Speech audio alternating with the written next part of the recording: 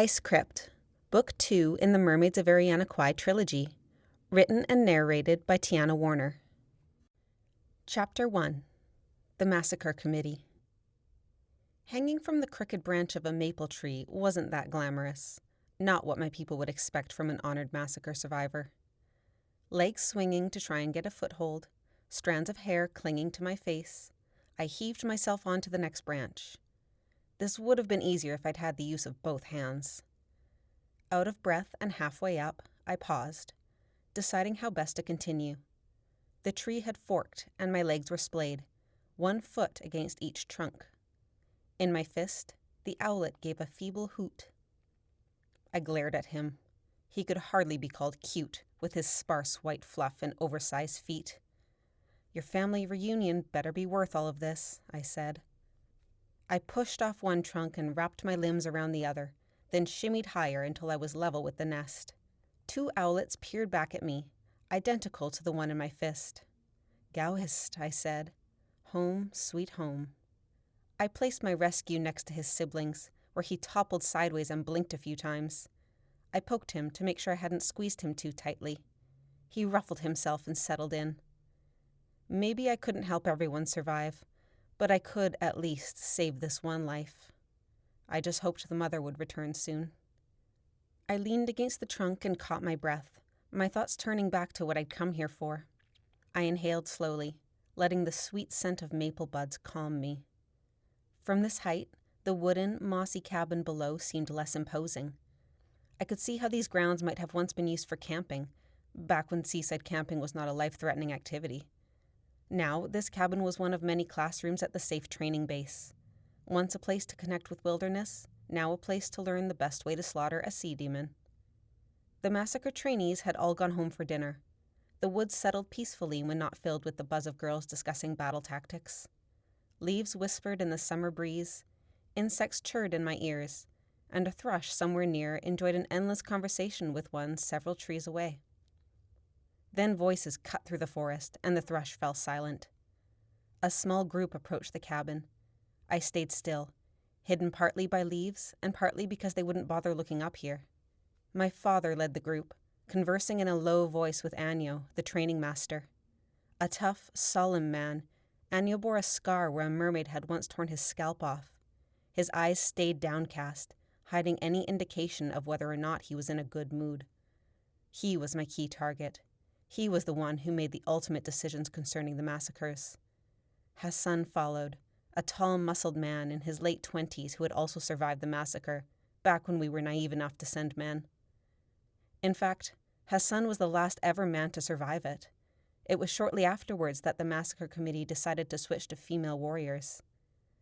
After him came Mujihi, the thick, severe-looking father of my least favorite human being on the island. A 30-something woman trailed behind. I was fairly sure she was the lead seamstress for the massacre uniforms and the widow of a former warrior. The group entered the cabin and shut the door. I turned back to my owlets. They blinked at me. "Stay in your nest for as long as you can," I said. "Trust me." I shimmied down the trunk. For the millionth time, I reviewed what I would say.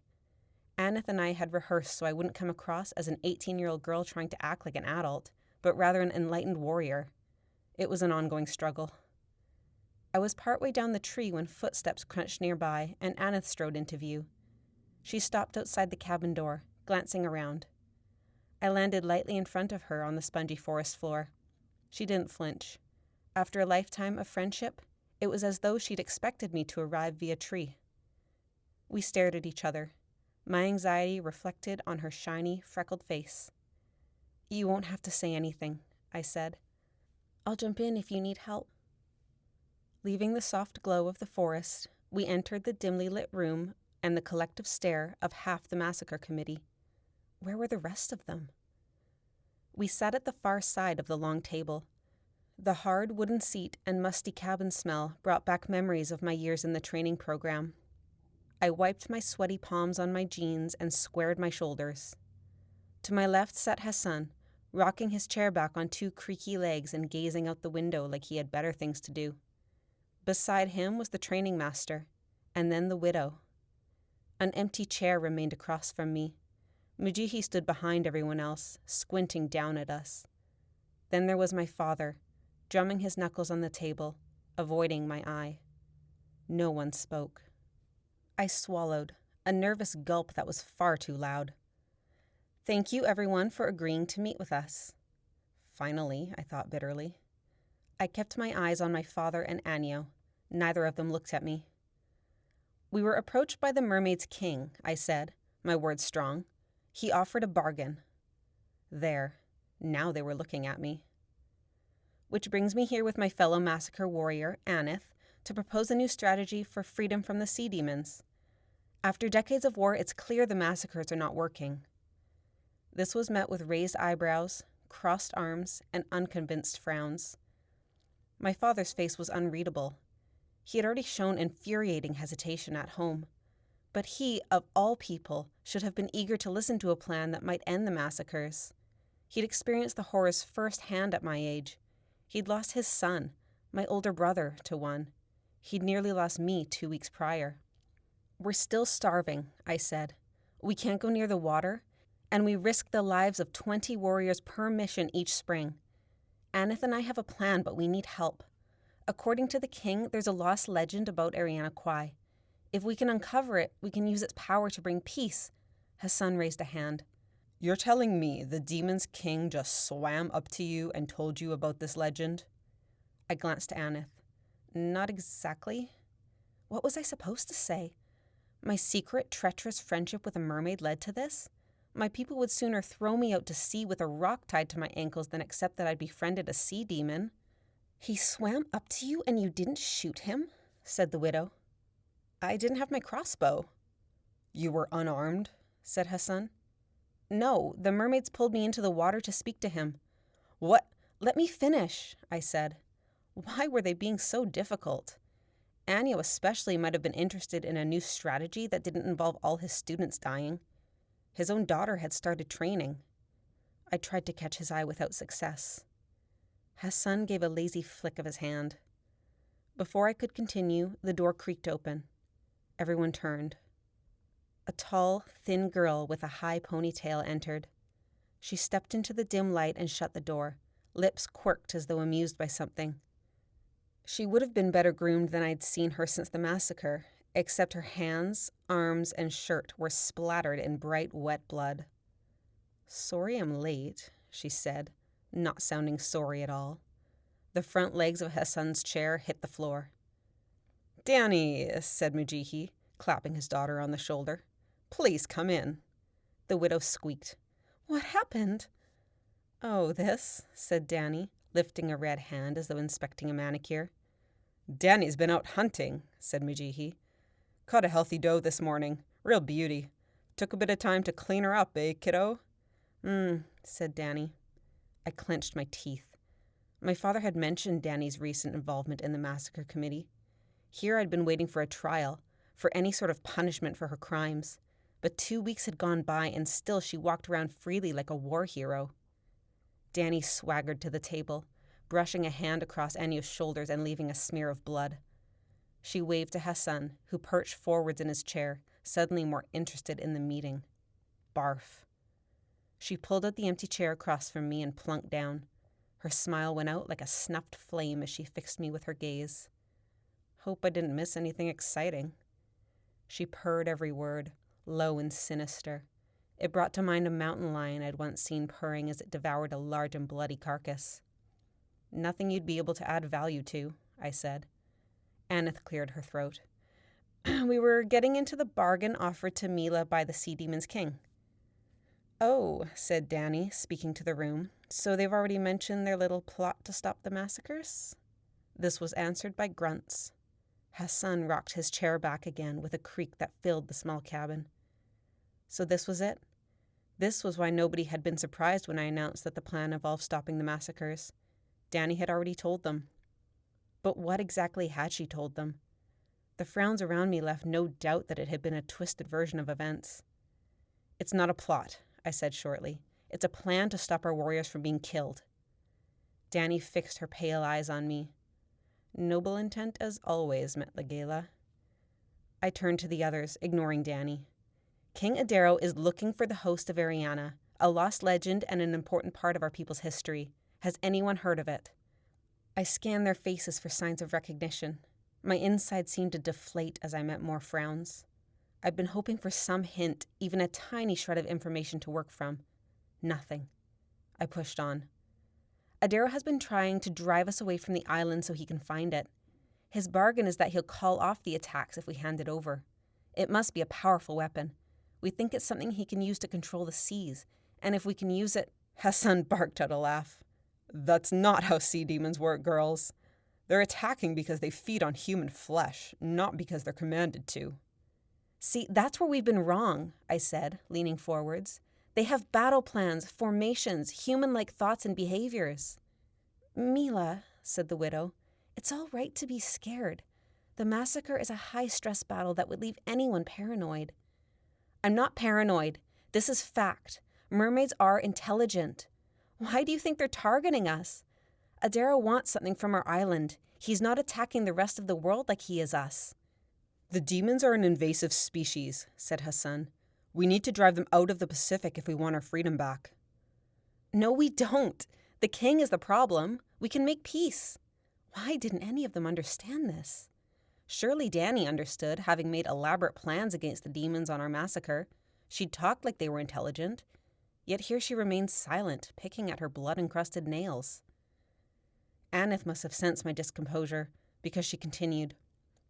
Of course, Adaro's promise to stop attacking our beaches can hardly be called a peace treaty. So instead of making an alliance with a sea demon, Meela and I plan to find this weapon, the host, and use it against him. If we kill Adaro, we stop the attacks, I said. Their faces read solemn and unimpressed. The widow's mouth gaped open. My father looked away. Anya stared at the wall behind Aneth, which incensed me because the training master's opinion mattered most. Dani sighed and leaned back. That is a well-rehearsed story if I ever heard one. Hassan smirked. Dani glanced around pointedly before turning back to me. Why on the Gala's earth would a sea rat know an ancient legend about Eriana Kwai, one that its own people aren't familiar with? We think the legend has been lost over time, said Aneth, but we're willing to put in the work to find it. In the meantime, we're hoping to stop the massacres so we avoid... And you're telling me, said Dani, as though Aneth hadn't spoken, that Meela just happened to be singled out by the king to hear this bargain? Aneth raised her eyebrows at me in a maybe you should tell them the whole story sort of way. I returned an almost imperceptible shake of my head. I couldn't say anything more without revealing that Adaro had sought me out specifically, that he'd pulled me into the water because he knew about my relationship with one of his warriors. The other half was that he'd return Lissy to me if I found the host. This mermaid king, what's his name, said Hassan. You say he came to your ship while you were slaughtering demons, and he told you about this host of Eriana? Yes. How did you communicate? He speaks Eriana, I said. He speaks Eriana. Yes, and English and Spanish, I think. They exchanged glances, and I realized I shouldn't have said that last part. The widow spoke up. If this Adaro, yes, if he came to your ship as you claim, what makes you think he was telling the truth? Are you prepared to trust the word of a sea demon who can speak Eriana? Well, we know Meela's always been quick to trust a nice mermaid who can speak her language, hasn't she? Said Dani. My father's head snapped up. Aneth sucked in a breath. I held Dani's gaze as her lips pulled into a sneer. So you have mentioned, said Mijihi. No, I thought desperately. The room seemed to cool as everyone stared. They knew. This plan does conveniently stop the demons from getting slaughtered too, said Hassan. Sweat prickled beneath my skin. Dani must have found out from one of the girls who'd seen Lissy. Was it Texas? But how much did Texas know? Did she realize how much history Lissy and I had? No, she wouldn't. As far as the girls on the massacre knew, Lissy and I had spoken once, and then she'd saved my life. The crew didn't understand why or for how long we'd known each other. I had to keep it that way. My people couldn't know about Lissy. Not ever. They would hate me for it. Worse, those I cared about would be disappointed in me. No one would love a girl who loved a mermaid. Eriana Kwai was my family, my history, and I could never alienate myself like that. But Danny in Texas had obviously mentioned Lissy, and now my people would never trust me enough to support my plan. Danny flashed her most charming smile around the room. I narrowed my eyes. If she wanted to get nasty, fine. I wasn't the only one with a black smudge of betrayal in my past. Mirroring her venomous tone, I said, "Tell me, Danny, why weren't you around when Adaro came to the ship?" Aneth's head snapped from Danny to me. "You were a little isolated at the time, were you not?" I said. Danny's face went hard as stone. Mujihi stepped forwards. "Enough. Danny has a point. This young lady," he pointed a thick, calloused finger at me, "is keen to stop the massacres. It sounds like she's enlisted her friend here to help pitch this tale." "It's not a tale," I said, temper flaring. "Most of us in this room know what it's like out there. Why send more girls on the massacre when there's a way we can avoid it?" "Metlegela," said Anio, finally opening his mouth. "It is a noble goal to protect the future girls of Eriana Kwai, but the massacres are looking up," said Mujihi. "How many times have we said that in the past?" I said. "Sending women instead of men might be a more successful strategy, but it doesn't change the fact that a lot of them are going to die before we get anywhere, if we get anywhere." No matter what, I couldn't let another massacre happen. Adaro's rising desperation, along with my failure to find the host in time, meant the next massacre would end worse than ever, for the warriors aboard the ship, for my people, and for Lissy. My heart ached to think about it. Lissy was his hostage right now. I had no idea where she was or what he was doing with her. "We have a newer strategy yet," said Mujihi. "A new training master." I opened my mouth, but his words hit me like a rock to the head. I spluttered. What? New training?" Anio flicked his gaze to me before lowering it to the table. I caught a glint of apology in his dark, tired eyes.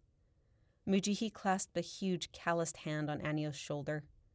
"Since your departure in May, I've taken over the training program. We've been working on new strategies and experimenting with a deadlier range of weapons." "No," I said before I could stop myself. Mujihi's expression darkened, giving him the appearance of a hawk on the hunt. "It's just, Anio has always been the training master. You can't change that." I felt Aneth's eyes on me. This we had not planned for. "With Anio's daughter in training," said Mujihi, "the committee felt there was a conflict of interest. Besides, many have been pushing for a change in the program for years." I narrowed my eyes. "And I suppose you had a vote on the new training master?" "It was an obvious choice," said Hassan. "No one else had a plan for new weapons, better training, even the idea to send women in the first place." Mujihi puffed out his chest. I caught a glimpse of Danny in his expression. I turned back to my father, waiting for him to offer any shred of support. He was watching Mujihi, jaw tight. "Girls," said the widow, "I think I speak for all of us when I say we appreciate your ideas for helping our people. But we have no evidence of the host of Eriana. This legend isn't substantiated by anything, which gives us no reason to pursue it." "If we had some help and gave our best shot at finding it," said Aneth, but not a single face showed interest. My father drummed his knuckles on the table. "Have you exhausted all potential sources of evidence?" "The library is limited," I said, shifting in the rigid chair. Since returning from the massacre, Aneth and I had read every book on our people's history, including essays, newspaper archives, a reference book on local fungi, even a picture book called Earn the Eagle Learns to Fly. "Certainly there are pieces of history we don't know about," said my father.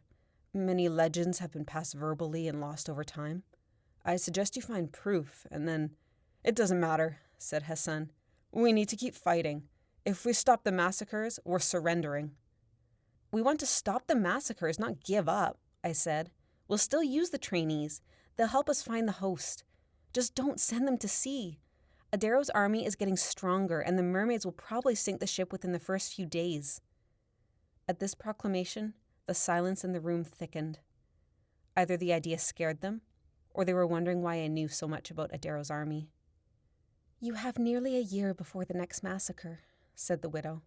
"I suggest you do your best, and if you haven't found this host before then, We'll keep doing what we know works.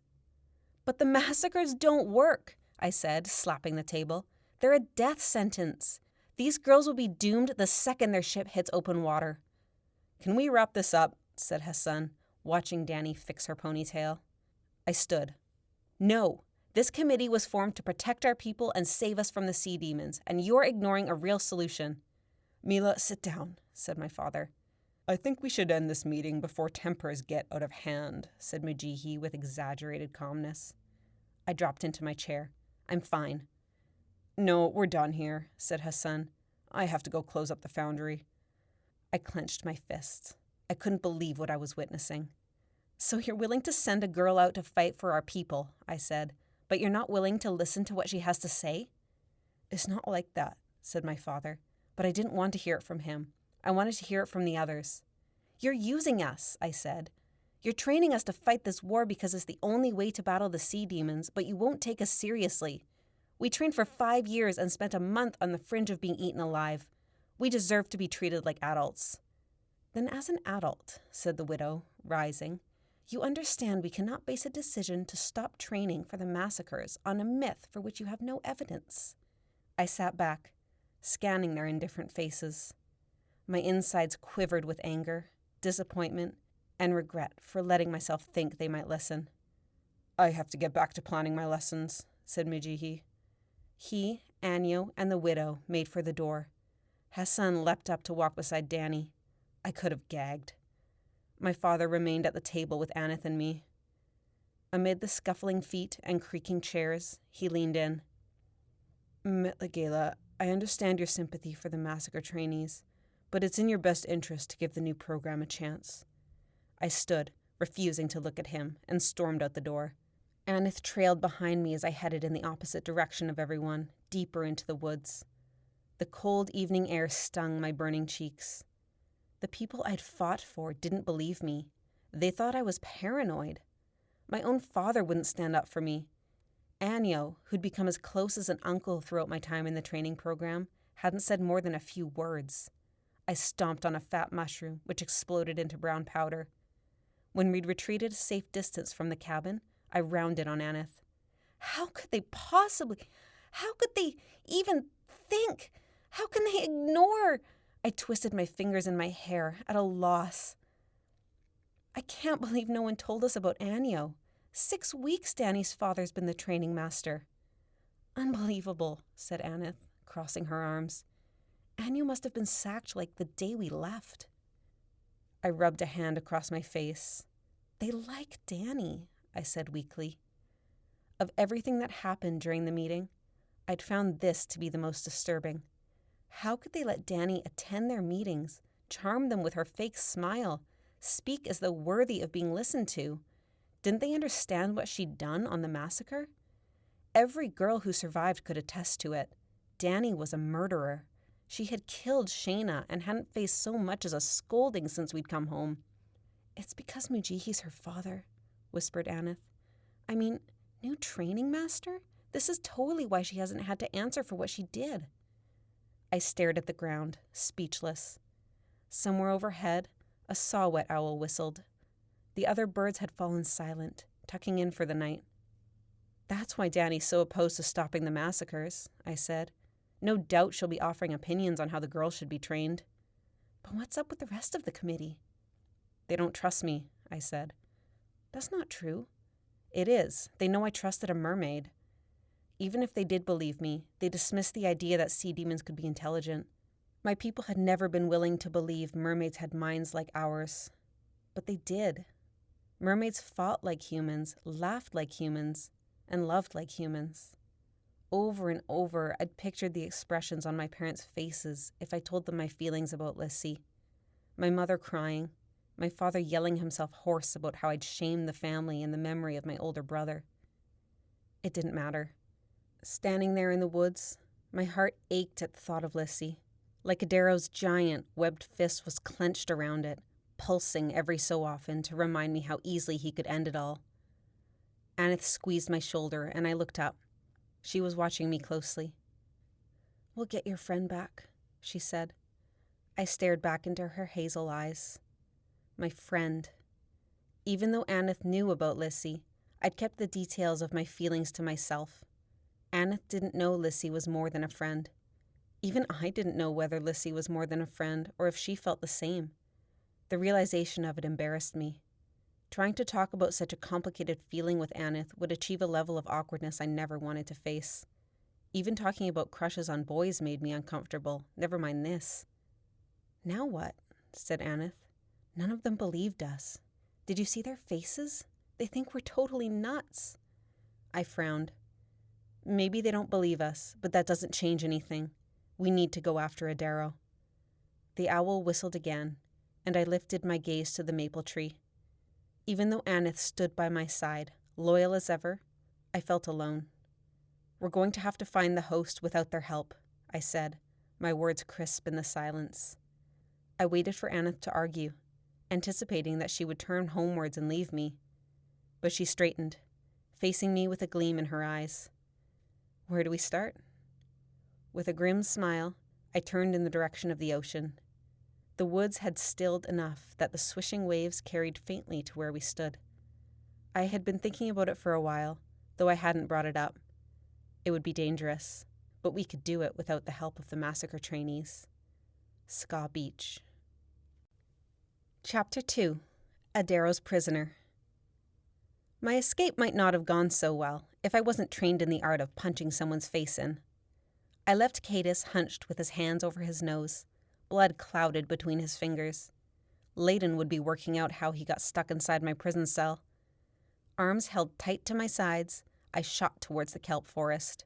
My body waved smoothly, tail beating quick strokes in the open water. The current pushed against me. A short drop below, plankton drifted forwards. I dove, finding the favorable current and letting it propel me faster. Of course, the guards were also trained in combat, and their thicker frames would be to their advantage if they caught me. That wouldn't happen. Mermen had brawn, but nothing could match the speed and agility of a mermaid. The kelp forest towered ahead. Its lush, weedy scent wafted towards me.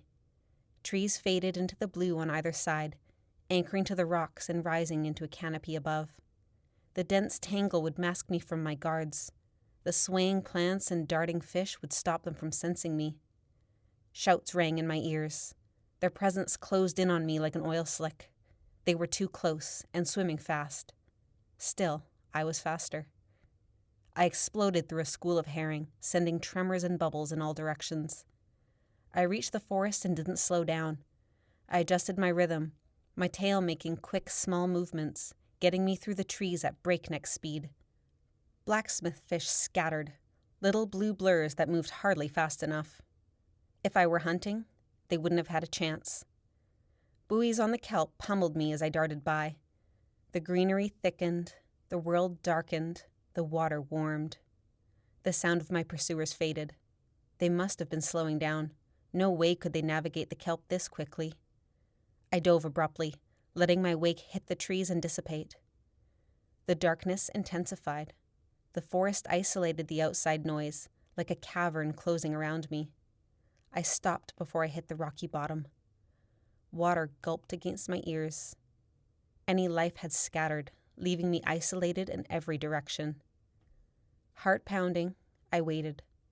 I pushed down my anxiety in case they felt it, swaying with the trees, forcing my pulse to slow. I focused on the vibrations brushing my skin. There was nothing more here than flapping fins and twirling comb jellies. Somewhere, I smelled the blood from Cadus's nose. They weren't far. As soon as I lost them, I planned to zigzag back up the currents to the Gulf of Alaska. I refused to float around, a pathetic hostage, while Meela carried out her end of Adaro's bargain. I had to help her. I ached to think of home, of Meela on Eriana Kwai, of my family in Utopia. I'd never traveled this far from them in my life. Ripples hit my senses. A face appeared beside me. I recoiled, blowing bubbles in surprise. A sea lion. His playfulness tickled my senses, an aura I felt beneath my skin. He stared at me with huge black eyes, then blew a bubble from his nose, returning my gesture. No, I thought, get lost.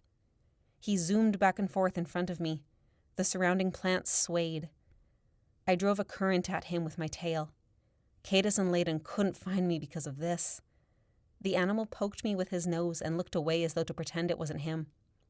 On an ordinary day, I might have welcomed the game, but he was going to betray my position. I snarled, letting my eyes fill with blood and my teeth lengthen. The sea lion froze. His eyes widened. With a flip of his fins, he shot backwards into the forest. I waited until I lost the feel of him, and then sank into the rocks.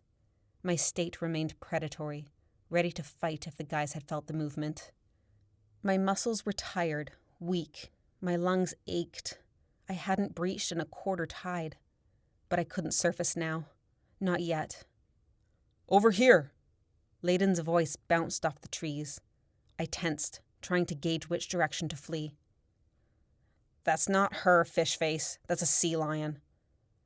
I opened my mouth in silent protest that he could mistake this body for that fat, hairy animal. "Oh, you sure she didn't flounder?" "She never got breath. Give it time. She'll have to surface." "We don't have time. What'll happen if the king finds Lysithia's cell empty?" Silence. Then, with an air of panic, Cadis said, "Maybe she'll stay low and black out on us." He might have been right. Each thud of my heart brought me closer to running out of oxygen. My chest burned. I floated limp, trying to save the tiny puff left in my lungs. A crab passed my nose on its way up a rope of kelp. It paused, seemed to decide it would rather stay near the bottom, and changed direction. I watched it, envying a life so simple. My skin prickled in the heat, like I'd landed in a pit of toxic algae. Wherever I was, it was much too hot. I guess they'd taken me to the fractures, the coast of what Meela called California. Not for the first time, I cursed Adaro. I'd taken an oath, trained for years, and fought his war against humans, and this was how he thanked me? I reminded myself how quickly I'd broken my oath when I found Meela on the ship I was sent to destroy. As though triggered by the thought of Meela, my lungs spasmed with pain. Maybe I was lucky. At least Adaro had kept me alive. Still, I didn't trust him or his promise of peace. He knew Meela would do anything to save her people. If I could get to Eriana Kwai, I could help her. This thing Adaro called the Host must have had potential to control the seas. Why else would he want it? With that power, we could instate a new queen or king. Desperate for breath, I glanced towards the surface. Beams of sunlight peeked through the canopy, illuminating patches of greenery and leaving others in shadow. I had no choice. If I swam further, they would feel my movement. Plus, the exertion would use up my last breath in a single heartbeat. My lungs gave a desperate squeeze. I couldn't bear it any longer. Rockfish cleared out of my path as I shot upwards. An otter paused to watch me dart by. Halfway to the top, a pulse hit me from above. "No," I whispered. A body eclipsed the sun. Without pausing to think, I bent at the waist and dove, and stopped short. Another presence closed in from below. Layden streaked towards me, a wooden spear in hand. "You made it far this time," said Cadis from overhead. I darted blindly sideways and collided with a tangle of weeds. Layden reached for me. I slammed him with my tail, knocking the wind from his lungs in a stream of bubbles. Lights popped in my vision. Air. I tore through the weeds, scrambling to reach the surface, my senses clouded over. Up. For several desperate heartbeats, I knew only the shimmering light above. Finally, my head broke through the canopy. I took a long, gasping breath. The harsh sunlight blinded me. I coughed out seawater, panting hard, too dizzy to do anything but inhale. Ripples hit me on either side. My next breath came as a sob. I didn't have time to inhale deeply. I had to dive, but I was too late. A webbed hand grabbed my hair. I shrieked, squirming to get away. "I've had it with these seal hunts," said Cadis, dragging me like a dead tuna. "I'm going to ask if we can cut off her fin." His nose had stopped bleeding. I tried to punch it in the same place. Layden's fist closed around my arm. I twisted, trying to sink my teeth into either of them. "Babe, you gotta understand," he said. "Our lives will be in your hands if you escape." I thrashed, hitting them with my tail and fists. But Adaro had obviously chosen these guards for their size. They were easily twice as thick as me, and pulled me away from the canopy with ease. Both of them oozed smugness. I bristled at the closeness, not bothering to hide my disgust. While a mermaid's upper body resembled a human in its everyday state, mermen never left the state that earned us the nickname sea demons. Sharp teeth, long ears, webbed fingers, solid red eyes, and skin like rotting seaweed. Even then, a merman was more reptilian than a transformed mermaid, thicker and stronger, skin faintly scaly, a lipless mouth, nose blending into cheekbones like the face of a common fish. 19 and at the peak of fitness, Cadis and Layden embodied the hulking crocodile appearance better than anyone. Some mermaids went for that. I sooner would have kissed an anglerfish. As they dragged me back, the vibrant ripples of the kelp forest gave way to a dirty, lifeless city. Stone pillars towered beside us, barely visible through the murk. With Utopia nearly finished, Adaro had begun colonizing further south. Most of this city was under construction, the surrounding coral beaten and dead. Even the water tasted sour, the result of a constant stirring of dirt and grime. Layden held my prison entrance open with his spear. I tried to bite Cadis, but he leaned away, shoving me into the cave with extra force. "I'm warning you, fish face," he said. "We'll knock you out next time, drag you back by your pretty golden hair." I blew bubbles in his face before the curtain of tentacles fell closed. Jellyfish didn't usually bother me. Their sting was painful, sure, but after feeling the molten burn of iron in the early years of my life, it was hard to get worked up over those soft, slippery creatures. These jellyfish were an exception. I recoiled as they swayed towards me. Their tentacles fell 2 fathoms deep. Above, their guts were visible inside the pulsing bells. I wouldn't have been able to wrap my arms around one if I tried. I backed against the rocky wall, feeling the jellies sting without touching them. My prison was barely a cave, an indentation really, and I had to be careful where I drifted. A tiny pocket of air at the back served as my oxygen supply, and I had to bend my neck painfully to get it. The first day, I'd braced myself and tried to blast through the tentacle curtain before anyone knew what had happened. I'd blacked out before I made it to the other side. Since then, I'd discovered easier ways to escape, like hauling my guard through the curtain instead. "Babe, it's in your best interest to give up," said Layden. I snarled. "Feel free to take a break if you're tired." "He's serious," said Cadis. "Keep going and you'll get sent to the labor camp." "Better than being here." They laughed. "Never heard about the labor camp, babe? No food, rationed air, depths that make your eyes feel like they're about to pop. The only creatures that survive down there are the scavengers feeding on the corpses." "Don't forget about viperfish," said Cadis. "They'll tear you piece by piece for breakfast." "Still sounds like better company than what I've got here," I said, not buying the intimidation. Layden shrugged. "If you think digging into rock until your fingers bleed is better than here, I'll be sure to tell." The guy's sneers vanished. They whirled around. I caught a whiff of fear. "Now, if a captive repeatedly escapes, ought I to punish the captive or her guards?" I froze. The jelly's sting blinded my feel of the current, so I never sensed his approach. "We have her under control, Your Majesty," said Cadis. A third merman drifted between them like a dark ghost. Larger, thicker, more impressive in every way. He brought everything to silence. Anyone would recognize that black hair, long and matted, anchoring the black crown on his head. I dropped my gaze as he fixed me with his crimson eyes. "Open it," said Adaro. Layden pushed the tentacles aside. "Your Majesty," I said, heart pounding. "Lysithea, you have convinced me." 2 thick bodyguards floated behind him. They gripped stone clubs rough with barnacles. The left one held a coil of slime-encrusted rope. I'd heard Adaro had started taking bodyguards everywhere. I'd also heard the guards once ripped the arms off a group of mermaids who had refused to sink a sailboat. I hoped the limb-ripping part was a rumor. "Convinced you of what, sir?" "Of letting you go." He was too calm. I waited. "You have a certain quality," he said. If being a slippery eel can be considered a quality, mumbled Cadus. Whatever it is, it seems to get her past my guards, said Adaro, a dangerous flare in his eyes. Cadus shut up. He and Layden exchanged looks. It would be a waste not to utilize those skills, said Adaro. Your academy training was, after all, expensive. I didn't miss the threat. The battlefront? Adaro flashed his yellowed fangs. Not Eriana Kwai. You clearly cannot be trusted near humans. I opened my mouth. A silent "oh" escaped in a bubble. He was going to make me fight below the surface.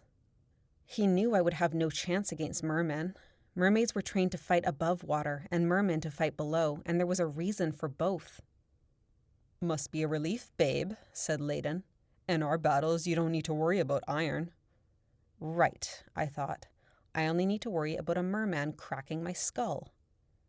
A shame, said Cadus. No chance to add more texture to that cute little waist. He reached for the scar on my side, the iron-made burn earned from a friendship with a human.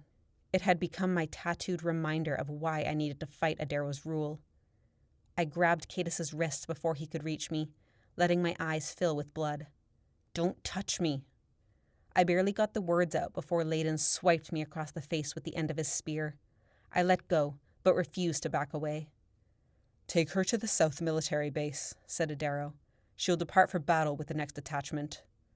The strand of hope that had remained, that maybe I would be sent to the same military base as my big brother, snapped. South? I said. Why south? I thought you were battling for India. His aura darkened, and I added, Sir? If I ask you to fight in the south, you will fight in the south, he said. If I ask you to fight for a wisp of volcano at the bottom of the Mariana Trench, I expect you to fight until you've either won it or died trying. I said nothing. After a moment, he added, with a threatening note, Am I clear? Yes, sir. So, men, said Adaro, backing away. Get moving if you want to arrive before sundown. The bodyguard handed Cadus the slimy rope. My back collided with the rocky wall of my cell.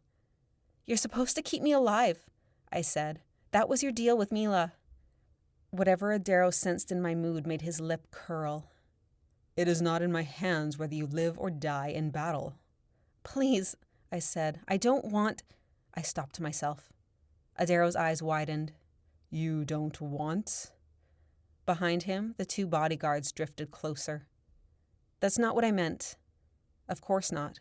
Fighting Adaro's war was the only want anyone should have. Even as a prisoner, I felt nothing but the deepest loyalty to my king. I thought of this as I stared him in the eye. A mermaid I'd gone to school with came to mind. Her family had claimed she couldn't enter the army because of an illness. The day after admitting she couldn't fight, she disappeared. Her parents said the illness finally took her, but something was never right with them after that. I don't need to remind you that you were sworn under oath, said Adaro. My life is dedicated to your reign. He studied me, as though trying to dig beneath my mask of sincerity. Afraid of what he'd find, I recited the oath I'd taken at 13 years old. I swear that I shall be unconditionally obedient to King Adaro, ruler of the Pacific Ocean and all mer people within. I shall be ready to give my life for the quest to unite the seas under one kingdom, one rule, with King Adaro the deserving wearer of the absolute crown. He revealed nothing.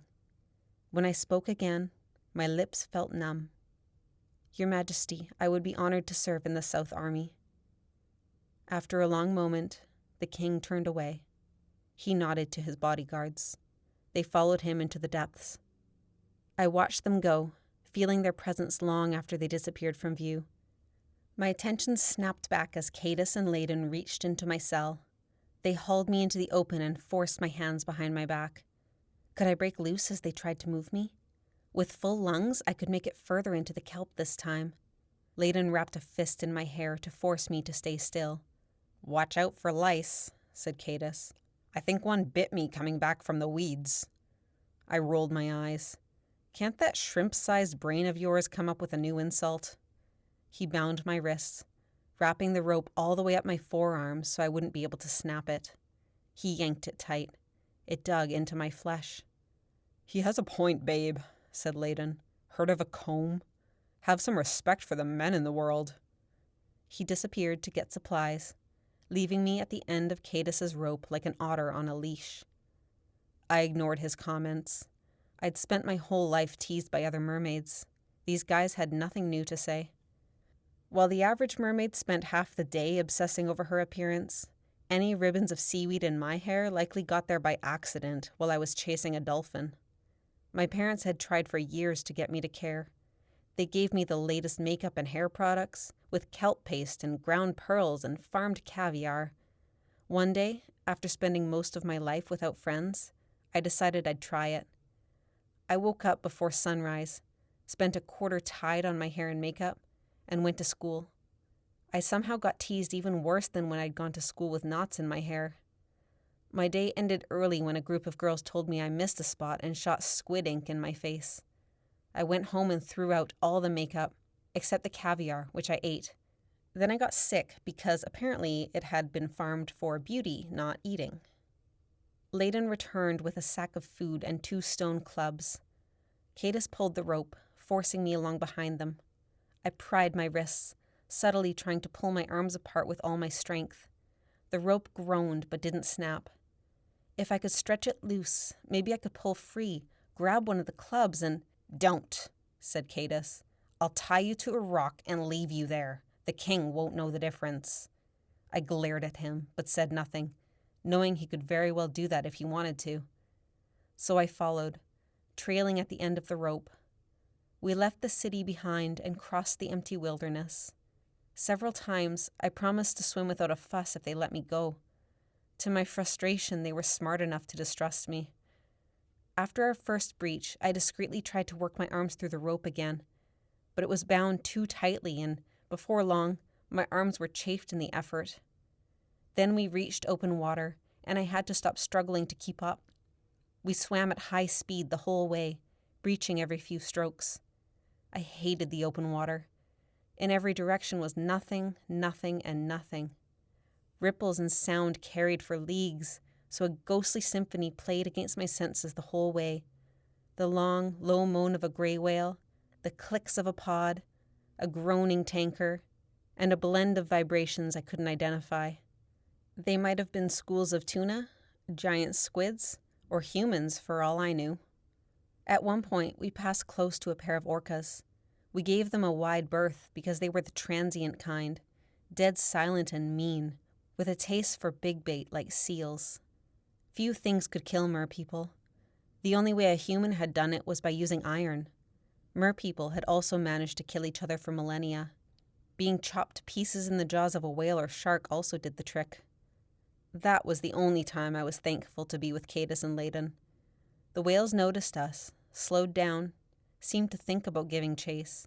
But there were 3 of us, and those mermen might have had scum for brains, but they were too brawny to be whale food. The encounter wouldn't have gone so well if I'd been alone. Though I could outswim a whale, the pods had clever hunting tactics, and they surrounded and killed mermaids more often than anyone cared to admit. Finally, the floor grew shallower, and sand became rock. The water tasted sweeter in the presence of coral, anemones, and fish. Pulses grazed my skin from a nearby octopus. The city would be close now. I tried to relax the knot between my shoulder blades. Our trip through the open left me as twitchy as a guppy. The guys stopped, and I bumped into Cadis. Layden smacked me away with his spear. I peered between them. A guard floated upright, a stone mace wrapped in his webbed fingers. More treaded on either side, stationed out of sight but close enough to feel. We'd arrived at some kind of border. I glanced around, feeling my surroundings. Guards to either side, shallow, rocky bottom, empty ocean behind and in front. How was I supposed to get back home if I had to cross a military line? Layden pulled out a roll of rawhide. "Royal Guardians on a transport order," he said, puffing himself up. Could I risk the empty ocean alone? Maybe not, but if I didn't flee now, I might not be able to once we crossed this border. I tensed, preparing to jerk away from Cadis's grip. If I could catch them by surprise, disappear into the distance, maybe I'd find something sharp to slice A sharp blow on the back of my head made a rainbow of lights pop in my eyes. "I swear," said Cadus, "I'll knock you out and drag you." I snarled at him, the back of my skull throbbing. The guard grunted. He slapped the roll of rawhide back into Layden's chest without bothering to read it. I wondered if he could even read. His eyes raked over me like I was a subpar dinner delivery. "This is a girl." I wanted to comment on his superior observational skills, but I held my tongue. "She's to serve below the surface now," said Layden. The guard scowled at me. I would have been wary too, seeing a mermaid stationed this far from humans. What could I possibly have done? I flashed the guard a wicked grin, letting my eyes bleed red. He broke his gaze and motioned for us to continue. Cadus tugged the rope. I followed, a wave of fear passing over me. Had that been my last chance? Between the emptiness behind us and the military zone ahead, an escape attempt now would get me killed. I wondered, with a hollow feeling in my stomach, if I would ever see home again. Chapter 3. Training Base. Black pants, black kohl around the eyes, dark hair braided under the hood of a black sweater. I'd given myself the best chance at not being seen. I peered out my bedroom window. The night was cloudy, of course. I could always rely on the skies of Eriana Kwai to block any hint of moonlight. Aneth had promised to meet me at the end of my driveway at dark, 11:30 at this time of year. I checked the clock. I was a minute late already. "Going to Aneth's," I said as I strode from my room. The sound of my mother brushing her teeth carried down the hall. "It's middle of night." I pulled on my boots. "What?" A pause while she spat. "It's the middle of the night." "Yeah, she had a fight with Rick." An easy lie. Boyfriend issues had been a regular occurrence for Aneth since we were about 12. Silence. I thought I heard a deep sigh. "Don't be too late, honey." "Love you." Face buried in the neck of my hoodie, I stepped outside and shut the door. I turned around and walked straight into someone. I let out a small scream, and before I knew what had happened, Tanu was stumbling backwards with his hand on his cheek. "Ow, Meela, what the hell?" I gasped and dropped my fists, pain throbbing across my knuckles. "Tanu, I'm sorry. I didn't see you." "It's okay." He let go of his face, eyeing me. "I was just going..." I motioned vaguely across the yard. "Are you okay?" "Yeah." We stared at each other until the silence became awkward. Above us, a noisy assortment of insects and moths that were easily the size of my palm bounced off the porch light. "I've wanted to see you," said Tanu. "I've tried to come by, but you're never home." "I've been busy." "Doing what?" I stuffed my hands in the pocket of my hoodie and buried my chin, mumbling something about settling back in and homecoming dinners. It was partly true. "I've only seen you once since you got back," he said with a note of accusation. "Twice," I said, as if that made it better. "The day you got home doesn't count, Meela. The whole island was there." I didn't reply. Moths continued to flutter in the porch light. Not knowing what else to do, I started to walk past Tanu. "Meela, please, I just want to know if you're all right. If we're all right." I turned. "I just need some recovery time." He nodded once, but his eyebrows stayed pinched. "I get that. The massacre's a lot for anyone to handle. You don't have to grieve alone, though." I held his gaze. The dim light made his pupils huge, so I felt like I was staring into the face of a baby seal. Footsteps crunched behind me. Aneth was barely visible, all in black with a hood casting her face into shadow. "You coming or what?" she said. She stopped at the edge of the porch light, scrutinizing Tanu with black-lined eyes. "Is he coming too?" "No," I said, at the same time as Tanu gave a hearty, "Yes." Aneth and I exchanged a glance. "Aneth and I have plans," I said. "We can talk tomorrow." Not that I wanted to have a conversation about my feelings with him the next day, but I thought that might make him more inclined to leave us. "Where are you going?" He followed us down the driveway, away from the soft glow of my house and onto the dead-end dirt road. "We're having a girls' night," I said. We'll be talking about periods and stuff. You won't like it." "Like hell you are. Since when does girls' night involve dressing all in black and leaving the house under the cover of darkness?" "You can't come with us," I said. "Why not?" "This isn't your fight." "Ha! This has to do with the massacres, doesn't it? Heard you girls want to stop them. Are you trashing the training area?" Aneth snorted. I shot Tanu a glare he wouldn't see. "We don't want to vandalize anything," I said. "We're working on a better method, a way to make peace." "And?" I said nothing, kicking a rock so it bounced off a tree trunk. The sound cracked through the air. "Whatever you're doing, I want to help," said Tanu. I glanced sideways at Aneth. "He could keep watch for us," she said. "I mean, it won't look good if we're caught." True, we had been under higher visibility since we'd gotten back. No massacre survivor could go out in public without attracting attention. The potential for disgracing my family dawned on me. My father had survived the massacre, Nihilus had died for it, and my mother had supported all three of us through training and departure. With that level of involvement, our family had achieved a level of recognition on Eriana Kwai. We arrived at the path leading into the woods and stopped. Without the crunch of our footsteps, every chirp, every hoot, every whistle rang clearly. I removed my boots. In pitch darkness, the forest would be easier to navigate in bare feet.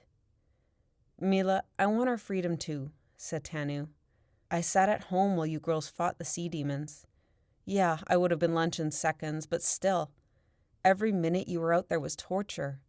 Now I have a chance to be useful if you let me." I crossed my arms. An owl swooped low over our heads, the night so silent that I heard the swoosh of its wings. I scrutinized Tanu's outfit. His windbreaker had reflective strips on the chest. "Take off your coat. You'll stand out like a lighthouse." He did, with enthusiasm. His shirt underneath was gray. "All right," I said. "You can keep watch." He thrust a fist into the air, then balled up his jacket and tossed it next to my boots. "What am I watching?" "We're going to borrow a couple of things from the training base," I said. "Crossbows, ammo, anything else that might be helpful." "You didn't get to keep your massacre weapons?" I huffed. "They took them back for the next round of trainees," said Aneth. A stiff silence followed. Unfortunately, the girl who actually should have been stripped of all weapons still had access to them. "Why don't you borrow my father's hunting bow?" said Tanu. "I could—" "Oh my gosh, Tanu," said Aneth.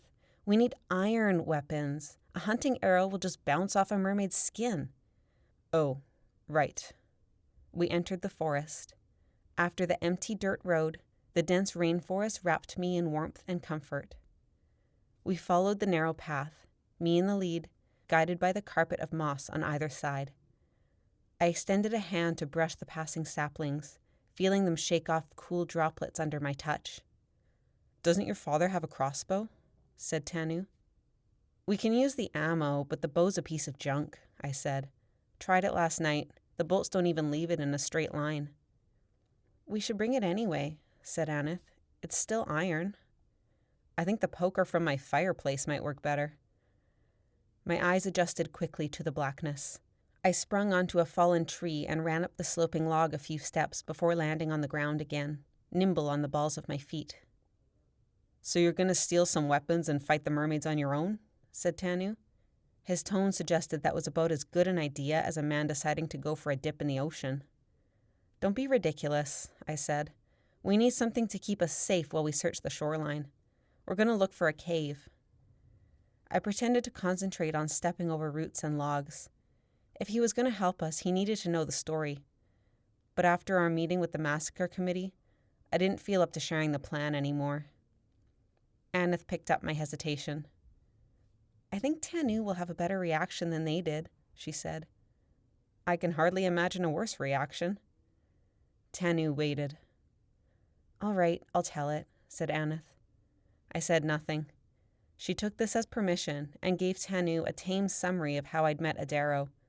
For Tanu's sake, she avoided mentioning the part where I'd gotten hypothermia and nearly drowned. The woods thickened, the moss warm beneath my feet. It pressed in from all sides like a giant pillow, muffling our voices and footsteps. A shape leaned across our path, blacker than the backdrop. I touched it as we ducked beneath, the log soft and springy beneath my palm. When Anith got to the part where we planned to double-cross Adaro and kill him, Tanu stopped walking.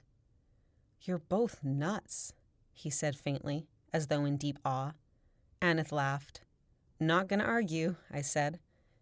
His shoes padded softly as he jogged to catch up. "What exactly is the host?" Adaro said it's like a pet, I said. Something playing host to Ariana's soul. She was bound with it when she died. That's all we know. "Have you tried the library?" Anith sighed. "What do you think we've been doing in the last 2 weeks?" "And?" "There's plenty of material on the last 200 years of international relations," I said. "Boring," said Anith. "There was one book that mentioned the goddess Eriana," I said. "That's the one we all read in grade 2. "A bit less boring." "But there was no mention of her pet anywhere." "No idea where it is?" said Tanu. "None whatsoever."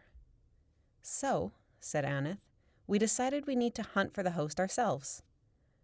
Skunk cabbage met my nose, and I veered right to avoid traipsing through a marshy patch. "Adaro thinks the host is somewhere beneath the island?" said Tanu. "Right," I said. "We're thinking it's in some kind of cave." "And the crossbows are for?" "Ska Beach." Tanu made a noise between a gasp and an "oh." "Yeah," I said. None of us had been to Ska Beach. As with every beach on the island, access was forbidden. We knew about it through word of mouth, as a landmark on Eriana Kwai. Ska was the old language word for lava. 1,000,000 years before, molten lava had oozed from cracks in the earth and cooled quickly, forming hundreds of peaks, valleys, and jagged columns along the stretch of beach. "On the way there," said Anith, "we'll be able to check out other places too, like the cliff below Meela's house." I didn't tell her I already knew what the cliff below my house looked like because I spent half my childhood there. Ahead, water trickled. I led us to the narrower part of the stream. We hopped over it, moving quickly through mud that was sure to house a swarm of mosquitoes. "What happens once you get this mermaid king out of the way?" said Tanu. "He's like the whole reason we're being attacked," said Anith. "He's been trying to get rid of us so he can find the host. Once he's gone, we'll be able to go fishing," I said. "So you're sure freeing this thing's a good idea?" "Adaro won't stop trying to get it," I said. "This is what he's after, and he'll keep attacking us until he gets it, or until we kill him with it." Tanu said nothing for a long time. "Okay," he finally said. "I might believe you." "That's a start," said Anith. "The committee didn't then?" When neither of us answered, he added, "You'd think they'd want to avoid losing more warriors." I glanced back, trying to see Tanu's face through the darkness. Anith was right. He had reacted better than the committee had. At least he was entertaining the idea. "The committee thinks the change in training masters will fix the problem," I said. "But even if they do turn out better warriors, Adaro's army is also getting stronger." A long silence passed, filled by the distant hoots of a saw-whet owl and the scuffing of Anith and Tanu's boots. My bare feet were soundless over the moss. "You still have time to change your mind if you think we're nuts," I said, offering Tanu an escape. "No," he said. "You're right for trying to find the host. I don't want to see anyone else die because of the massacres either." "I totally knew you'd feel that way," said Anith. "You're a step ahead of Rick, you know." I turned my head sharply. "You told Rick?" "Obviously, we tell each other everything." After a few seconds of meaningful silence from me, she added, "Almost everything." I hoped she was being truthful. We stopped talking, drawing near the training base. When we reached the clearing where the enticers sat, we stopped. The rotting fossil of a ship was the island's most famous landmark, if only because no one could figure out how a ship had ended up in the middle of a forest. It now made up the center of the safe training base. The weapons stayed here, locked away when not used for target practice. "You know Mujihi isn't going to take it lightly when he realizes someone broke into his weapons shed," whispered Tanu. "That's why we're only taking a couple," I whispered. "And if he does notice, he won't be able to prove it's us."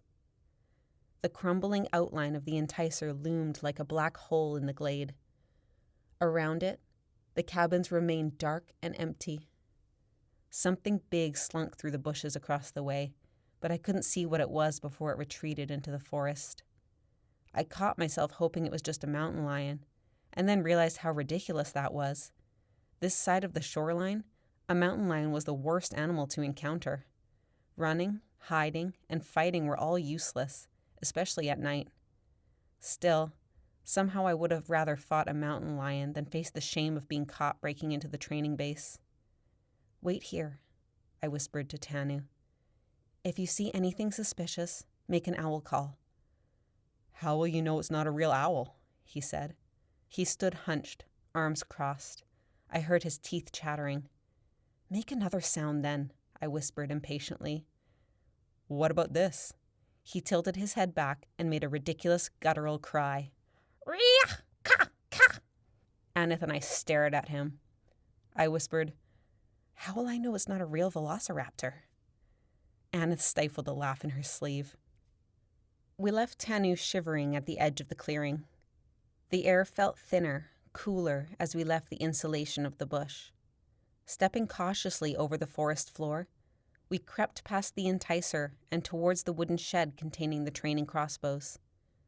Aneth stumbled over something and grunted. "Some idiot's been having a bonfire." I glanced back.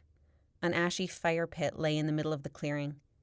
Aneth had tripped over an iron rod dropped beside the charred logs.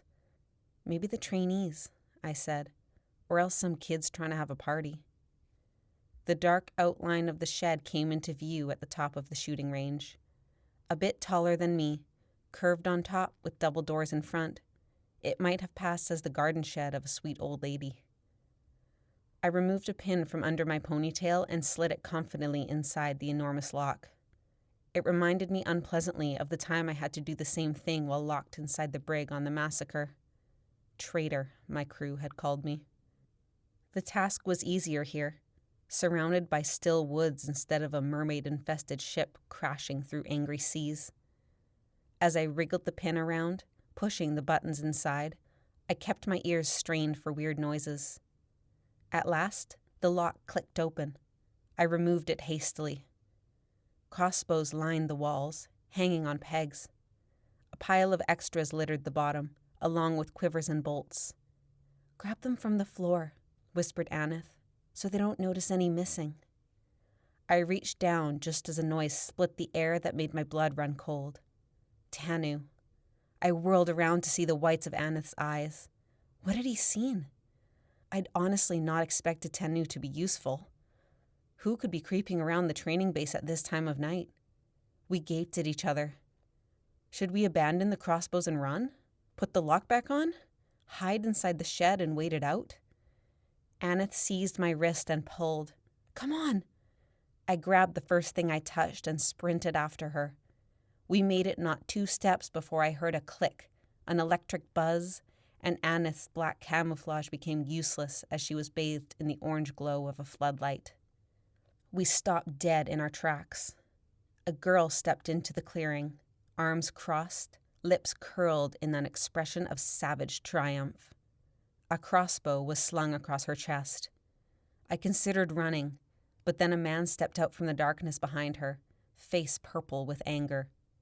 He put a hand on his daughter's bony shoulder. "My goodness, ladies," said Danny in her usual purr. "This doesn't look good at all." Chapter 4. The South Pacific Army. By the time Cadis and Layden slowed down, we must have been halfway to the equator. Every piece of me ached from being stuck without my arms for so long. A mountain range sprawled ahead, crackling with plants, fish, and shrimp. The movement tickled my skin, and beyond it, something larger. While I couldn't see through the blue, every angle and divot materialized as a tiny swirl on the current. At first, I thought this might be another city under construction, Adaro's kingdom expanding towards the South Pacific. But the water didn't have that same dirty scent. Coral breathed on every surface, mature and healthy. Stone buildings grew into the mountain range like they'd been there for centuries. They towered high above the reef. The architecture was curved, ancient, unlike the blocky structures of Utopia.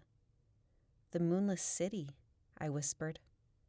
In school, we learned that Adaro had made a peace pact with Queen Evagora when he crossed the ice channel into the Pacific. Adaro stayed north and built Utopia there, while Evagora remained in the Moonless City. Is the military base here? Cadis and Layden ignored me. "Hello," I said. "Are we there?" "Yes," said Cadis, not looking at me. They both oozed exhaustion. I felt a smug satisfaction at the thought that the trip had been as grueling for them as it had been for me.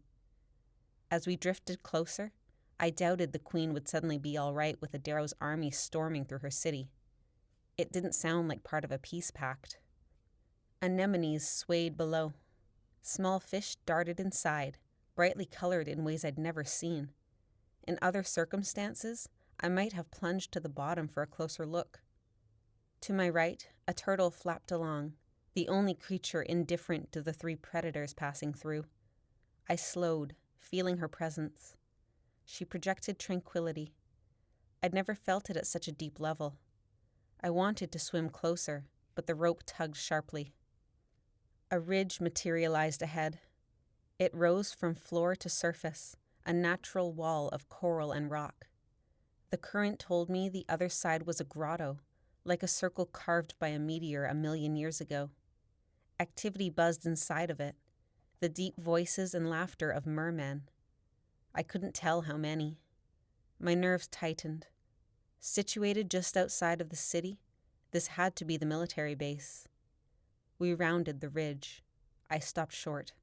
Hundreds of soldiers bustled inside the grotto, darting into caves and emerging with freshly sharpened blades, scarfing down handfuls of eggs, wrapping seaweed around their foreheads to tame floating locks of hair. I sensed weapons of wood, slate, argillite, chert, bone, coral, shells, and barnacles.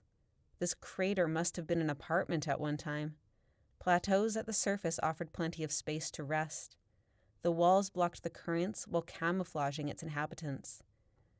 It would have also been a haven for food, except all fish and other animals seemed to have scattered. 2 mermen guarded either side of a gap in the ridge. They looked me up and down with the same skepticism as the guard at the border. Layden handed the roll of rawhide to one of them before they could say anything.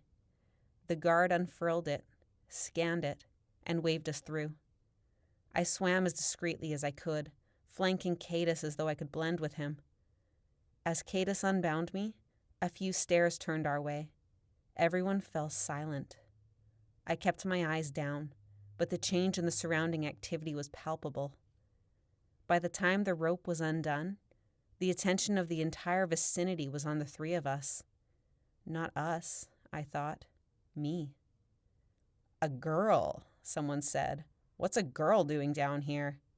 "You complaining?" said another. "Sugar, what'd you do to end up down here?" I dropped an arm to my waist, a habit I'd formed over the years to hide my iron scar.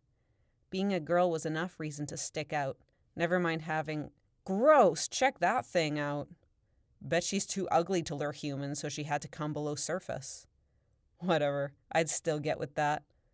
"You'd do a lingcod if it had blonde hair." A ripple of laughter. "Shut it, all of you." A slim merman with dark hair approached, fist wrapped around an axe with a large chert blade. His bright red eyes flicked between Cadis, Layden, and me. "What's this?" "The king told us to bring her," said Layden. "Why?" "Whatever you need her for," said Cadis, shoving me towards him. "She should be fighting above surface," said Slim. "She blew her chance at that." Slim narrowed his eyes. I held my tongue, trying to read him. Though his face was a little beaten, hardened from battle, he had an aura of kindness. "You need to keep her here," said Layden. "King's orders." "She'll be killed in the first battle." I opened my mouth to defend my fighting skills, but decided against it. Layden shrugged. Not our problem. Slim flicked his gaze between us as though searching for another argument. We done here? Said Cadus. Yeah, said Slim. Layden sneered. Enjoy the battle, babe. Been fun dragging you back to your cell every day. I twisted and smacked him across the face with my tail. He raised his spear to strike back, but Cadus grabbed his arm, and Slim grabbed me. Save it, said Slim. Whistles and laughter rose from the surrounding soldiers. Cadus and Layden turned away.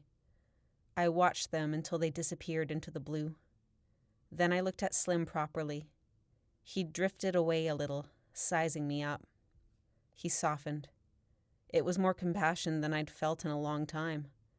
I hoped I wasn't imagining his kindness out of desperation. Why the rope? He said. Were they afraid you'd try and escape? When I said nothing, he turned and drifted towards the reef. Still feeling dozens of eyes on me, I followed closely. I recommend you don't try that here, he said. I grunted. I'd already accepted that my escape would need to be carefully planned. I'd have leagues of open water and that patrolled boundary to deal with, not to mention capital punishment for deserting the army if I was caught. Around us, soldiers returned to their business and the grotto filled with chatter. At first, I thought the loud conversation and grinding stone weapons muted the soothing crackle of the reef outside. But as we swam further in, the coral paled and the tiny creatures inside disappeared. The army was suffocating the reef. The commander will need to assign you a position, said Slim. We're heading south tonight. I groaned. I'd hoped for a bit of rest. What's your name? He said. Lissy. You know how to fight, Lissy? Yes, I was in the battle for Eriana Kwai. He looked at me sharply. You got hauled away? I said nothing. He raised an eyebrow. After a beat, he said, even with those qualifications, the commander likely won't give you a weapon. You'll be destroyed in hand-to-hand combat. I know how to. You're half the size of everyone else. I frowned. The thought made me uncomfortable. Not because I'd be pummeled in combat, but because I was the only girl in the entire unit. We've got the injured repairing and sorting weapons in a cave. He scanned me up and down. But I don't think he'll waste your abilities on that. Good, I said. His mouth twisted in a small smile. Behind us, someone said, Coming through, Coho. Slim pulled me aside in time to let a group pass. An enormous great white shark swam passively in the center, guided by 4 ropes over her snout and tail. Between her gaping jaws, serrated teeth sliced the water in a way that made my skin tingle. She projected nothing but the desire to swim towards dinner. Like all sharks, her presence was basic, instinctive. I watched them go with my jaw unhinged. Then I turned to Slim. What are they? How did they? What? Your name is Coho? Like the salmon? Yes. Have you had experience working with animals, Lissy? I watched the merman gently steer the great white into a corral, which was bounded by a familiar kind of enormous jellyfish. At least 15 animals floated in adjacent cells. I saw a stingray, a mako shark, and 2 spinner dolphins. Below them were several billfish, including black marlin, sailfish, and the most enormous swordfish I'd ever seen. The billfish were no doubt here for their speed, which contended with that of a mermaid. Can I have a dolphin? I said, blurting it out before I could stop myself. I bit my lip, reminded of when I was 4 and asking my parents for a firefly squid for my birthday. If you haven't worked with dolphins before, then no, said Coho. They need experienced handlers. The spinners turned circles in their corrals, chattering to each other. I'd always loved dolphins. They were the only animals whose auras showed as wide a range of emotions as a mermaid's. The pair in front of me gave off an air of amusement, like they didn't mind trading their service for food. What are they for? I said. They're trained in offense. I considered making a case for how many wild dolphins I taught tricks to on a regular basis, but decided against it. I'd never taught them to be an assault weapon. Harnesses lay on the rocks below them, fitted with short spears on all sides. The dolphins must have looked like a pair of ballistic pufferfish with those on. I'd swim the other way, I said. Most do. King Adaro's tactics are more advanced than any other kingdom's. How nice for him. My tone made Coho glance sideways at me. I pursed my lips. Coho motioned to a cave as we passed it. Weapons are made by civilians in the Moonless City. This is where we sort the delivery and repair anything broken. I peered inside the dark cavern. Stone scraped against stone as 9 soldiers labored over a pile of broken weapons. My focus locked onto one merman in particular, hunched over a work surface. He was lanky, much leaner than the average warrior, with hair like he'd licked an electric eel.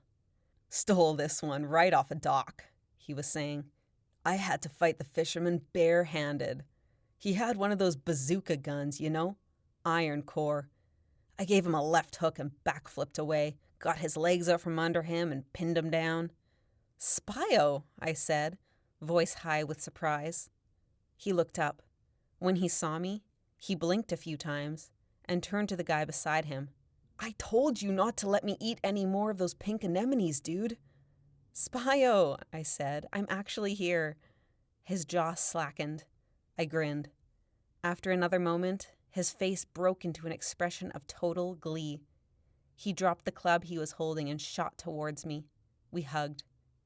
"You look awful," he said, slapping me on the back. I ran my fingers through my hair, got them stuck in a knot of seaweed, and gave up. I know. I didn't want to get into details with so many ears around. "You know each other?" said Coho with unmasked surprise. I smiled. "Classmates." "Good. Stay here. I'll go find the commander." He left. Around us, the others continued their work, though I felt their attention on us. Waves gurgled against the cave walls. Deep inside a crevice, some creature I didn't recognize clicked loudly. The wide, pointy-toothed grin never left Spio's face. "Beating up humans wasn't enough, huh? Gotta come down here for the denser meat?" "I'm surprised, Lissy. I knew you were feisty, but I never thought you'd get bloodthirsty." Yeah, I said, not sure how to respond. I peered around him into the dim cave. The other merman had a miserable, beaten air. I smelled blood. I scanned Spio's lanky frame. "Are you hurt?" "No, I'm not supposed to be here, but I didn't want to deprive these folks of my genius ideas." He tapped a finger to his blonde head. "Of course," I said. The guy nearest Spio grimaced and turned away. "You hungry? Need anything?" Spio waved me deeper inside. I glanced around, both starving and exhausted, but I didn't quite feel like eating or sleeping. Spio must have sensed my energy level because he said, "Best napping place is on the other side of camp. Crawl up the ridge and you'll see what I mean. The waves on this end will squash you like a jelly in a propeller, but on the other side, bliss. You'll probably get a suntan. Hey, check this out."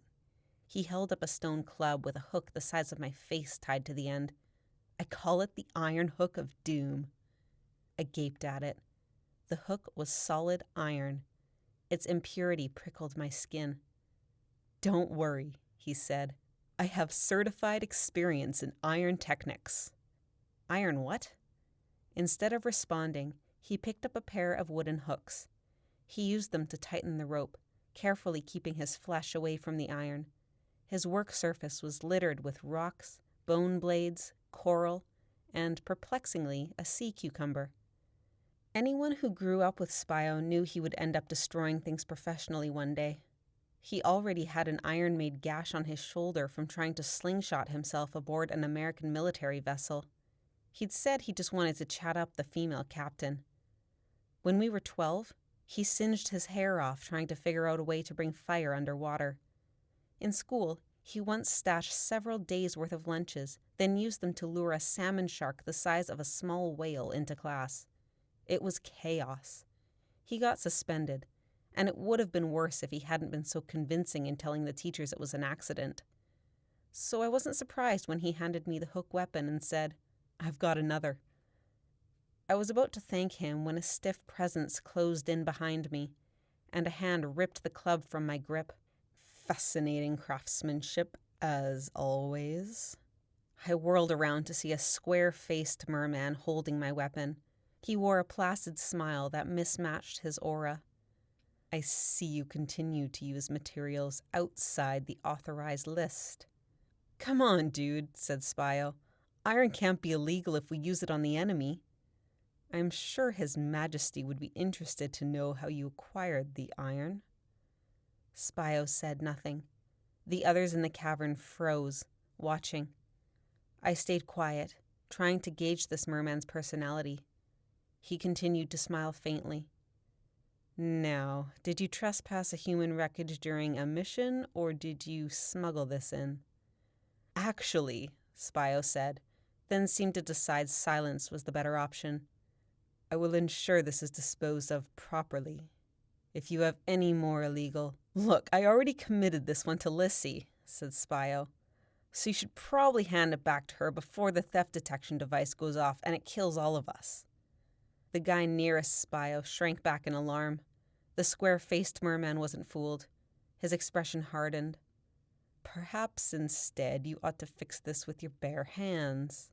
It might remind you that His Majesty forbids such human filth." Spio waved away the threat. "The king can fix it with his own bare hands if he cares that much." For a heartbeat, the cavern stilled.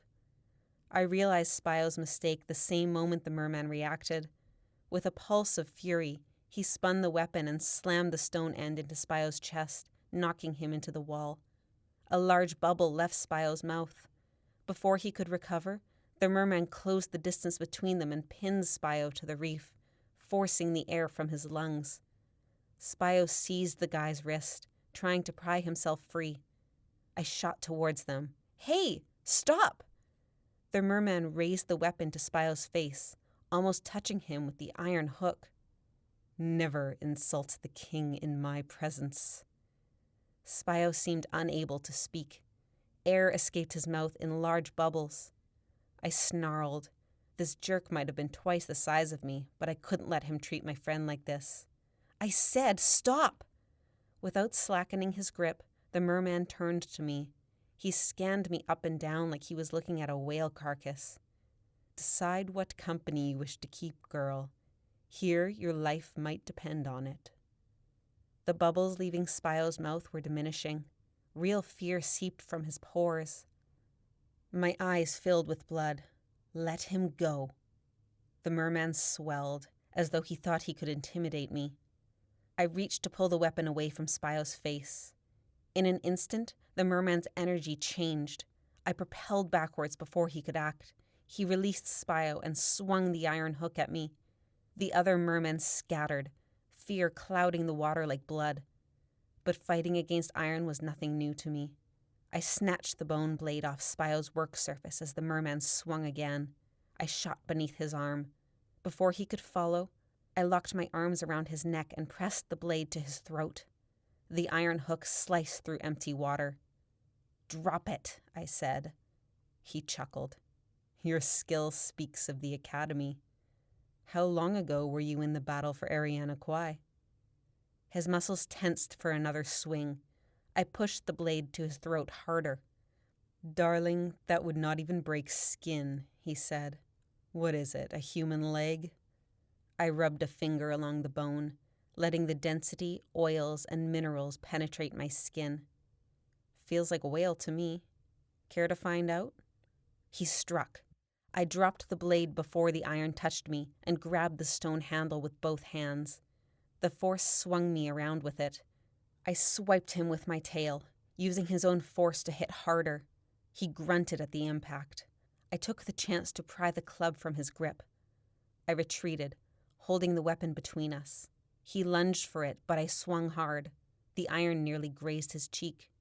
He didn't try again. For a moment, everyone stayed suspended.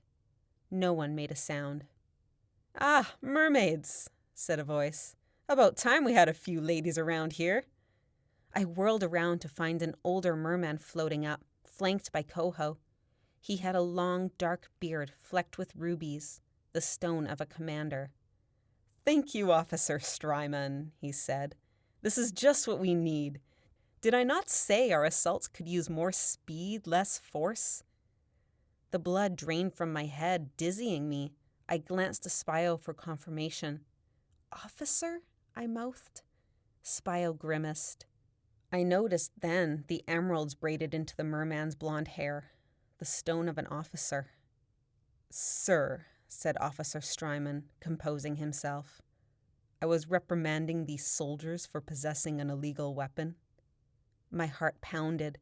How did I louse up this badly in the first few moments of being here? The commander drifted further into the cave. Would I be sent back home? Punished? Imprisoned again? But as he glanced around, I caught an air of hopefulness. "What, just one lady?" he said. "Yes, sir," said Coho. "She needs a position." "Commander," said the officer more loudly, "she shows an unmanageable temper and a blatant disrespect for—" "Yes, well, she knows how to fight, doesn't she?" The commander turned back to me. "Is that your weapon?" I looked down at the dropped iron hook. If I may, Commander," said Spio, with the sudden maturity of Coho in his voice. "Lysithea was in the battle for Eriana Kwai and faced opposition deadlier than this. She's been battle-trained for longer than most of us and demonstrated proficiency in beating me up at the age of 15. If you observe the scarring along Lysithea's waist," he motioned with a flat hand, like I was a science exhibit, "you can see for yourself that we are dealing with one badass shrimp." The commander leaned back, scanned me up and down, and nodded. "Very good." Spio grinned. I let out some breath, and my skin reverted to my preferred, human-like shade. The webs between my fingers disappeared. The teeth pressing against my lips retracted. The commander picked up the iron hook, examined it, and passed it to me. "Hold on to this, Lysithea. It'll fare better than the standard weapons." "Commander, that weapon is iron," said the officer, the flat smile back on his face. "So it is. The king has strictly forbidden. The way I see it, Officer Strymon, any weapon that improves our chances against the enemy is welcome in my unit. I think it should be confiscated, sir. And I think you should remember that His Majesty has granted me the authority to make these decisions," said the commander, a dangerous finality in his voice. I avoided Spio's eyes. A deep moan met my ears, coming from where I'd been dropped off. Every head turned towards it, conversation stopping abruptly. "Time to go," said the commander. "Gather the troops, Strymon." The officer passed me with an air of such bitter revulsion that my stomach churned. I forced myself not to back away. "I'll get my gear," said Spio. I tightened my grip around the stone club, the iron hook weighing heavy at the end. "Commander," I said, finding my voice, "does this mean—" "It means you're a soldier now. Welcome to the South Pacific Army." Chapter 5. Red-Handed. The floodlight shone down on Aneth and me, casting everything outside its yellow glare into shadow. I straightened and faced Danny with clenched fists. I wanted to demand what she was doing there in the middle of the night, but stopped myself. It wasn't me who had the right to make demands. She and her father could have been doing any number of things now that they owned the training base. Aneth panted as though from a sprint. Where was Tanu? Had he run? Refusing to let panic take over, I kept my own breath slow and deep. "Follow me," said Mujihi, in a voice so strangled it sounded like someone had seized him around the neck. I considered making a run for it, but whether we faced our consequences now or later, it didn't matter. At least if we followed quietly, we might be able to lessen the blow before word got out. So Aneth and I followed Mujihi and Danny across the clearing, avoiding eye contact. I finally glanced down and saw that I'd managed to swipe nothing more than a splintered wooden crossbow from the shed. I tossed it aside, hoping Danny and her father had been too focused on our guilty faces to notice it. Mujihi led us into a classroom and flicked a switch. The yellow lights quivered on after a pause. Once a 10-person cabin, the dingy wooden building now held desks, chairs, a bookcase, and a morbid pile of decaying first aid dummies. Danny held out an arm to let us enter first, cheeks tight with barely restrained smugness. Aneth and I sat at adjacent desks. Mujihi trembled with anger, purple-faced and breathing hard. I wondered if I was about to need self-defense. He placed the tips of his fingers on my desk and leaned over, face level with mine. I fought the urge to recoil from his putrid breath. "You think you can sabotage my training program?" he shouted, making me jump. My heart thudded, but as Danny prowled the room behind her father, I gritted my teeth, determined to look composed. "We weren't trying to destroy anything," I said. Mujihi didn't seem to hear me. He jabbed a thick finger into his chest. "I am the training master now. Anyo's time here is done." "Papa," said Danny, but Mujihi continued yelling. "My warriors are better than Anyo's ever were. I am not letting a couple of stupid teenagers ruin this massacre." I bit my tongue. Whether he or Anyo held the position of training master was not my business, admittedly, but he had no right calling us stupid teenagers. "If you truly wanted to help your people," he said, "you would be asking to help train our warriors." "No amount of training will save those girls," I said. "Papa," said Danny, peering around her father in a way that reminded me of a cowering dog. "They were trying to steal the weapons for a reason." He waved a large hand in her direction. "Quiet." "But they wanted them for something. It's probably to do with—" "Quiet, Danny!" "But Papa—" Abruptly, he turned and brought his hand hard across Danny's face. It cut the air like a thunderclap, and Danny stumbled backwards. She made no sound. Mujihi's cold eyes found mine once more. I looked past him to Danny, who fixed the back of the man's head with a glare of utter hatred. Her face reddened where she'd been struck. She turned and swept from the room, slamming the door behind her with enough force to rattle the small building. Mujihi bored into us, breathing hard. I clenched my fists automatically. This guy had something coming if he dared touch Aneth or me.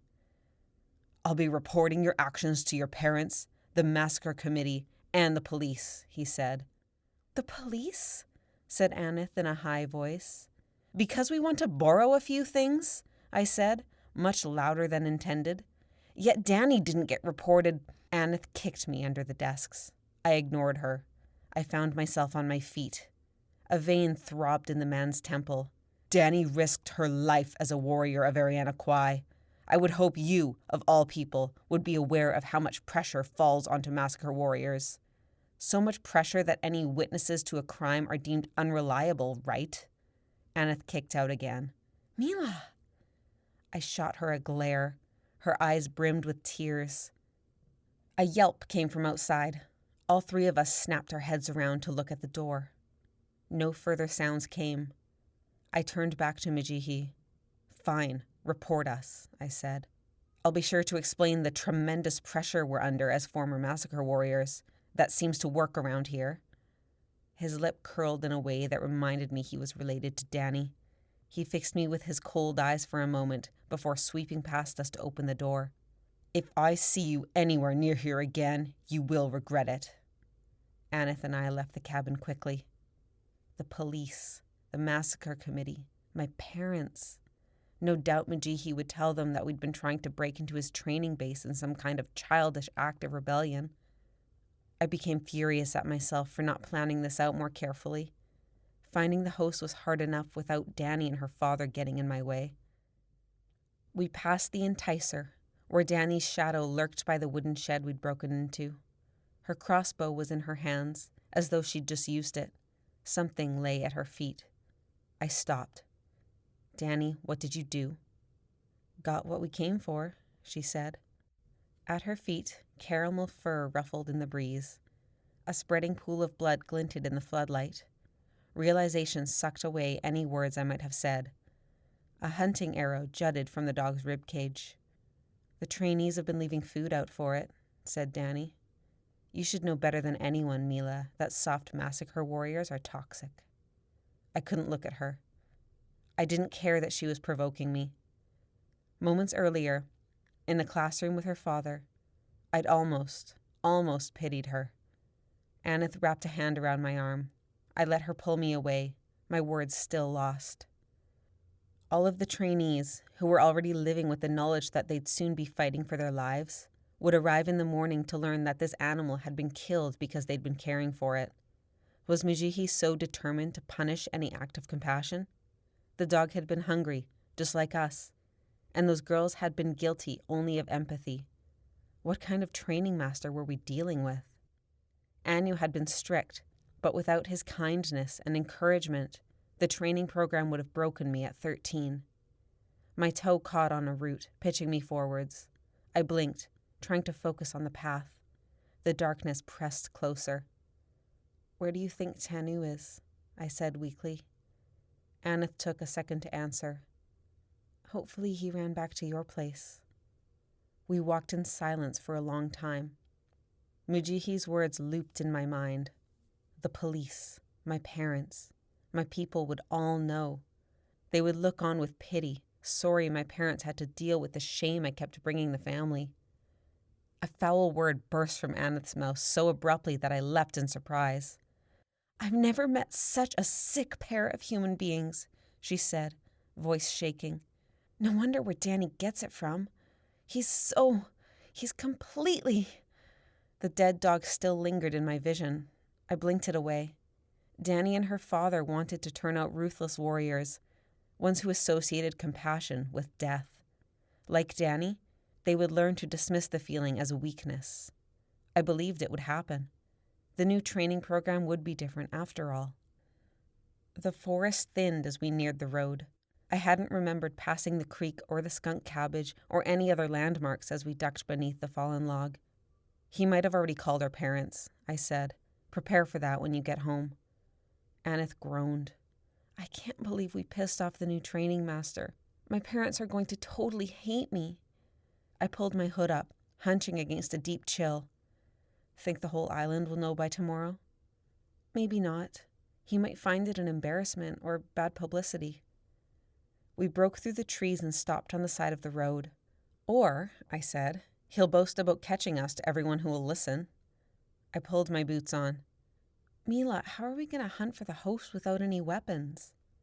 I suspected her note of unease had more to do with the idea of opposing Danny's father than anything else.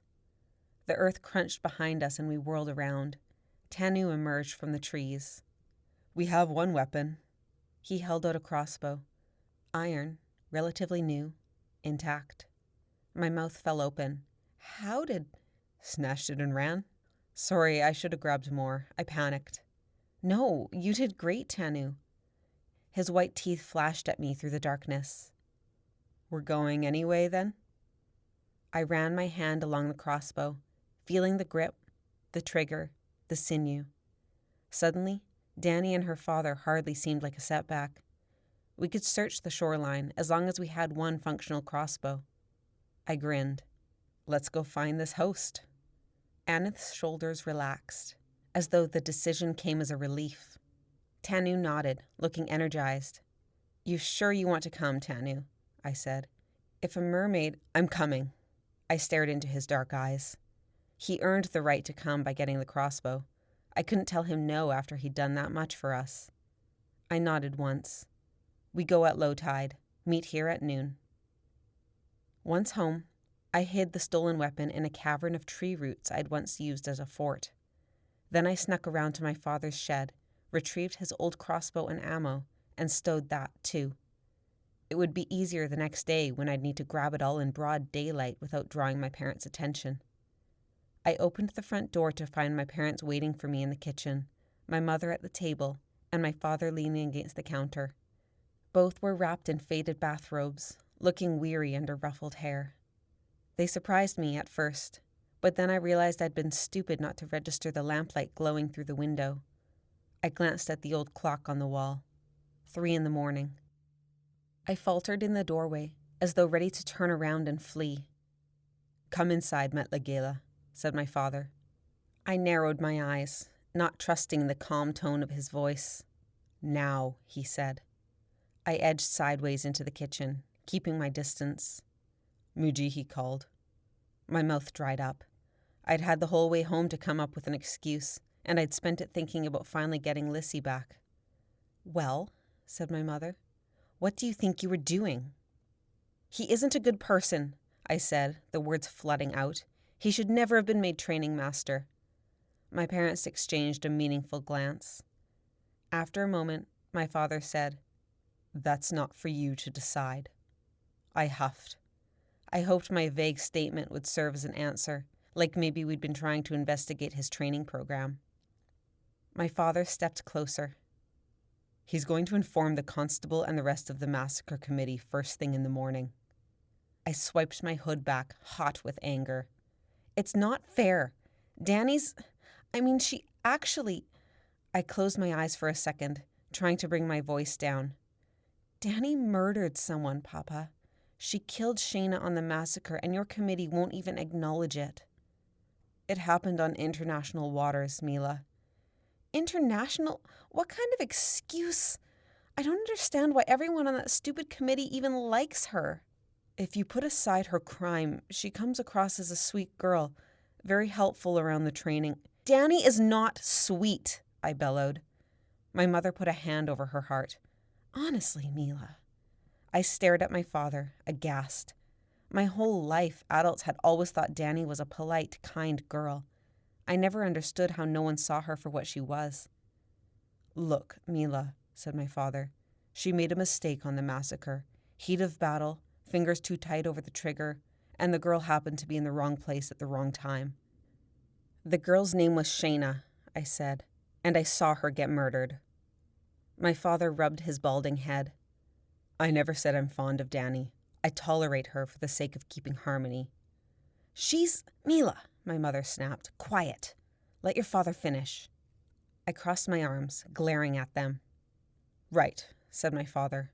"Let's agree that Danny made a mistake. But the same way you made a mistake by putting your trust in a sea demon." I scoffed, hiding my embarrassment with anger. "So why am I the one getting all the suspicion? Why is a murder completely overlooked? But I waved a hand, heat rising to my face. "This brings me to the issue at hand. After Mujihi called, your mother spoke to Anith's, and we all agree on something. Yes, Danny was granted a pardon. Yes, her actions on the massacre were ignored because she's a former warrior and Mujihi's daughter." My mother looked away, failing to hide an ugly expression.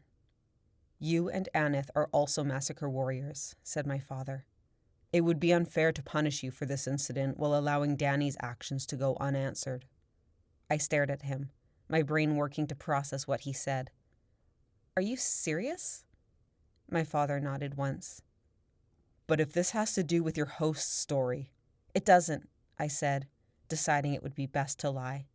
He crossed his arms, glancing to my mother. "Well, I was going to say, an old campsite seems an odd place to start looking.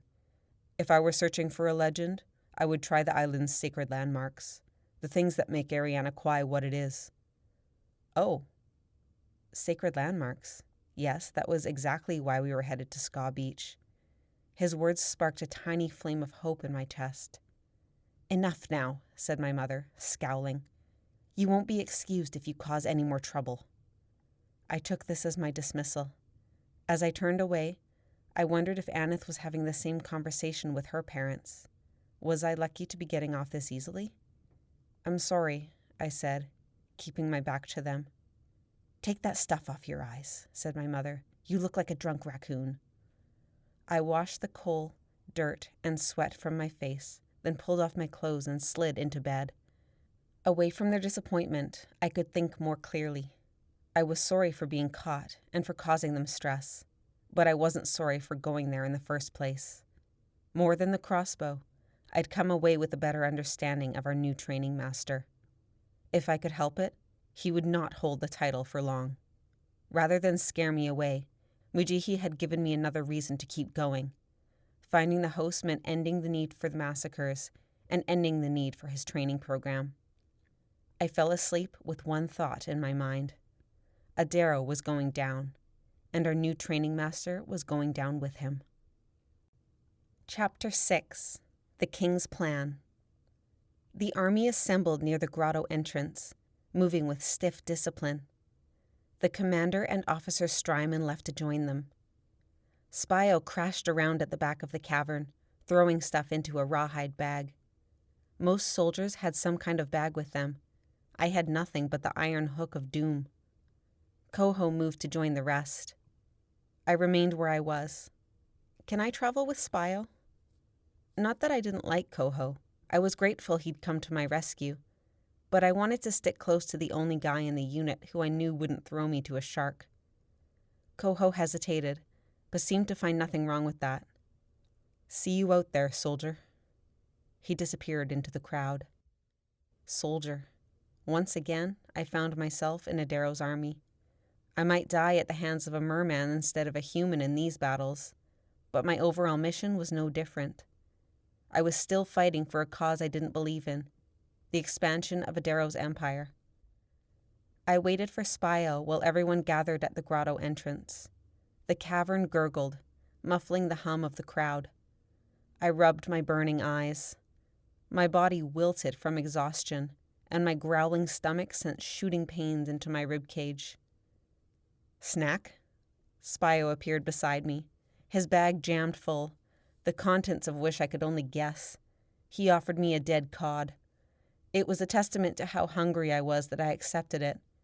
Spio's food generally tasted like it was found on a beach, mangled by pollution and regurgitated by a seagull, and then skinned and stored in his armpit for several days. Thanks, I said. I haven't eaten and what are you wearing? Spio lifted a hand to the leather cap on his head.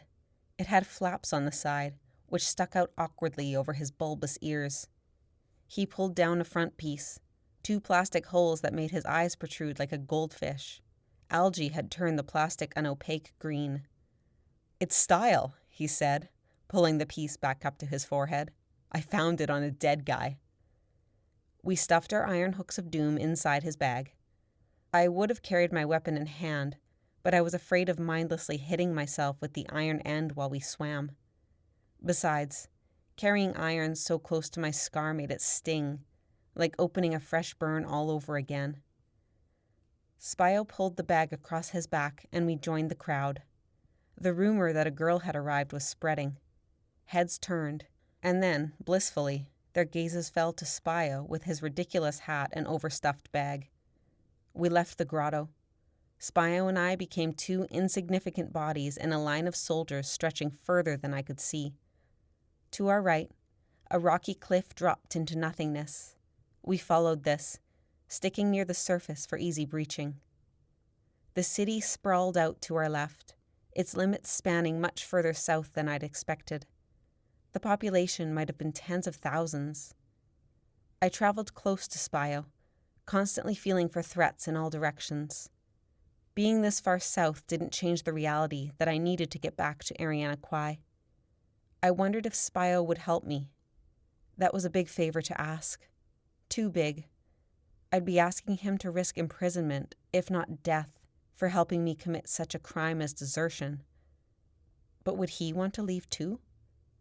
I hadn't been able to gauge his feelings about the army. He seemed too excited to be given permission to destroy things. Vibrations brushed my skin from the city beside us. I wondered if the mer people inside felt us passing, as we felt them. They must have. Were they hiding or ignoring us? Did they even support Adaro's army? I wondered what it was like inside the moonless city. Given that my life had been limited to the young kingdom in the North Pacific, it must have been more beautiful than I could imagine. Makes home feel like the Great Pacific Garbage Patch, doesn't it? Said Spio. He must have noticed my attention on the city. Have you been inside? I said. Nah, the officers are jerks if you try and leave the military base. He pulled back an ear flap to show me a partly healed gash on his neck. I grimaced. Yes, my escape would need to be planned carefully. Is the city all right with the army setting up camp here? I said. Spio didn't answer right away. He studied the empty depths below. With a slight change in tone, he said, The Moonless City is part of Adaro's kingdom now. I frowned. What about his pact with Queen Evagora? From what I've heard, the queen left the throne years ago. Hey, a devil ray! It was. We watched it flat below us for a moment. Spio didn't elaborate. I tried to read his mood, but he revealed nothing. Was that a practiced skill? The city ended to our left. Coral, greenery, and chattering fish thinned as the floor deepened. We dove, following the cliff. I wondered why the queen left the throne. Was she too old to keep ruling?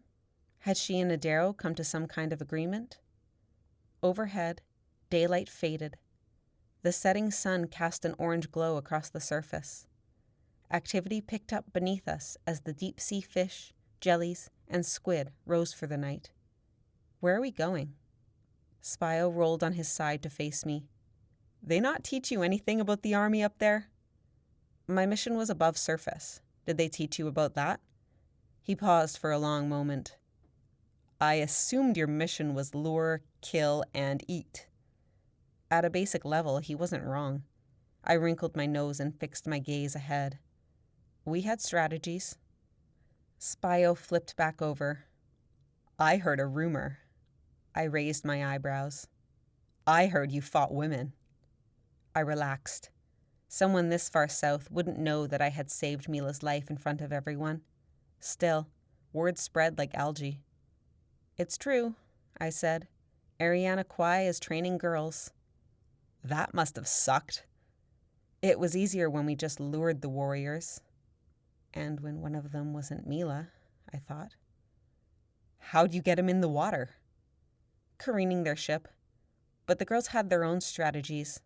We had to take them down in combat. Awesome. Not awesome. If you'd seen the way it was up there. All right, he said. I was picturing a bunch of girls wrestling around together, but if you want to take that away from me. I shoved him. The army broke the current to catch a stronger one pushing southeast. It helped pick up our pace, but we moved slower than when we'd started. The surrounding chatter had grown quieter. Why are we moving south? I said, steering the conversation back to my question. Part of the king's plan, said Spio. He has 3 army divisions below the surface. One stationed at the ice channel, where they probably spend most of their time beating away polar bears. The biggest army is moving west. Those poor cods have to poke their way around all those human-infested islands in the Mariana Trench. Then there's us, heading down to the sea of crazy fish and tropical babes. I envisioned Adaro's plan on a map. The first army trickled through the cracked ice across the top of North America. The second swelled across the Pacific into Asia, where my brother was stationed. The third pushed towards South America. They're all closing on the Atlantic, I said. Spio grinned. Sharp, Lissy. Adaro had been planning to take the Atlantic from Queen Medusa for a while, but I never knew how close he was to actually taking it. The troops stationed up north were probably instructed to wait on the defensive until the rest of us had pushed as close as possible to Medusa's cities. I imagined once we rounded the tip of South America, Adaro would tell the northern troops to attack, and the assault on the Atlantic would begin. We've got a long ways to go, I said. My energy dropped thinking about the journey. The strong currents at the equator would be no easy feat to swim through. After that, we still had an entire continent to pass. One bite at a time, said Spio. We've got an army to slay first. There's one coming from the south. He made a wide swing with an invisible weapon. How's their skill? I said. It's numbers you should worry about.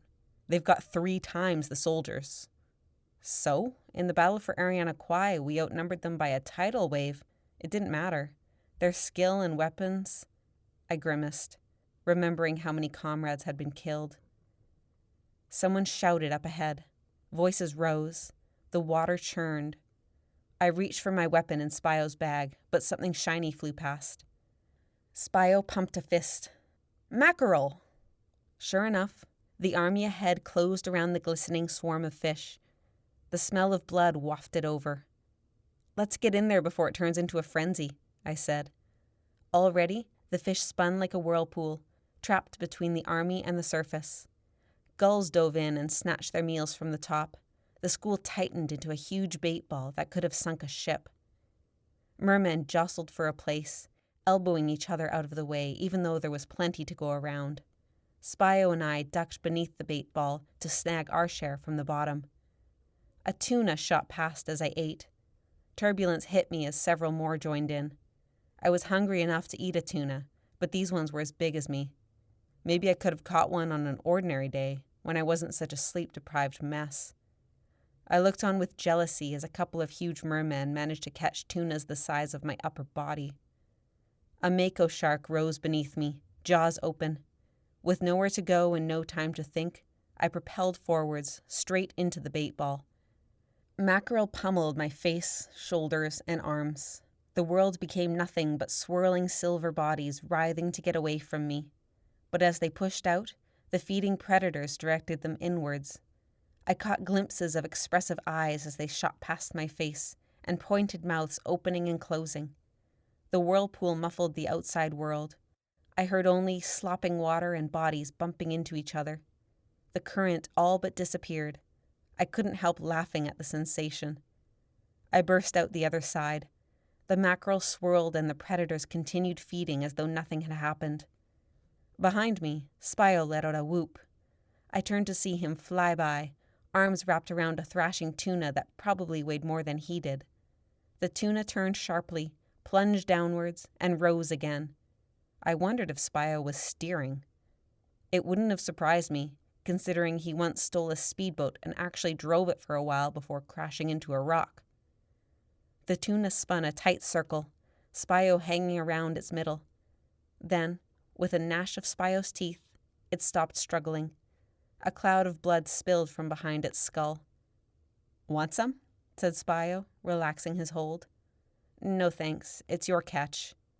I didn't need his pity. I could take care of myself. Spio pulled a bone blade from his bag. An octopus tentacle fell out and floated away. "I can help you wrangle your own," he said. "I don't need help." Unfortunately, that was the moment I made a swipe for another mackerel and missed completely.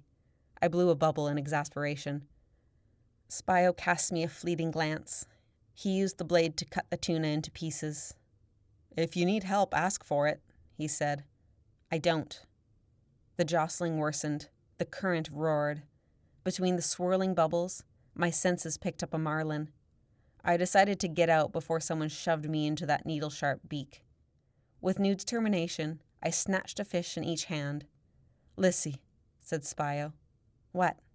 I was prepared to defend my hunting skills, but something changed in the current. Spio looked up. I sensed a blank, single-minded focus. The frenzy had masked all signs of their approach. They traveled in complete silence. Ripples of movement faded before reaching us. The world darkened. 100 hammerhead sharks eclipsed the remaining daylight. Chapter 7. Ska Beach. I spent the morning scrubbing slime from the side of the house, fighting spiderwebs and overgrown raven dust bushes. Despite what my parents had said, my mother was obviously punishing me. Raven dust, unique to Eriana Kwai, had tar-black leaves that stained skin and roots so thick I was sure even a mermaid would have a hard time pulling them up. The afternoon's plans loomed ahead. I had to be crazy to risk facing mermaids again, but I had to explore the shoreline. Searching the safe, comfortable library had gotten us nowhere. With each thrust of the wire brush, I thought of all the people I owed this to.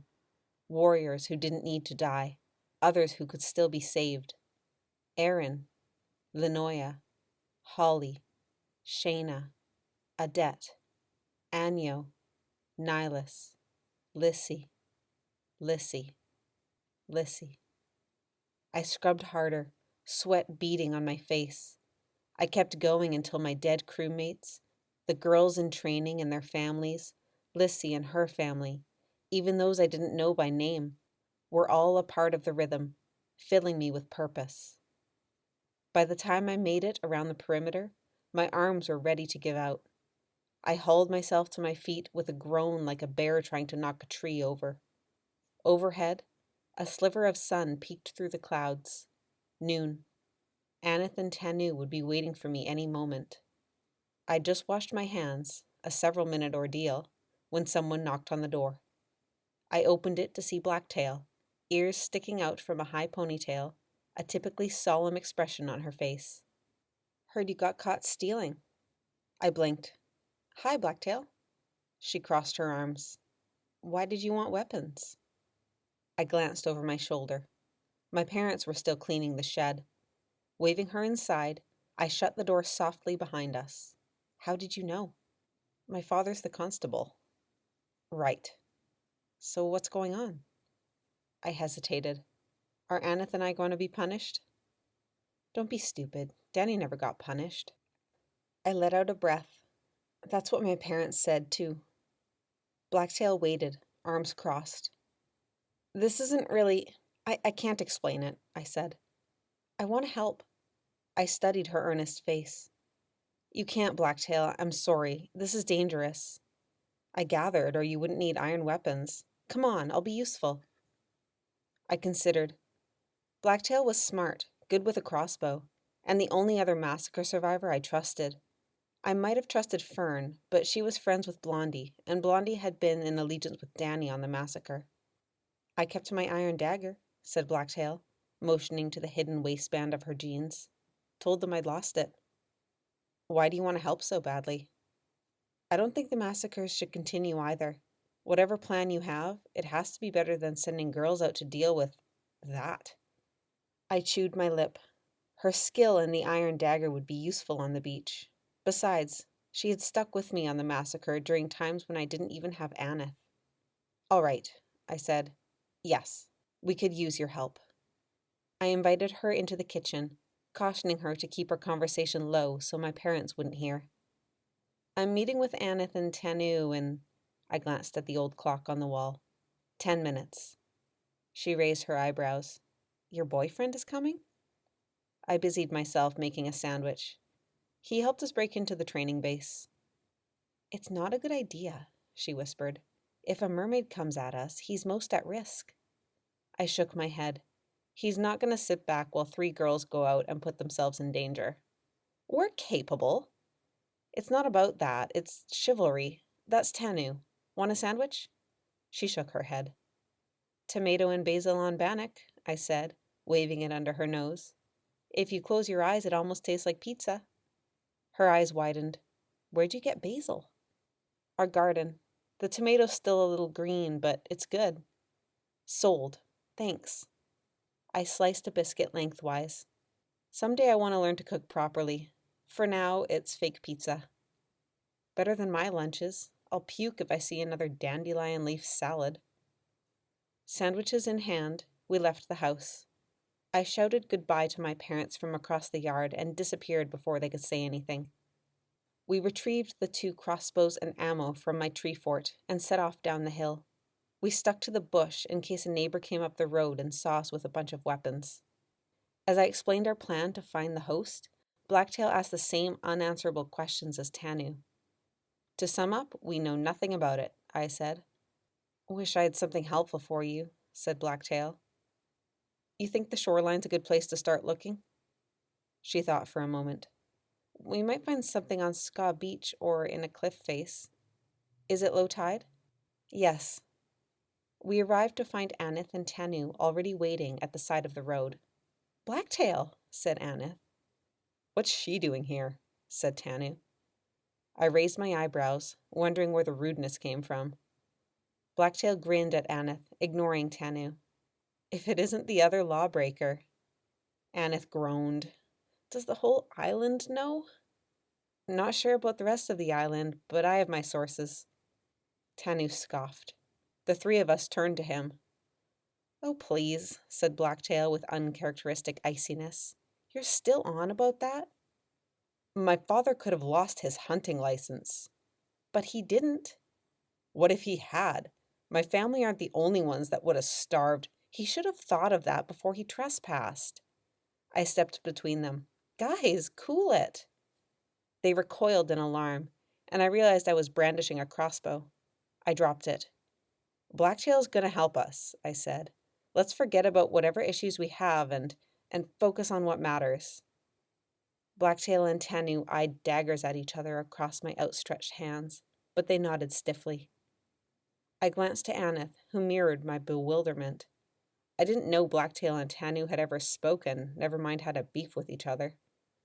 After a silence, Aneth said, "What have we got for weapons?" The others dropped their weapons next to mine, forming a pile. We had 2 crossbows, ammo, Blacktail's dagger, and the poker from Tanu's fireplace. "Who gets the good crossbow?" I said. I looked up to find the 3 of them staring at me.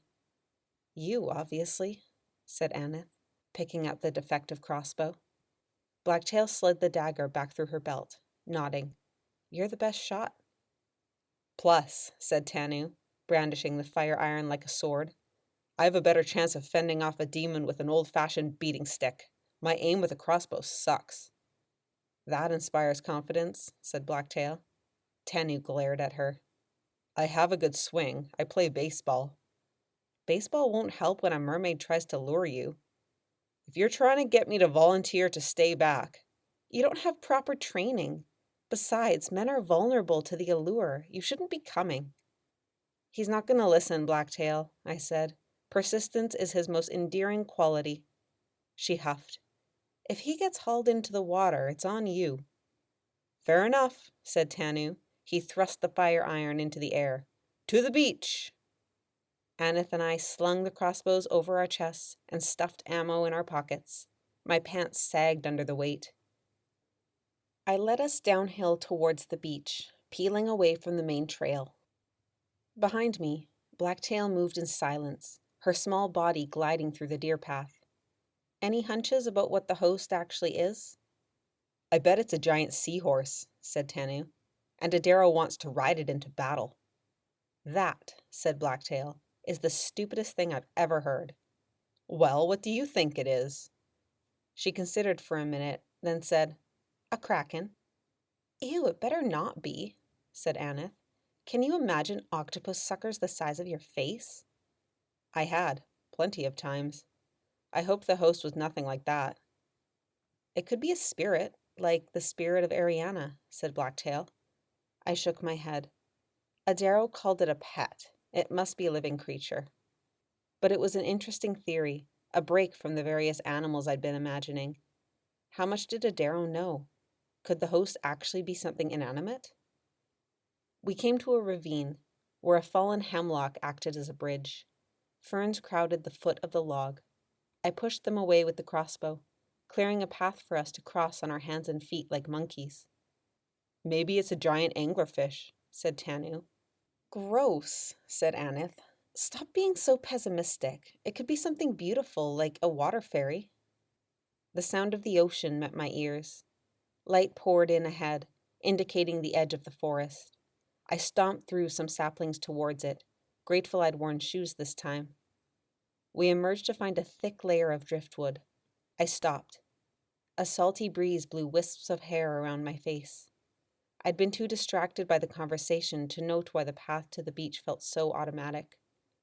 There was the tide pool where Lissy and I used to tackle each other. And beyond it, the place where Lissy had been shot by the crossbow now slung across Aneth's chest. My throat tightened. How many times had Lissy and I met on this beach? Would we ever meet here again? Tanu was staring at the grounded fishing boat. "Yikes." Out of habit, I had averted my eyes from the ghostly sight. Mermaids had killed the sailors on board, and the boat washed onto our shores, never to be touched again. Aneth must have seen something in my expression, because her gaze never left the side of my face.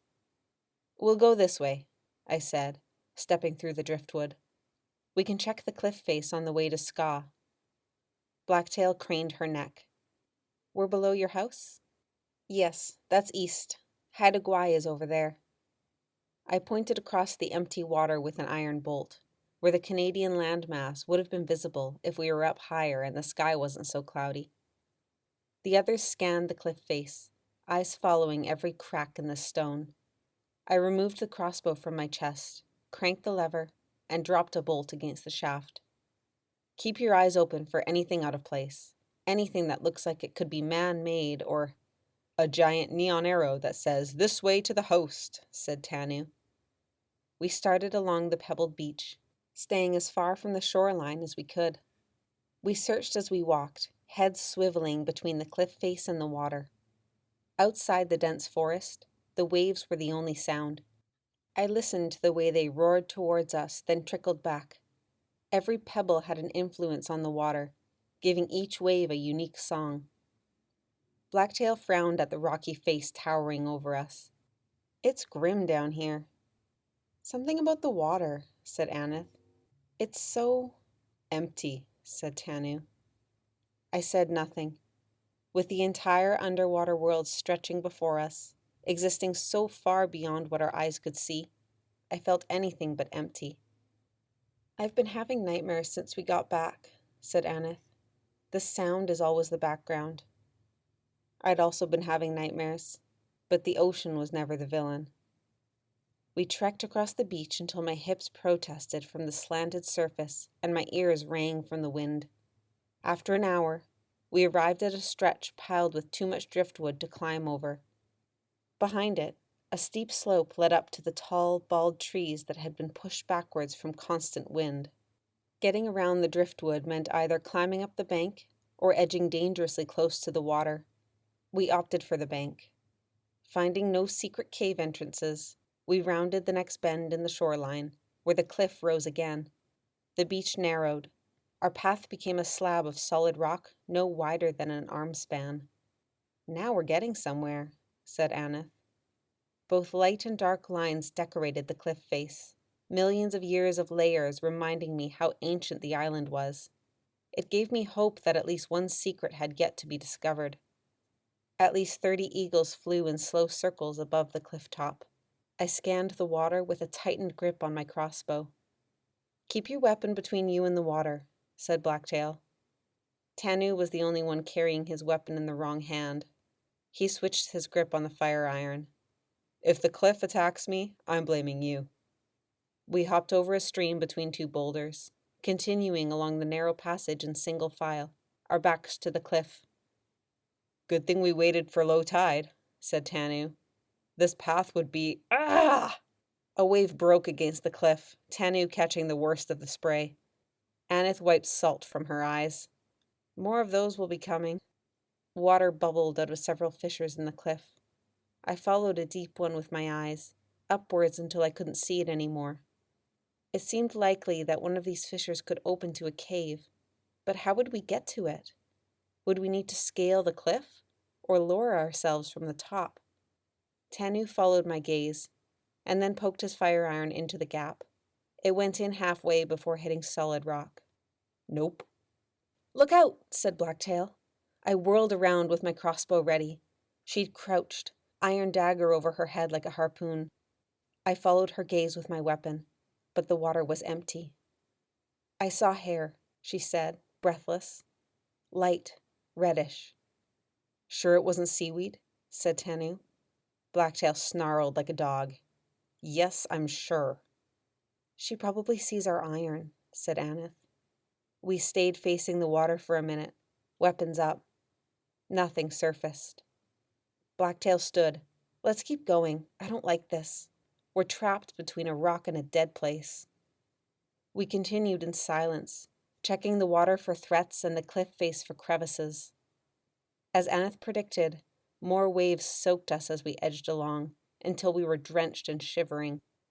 2 persistent bald eagles followed, making silent circles. I stopped as a gap wide enough to fit my foot opened in the stone face. It continued above my head. "Don't you dare," said Tanu, when I hooked my fingers and a toe inside it.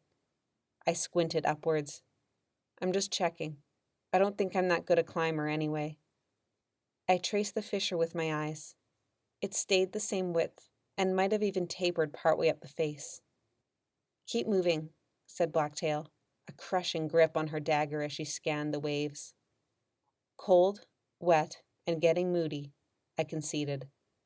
We kept shuffling across the narrow strip of rock, waves reaching for our legs in a rhythm. Nobody spoke. My nerves pulled taut as I wondered if the tide would rise before we found dry land again. After another long while, the cliff lost elevation. We all sped up. We rounded the next corner to find ourselves facing a mound of solid, black rock. Tanu raised the fire iron in celebration. Ska! I breathed a sigh of relief.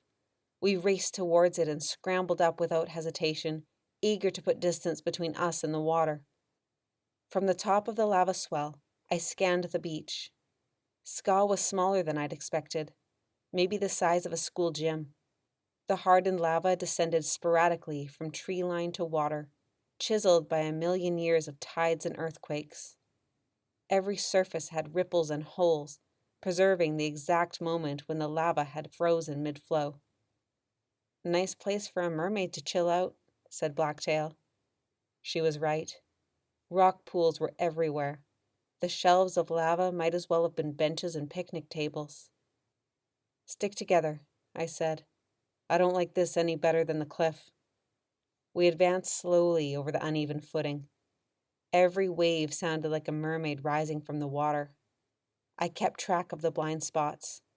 Rock pool to the left, a drop-off to the right, a thick column ahead. I motioned for Aneth and Tenu to cover Blacktail and me while we cleared the column. We rounded it at a wide angle like we were trained, finding only empty lava rock at the end of our crossbows. Without a word, we continued. 2 pools lay ahead, linked together by an hourglass pinch point. I leaned over, crossbow ready. Urchins, crabs, and seaweed speckled the bottom. No caves, no mermaids. We stepped across the pinch point and kept going. If we did encounter a mermaid, our only option would be to fight. Trying to run over the ripples and holes would guarantee someone falling. We peered down a crevice. Green algae wallpapered the sides. A stream at the bottom pulsed with each wave. We hopped over. Then the lava rock plummeted, ending in a pool too deep to see the bottom. A wave exploded against the back, sending a wide spray. As it retreated, the pool drained to reveal a large hole. I stepped towards it, using the ripples in the rock as a ladder. Tanu grabbed my arm. What are you doing? The next wave came, the pool filled, another spray erupted. I pointed with my crossbow. Watch. The swell retreated, and the cave opened up. Oh my gosh, don't tell me you're going to jump in there, said Aneth. Another wave exploded against the rock. The spray rose high over our heads, like the spout of a whale. The tide was coming in. I hesitated, shivering. It had been several hours since we left, and every part of me was sore. A morning spent scrubbing the house wasn't helping. Let's take a break, said Aneth. Not until I've checked this area, I said. Meela, this beach is too alive with sea gunk, said Blacktail. The water must come all the way up at high tide. So? So Adaro could easily get to anything on this beach, including that hole. I frowned. She was right. If the host was here, Adaro had no reason to make me get it for him. I followed Aneth's eyes past the pool, where the lava rock dropped off to a pebbled beach. The gap was as wide as a street, and backed onto a heavenly patch of sand. Come on, she said. We're all tired. Continuing like this could be dangerous. I glanced at the lava behind us, disheartened. What were we missing? Aneth led us as far from the water as we could manage. We slumped down, leaning against a pile of driftwood. Sand clung to our wet clothes. My arms are dying, said Aneth, massaging her biceps. Blacktail held out her dagger. Trade me. You're the best, said Aneth, wincing as she lifted an arm to take it. Tanu rummaged in his backpack and pulled out a tin of jerky. Don't ask what kind it is. I grabbed a piece of the dark red meat, mouth watering. Mystery meat was nothing new. Without the ability to fish, wild game had been overhunted. Most families supplemented their diets with any meat they could find. Birds, rodents, the occasional bear, even raccoons. Cats, said Blacktail. Kittens, actually, said Tanu. Fluffy white ones. You guys are awful, said Anna through a mouthful. As I scarfed down a fifth piece, I took in the patch of beach. The tide crept up the pebbles. The driftwood at our backs created a border between sand and earth. Beyond it, the earth sloped upwards like the trough of an ancient mudslide. Ravendust bushes sprang from the patchy grass in clusters. Beside us, 2 of the tar-black bushes even grew on the beach, having been pushed away from the crowded earth. That, I thought, was the mark of a relentless plant, so deeply rooted that it would grow through rock and sand. The black lava rose to our left and right. Beyond Skaw Beach, the cliff continued. Let's go a little longer, I said. We can cut back through the forest at the next break in the cliff. What if there isn't another break for ages? Said Anna. We could be in the middle of nowhere when the tide comes in. She had a point. With the tide advancing, we risked drowning, or worse. What, then? Did we give up and go home? The idea irritated me. We'd spent the whole day searching and hadn't found any indication that the goddess Eriana had been more than a made-up story. Seeing my expression, Aneth climbed onto the lava rock and squinted at the beach ahead. I mean, we could keep... She didn't bother finishing the sentence. Blacktail stood. The waves are too violent. Look at all the white. Anyway, we're searching too close to the water. It has to be somewhere Adaro can't reach. Aneth turned to the bank behind us. Maybe we should check a bit higher. Before I could answer, she began to climb the slope. Blacktail followed slowly, poking the fire iron into the sand at regular intervals as though checking for a trap door. I smiled in spite of my exasperation. At least they were willing to keep searching. The massacre must have given us all the same relentless stamina.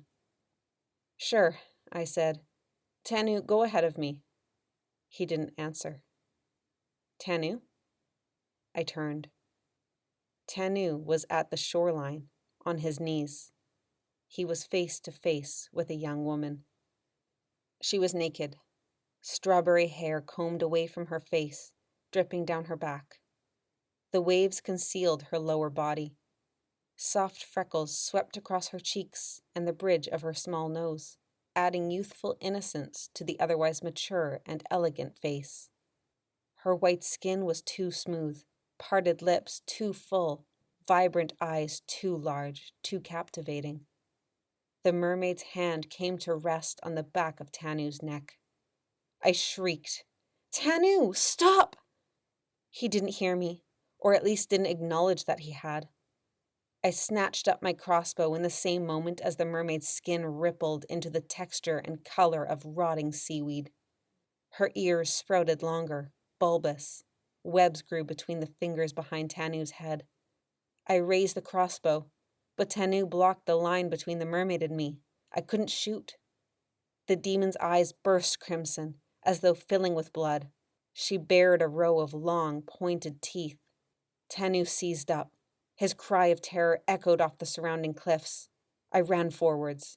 Blacktail was already there. She raised the fire iron over her head and brought it down hard. The demon reached up to defend herself, catching the fire iron in a webbed fist. It sizzled on contact. She howled in pain. I reached for Tanu, but an irregular wave lapped beside me. I spun.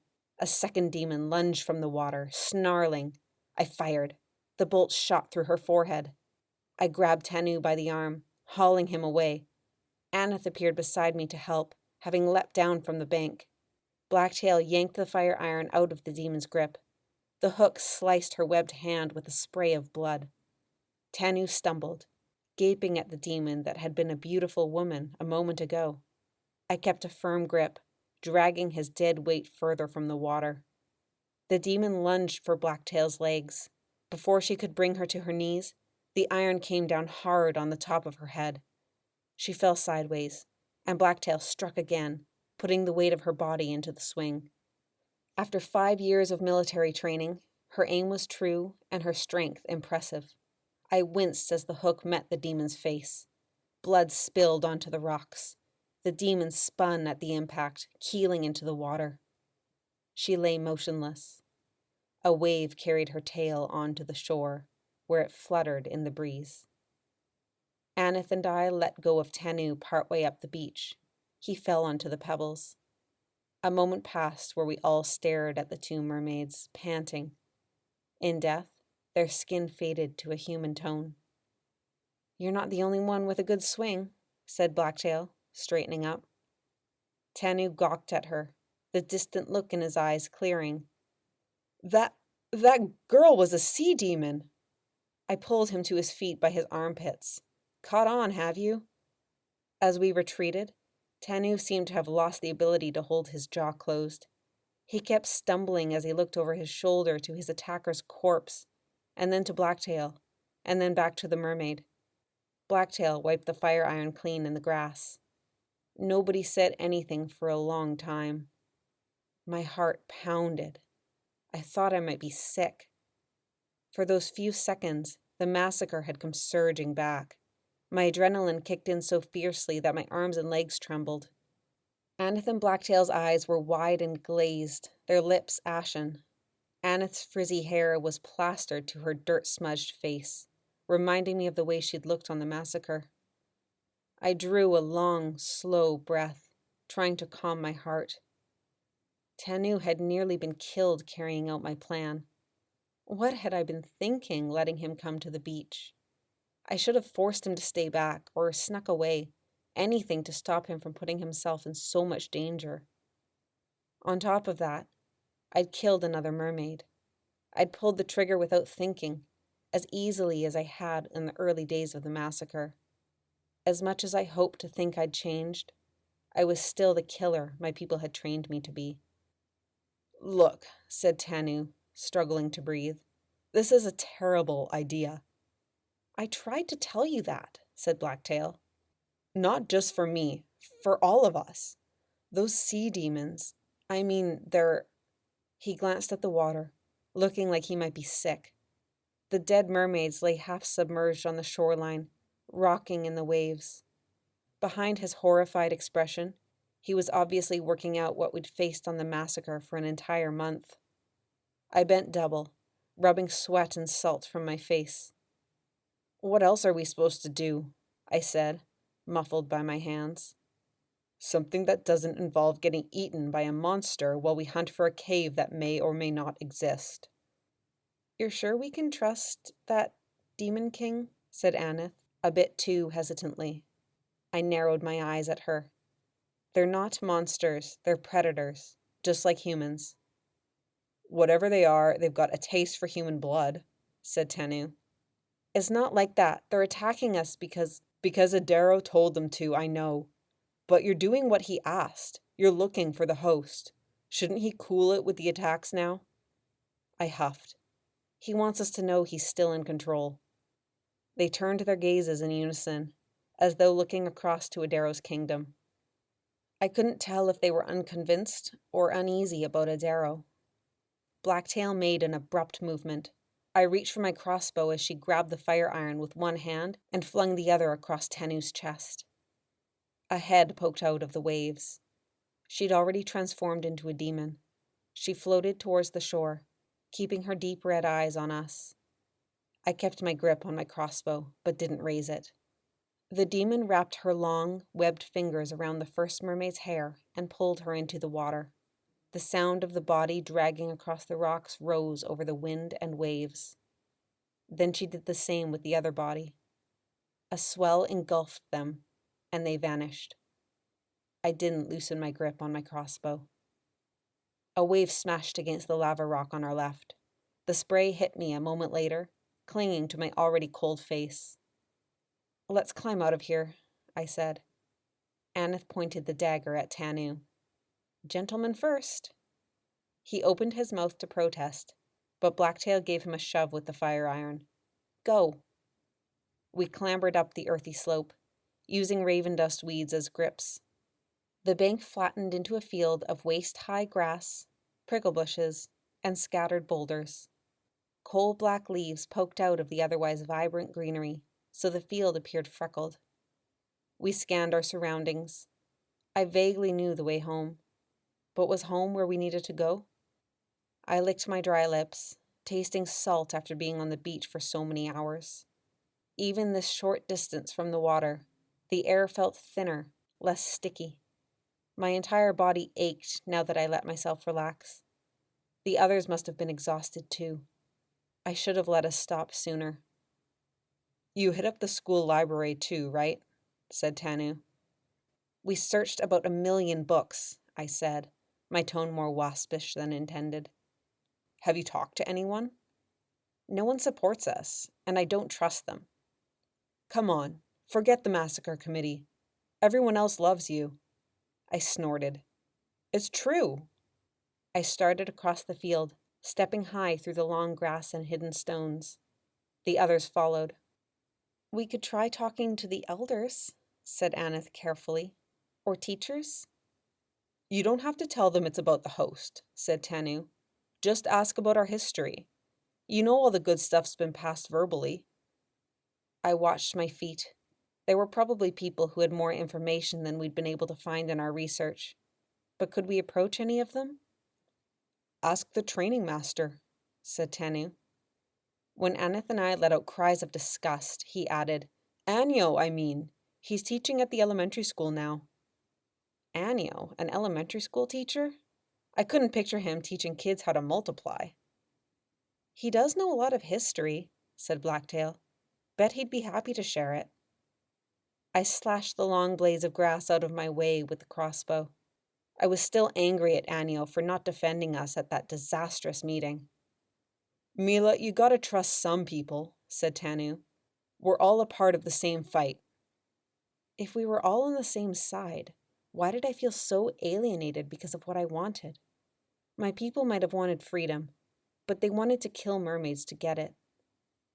I considered Tanu's words. Of anyone who might be able to tell us our island's history, Anyo was probably the one I trusted most.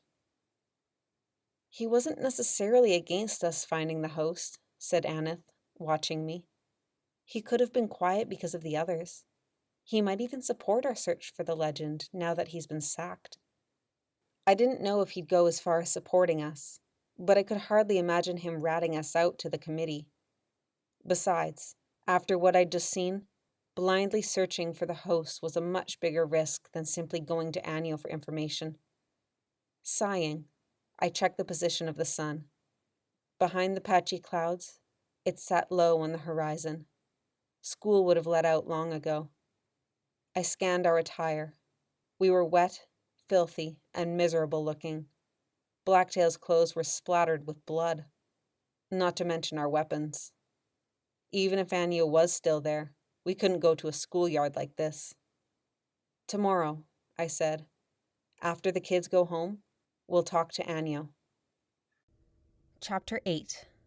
Lesser Evils. A blanket of hammerhead sharks darkened the world above. They came from the west, a tight cluster of at least 100. The bait ball and the tuna scattered. A pair of feeding dolphins shot away. I yanked my weapon from Spio's bag. It wasn't the presence of the sharks that scared me, but the way they moved. They bumped into each other, moving too fast, too erratic. Rather than swarm the easy meal, the sharks had pushed straight through. They're fleeing something, I said. Spio let the half-gutted tuna float away and pulled out his own iron hook of doom. Smells like merpeople. My lips prickled. My teeth had lengthened, cutting into them. Ready to fight, my body transformed without my will. I gripped my weapon with both hands.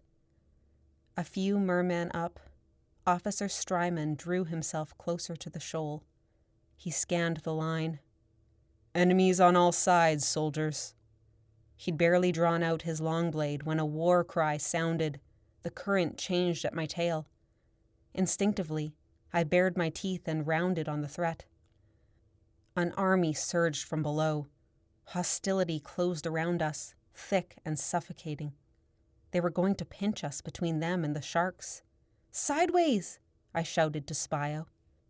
We spun, but the opposing army already directed the sharks back, surrounding us. The predators formed a wall, trapping us inside the swirling ring.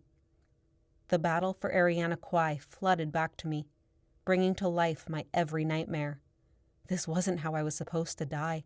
Half a world away from everyone I loved, fighting for a cause I didn't believe in.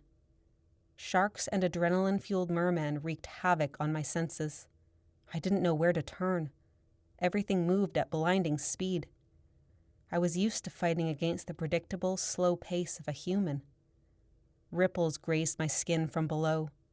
A merman with dreadlocked black hair shot towards me. Spio dove between us. "I'm on it!" He swung hard. The hook sliced the merman's chest, spilling a cloud of blood. "Weapons up, Lissy. This fight's gonna be off the hook." Yelps rose over the rushing current as more soldiers closed in. They resembled us in appearance and weaponry, except for the dishevelment they all shared. They must have traveled an entire tide cycle to get here. Where had they come from? A tiny mermaid with a dagger in each hand darted around Spio. He retaliated with disorienting speed. Mermaids? This wasn't one of Adaro's armies, divided by gender. This was the side I should have been fighting on. Could I join them? Would they know I was an outsider? My hope vanished as someone charged me from behind. I whirled. A merman swung a mace at my head and I curved out of range. He struck again, tireless, covered in scars and apparently fearless about acquiring more. I was faster than him, but I could only retreat for so long. Already the sharks were at my back. I had to act. Holding my weapon with both hands, I swung hard. The hook grazed his stomach. It was a weak attack, but I had the advantage of iron. A line of blood seeped from his flesh, below an existing scar that stretched across his chest. The merman snarled. He aimed for my head, and I somersaulted backwards. I came back with another two-handed swing, hitting his stomach in the same place, cutting deep. He spluttered, blood clouding in front of him. I shoved him away. He slumped over. Panic squeezed my lungs. I hadn't meant to kill him. Had I? Did I have a choice? Spio appeared next to me. He watched my victim sink and then shouted over the din. "That guy really had an iron stomach." I turned to him, numb. His expression flickered. "It's all right, buddy. Our guys are good. We'll win this." "Spio, we're not winning anything here." Something changed in his aura, but I didn't have time to decide what. His nostrils flared as he focused on something behind me. I glanced back. The sun had set, darkness stripping the world of color. Between the soldiers and whirling bubbles, Officer Strymann's glare fixed on us, eyes blending with the bloody water. The illusion of his eyeless skull sent a ripple of unease through me. Had he heard me? A mermaid descended on him, and he turned, swinging his long blade. "We can talk about this later," said Spio. "This fight's getting messy, and it's time to iron out the kinks." He sped away, twirling his weapon. I gaped after him. Clouds of blood spilled in all directions. It clung to my skin, dirty, thick, warm. It was impossible to move without tasting it. The spinner dolphins shot past, cackling. They wore the assault vests. Sure enough, anyone in their path dove out of the way. A body crashed into me, throwing me backwards. I stopped myself before I hit the circling hammerheads, but not before a tooth sliced my shoulder, drawing a stinging line of blood. My temper rose. A bony mermaid with patches missing from her blonde hair closed in, raising a slate dagger. I gritted my teeth and shot towards her. She realized what the hook was made of too late. The iron met her sternum. Her mouth opened and bubbles exploded from it. She must have screamed, but the world was too loud for me to hear it. I pushed myself away from the sharks, wiping my shoulder clean. The animals were becoming more agitated. I caught their desperate urge to join what they must have thought was a feeding frenzy. Some tried to break the circle, chasing whatever prey was bleeding freely, only to be shoved back by a swinging tail or weapon. An empty pocket had opened in the center of the ring. I detected a huge presence, wild, out of control. The great white had been injured, and she was angry. Something sharp grazed the side of my neck. I spun and found my assailant clutching a knife. I retaliated hard. The hook caught him in the arm. Bubbles left his mouth. He reached for his seared flesh, eyes locking onto the iron that did it. In his moment of hesitation, I roared and swung again, knocking him into the wall of sharks. They erupted. No anger, no excitement, only bare instinct to attack. The merman's scream carried as unimaginable force clamped on his arm, tearing through at the elbow. Another bit his waist. His weapon fell from his grip and sank. I turned away. My anger gave way to panic. I needed air. Why was I doing this? I was letting the surrounding aggression become my own. Even the sharks seeped into my senses. Something tightened around my hair and pulled me down. I shrieked, twisting to find a mermaid swinging a club at my head. I lifted an arm to block it. The club hit my wrist and my weapon fell from my grip. No! It disappeared into the chaos below. The mermaid released me, winding back for a two-handed blow. She was muscled, tough, her head shaven almost to the scalp, maybe to avoid whatever parasite had eaten the last mermaid's hair. I shoved her away with my tail, keeping myself out of reach. A struggle above grazed my skin. Coho struck a fatal blow to a merman, who dropped a conch shell. I lunged for it. My opponent shot towards me. I seized the shell, flipped over, and drove into her. A shark darted by our heads, snapping at a cloud of blood. We flinched. Several sharks had abandoned the circle, diving inwards to feed on the corpses. Our own military animals fought back, chasing them outwards, partly training, mostly instinct. The mermaid tensed to strike. I swiped the shell at her face from close range, but didn't put enough strength into it. It slid across her flesh without a mark. I pushed her away before she could swing at me. Her eyebrows pulled together, like she sensed my reluctance. The expression softened her face. She must have been no older than me. A shark blasted between us. We recoiled from its swinging head. Without taking my eyes off the mermaid, I cast my senses around. Hammerheads thrashed among the bodies, feeding, snapping at anything. Some fled. The mermaid seemed to consider striking again, but her focus was elsewhere. She glanced over her shoulder. I considered chasing my iron hook. If I swam fast enough, could I catch it? I stayed put.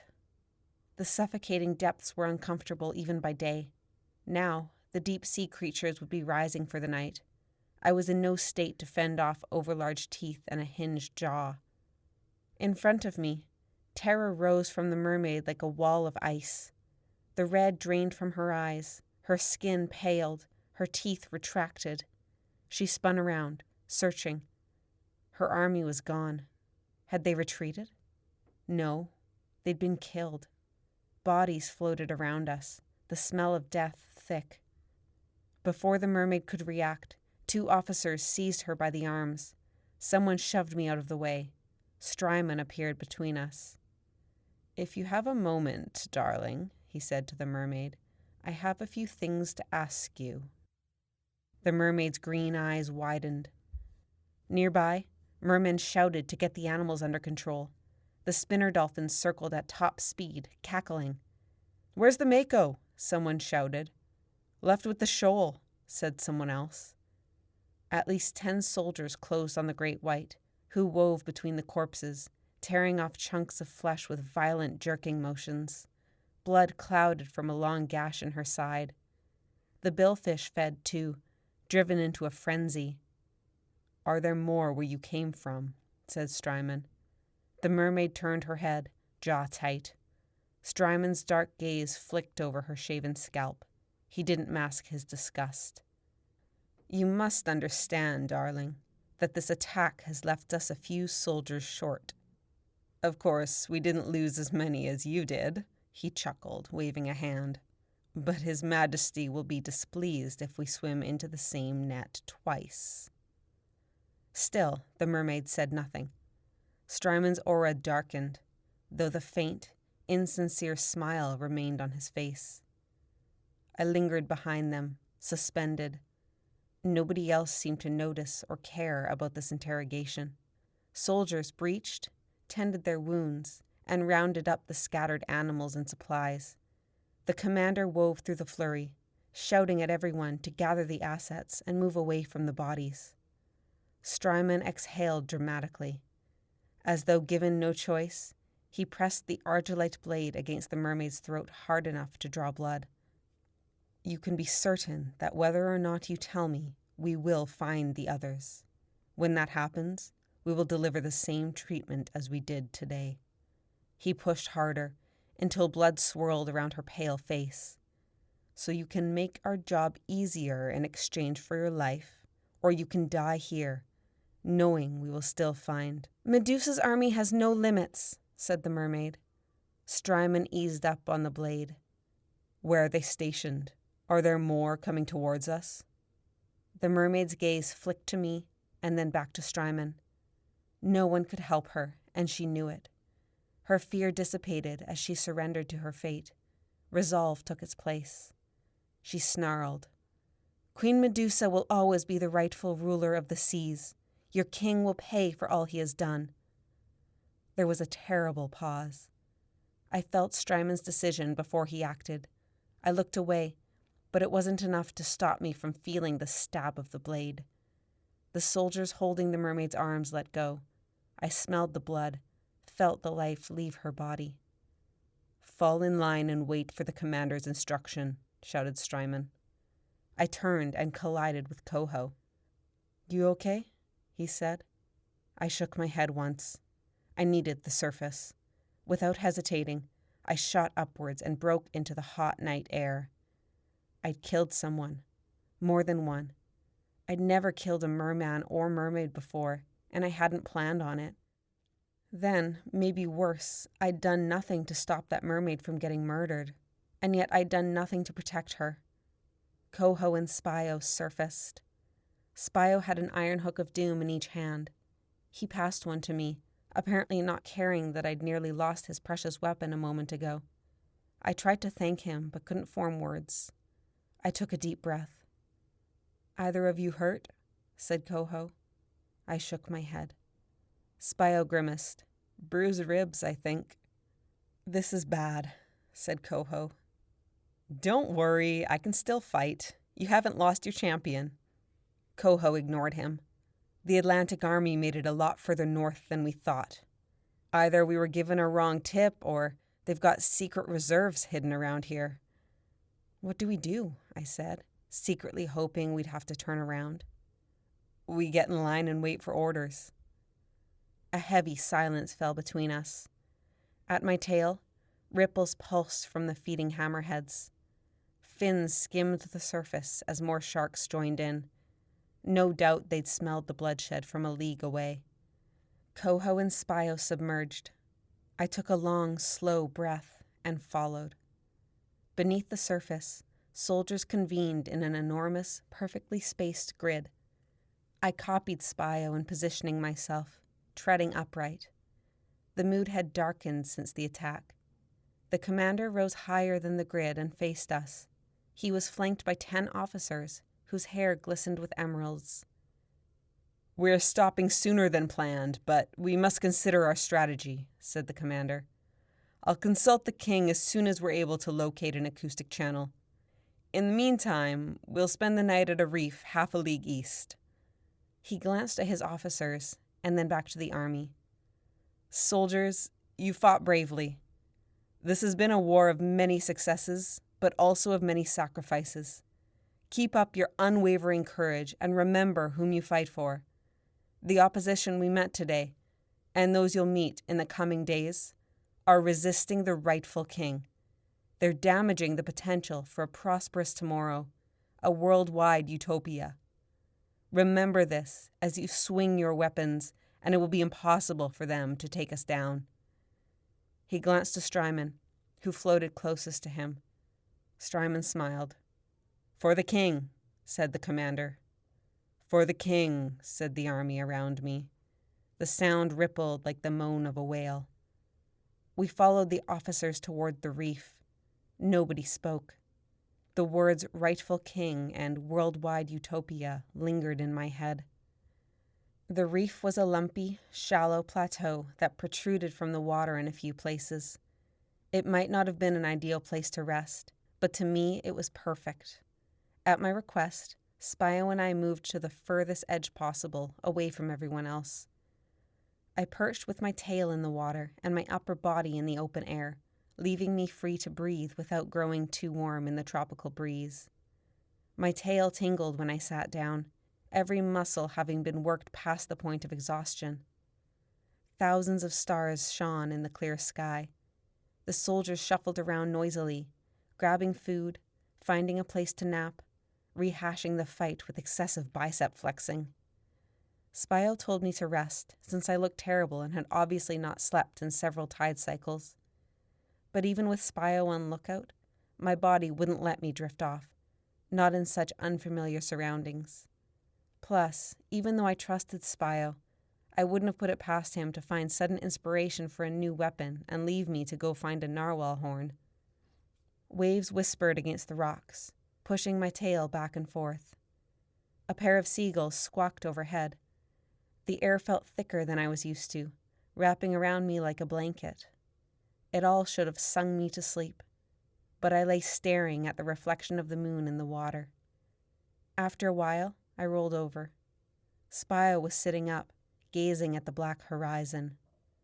"Spio?" He turned. "You remember that friend I told you about? The one I had as a kid before—" I motioned to the scar on my waist. "You mean that human girl from Eriana Kwai?" he said. I sighed. So much for subtlety. "Yeah, her." He'd known about Meela for years.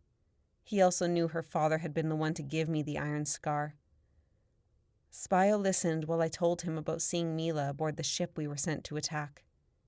I didn't know why I needed to tell him so badly. Maybe I wanted to explain why I was here. He never would have asked me outright. "She's the same girl," I said. "I mean, she's different, older, but that compassionate little girl is still there. The one who cut me free of the fishing net the day we met. The one who moved a starfish once because she didn't want it to dry out in the sun." I smiled to myself. It was easy for me to remember why we were so close. I remember being afraid she would get sick of me and stop coming to see me, but she never did. She kept coming back. "As kids, you mean?" "As kids and on the ship, in battle. She came to see me in secret." "You miss her," said Spio, in a tone so casual he might have been pointing out a halibut. I stared at my hands, feeling myself blush. I must have given more away in my mood than I intended. "I love her." He grinned. "Ah, so Adero saw you talking to Meela and got jealous. He couldn't accept that your heart belonged to someone else, not to mention the someone else wasn't even a merman, or a man by any definition." I shoved him. "Ew, no, the girls realized what was going on. Adero decided he could use me as leverage to get Meela to do what he wanted." "So he threw you behind jellies as a threat to Meela? What a jerk." I cringed and glanced around, as though dodging an iron bolt. "Shush." He lowered his voice. "Seriously, that guy can go bathe in whale turds." "Don't say stuff like that," I whispered, not feeling the humor. Though we were isolated on the outskirts of the reef, a few mermen were in hearing distance. For all I knew, someone was listening. "You know he screens former humans," whispered Spio. "Coho had to take a test to prove he'd left his human life behind and was loyal to merpeople. Like his past is criminal. It worked out, but I don't know how it would have ended up if he didn't get hitched to Aphira." "Coho used to be human?" "Yeah, Aphira saw him and wanted to keep him." I wrinkled my nose. "You make it sound like she wanted a pet." Spio shrugged, as if to say, "Your words, not mine." "Who's Aphira?" "She works in government. Minister of, I don't know, telling Adaro he looks pretty or something. I met her once. She reminds me of what you would look like if you were 10 years older and had dark hair and darker skin and bigger, so she looks nothing like me. Not really. Spio studied me for a moment. What? He glanced around. There's something you should know, I think. Or maybe you don't want. Well, I think you should know, if you want. But you don't have to. But if I tell you, you're kind of doomed anyway. I waited, not understanding in the slightest what he was on about. Without warning, he slid into the water. I stared at the ripples he left behind. He moved away from the reef. He must have decided we weren't far enough away from everyone. I slid in after him. We surfaced far from the others, beside a rocky protrusion so small we had to fight a pelican for it. Spio propped his arms on the rock. I did the same across from him. Waves hissed rhythmically against it. I get the drift you don't really want to be here, said Spio. You want to be back home with that human. I said nothing. I want to help you get home, buddy. I sighed in relief. Spio, thank you. But we need the right moment, he said. That moment, in my expert opinion, is one where you don't have a chance of getting caught and executed for breaking oath. That's reasonable. A few of us in the unit, we have a plan. You want to escape? I whispered. How many of you? He shook his head. It's more than just escaping I'm talking about. We all agree that Adaro's been a bit of a tyrant, I thought, not daring to say it aloud. Lumpsucker, said Spio. Everything he's done has been a disgrace to merpeople. I glanced around, nervous. The army was well out of sight, but I still heard the distant hum of conversation. A lot of guys feel the same, said Spio. They do? Lissy, it doesn't take a whole lot of goop in your skull to see the number of deaths Adaro's causing. Between the battle for Eriana Kwai and the expansion across the Pacific, we're getting picked off like krill. Not to mention the humans who get in his way. See, you get it. A lot of soldiers talk all wise and righteous, but no one has the guts to do anything about it. What about the other cities? I said. The Atlantic Queen? Soon his army will be big enough to match hers. Someone must be noticing. They don't give a flying flatfish. I think they aren't expecting Adaro to get that far. Think about it. The Atlantic is the biggest, oldest kingdom in history. Do you really think Adaro has a chance of taking it? At this rate, yes. That's what we thought, said Spio. We're a tide cycle away from a total cluster. Beneath our tails, something moved. We froze, feeling the ripples. It was small, too small to be anything. The way it flopped about, it was probably a squid. Spio continued, dropping his voice lower. We've decided we're not happy doing his battles, helping him take over the seas. My pulse quickened. If others wanted Adaro ousted from the throne, maybe it was possible. You know the first thing he'll do once he's king of the seas, said Spio. He's going to push humans out of the water for good, and we're going to have the wrath of the President of the United freaking States of America dropping iron on us like snow. He was right. Adaro might have been keeping away from open conflict with the rest of the humans for now. I thought of his truce with the Aleut people near my home. But those peace treaties wouldn't be forever. He would declare war on humans as soon as he was ready, as soon as he secured the oceans. We're stopping him before it's too late, said Spio.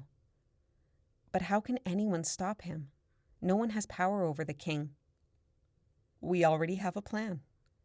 Spio dropped his voice so low, I wasn't sure if he even spoke. I had to lean so close that he could have bitten my ear. We're gonna assassinate him, Lissy. I leaned back to see his face properly. He stared back, dead serious. Moonlight glinted off his dark eyes. Replacing Adaro with a new king or queen was one thing, but killing him? I sank lower into the waves, shaking my head. This wasn't a choice I wanted to make. Spio, what about the oath? We swore total obedience. The oath? That doesn't matter anymore. Our duty as soldiers isn't to Adaro, it's to mer people. And the enemy of mer people is the one waging war across the globe. King Adaro is more than just an enemy of humans. He's our enemy too. A wave broke against the rock and sprayed over us. I exhaled slowly. You surprise me sometimes. I stole that speech from Pontus. Spio tilted his head back, basking in the tropical air. The night was too silent and peaceful for what raged inside me. He was talking about life or death. But when had I ever not been in that territory? I risked death every day fighting a war I didn't believe in. Now I had a chance to risk my life for a cause I did believe in. This was more than I was ready for. I just wanted to go home. I wanted to work with Meela on the plan we already had, not join forces with a bunch of guys I didn't know or trust. Until that lump sucker's dead, any attempt to escape is going to get you killed, said Spio. You saw the way the officers are. I glanced back towards the army. Maybe this was the best way home. With Adaro dead, I would have no obstacles. Plus, I wouldn't have to worry about Meela. She would be safe from him, and so would her people. That was all she wanted. Of course, I gotta take this up with the guys, said Spio. They won't be happy I told you. We agreed not to recruit others. Why not? It's more likely someone will betray us or let something slip. I frowned. I hadn't even met these guys, and already they didn't want me around. As far as they know, he said, you're a pretty face who got stuck here because you already did something stupid. These guys made it clear they don't think I'm a pretty face. And if I admitted it to myself, I had noticed a lot of sidelong glances, sneers, and whispers. Spio waved a hand. They don't know how to react to you. Am I that much of a freak? A freak? No.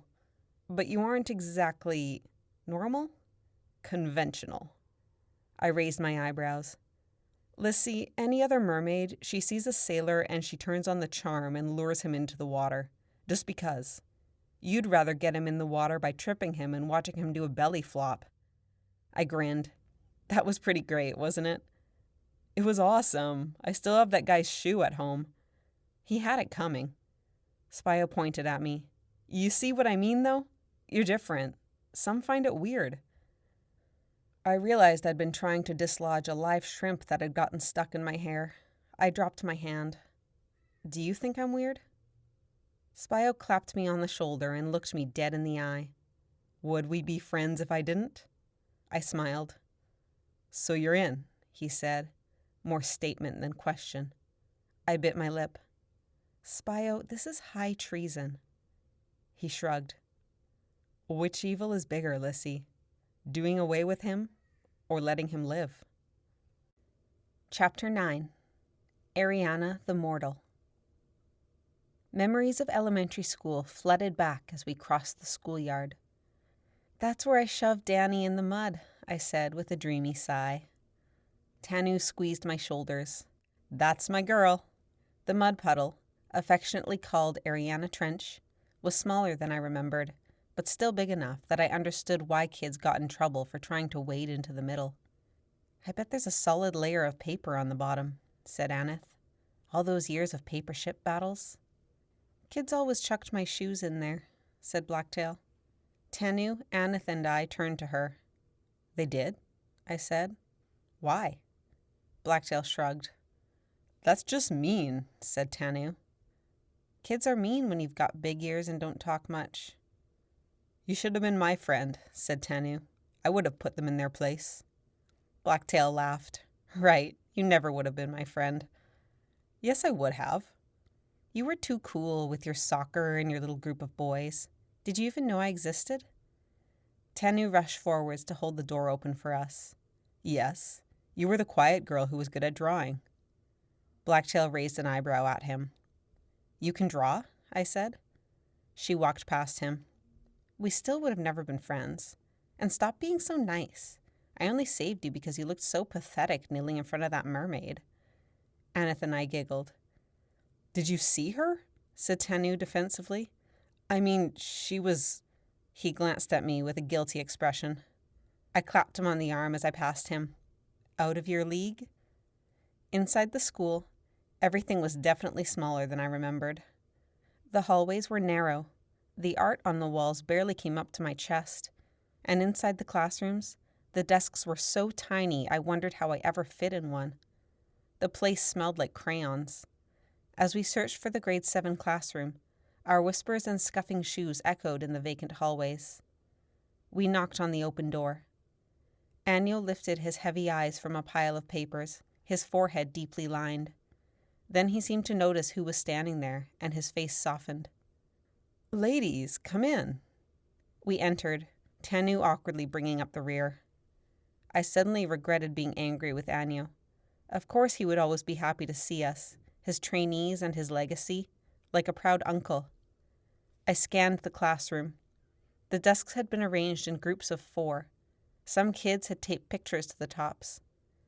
On the right wall, the blackboard had algebra questions across one side and cleanup duty with a few names at the bottom. The wall behind us displayed the students' drawings of the circulatory system. In the corner, a bookshelf overflowed with chapter books, including some in English, and textbooks on the world wars, animal habitats, the human body, and natural disasters. A poster of the Earth's crust had been taped above a dozen dioramas of earthquakes and volcanoes. Some had clearly been thrown together last minute, while others were clearly assisted by overachieving parents. I thought being a teacher looked kind of fun. We stood across from Anyo, not sure where to sit. "Come to learn from a retired training master?" he said, bitterness clipping his voice. He drew an X on the homework he was marking with enough force to rip a hole in the page. "These kids are lucky," I said. Anyo snatched another piece of homework from the stack. "They don't care." "Come on, a former training master for a teacher?" He hesitated, and then grumbled. "I guess I haven't had problems with kids stepping out of line. Probably scared to." "They want to learn from you," said Aneth. He made a violent check mark. "Is that why you're here? To learn from me? Well, kids, will it be math or science?" "Actually," said Aneth, "we were hoping you could teach us a bit of history." Anyo's pen faltered. The tip hovered over the page, so he wasn't writing anything, but also wasn't looking at us. "Trying to catch up on the high school you missed during training?" His tone made it clear he was grasping. He knew where this conversation was headed. I followed his eyes to the filing cabinet beside the desk. The bottom drawer gaped open, full of papers and books. "We hoped you could tell us about Eriana herself," I said. "We know she was born mortal, but stories all tell of her as a goddess, not a human." Anyo turned back to his marking. "The story of Eriana is more myth than fact. We don't teach it anymore." "At all? What about our culture?" I said, voice raising an octave. My own agenda aside, the idea that the school board had taken out such an important part of Eriana culture horrified me. Even when I'd been in elementary school, our education on the goddess Eriana was limited to a single picture book in grade 2. "They can't do that," said Blacktail. "Even if it is myth, it's still part of our history." Anyo shrugged. "It's the board's decision, not mine. If you want to take it up with them, I can give you contact information." I crossed my arms. Who was Eriana as a human? Where did she come from before she discovered this island? Anyo looked at the filing cabinet again, and then out the window, and then back to the pile of homework on his desk. Finally, he met my eyes. "I don't know anything about the host." "This isn't about the host," said Aneth, but I waved a hand. "We didn't expect you'd know anything about that. We just want to learn more about Eriana, anything you can tell us." He stared at us, rubbing a calloused hand over his mouth. The clock behind him filled the silence, ticking loudly. "I've never heard of anything called the host of Eriana," he said. "That doesn't mean it doesn't exist," said Blacktail. "Maybe you know it, just not by name," said Tanu. "What if it is real?" said Aneth. Anyo took in our determined expressions, probably noting the way we leaned towards him, hanging on his every word. He seemed to be having an internal struggle. I said nothing. "A debt is in training," he said. It had crossed my mind that Anyo's daughter was now outside his control, a generic member of the new training program. I don't trust Mujihi's training methods, he said, so I can't pretend the prospect of ending the massacres doesn't interest me. We want to help Adet, I said. We want to help all the trainees. His expression revealed nothing. He ran a hand across his scalp. Absently, he traced his fingers along the scar he'd gotten from his days as a massacre warrior. Yes, I thought, we want to avoid more injuries like that one. He caught my eye, seemed to realize what he was doing, and sighed. I can tell you the story of who Eriana was as a mortal, but I don't think it'll help. He motioned for us to sit. We pulled chairs out from the tiny desks and sat down while he opened the second drawer of the filing cabinet. He produced an ancient, barely held together book and placed it in the center of the desk. Aneth, Blacktail, Tanu, and I leaned closer. The leather cover had a familiar emblem, a sea lion, teeth bared in pursuit of prey. It was our national animal, though it hadn't had much presence since the mermaids invaded. At some point in the last 30 years, someone had chosen the northern saw-whet owl to grace our flag instead, an animal of the sky, not the sea. I dug this up after you talked to the massacre committee, said Anyo. My family's had this book for generations. Have you come across anything like it? Aneth and I shook our heads. It's only pictures, mind you. The stories have been passed orally. He opened it, revealing soft, uneven pages of animal skin parchment. It had a musty odor, like it had been forgotten about in a shed for a few decades. The first page was a color sketch of a young couple holding a newborn baby, bundled in thick gray and brown furs. The discovery of our land is, of course, said to be the work of one woman named Eriana. Her exact birthplace is unknown. Most historians believe she came from up north, but she might have sailed here from further away like Russia or Japan. Where do you think she came from? Said Blacktail. Given the legend and proximity, I think she came from what we now know as Alaska. He flipped the page to a child standing in the snow, hair blowing around her face, encircled by half a dozen bald eagles. Eriana's people call her a charmer of animals because from an early age she spoke to them in ways no other human could. She grew up playing with wild hares, pouncing in the snow with foxes, running with herds of caribou. She was known for calling families of eagles to fly circles around her, simply for the joy of feeling their wings. But her skill proved useful, too. If a pack of wolves wandered too close to her people, she could guide them away without evoking so much as a growl. Anyo flipped to a young woman standing before a herd of caribou, surrounded by a world of snow. One year, a rough winter hit Eriana's people. With it came a terrible spell of hunger. They begged her to summon wild animals to sacrifice themselves for food. Driven by hunger, Eriana complied. She called a herd of caribou and made them wait until, one by one, her people had slain and eaten them all. The next page showed a group of faceless people huddled against a whirling blizzard. But the Gala didn't approve. She'd given Eriana this gift of speaking to animals and was furious that Eriana had cheated the natural order of the animal kingdom. Eriana's gift, said the Gala, was meant to bring peace between the species, not deceive innocent creatures. So she sent the Anil Usha to punish Eriana. Anyo pointed at the blizzard, and I looked again. The face of Death himself could be seen in the lines of the whirling storm. That night, the Anil Usha swept over Eriana's people in the form of an ice storm. Eriana tried to plead with him, but Death was merciless. He took the lives of the entire tribe. He was about to turn on Eriana herself. He stared at the page for several seconds. But, I said. The Anil Usha thought it would be better punishment to leave Eriana and let her live her life in guilt.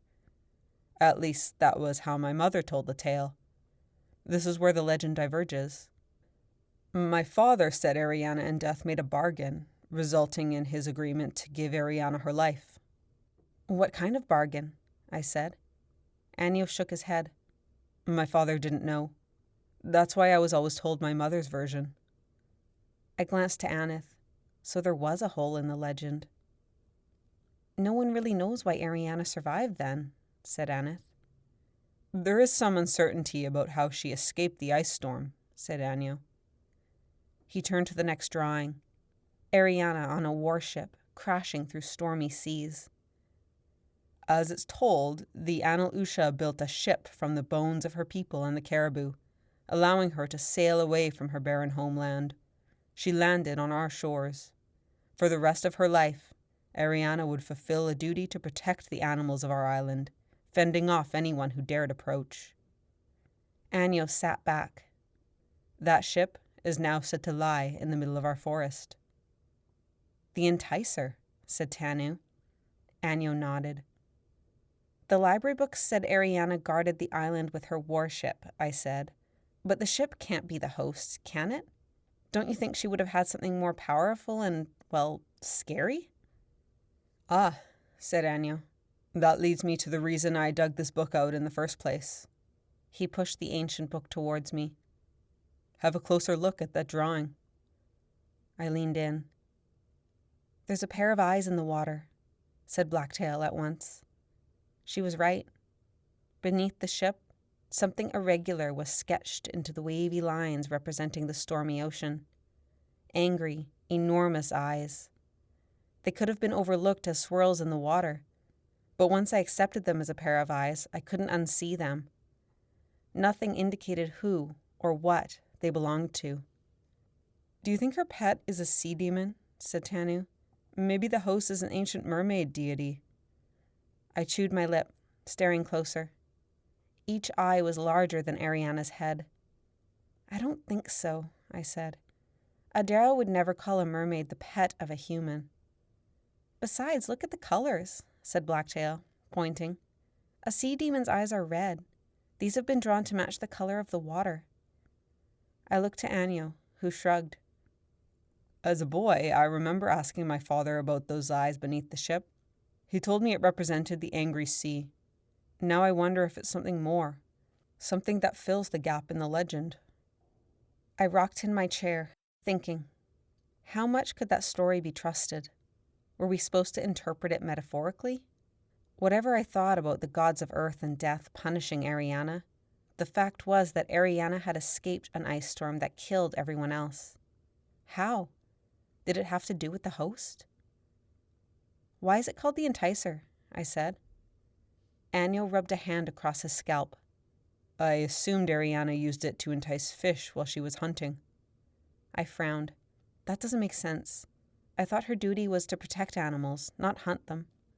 Then maybe she used it to call them to her for other reasons. I let it drop. The story had gaps, but it also answered several questions. Thanks for showing this to us, Anio. He snapped it shut. That's what I know. Like I said, I'm not sure it helps. It did help. A glance at the others told me they felt the same. Their eyes were wide, excited. We had a starting point. The legend of the host of Eriana had to do with the ancient ship at the safe training base. But how does the story end? Said Aneth. How did Eriana become a goddess? When Eriana died, after a life of servitude to this island, it said the Gala forgave her. Eriana ascended to the stars to become a goddess, where she remains protector of our island to this day. Some protector, said Tanu, looking up as if addressing the sky.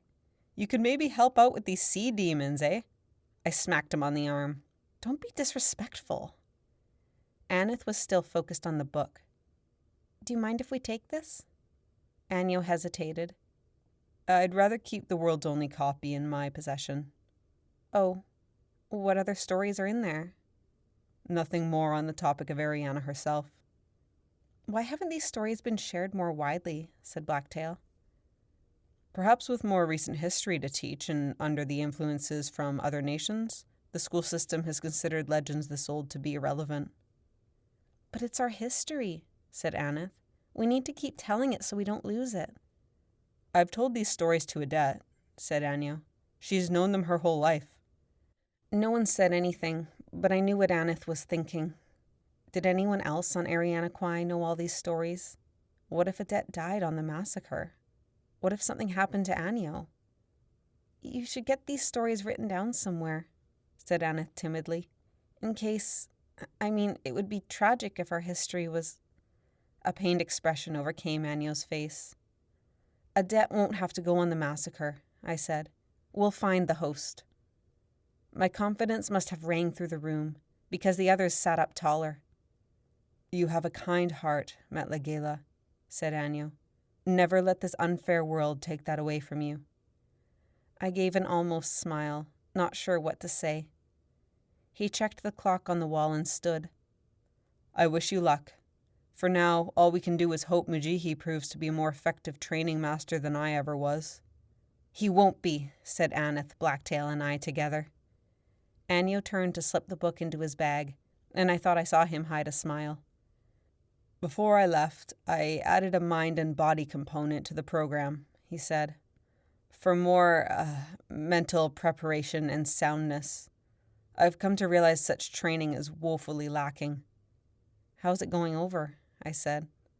His expression sank into a deep frown. I don't think the program is following through with it, given that last year's top combat student is head of training. I jumped up so fast my chair tipped over with a loud clatter. He put head of training? Aneth and Blacktail caught on at the same moment, gasping in outrage. You haven't heard? Said Anio dispassionately. Yes, Danny was just appointed. I tried to put you in there with her, Metlegela, but Mujihi had already chosen his other assistant teachers for the program. Texas, no doubt, I said, not bothering to hide my venom. Anio shouldered his bag. You must admit she showed exceptional skill with a range of weapons. Combined with her leadership skills, she could make an excellent teacher. I gaped at him. On the massacre, Danny had managed to create nothing short of a cult. Those who'd never experienced the worst of Danny called it leadership skills. You honestly think that? I said. Anio's eyes flicked past me. Speaking of, we were just talking about you.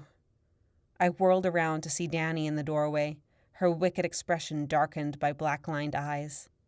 All good things, I'm sure, said Danny, casting an appraising glance around the room as she sauntered in. We're on our way out, I said. Sorry to have missed your visit. Danny made a sympathetic sound. We'll catch up later. She straddled the chair I'd just been sitting on, facing Anio, and motioned that he should sit back down. He obliged, dropping his bag.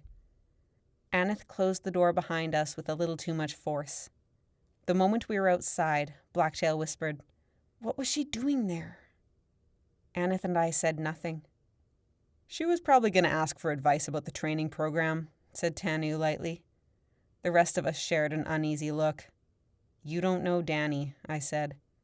What, you think she was eavesdropping? I didn't respond. She really won't want the massacres to end now, said Aneth. She's in a position of power over 100 girls. The idea sickened me. If the potential for glory hadn't driven her mad enough on the massacre, it would now. The success of every future massacre could come back to her training methods. What would she accomplish as head of an entire training school?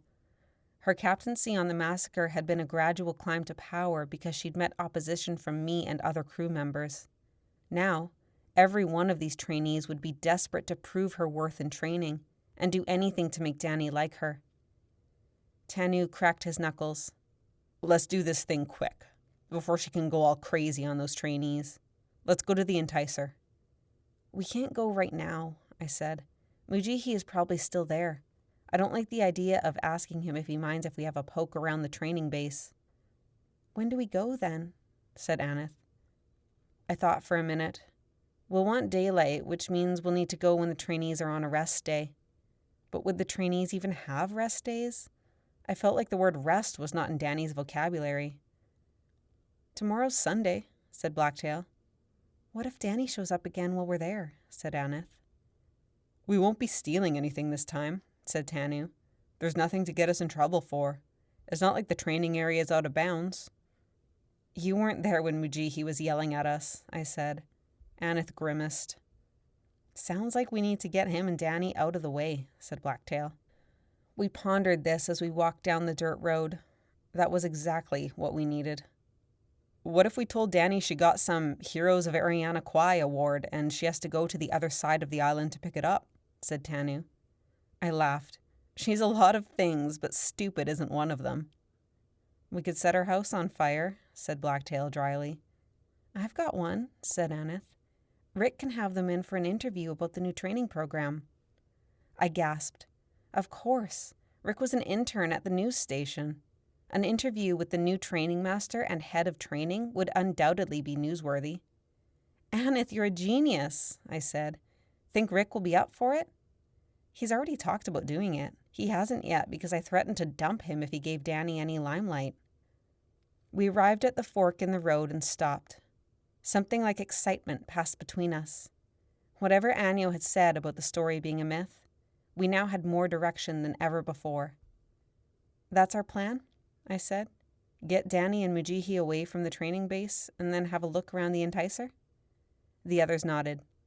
It's a start, said Tanu. I'll get Rick to do it tomorrow while the trainees are off, said Aneth. It's our best shot at being discreet. With a wave goodbye, Blacktail and Tanu set off one way towards their houses, while Aneth and I left in the opposite direction. We didn't speak for several minutes. I ran through everything Anio had told us, replaying the story in my mind so I wouldn't forget any of it. I lingered on Ariana's escape from the Analusha. I didn't think it came down to punishment, forcing her to live the rest of her life in guilt. Did I believe she made a bargain with death? What had she offered in return? And what did those eyes in the water belong to? I considered the end of the legend, how Ariana had ascended to the stars to protect our island as a goddess. Tanu was partly right in accusing her of not protecting us. I recalled what King Adaro had said about the legend, how Ariana's host was apparently bound with his master's soul. Did this mean Ariana's soul was literally trapped inside her pet as a further punishment? Or was this all a metaphor, and Ariana's body was buried in a cave somewhere next to her pet wolf? Is everything all right with you and Tanu? Said Aneth, jolting me out of my thoughts. Oh, I said, and hesitated for way too long before saying, Yes, we're fine. No, you're not. I brushed my hand along the tall grass on the side of the road, the soft ends tickling my palm. I just need space, I said, spewing the same lie I'd been telling Tanu. The massacre was draining, and I need some time to myself. Uh-huh. Her flat tone suggested she knew I was lying, but also wasn't about to pry. I glanced around, checking we were alone. The empty dirt road extended out of sight, sloping in an uphill climb. Dense grass, bush, and trees pressed in on either side, obnoxious with birdsong. I let my hand graze a raven dust bush, which stained my palm black. I wiped it on my jeans. I don't think I'm in love with him. I expected the words to hang in space, but without any note of surprise or judgment, Aneth said, Don't feel bad, Meela. It happens. It's okay to fall out of love with someone. Falling out of love might have been a loose definition of what had happened. Now that I knew what love felt like, I wasn't sure if I'd been in love with Tanu in the first place. I don't know if I can tell him, I said, my throat tightening. I can't do that to him. You still care about him. Exactly. It's like I love him, but I'm not in love with him. Does that make sense? Yes. I let out a breath. I should have talked to her about this ages ago. We stopped at the place where we had to part ways. Are you going to break up with him? She said. I dug my toe into a groove in the dirt road, avoiding her eyes. Can't I be distant with him until he gets the point and moves on? Aneth half laughed. I thought you said persistence was his most endearing quality. I made an indistinct grunt. You can't try and subtly wean him off you, said Aneth. That'll draw out the pain. He'll spend every day dragging behind you, hoping you're going through a phase and will come back to him. I sighed. Aneth threw her arms around me in a rib-crushing hug. One day you'll find someone to sweep you off your feet, she said into my hair. I hugged her back. In a perfect world, I would tell her I'd fallen in love years ago. I'd tell her love looked like sapphire blue eyes and coppery blonde hair and smooth ivory skin. But I couldn't. Not in this world. The thought of Lissy tightened my chest, a pang of dread and urgency. Every second that passed, she was somewhere far away, waiting for me to free the host. I needed to hurry. I wondered where Adaro had taken her, if he had her imprisoned, enslaved, or tortured. I wondered where she was at that moment. I hoped, with every fiber of my existence, that she wasn't suffering. Chapter 10. Fit for a King. I convinced Spio to swallow as many glowing copepods as he could before puking. I wanted to see if it would make his skin glow. He didn't get so much as a blue ear. The cool part was seeing a few hundred of them erupt from his mouth when he did vomit. A few onlookers applauded. We were traveling southwards again. After the Hammerhead attack, the commander decided we would continue as planned, but take an alternate path in case the Atlantic Army was waiting to ambush us along the main current. Unfortunately, the path was inside a canyon, a barren world with little daylight. I relied on vibrations to guide me, feeling the steady current of the surrounding army, the occasional fish, transparent and creepy at this depth, but little else. No mammal in its right mind traveled this low. Breaching happened in regimented shifts, and we had to hold our breaths for longer than was comfortable. Other than not being attacked, the only good thing about the canyon was its cooler climate. Onlookers abruptly stopped clapping as Officer Strymon drifted over. Spio and I fell silent, as though the swarm of copepods we left behind was nothing unusual. He lingered beside us, darkness masking him from view. "Those of you I have indicated are free to breach," he said. The group behind us broke towards the surface. Strymon began to move on. "What about us?" I said. It had been nearly a quarter tide. With the depth adding pressure to my lungs, I desperately needed air. "You've just gone for breath, darling. His Majesty's army is no place for greed." "We haven't." He ignored me, turning away. "You can't skip us," I said. His smug aura challenged me to watch him do just that. "Officer," said Spio, "if two of your soldiers black out in the middle of a canyon—" "Silence!" Ripples told me Strymon had dropped a hand to his long blade. I clenched my fists, wanting to argue, but knowing that would be stupid. After a moment, Strymon continued along the line. The blackness seemed to thicken around us. "Spio," I whispered, panicked. "I need air." We would get in trouble for breaching out of order. Was that Strymon's plan? It was either that or pass out and get carried to the surface.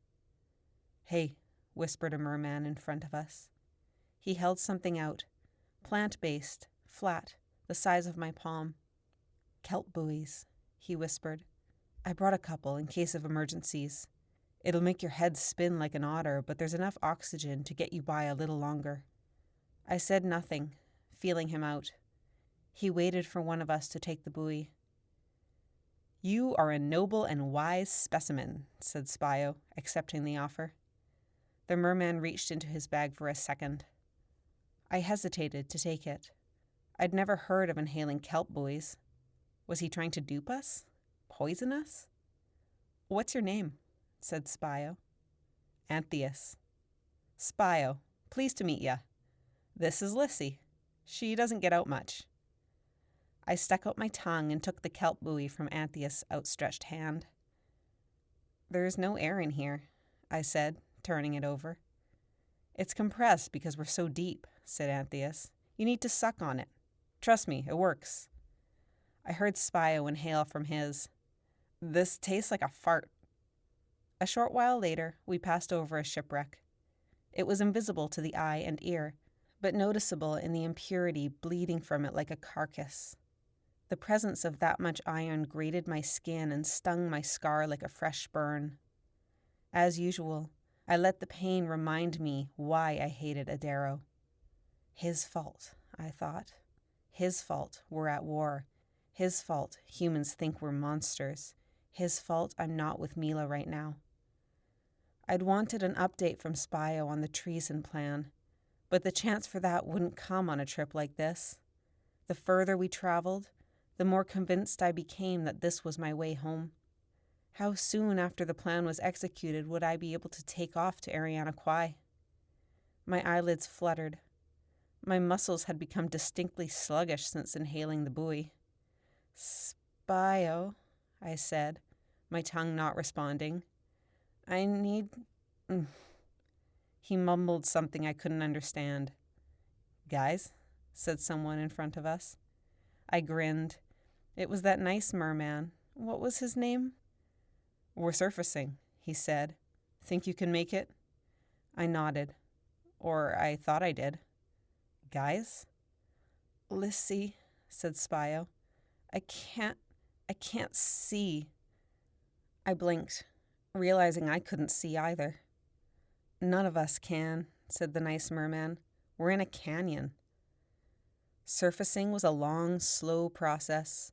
We had to do it in stages to give our bodies time to decompress. My eyes stung as they adjusted to the sunlight. I didn't remember breaking the surface, but I found myself coughing and rubbing water from my eyes. I slowed my breathing, letting sense trickle back into my brain. The sun dipped low on the horizon. A lost timber raft floated in the high swells, overgrown with barnacles and teeming with life. Colorful fish plucked at the weeds, while the edible ones darted away once they realized they were under attack. Already, the mermen around me were feeding, digging fish out of hiding places and tearing edible weeds off in chunks. Spio leaned close and said in an undertone, "Meet me in the turtle's lair when dusk reaches the apex." I stared at him. The floating piece of junk way over there. Sunset. Got it. He dove. I drifted to the raft, too exhausted to eat. Finally, I would get to hear about this plan. My insides churned as I wondered about the other guys involved. Would they trust me? Would I have to prove how much I hated Adaro? I pulled myself onto the logs and rolled onto my back. I let the tropical air bathe me, for once comfortable in the heat. I thought I might catch a few moments of blissful rest before meeting Spio. Eyes closed, I sunk into the raft, the weight of my body pulling me down, ready to sleep for days. "Hey," said a voice. I opened my eyes. An unfamiliar merman floated next to me, arms locked over the logs. His face was close enough that I felt his breath. I leaned back. His wavy black hair fell across his defined face, hiding one eye in a strategically mysterious way. "Yes," I said. I couldn't stop my voice from sounding unenthused. "I wanted to introduce myself," he said in a low, rumbling voice. "I'm Axios." Hi. I'm Lissy, I know. You're the glimmer of beauty in this male-infested place." I stared. He readjusted his arms in an awkward way that made me wonder if his biceps were flexing that much on purpose. "Being here alone can be tough," he said. "A lot of guys have at least one brother with them. I've got all sisters. 5 of them. They're all in reserve for the battle for Eriana Kwai." I nodded. This guy projected so much confidence that I had the urge to swat it away, like a fly buzzing in my face. "I know what you're thinking," he said. "A lot of girls ask me how I managed being the only male. Sure, it was tough, but the experience has given me a deep understanding of femininity. Are your siblings still in training, Lissy?" No, my brother's fighting in the battle for India." He waited. "That's it," I said. His eyes widened. "Sorry, I didn't... My parents haven't died, they just didn't want more kids." "Oh." I'd grown used to it. Families rarely had only 2 children. Spio was the oldest of 12. My parents said they'd stopped after me because they felt complete after my brother and I were born. As I grew older, I came to suspect they just didn't want to bring more children into Adaro's kingdom. "Puts you in a good place for inheritance, right?" said Axios. "Only 2 of you." Mind you, my mother is one of the wealthiest mermaids in Utopia, so even with 5 sisters, I still get my fair share. With my career plans, someday I'll own the estate." He flashed me his fangs. I couldn't bring myself to smile back. What did he want me to say? Congratulations? Marry me? "If you need someone to talk to, let's see." "Give it a rest, Axe," someone shouted from the other end of the timber raft. A few heads turned. A merman with a ponytail was grinning at us, pointed teeth glinting in the sunlight. "What?" said Axius. "You're wasting your time," said Ponytail. "It's obvious she's taken." Axius took sudden interest in catching a fish beside him. It was tiny, bright orange with white stripes, too colorful to be worth eating. "Are you?" he said. I snatched a sardine from the water and downed it without chewing. I considered whether it'd be in my best interest if all the guys assumed I had a huge, vicious boyfriend who could beat them into blobs of algae. "Is it that dorky guy?" said Axius. "Who?" Next to us, a tangle of seaweed popped out of the water. Not seaweed, Spio's head. "Don't try and swim under the raft," he said, plucking weeds from his hair. "I lost my hat to a bladderwrack." He saw my expression, then spotted Axius. "What's up, Axe?" Axius looked back and forth between us. Spio must have sensed the awkwardness, because he pulled himself up next to me and threw an arm across my shoulders. "This guy bothering you, sugar kelp?" "No," said Axius. "I was just introducing myself." "I hope that was all," said Spio casually, "because I'd hate to have to fight you." I turned my head into Spio's shoulder to stifle a laugh. Axius cleared his throat.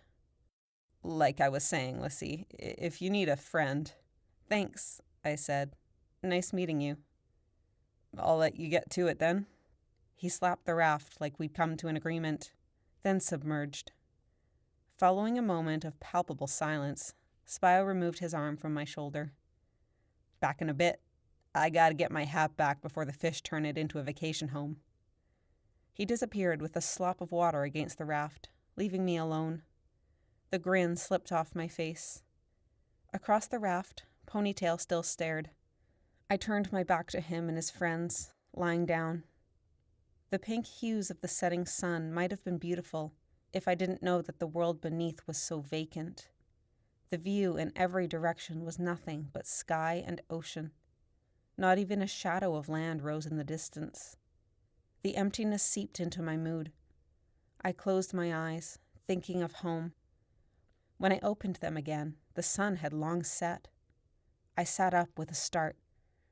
For a moment, the rising and falling of the raft made me think I was back in the battle for Eriana Kwai, hiding behind the helm of Meela's ship. Then I felt the presence of an army of mermen around me. Then I remembered Spio telling me to meet him. I cursed, wondering why he hadn't come to get me. "Relax, you haven't missed anything," said Spio. His face appeared in front of mine. He was wearing his leather cap again. I rubbed away the clump of weeds stuck to my cheek. How'd it get dark so fast? He slipped off the raft and submerged. I followed. "We're in the tropics," he said. "Twilight is ultra short near the equator. Didn't you learn anything in school?" "I learned how to deliver a perfect sideswipe. Want me to demonstrate?" He dove deeper. We swam downwards first so no one would feel where we were headed, then turned towards the floating junk. Glowing copepods, shrimp, sea slugs, and comb jellies had risen for the night, giving the illusion that we were gliding through a starry sky. We traveled far enough away from the group that they wouldn't hear us as long as we spoke quietly. The first to arrive, Spio and I investigated the junk raft. Weeds and slime covered so much of it that it took us a moment to ensure it was safe. "I'm feeling nothing but rubber and plastic," I said. Without hesitating, Spio flung himself aboard. It rippled like a gelatinous blob, creaking as bits of litter scraped against each other. Fish tickled my skin as they darted past me, having been ejected from their beds. I pulled myself up next to Spio. "Ooh," I wiggled deeper into the cushiony slime. "I might sleep here tonight." A merman poked out of the water beside us. What's this? Secret meeting? He said. No, I said, at the same time as Spio said, yes. Spio turned to me. He's referring to our secret plan. Code murder. I rubbed my hands down my face. And by murder, said Spio, I mean, all right. He flashed a grin. Lissy, this is Pontus. He's in on it. I'm more than in on it, said Pontus. I basically initiated this whole thing. Spio raised his hands. Let's not start giving credit, but if we were to, we all know this was my idea. The raft rippled as Pontus hoisted himself up. A merman with a wispy brown beard and a scar blinding his left eye surfaced next. Ahoy, he said. This one thinks he's a pirate, said Spio. Except I lost me eye patch again, said the merman. I couldn't tell if he was being serious. We call him No Beard, said Spio, because he doesn't have enough scruff to earn him the nickname Blackbeard. The merman gave off some disgruntlement at this. I guessed he'd tried to avoid the nickname without success.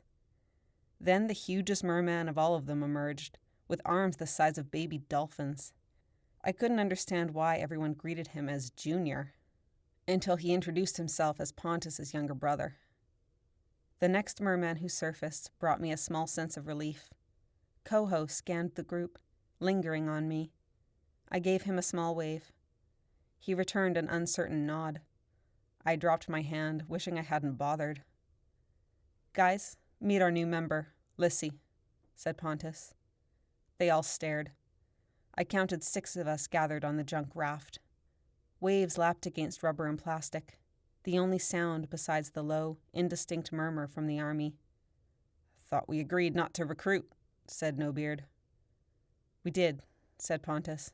But Spio opened his fat mouth, and now she knows too much. I dropped my gaze to the slimy net at my tail. Spio told us all about you, Lissy, said Junior. Uh-oh. None of the bad stuff, said Spio. I didn't say anything about our time at summer school. Thanks, Spio, I said. The commander's skipping this one, said Pontus, so I'll get started. I shot Spio a questioning look. The commander's our ally, said Pontus, catching my surprise. He's a key component of the plan, but he attends select meetings so as not to draw suspicion. I'll follow up with him one-on-one. I nodded. I'll go over our rules, Lissy, said Pontus, in a tone that dared me to break any of them. First, at risk of being overheard, we meet above surface and only above. Second, in case we are overheard, we don't refer to our target by name. Third, we do not discuss our plans outside meetings. Fourth, we aren't even friendly with each other outside meetings, except for Junior and me. You and Spio can keep doing your thing too. But that's it. No one needs reason to believe we're meeting at all, never mind what we're meeting about. All right? Got it. Now, the plan. You're probably aware that the target has some kind of guard on him at all times. No matter how skilled the assassin, it will be impossible to just swim up and kill him. The hit needs to come from afar, and it needs to be guaranteed lethal. Iron? I said. More or less. I wanted to make a big-ass iron hook of doom, said Spio. With an anchor from a cruise ship, you know? We'd squash the guy like a jelly. Your ideas never cease to amaze me, Spio, I said. Wait until you hear about this plan. He's going to end up like a pile of sand. What?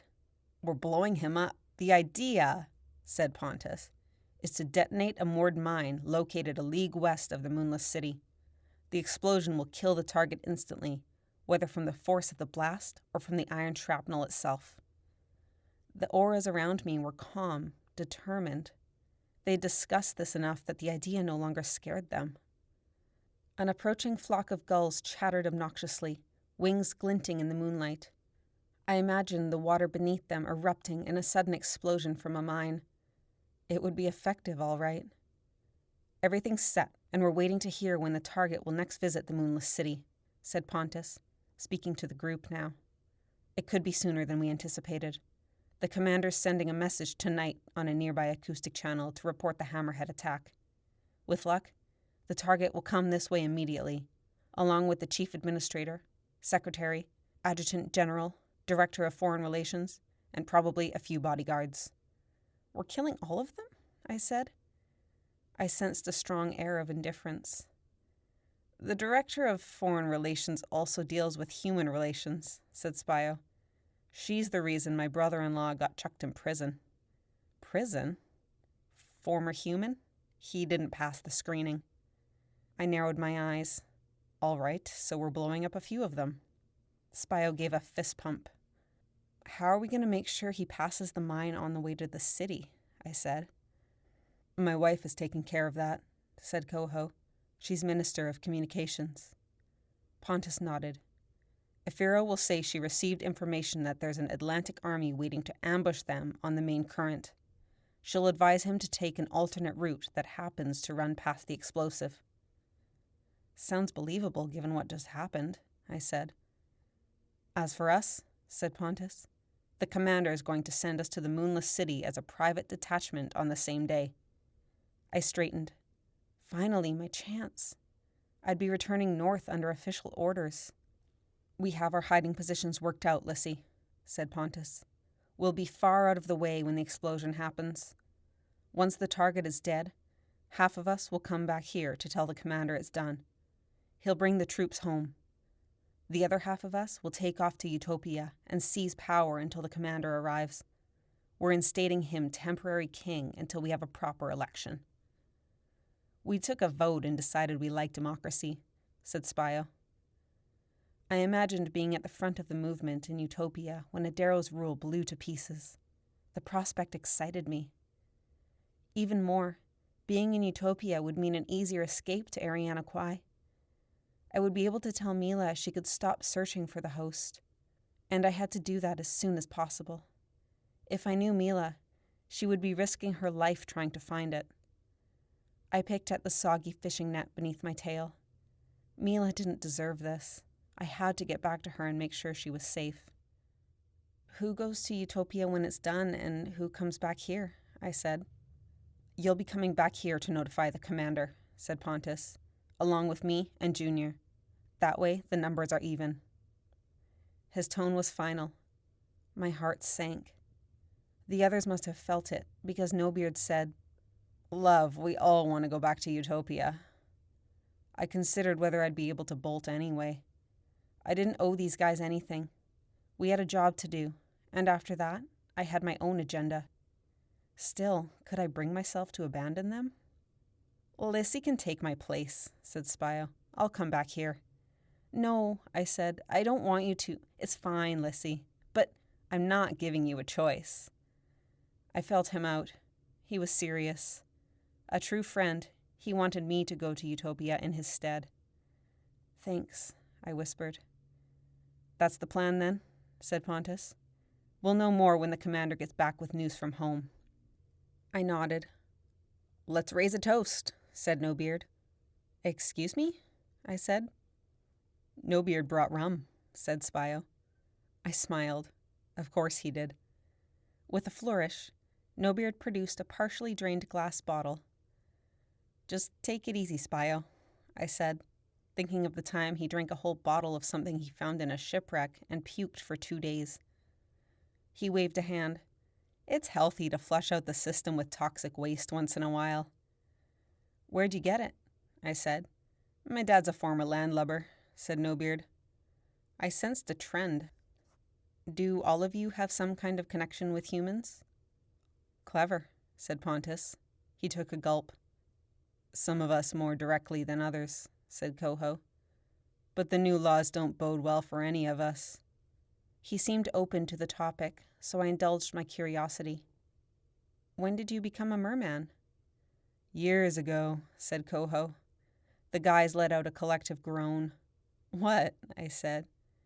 Gather round, lassies, said Nobeard, for the most romantic tale in all of... Ouch!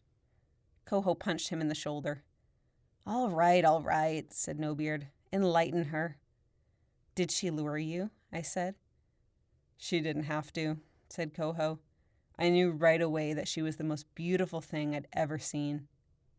Well, obviously, I began, but Spio jabbed me in the ribs. I'd wanted to say that wasn't how it worked. Of course he thought she was irresistible at first sight. That was the mermaid allure. I'd always wondered about the feelings of a lured man. Did Coho truly love Ephira? Or did the allure always pull him towards her? Did it matter if he was happy? Ephira and her girls were supposed to kill me and my crew, said Coho. And the other mermaids were waiting for Ephira to finish me off so they could go home. But she didn't. We locked eyes and she couldn't bring herself to kill me. She changed me into a merman instead. She kissed you? How else would she do it? Said Spio. Just clarifying. The rum made its way to me. I took a small gulp, forcing myself not to project disgust. She didn't care what the other girls thought, said Coho. She did it right there in front of them. I went with her into the sea, and we've been together ever since. We have 5 kids. She's due for a 6th in a few months. I didn't know you were having another guppy. Junior raised the bottle of rum. Congrats, bud.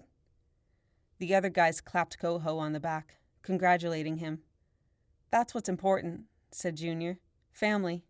When this is all over, I'm going to settle down and have a few little ones. I think you need a girlfriend first, said Spio. The guys burst out laughing. Junior scowled. Not like any of you cods have girls back home. I'm working on it, said No Beard with a roguish wink. What about you, Lissy? Said Coho.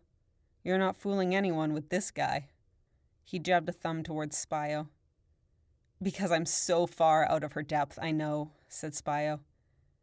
Anyone back home? Said Coho. I poked at a plastic bottle beside me.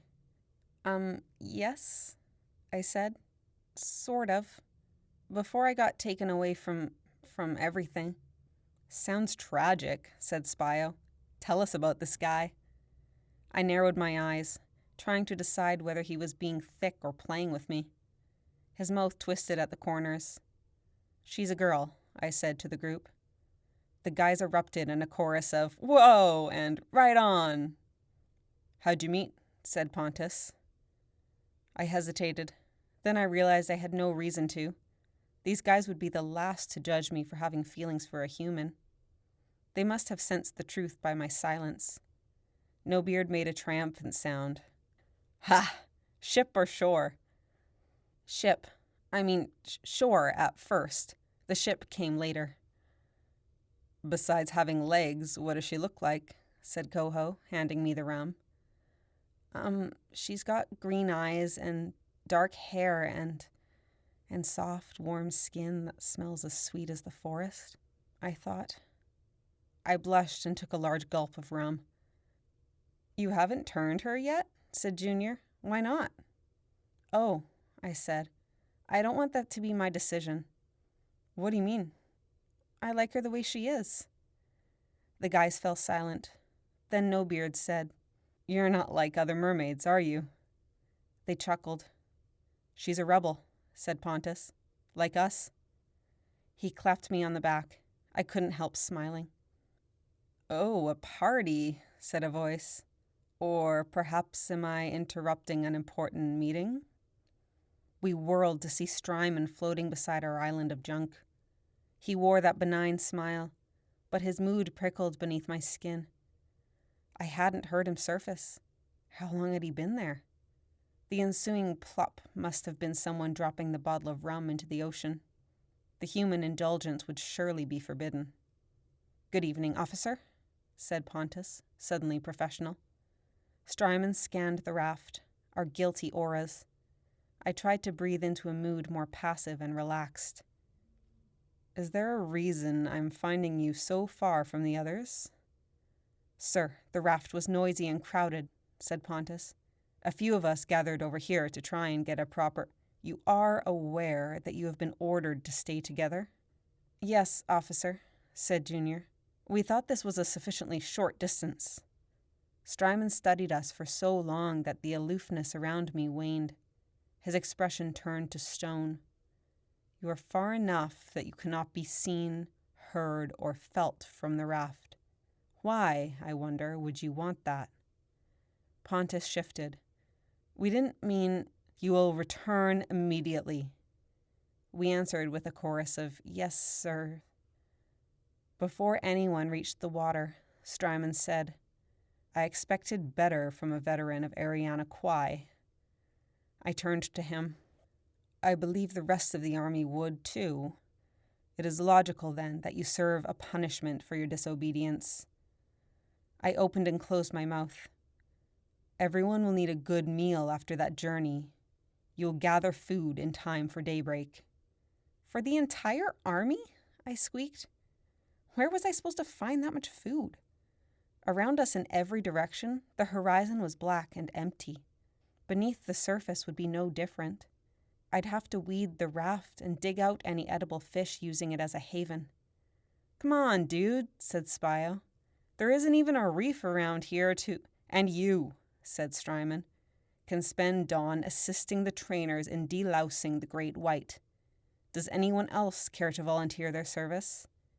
The other guys stayed quiet.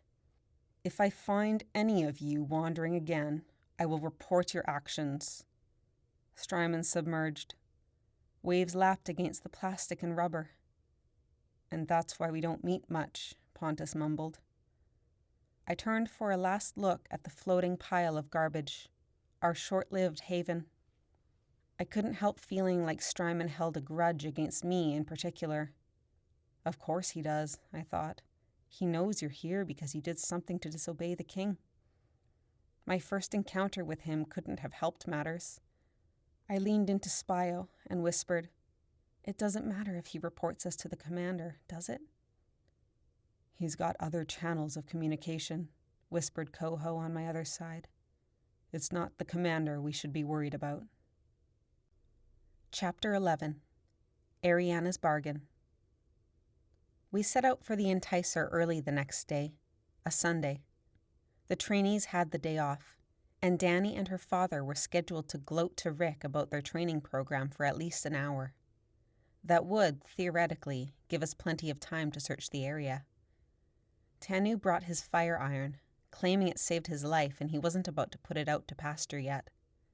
We stopped in the clearing where the ship waited, ancient and crumbling as always. The training area hadn't changed in years, apart from the blackened remains of the fire pit Aneth had tripped over. "Let's look around a bit," I said. I ignored the nagging doubt that we wouldn't find anything. The area had been so overused throughout the years that the dirt had been trampled into near clay. Even ferns and grass didn't grow. The ship's deck sagged in the middle, the railing chipped and battered. Anything worth discovering would have been discovered long ago. Or maybe it was just that no one had been searching in the right place. Under a blanket of low clouds and towering cedars, a chill settled in the woods. A raven cackled at us from the edge of the clearing. I glanced sideways at it, feeling watched. Ravens were too smart, infamous for learning pesky behaviors like stealing. We started around the outskirts of the ship, pushing leaves and twigs out of the way to check for anything strange where the hull met the dirt. The ship seemed to have sailed right through the earth before settling in its place. Turning up nothing, we split up. I stomped on the dirt around the clearing, listening for hollowness that might indicate a trap door. Tanu knocked on the surrounding trees. Aneth crawled around the deck on all fours.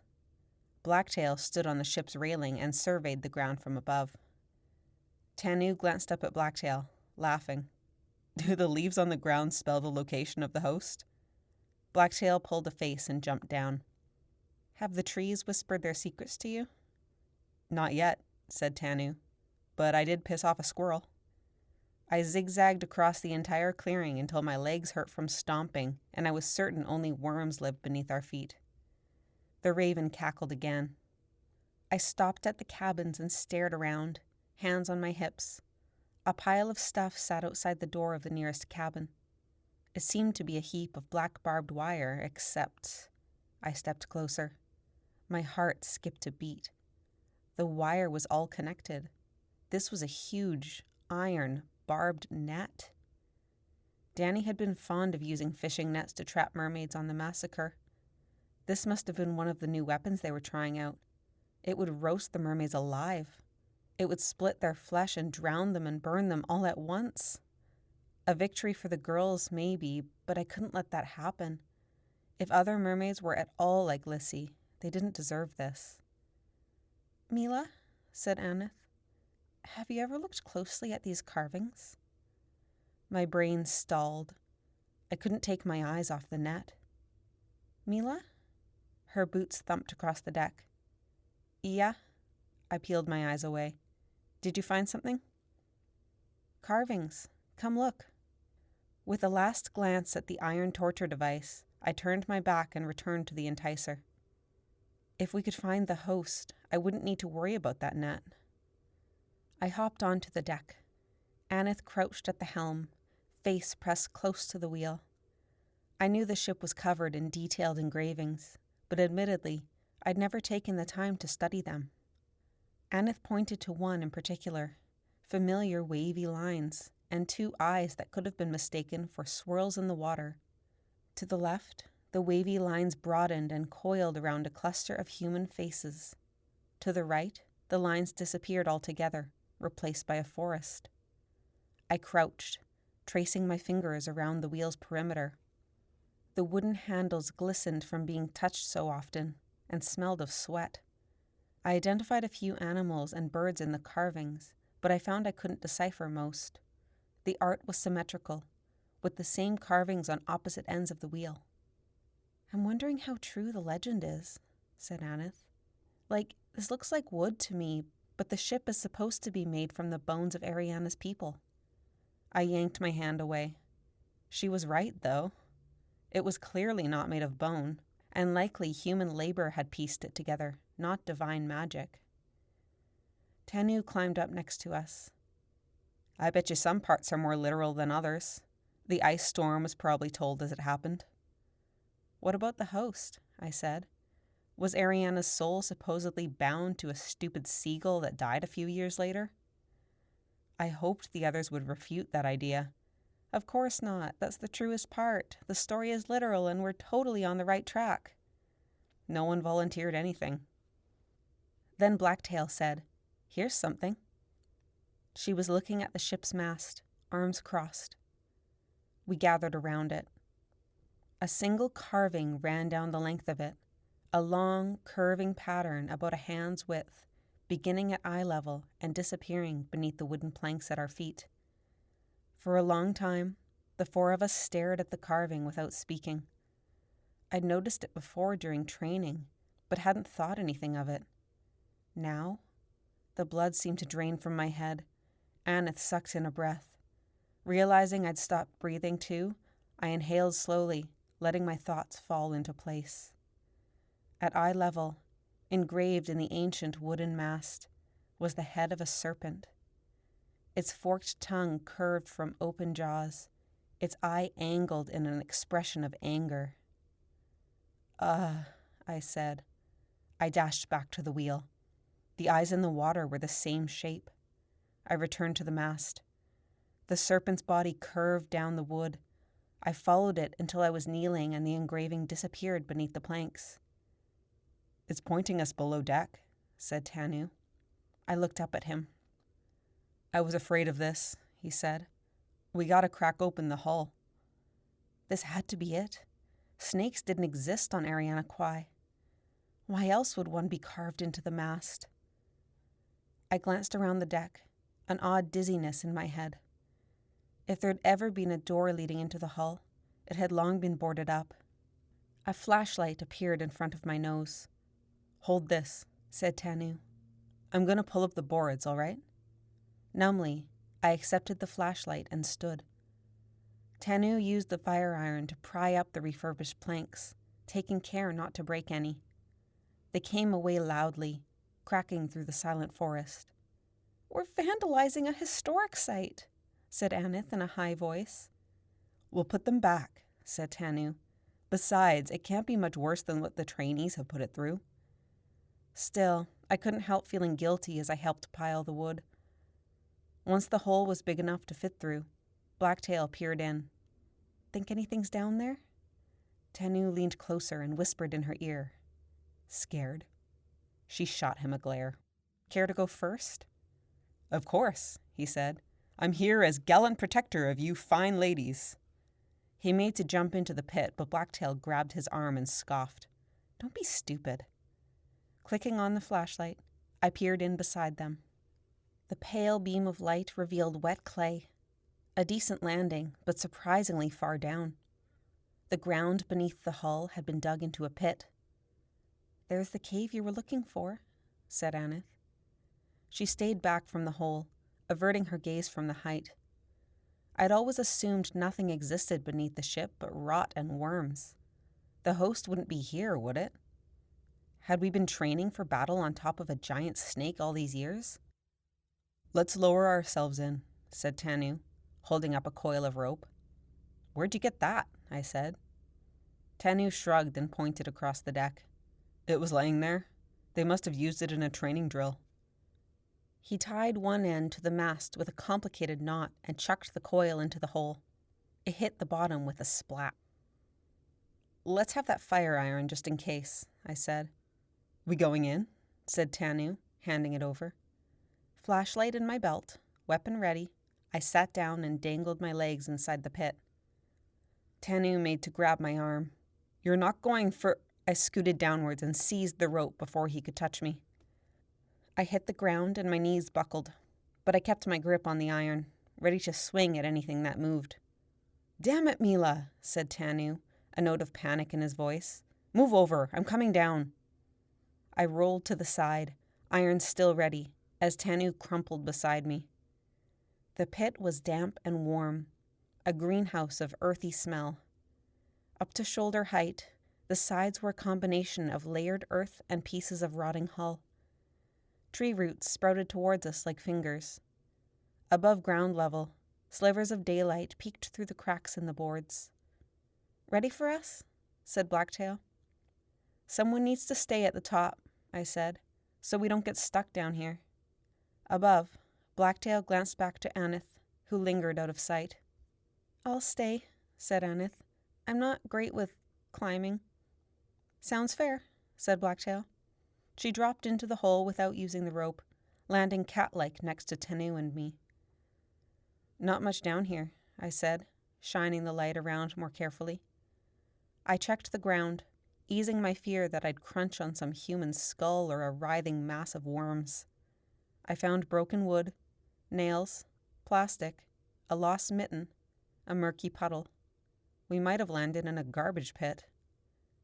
Stepping slowly, I lifted the light to the walls of the hull. Tanu followed, running his hands along the grimy surfaces.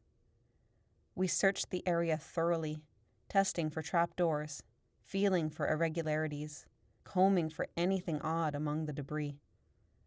I examined a clay bowl that looked like it might belong in a museum, wondering if the ship had living quarters at one time.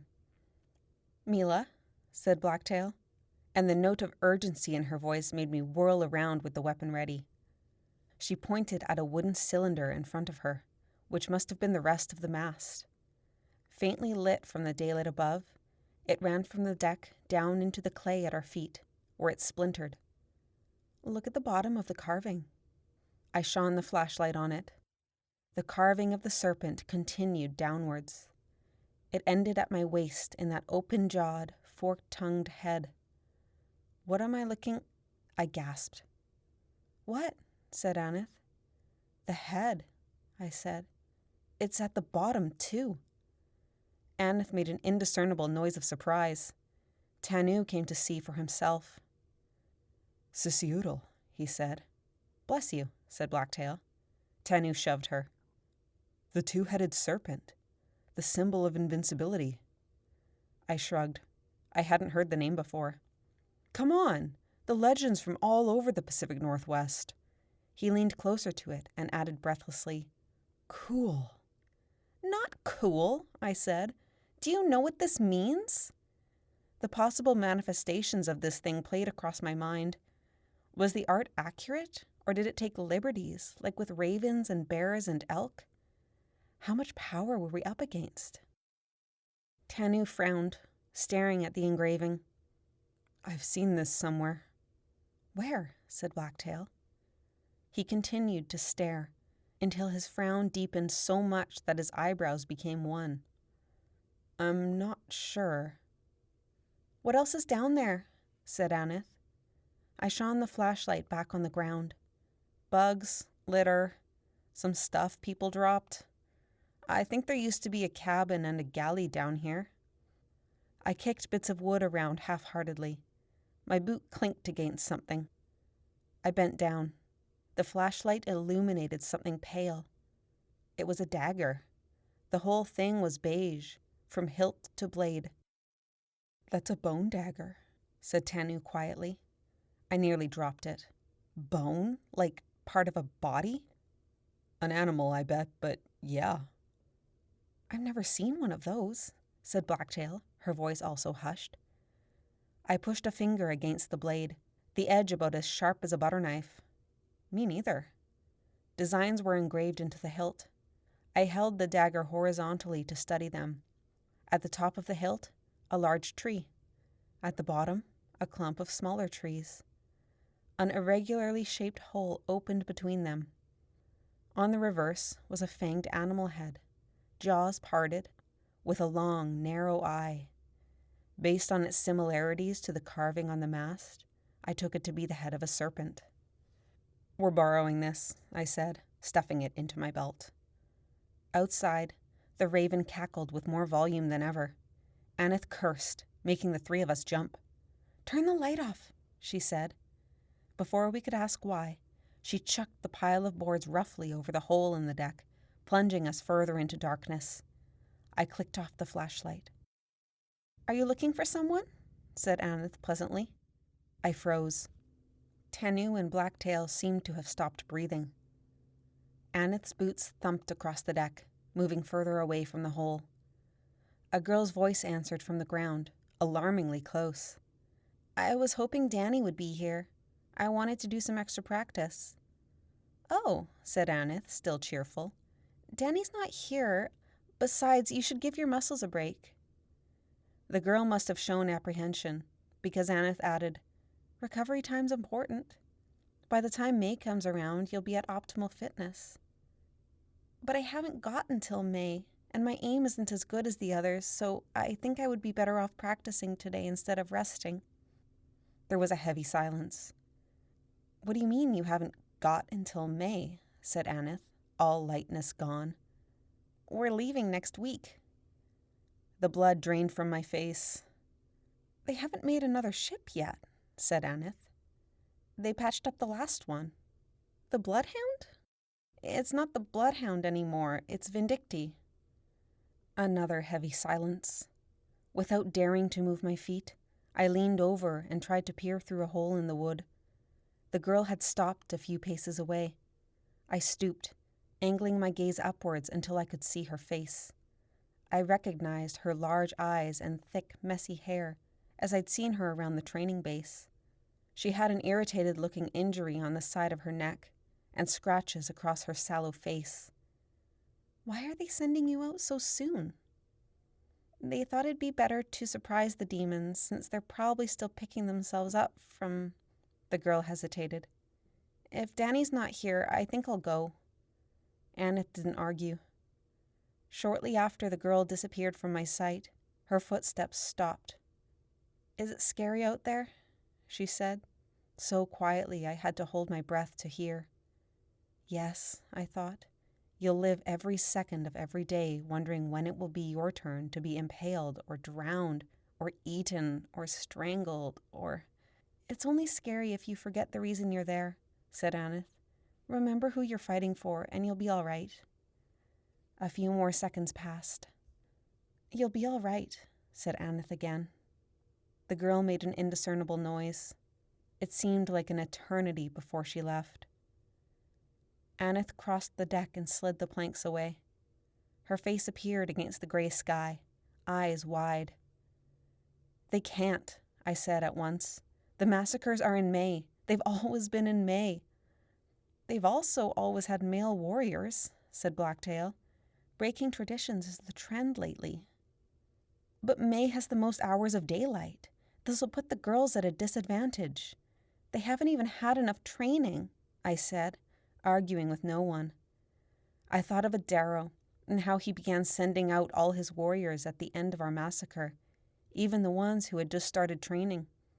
He wanted more warriors attacking us, no matter what the cost. Now we were doing the same. And the iron nets. What'll happen when they go out with those iron nets? No one had words of reassurance. Adaro had threatened to destroy us if he found another of our ships over his city. He would view an early massacre as a betrayal from me. This war is out of hand, I said. Blacktail made a small noise. She looked as solemn as ever, with the daylight from above accentuating the pockets under her eyes. Tanu stepped towards the dangling rope. I guess we'd better hurry up and find this serpent. Where? I said bitterly. Tanu's eyes darted around as he considered. Blacktail chewed her lip. Yes, that was our starting point, but we were no closer to finding the host. Would we even be able to do it in time? I felt like that iron net had been dropped on top of me. I pulled the bone dagger from my belt and turned it over. It must be significant somehow. I even felt a strange sense of familiarity looking at it. I poked my fingers through the hole in the hilt, wondering about the design. Was something supposed to be here? A precious stone, or maybe something that decayed and fell out over time? What are you smirking at? Said Blacktail. She was looking at Tanu, whose smile tugged at the corner of his lips. I remember where I've seen the two-headed snake. Where? Said Blacktail and I together. The totem poles by the old docks. The biggest one has a serpent head at the top, and another upside down at the bottom. Blacktail gasped. It does! Tanu shook his head in disbelief, staring at the engraving on the mast. We're looking for history. The totem poles have our history carved into them. Why didn't any of us think of it?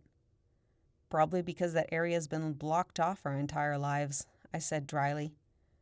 I'd seen them from a distance once as a child, back when Nihilus was alive. He promised to take me to see them up close when he returned from the massacre, after he'd killed all the sea demons for me.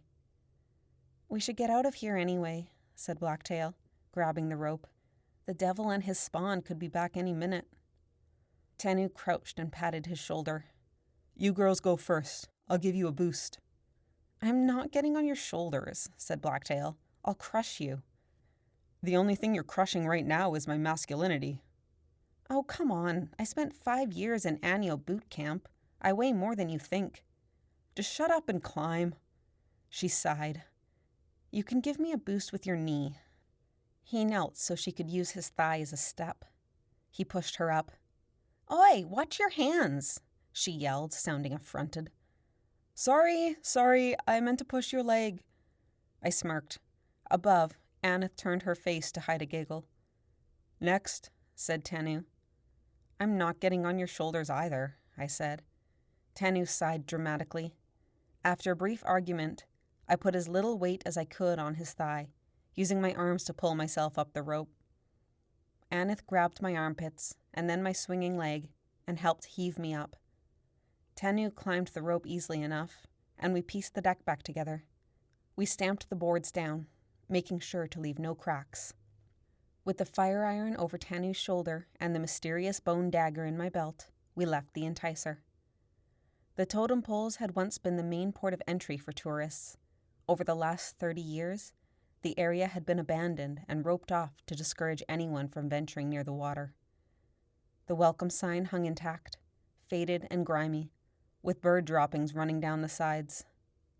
We hope you enjoyed your time on Eriana Kwai. The message was written in multiple languages, welcoming people from all over the world. I scowled. As we crossed the gravel that was once a parking lot, the wind picked up, moaning in my ears and making it difficult to hear anything else. I folded my arms against the cold. Without the canopy of trees to protect us, a sticky mist clung to my face and hair. Cedar logs marked the edge of the parking lot. The cultural center crumbled beyond that, a lawn out front that had not been mowed in 3 decades. A faded closed sign hung on the door. What's in there? I said. The window was opaque from grime, with a rock-sized hole in the middle. I peered through, but saw only darkness. Museum, dining hall, art gallery, said Tanu. Probably a few rats. Museum, said Aneth. Do you think it has information about Eriana? It's aimed at tourists, so you'll be more likely to find a miniature replica of the totem poles so people can take funny pictures. We continued on, stepping over a line of rope to get to the totem poles. They stood at the edge of the grass, before the earth turned to pebbles and dead seaweed. The tide was halfway in, far enough that we wouldn't be splashed by waves, but close enough to pose a threat. I scanned the shoreline as Tanu led the way. The horizon was grey, the world below desolate. A seagull cried from a dropping-strewn buoy, barely audible over the wind. Blacktail gripped her dagger, eyes glued to the crashing waves. Don't trust your ears, she said. Keep an eye on the shoreline. Tanu stopped in front of the largest totem pole. One serpent towered over us, another one upside down at our feet, with several animal figures locked between the two heads. The poles might once have been painted in rich, deep hues, but now they were faded and chipped. We combed the area the same way we had done the enticer. I knocked on the poles as Tanu had done with the trees, but I wasn't sure what to listen for. Hey, Tanu? I pressed my ear against what happened to be the side of a raven's head. This one sounds different when I knock on it. Is that because it's bigger? Ah, he said wisely. That's because this particular one was carved on a Tuesday afternoon. I straightened, eyeing him. Let's see, he said, jabbing me in the ribs. He pressed his ear against the raven. Wow, the totem looks just like you, said Blacktail. He pulled away and studied the figure. You mean my large and manly nose? Or is it the dark and mysterious eyes? She pulled a face. Tanu clapped a hand over the beak. You know what, Meela? You're onto something. This one's hollow. I grinned. The question is, how do we see inside? He said. The four of us circled the pole, pushing and pulling different pieces, trying to see if anything opened. Wait a minute, said Aneth. She backed up a few paces, eyes fixed on the topmost serpent. Her mouth fell open. What? I backed up to stand next to her. Look at the way it's carved. The serpent's tongue, the bear's open mouth, the raven's beak, the horns of whatever that thing is. A deer, offered Tanu. Sure. Well, I think we have to climb it. I gasped. Aneth, you're right. Every totem has something to step on. I placed my foot on the snake's curled tongue and my hands on the raven's beak. Hold up, said Tanu. I don't know if that's a good idea. Already off the ground, I looked down at him. Why not? It's windy and you're about to climb a slippery wooden pole. I stepped one higher into the bear's open mouth. We'd trained climbing masts for years. I wasn't afraid of falling. Meela, stop, said Tanu. Let me do it. I stepped on the raven's beak. No, I should climb it, said Blacktail. I'm the smallest. You can catch me if I fall. With what? Said Aneth. We should get a tarp or a blanket. This isn't safe. Good idea, said Tanu. We can... He sighed. I was already halfway. I kept my eyes on my hands, knowing my legs would betray me if I looked down. A gust of wind pushed me away from the pole. I tightened my grip. I didn't stop until coming face to face with the angry eye of the serpent. Clutching its forked tongue with both hands, I could see further down the beach than before. The only life besides us was a bald eagle fighting 3 crows a short distance away. Feeling around the pole with one hand, I traced my fingers along the creature's mane of horns, fumbled down the back and around the sides, and pushed against the wood. There's nothing, I muttered, feeling around the back of the head one more time. I'm coming down. Then the wood shifted. I pushed harder. It was loose. Ha! I shuffled around the pole, using the short wings of a saw-whet owl as a foothold. A voice yelled at me from below, but I couldn't make out the words over the wind. What? Regrettably, I looked down. My stomach squirmed, and I reflexively pressed my body against the pole. Did you find something? Yelled Aneth. Maybe. The wood here is loose. She yelled something back, but it was lost in the wind. A rectangular panel had been cut into the pole. I dug my nails into the crack and worked my fingers around it. It slid to the left. I kept pulling until it opened enough that I could peek inside. The totem pole was hollow, but I saw only the other side of the trunk. My body trembled from some combination of exhilaration, the cold mist, and my straining muscles. I stuck an arm in and felt around, trailing my hand along the rough insides. Something rolled beneath my palm. I ran my fingers across it. Twine. I pulled, feeling the weight of something dangling at the other end. Excitement bubbled in my stomach. Someone really wanted to keep this hidden. I used my teeth to hold the twine while I pulled it up, bit by bit, until I reached the end. It's parchment, I said, more to myself. Several pages of tan animal skin parchment had been tied to the end. I slid the roll from the loop and stuffed it down my shirt for safekeeping, then fitted the door back in place. I climbed down, moving slowly.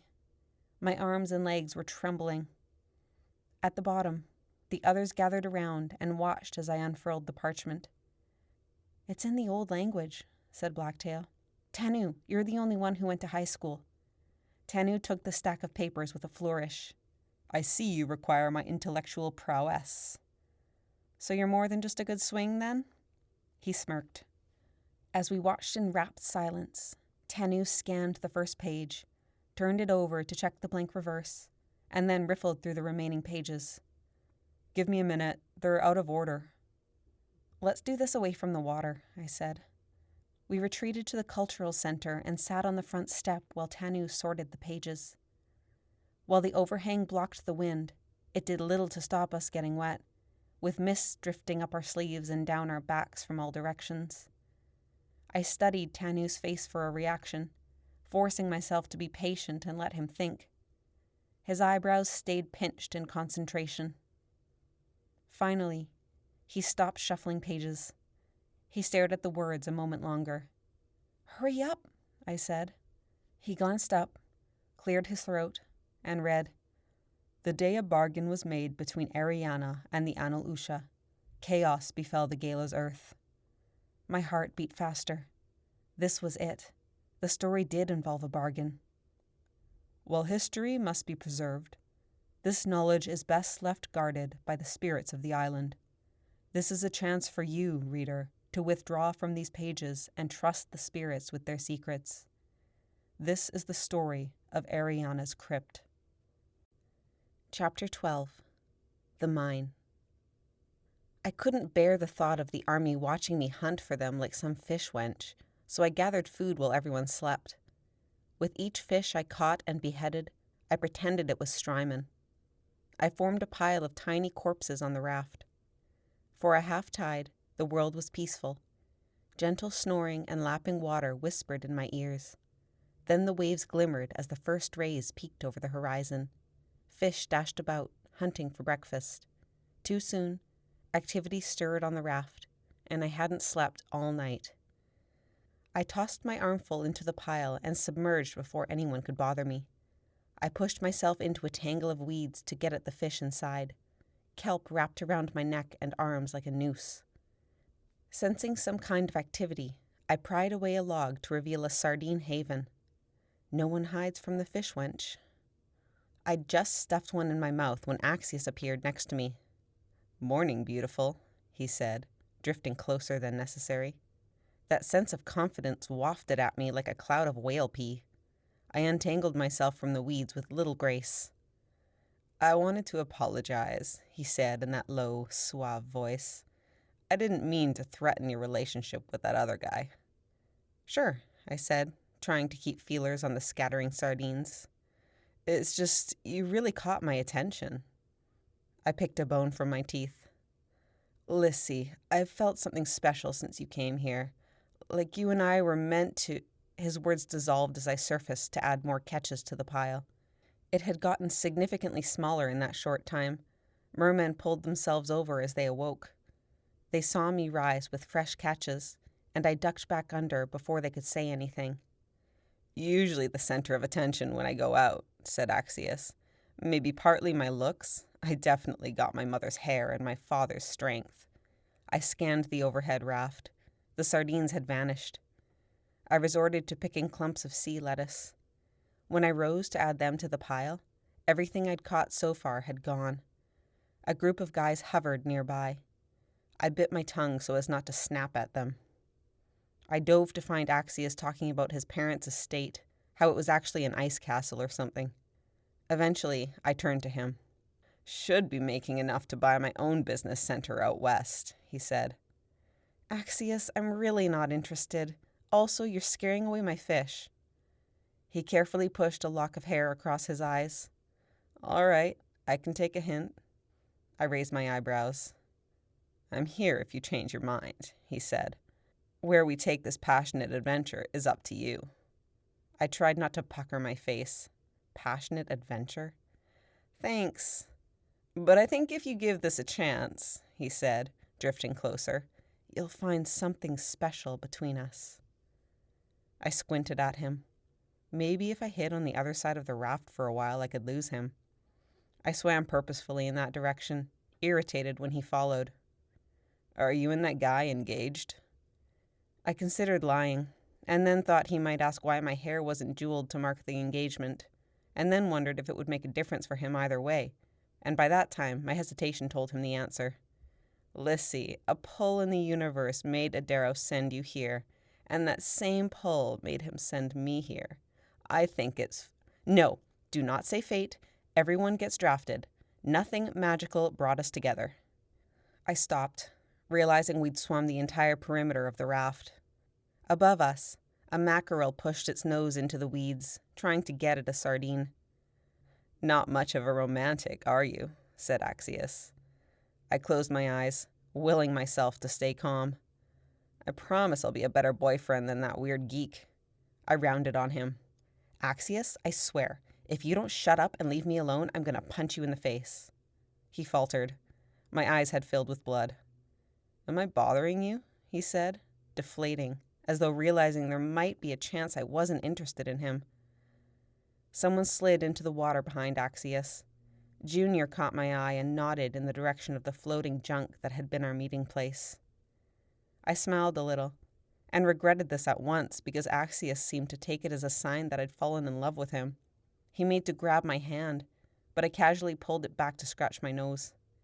When this is all over, Lissy, I'd like to introduce you to my parents. My mom has a great place up in the Bering. You'd love it. We've got dolphins. I could teach you sports.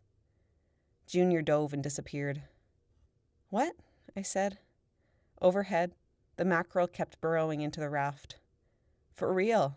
You can see them when you come stay with me. I didn't have time for this. The guys would meet without me. I needed to get rid of this suckerfish. No, I said. I'm not coming to stay at your weird dolphin ranch. Why not? Abruptly, I snatched the mackerel from overhead and bit it behind the skull, killing it. Look, I'm supposed to be gathering food. Can you take this up for me?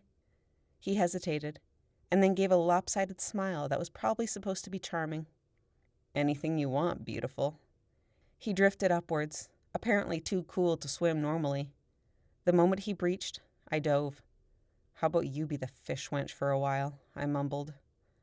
I shot away at top speed, finding a favorable current at a deeper swim. I hoped the guys had waited for me. What were we meeting about? More planning? The bottom was fathoms away, leaving me in emptiness.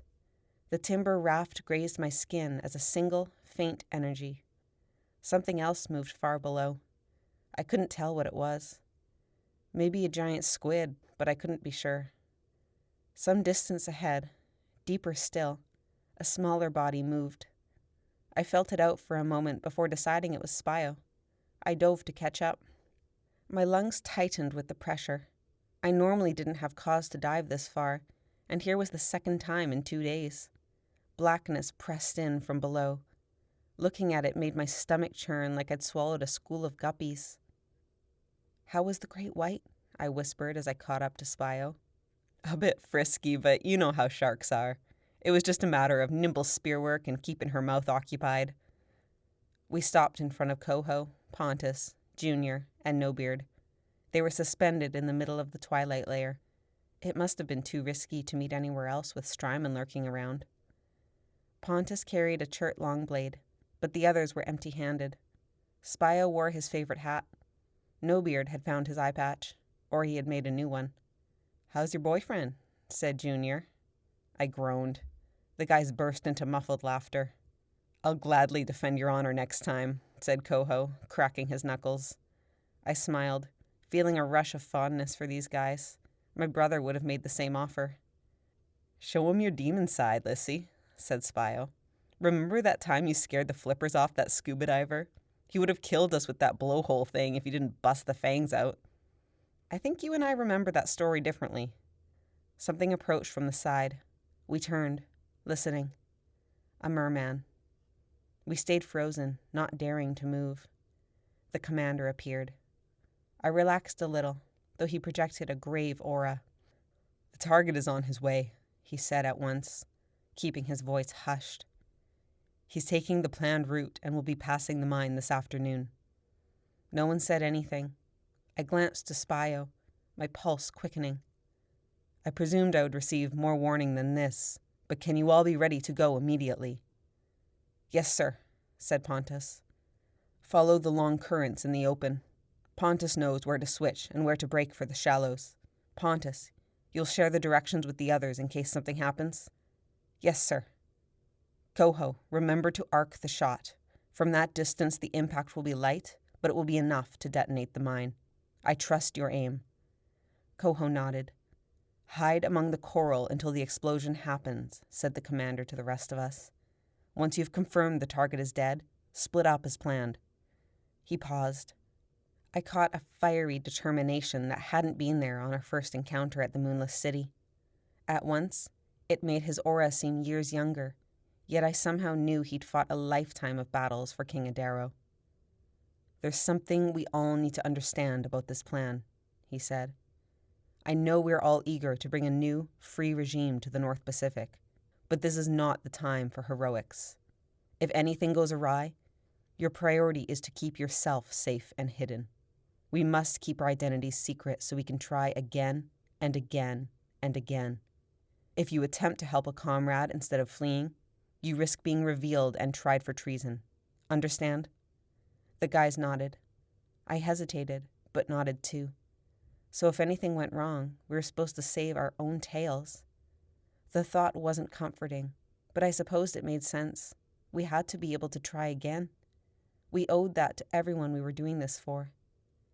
"Retrieve your weapons and anything you need for the journey. Meet northwest of the raft, just out of range. Leave immediately. Do not linger. Do not let anyone see you." When no one said anything more, the commander turned and vanished. A mixture of unease and excitement permeated the group. I couldn't tell who was feeling what. My own emotions rampaged. I felt mostly terror. This had all happened so quickly. In a matter of days, I'd gone from alone and imprisoned to part of a band of rebels. We separated so we could return to the raft from different angles. I rose slowly, depressurizing. It was just enough time to let me spiral into a full-blown panic. I was going on a mission to murder the king. What if we failed? What if we succeeded? This would be a complete upheaval. Would Adaro have loyal followers after he was dead? At the surface, I grabbed my one possession, my iron hook of doom. I'd kept it inside a tire for the night. I turned to find myself nose to nose with Axius. I groaned. "There you are," he said. "Sorry I lost you back there. I can't keep up with that streamlined little body of yours." I wrinkled my nose, wishing I'd never hear the word streamlined little body again. He seemed to have groomed his hair in the time since I'd ditched him. It fluttered across his face like a blanket of silk. "Listen, I know you have your reservations, but I feel like you're the perfect girl for me." "Ax, you don't even know me." He motioned to my body. "Well, physically, you're like bang on." "Ew." "I like your stylish carelessness with your hair and makeup. You've got more to offer, like being clever and feisty and great to talk to." I leaned around him, searching for the others. "I mean, you're the shy type," he said, "and that's okay. I like that. You're a great listener. Activity stirred on all sides. When I concentrated, I sensed a couple of bodies moving northwest. Why do you have your weapon? Said Axius. Are you going somewhere? No, I said, a bit too quickly. His eyes widened. He waited for me to continue, for once more interested in listening than talking. I need to take this for inspection, I said. Oh, thanks for reminding me. I'll go with you. I need to get a replacement. Broke mine in half during the battle. He drifted closer, waiting for me to lead the way. This guy was worse than a parasite. Do you, have the pieces? I said. Part of the handle. You should see it. Good, I said. They won't give you a new one without proof that the other's destroyed. Otherwise, they think you're hoarding. Since when? I shrugged. Don't ask me. I'm relaying what they told me when I arrived. You're a smart girl, I'll wait here while you get it. His face seemed to melt into childish delight at the prospect of my waiting for him. I almost pitied him. Almost. I was thinking, go!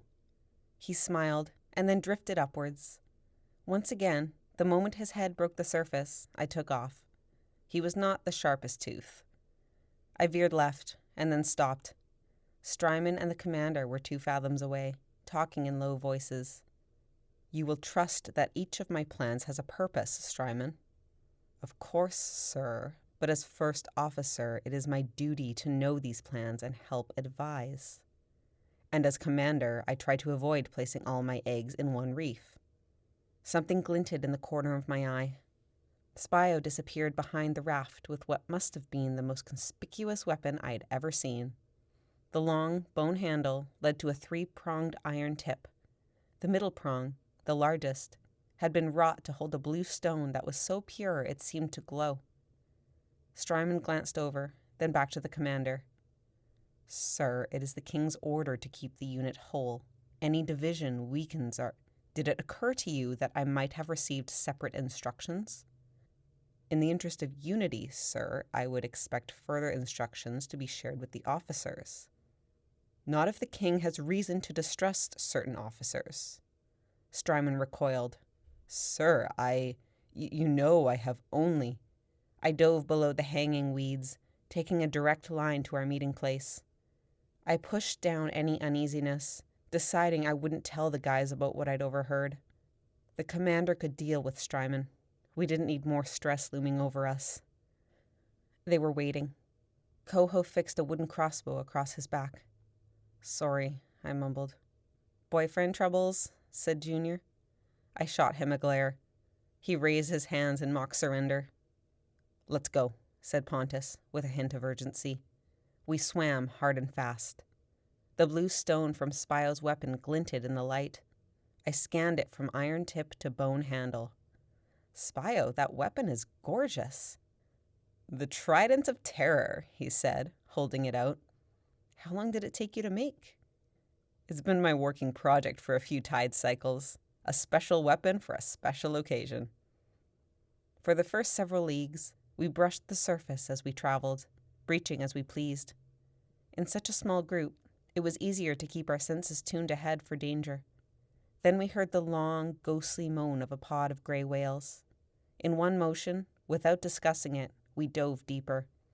We swam along the lip of the canyon we'd followed on the way south. I kept my weapon on the opposite side of my scar, trying to avoid the sting of holding the iron too close. Still, as we passed over that unseen shipwreck, my skin prickled and my scar burned. I clenched my jaw.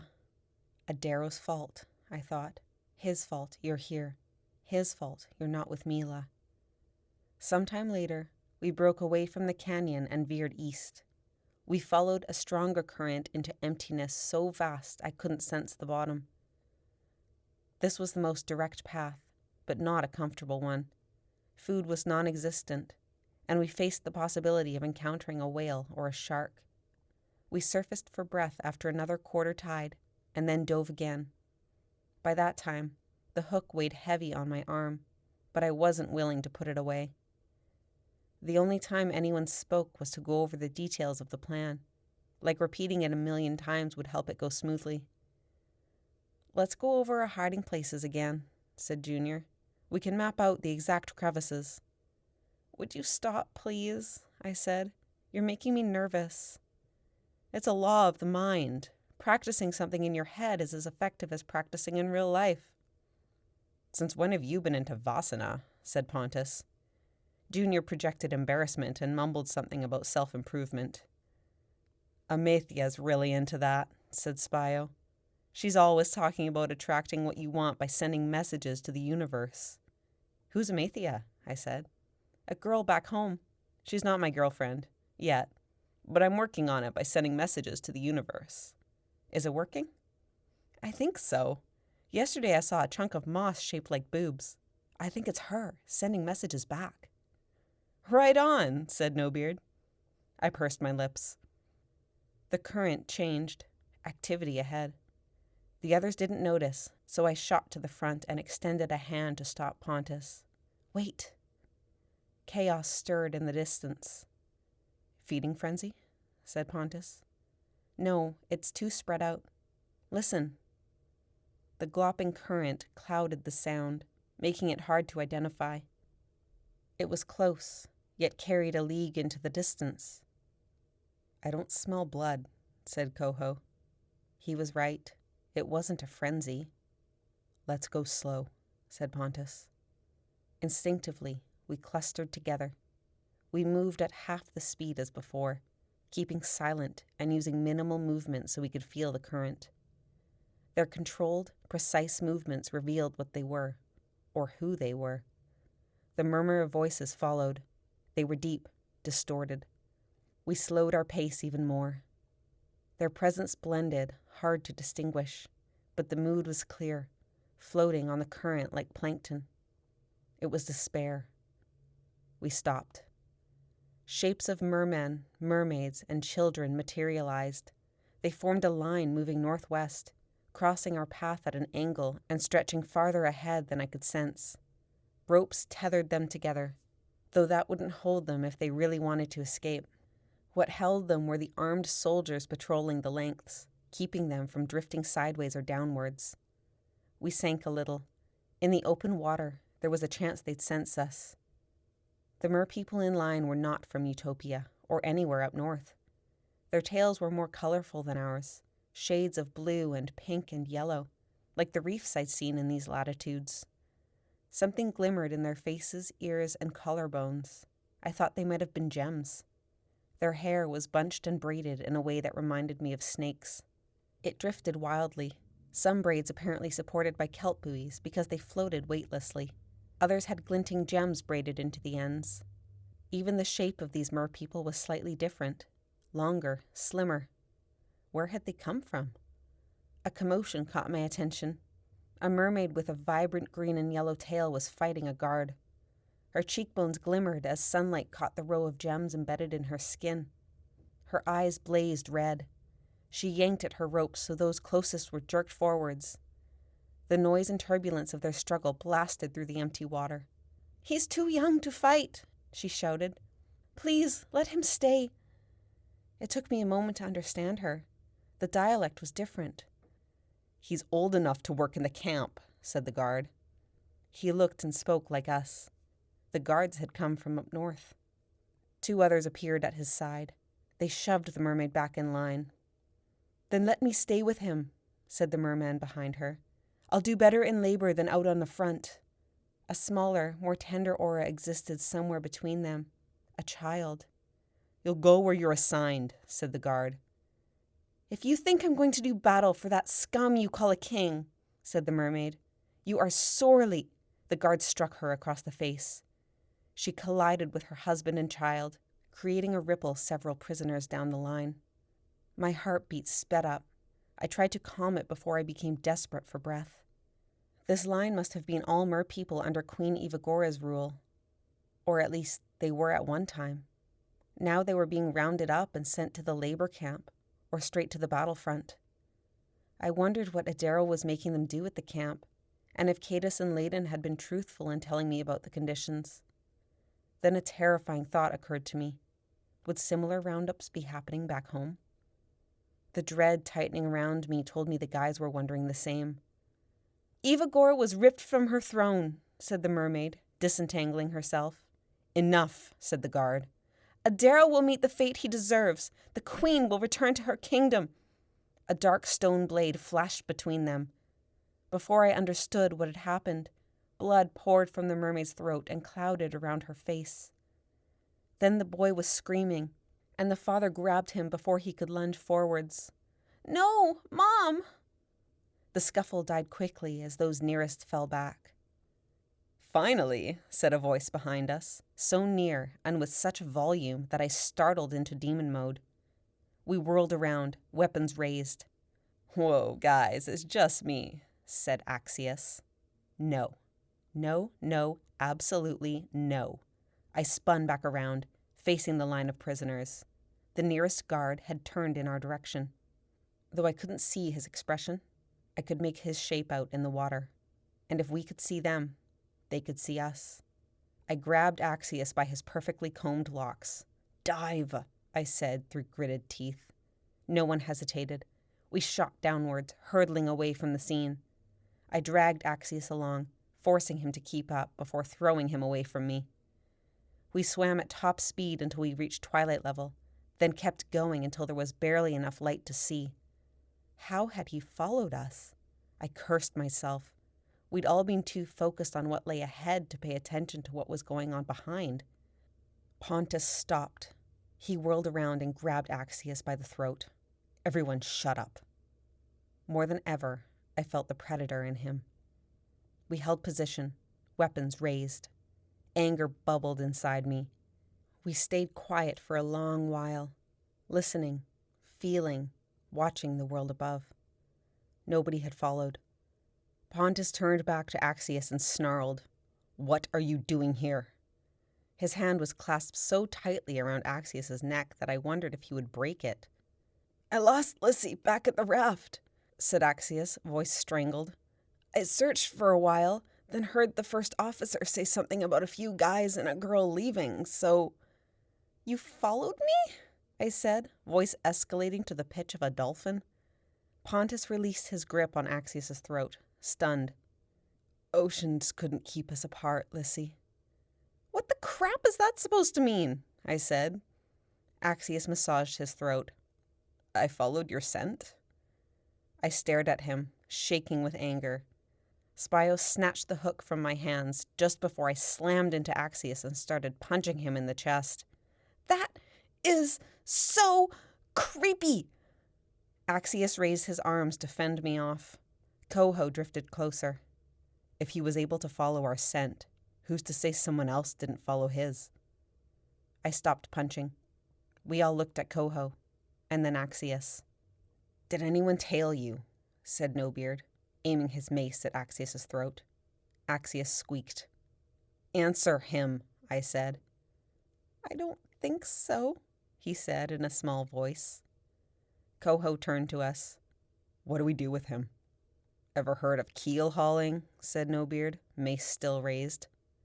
"Oh, the Trident of Terror can have its inaugural stabbing," said Spio. "We aren't killing him," said Pontus. "We'll send him back." "We can't send him back," said Junior. "He probably overheard everything." Nobeard jabbed Axius in the throat. "Did you?" "Yes." Axius pushed the weapon away. "Everything. And now I know." His eyes found mine, dim red orbs in the blackness. "You weren't really going out with Spio." Something incoherent burst from my mouth, like a muffled scream and 8 different swear words. I wrapped my fists in my hair. My frustration reached beyond his relentlessness. I couldn't believe our plan was at risk because of him. Because of me. I was already the spotted fish in this group. Now Axius had to force himself between them and me. The others probably wished they hadn't let me come. Axius turned back to the guys. "I know you're going to kill someone at the mine. I'm assuming it's important or this mission wouldn't be a secret." "Wait," said Pontus. "You don't know who our target is?" Axius didn't respond. The blanket of stress dissipated a little. Nobeard lowered his weapon. "Lissy," said Axius, "if you let me come with you, There's something important you should know about the mine. I bared my teeth. Liar. But he wasn't. I wanted to send my fist through that air of bald earnestness. I've been to the Moonless City before, he said. My mother took us all. I don't care about your family vacation. Tell me what you know about the mine, Axe. Not until you agree to let me come with you. I glowered at him. Cover your ears and hum, said Pontus. Don't stop until we let you, or you're dead. Unrattled, Axius did as he was told. The rest of us grouped together. You think he's serious? Said Spio. He is, I said. We should let him come. He could be useful, said Pontus. That grog for brains will wreck our plan, said No-Beard. It's not like we can send him back. He might blab, said Junior. Or Strymon could interrogate him, said Pontus. So what do we do? He's a risk either way, said Coho. I say we send him home, I said. Of course you do, said Junior. No, listen. I dropped my voice to barely a whisper. His family is well off under Adaro's reign. I haven't had any indication from him that he'd want to, I glanced at Axius. He was still humming tunelessly, hands over his ears, looking like a complete cod. He's not going to be into the plan, I said. But what about whatever he knows about the mine, said Coho. We'll beat it out of him. Coho laughed. I shrugged. I was being serious. He's still our ally. We're not going to beat him into a blob of algae, said Pontus with an air of amusement. If we send him back, we could try bribing him into silence, said Coho. With what? I said. There was a pause. All eyes landed on me. I backed away. Nope. Just tell him you'll go out with him, said Junior. You don't actually have to do it. Yeah, said Spio. Where are you going to go for a date anyway? I scowled. He wasn't supposed to side with them. I considered our options. We could let him come with us, or we could send him back and do our best to ensure his silence, which might not work anyway, knowing Strymon's determination. As far as I was concerned, this was a lose-lose situation. I snarled. Fine, he can come, but you understand he absolutely cannot know who our target is. Pontus shrugged. He might be into it. No, he won't. I tried to read each of them, hoping they believed me. I caught Spio's eye. He nodded. They all turned to Axius. Also, you fish faces have to keep him away from me, I said. Deal, said Junior. Aye, aye, said No-Beard.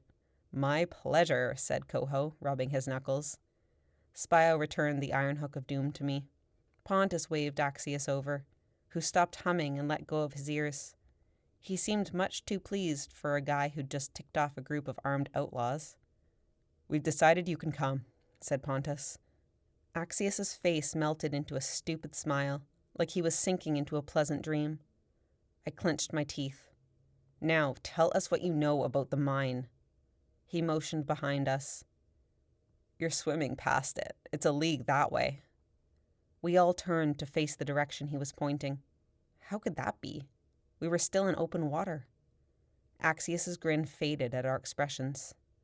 Pontus shook his head. I was given directions from someone who knows what he's talking about. He said to keep following the currents until we feel the shallows. These are the shallows, said Axius. A league that way, you'll find a cliff face. The mine's on top of it. I waited for Pontus to argue, but he didn't. He looked down, plainly listening for the bottom.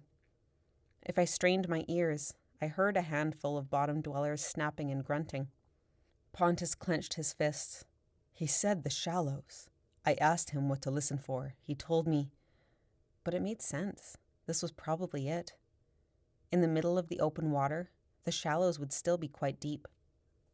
Spio placed a hand on Pontus's shoulder. It's all right, dude. The mistake belongs to all of us. Pontus shrugged away. It's not a mistake. I would have noticed. Either way, we should get moving, said Junior. Pontus glared, but turned and led the way. Junior and No-Beard immediately flanked Axius.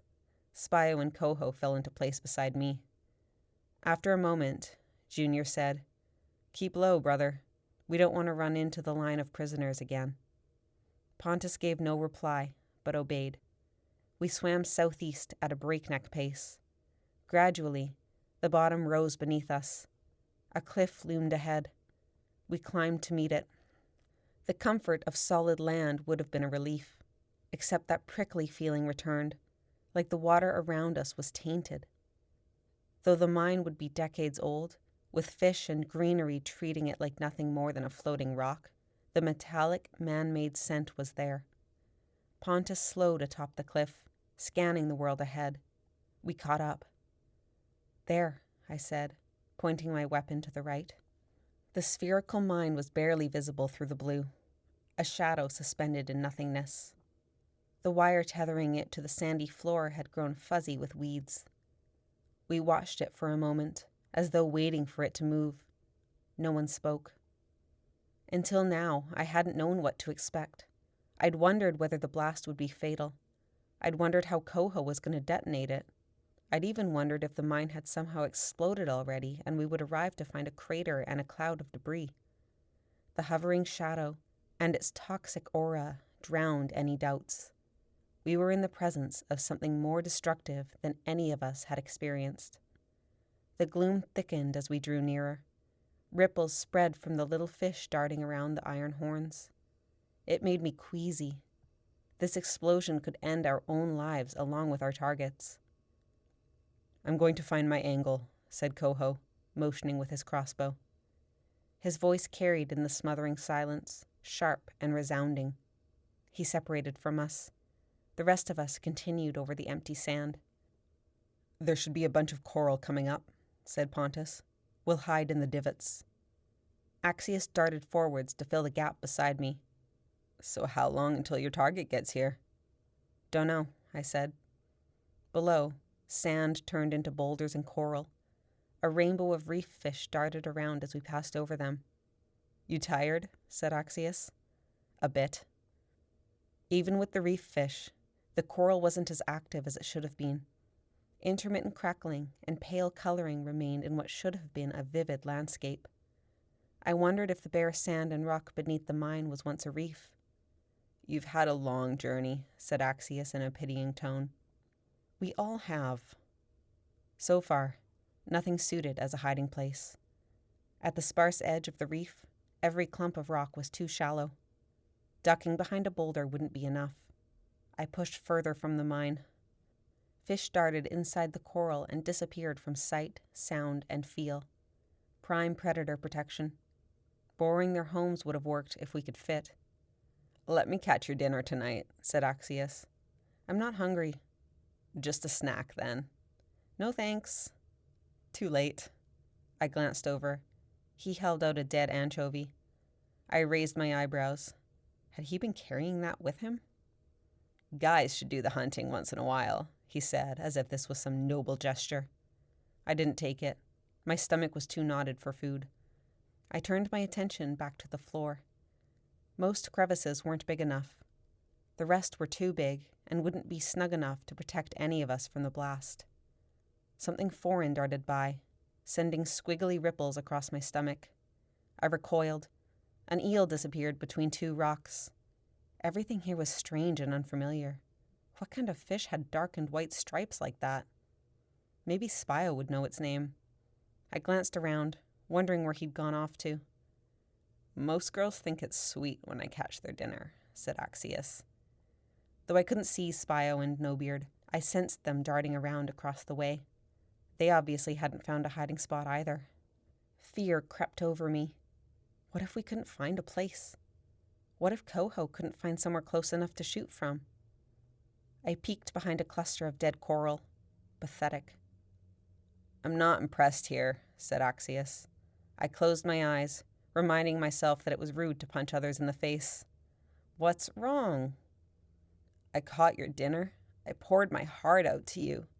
I'd expect you to take my hand, kiss me on the cheek. Show me you care, you know?"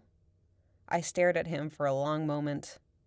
"You caught me an anchovy after I said I didn't want it." He opened his mouth to say more, but Junior and Pontus swam over. "Hey, guys," I said, a little too excitedly. "We should breach," said Junior. "He'll be here soon." I glanced to the surface. Have you found a place? Spio appeared next to them. Better do it quickly. I feel them coming. I exhaled in surprise. Spio turned northwards. We froze, listening, feeling. The sting of iron bled from the mine and clouded my senses. I pushed past it. Over the chattering fish and snapping shrimp, a larger, deeper oscillation carried. They made no sound, but the rhythm of their tails was distinct. Controlled, precise movements grazed my skin. Was it Adaro's crew or another group of travelers? I caught myself hoping it wasn't Adaro. We'd been trekking all day, but in that time I still hadn't mentally prepared myself. "Hide," whispered Pontus. We scattered. Panic struck me from every direction, blooming across our group like algae. Axius tried to tail me, but Spio tugged him away. Pontus, Junior, and Nobeard shot in the other direction. I brushed close to the rocks, searching frantically. I passed boulders, flecks of coral, and swaying anemones, none of it useful. A few fathoms ahead, Spio disappeared behind a dead ledge of coral, forcing Axius down with him. Good. Hopefully he'd keep Axius hidden so that Cod wouldn't see what was happening until it was too late. But where would I hide? The group was close enough to distinguish. At least 20 of them. I glanced over. A dark shadow closed in. I was out of time. Would Spio and Axius have room for me? I'd have to try and squeeze in. I streaked towards them. As I swam over the next cluster of boulders, I stopped short. They formed a tight semicircle. The middle one slanted inwards over a rut in the sand, providing a small cave that faced away from the mine. I would fit if I curled my tail in front of me. I dropped and wedged myself inside. I kept as still as the rocks, listening, trying to feel beyond the sting of iron. My wake dissipated. Mostly males, but at least 2 females. Something moved to my right. Coho. I leaned out of my hiding place. He was in the open, unloaded crossbow in hand. He seemed to be searching for somewhere to hide. Why wasn't he preparing to shoot? I waved my tail. The current caught his attention. He darted over. I moved my weapon so we could both fit, stabbing it into the sand. Coho squeezed into the tiny cave beside me. I jabbed him in the ribs and raised my eyebrows. He shook his head, pointing over our shoulders. Was this a false alarm? In such close contact, Coho's fear seeped into me, making my heart pound faster. I leaned over, barely enough to see past the rocks. My eyes found Adaro. His tangled hair flowed behind him, matted around the 6-pronged crown on his head. The others surrounded him, keeping him safely in the center as they traveled. Yes, even a skilled assassin would have a tough time shooting iron through his heart. This was the only way. We had to take them all out at once. Guards made up the outer ring, each carrying an argillite longblade. My jaw tightened when I saw Cadus and Layden. Those flanking Adaro inside the ring were adorned with jewels and didn't carry any weapons. They must have been the ones the guys had mentioned. Chief Administrator, Secretary, and whoever else. My eyes locked onto a mermaid, curvy and tan-skinned, with immaculately groomed black hair, a headband of white pearls, and red lipstick. She turned her perfectly shadowed eyes in our direction. I leaned back. Coho's racing pulse told me everything. "Ephira?" I mouthed. He nodded. She swam within an arm's length of the king, protected by the ring of guards. If the blast killed Adaro, it would kill her too. I worried the entourage would feel my pounding heart the same way I felt Coho's. I kept as still as the rocks, not even daring to exhale. Their presence grew stronger. They were close to the mine. We were going to miss our chance. But how could Coho shoot when his wife and unborn child were beside our target? At the thought of his children, I grabbed Coho by the wrist, as though to stop him from pulling the trigger. What could we do? Could I make a diversion to give Ephira a chance to flee? Would she take the opportunity if I did? The combination of panic, the iron-tainted water, and a desperate need for oxygen sent a wave of dizziness to my head. They drew level with the mine. A disturbance pushed the water in front of us. I straightened, listening. Coho didn't seem to feel it. His head was turned, facing the back of our cave as though he could see through it. Something pulsed again. It was a mermaid. She moved with fluid silence, and then I lost her. I kept staring. A moment later, the tiniest hint of a vibration. I barely saw her through the blue, but felt her gaze. She stared at Coho and me, motionless. Something was different about her. The current around her body revealed a longer, leaner frame. Her hair reminded me of living snakes. Something glinted from her cheek, a gemstone. As faintly as the gurgling current, I heard a whisper. I strained my ears to understand. Para la reina. Para what? She'd said it in a human dialect. I didn't know any human languages other than Eriana. I sat frozen, my pounding pulse the only difference between the rocks and me. Who was she? Why was she also hiding? A stronger disturbance brushed my skin, coming from the side. In an instant, the mermaid disappeared. I glanced over. Spio and Axius were visible from here, ducking beneath the ledge of coral. Axius was struggling. Coho noticed, too. He leaned forwards, his dread palpable. Spio fought back, forcing Axius beneath the coral. He'd realized who our target was. Layden's voice cut through the pressing silence. Do you feel... Oh, my necklace! A mermaid. They were so close that I felt the vibration from her moving lips. Was that Ephira? Sorry, she said. I see it. One moment. You weren't wearing a necklace, said another mermaid. I was. It fell off back there. Excuse me, please. The water pulsed. She'd moved away. The way our cave blocked the current made it hard to tell exactly where she was. But this was it. Coho had to act. He loaded a dart into his crossbow and leaned forwards. Your Majesty! The shout came from beside us. Axius. Coho froze. Adaro's group stopped. The changing current glopped in my ears.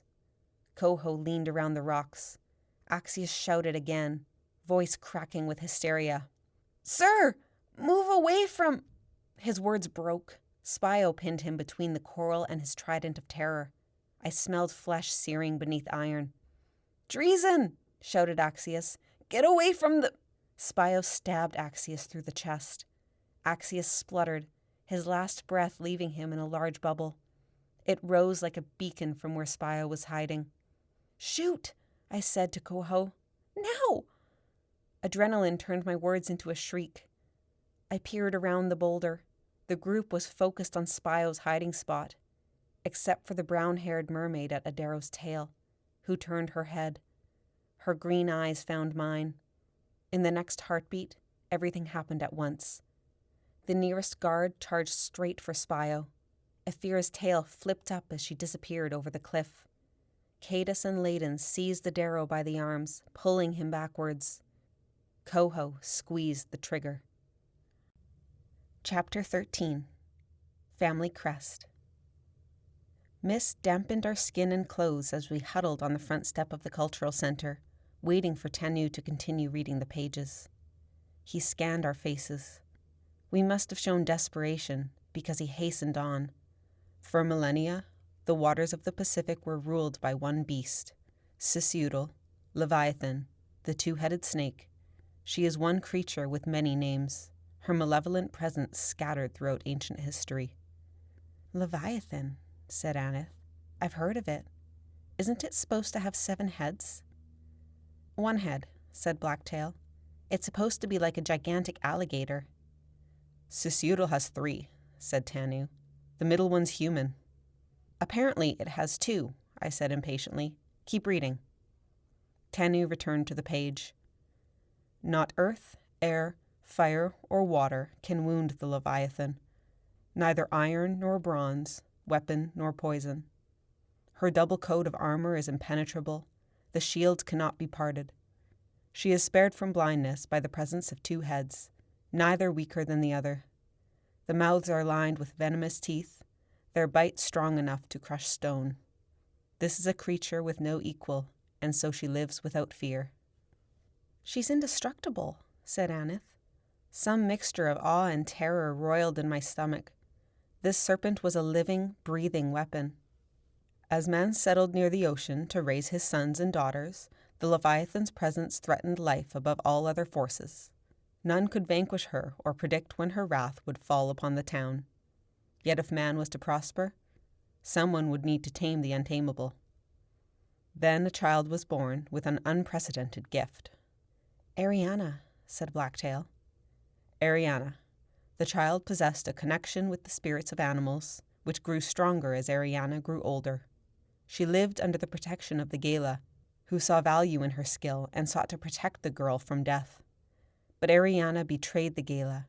She abused her gift, which struck imbalance upon the Gala's earth. That's the snowstorm, said Aneth, when she killed all those caribou. I shushed her. The three of us had leaned closer to Tanu. Angry, the Gala sent the Anil Usha to punish Eriana. The Anil Usha went to Earth, but with his own plan. He had long felt cheated by the two-headed serpent. The beast destroyed villages and killed its inhabitants before death was ready to claim them. Even the Anil Usha could not take the life of the Leviathan. But in Eriana, he saw the chance to control it. Tanu turned the page. The animal skin made no sound beneath the wind. I checked compulsively over my shoulder to make sure nothing but waves advanced on the beach. The mist had thickened, shielding my view of the shoreline. The Anil Usha made a deal with Eriana. To spare her own life, Eriana agreed to wrest control of the indestructible serpent. She followed its wake in a ship made from the bones of nature's victims. The beast churned the ocean like a maelstrom, but Eriana's ship, supported by the spirits of 1,000 people and animals, endured. She caught up to the Leviathan. As the creature reared an enormous head, preparing to strike from both sky and sea, Eriana shouted a simple command. Stop. The Leviathan, for the first time in existence, ceased her attack. She closed her jaw and raised her other head. 4 eyes as blue as the sea met Eriana's. Follow me, she said, and turned her ship homewards. The Leviathan obeyed. I knew it, I said. She's the only... It was their turn to shush me. For 3 decades, Tanu read on, Eriana lived alone on an island in the Pacific. She guided the serpent in a benign existence, using the beast to turn people away from her home. But the loneliness became too much to bear, so Eriana permitted select ships to disembark on her island. She began life anew with another family, eventually marrying and bearing 3 children. But attempts to access the island continued, once the world learned of the two-headed serpent. Sailors came from afar to see the beast, to capture or fight it, and made their home on Eriana Kwai. In time, Eriana was fatally wounded in battle. Knowing she would soon die, she prayed to the Gala for an indefinite resting place for the serpent, a crypt beneath the island where none would find it. The Gala answered her prayer and created Eriana's crypt. The crypt can be entered only by a fissure in the crust of the earth. A fissure, I said. We have to find a fissure. Aneth clapped a hand over my mouth. As Eriana guided the serpent to her crypt, a bush with leaves of kohl grew where each drop of its venom fell. But the Anil Usha was afraid to lose the only one who could control the Leviathan. He did not permit Eriana's soul to ascend to the stars as a goddess, as the Gala had intended. Instead, he bound her soul to the serpent. Host to her soul, the otherwise untamable beast could still be controlled by a mortal as long as the spirit of Eriana was a part of it. He granted Eriana the ability to leave the crypt by blood alone. To awaken her, a drop of mortal blood from a descendant of Eriana must be fed to the Leviathan's sleeping jaws. Tanu shuffled the pages, not looking at us. He mumbled to himself, rechecking the pages and their empty reverse sides. His frown deepened with each passing second. What's wrong? Said Aneth and I together. One's missing, said Blacktail. Tanu looked up at her, eyebrows knitted. Yeah. I stood. Had I dropped a page? Or had one slipped out long ago and was now lying on the ground inside the totem? I have a page left, said Tanu, but the sentences don't match up. Read it anyway, I said. Gains control of the Leviathan until death.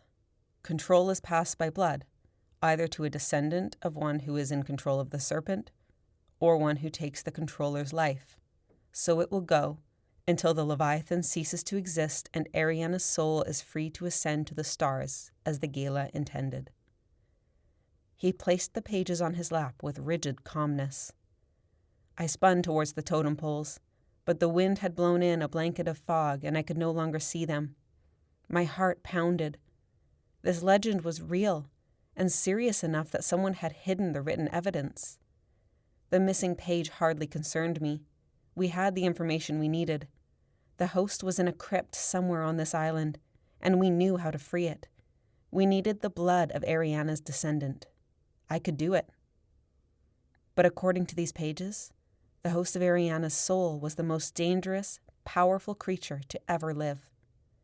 The gravity of the situation washed over us for a long moment. I crossed my arms.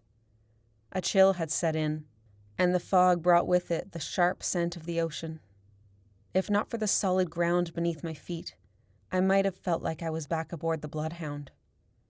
We were meddling in something much bigger than the fate of Eriana Kwai. No matter what was happening with the massacres, I couldn't unleash something this dangerous. This isn't worth it, I said. They looked up. All three bore wide, unfocused gazes that said their minds were reeling as much as mine. We can't wake a Leviathan, I said. The Leviathan. This legend is beyond us. Tanu stood. That's more reason to do it. If we don't find the host, anyone else could. So let's burn the pages, said Aneth. I'm with Meela. Let's make sure no one ever stumbles on it.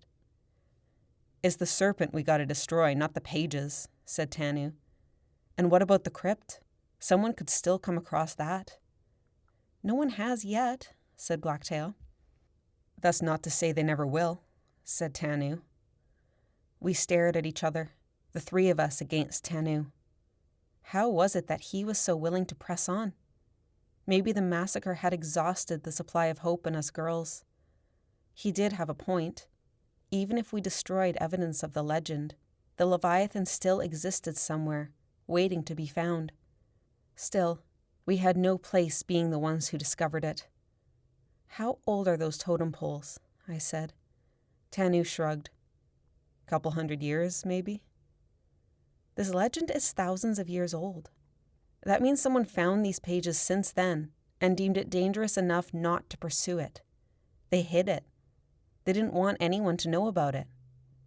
They hid it, but they didn't destroy it, he said. Maybe they were too scared to pursue it. And you're not scared? Nothing can wound the Leviathan, venomous teeth.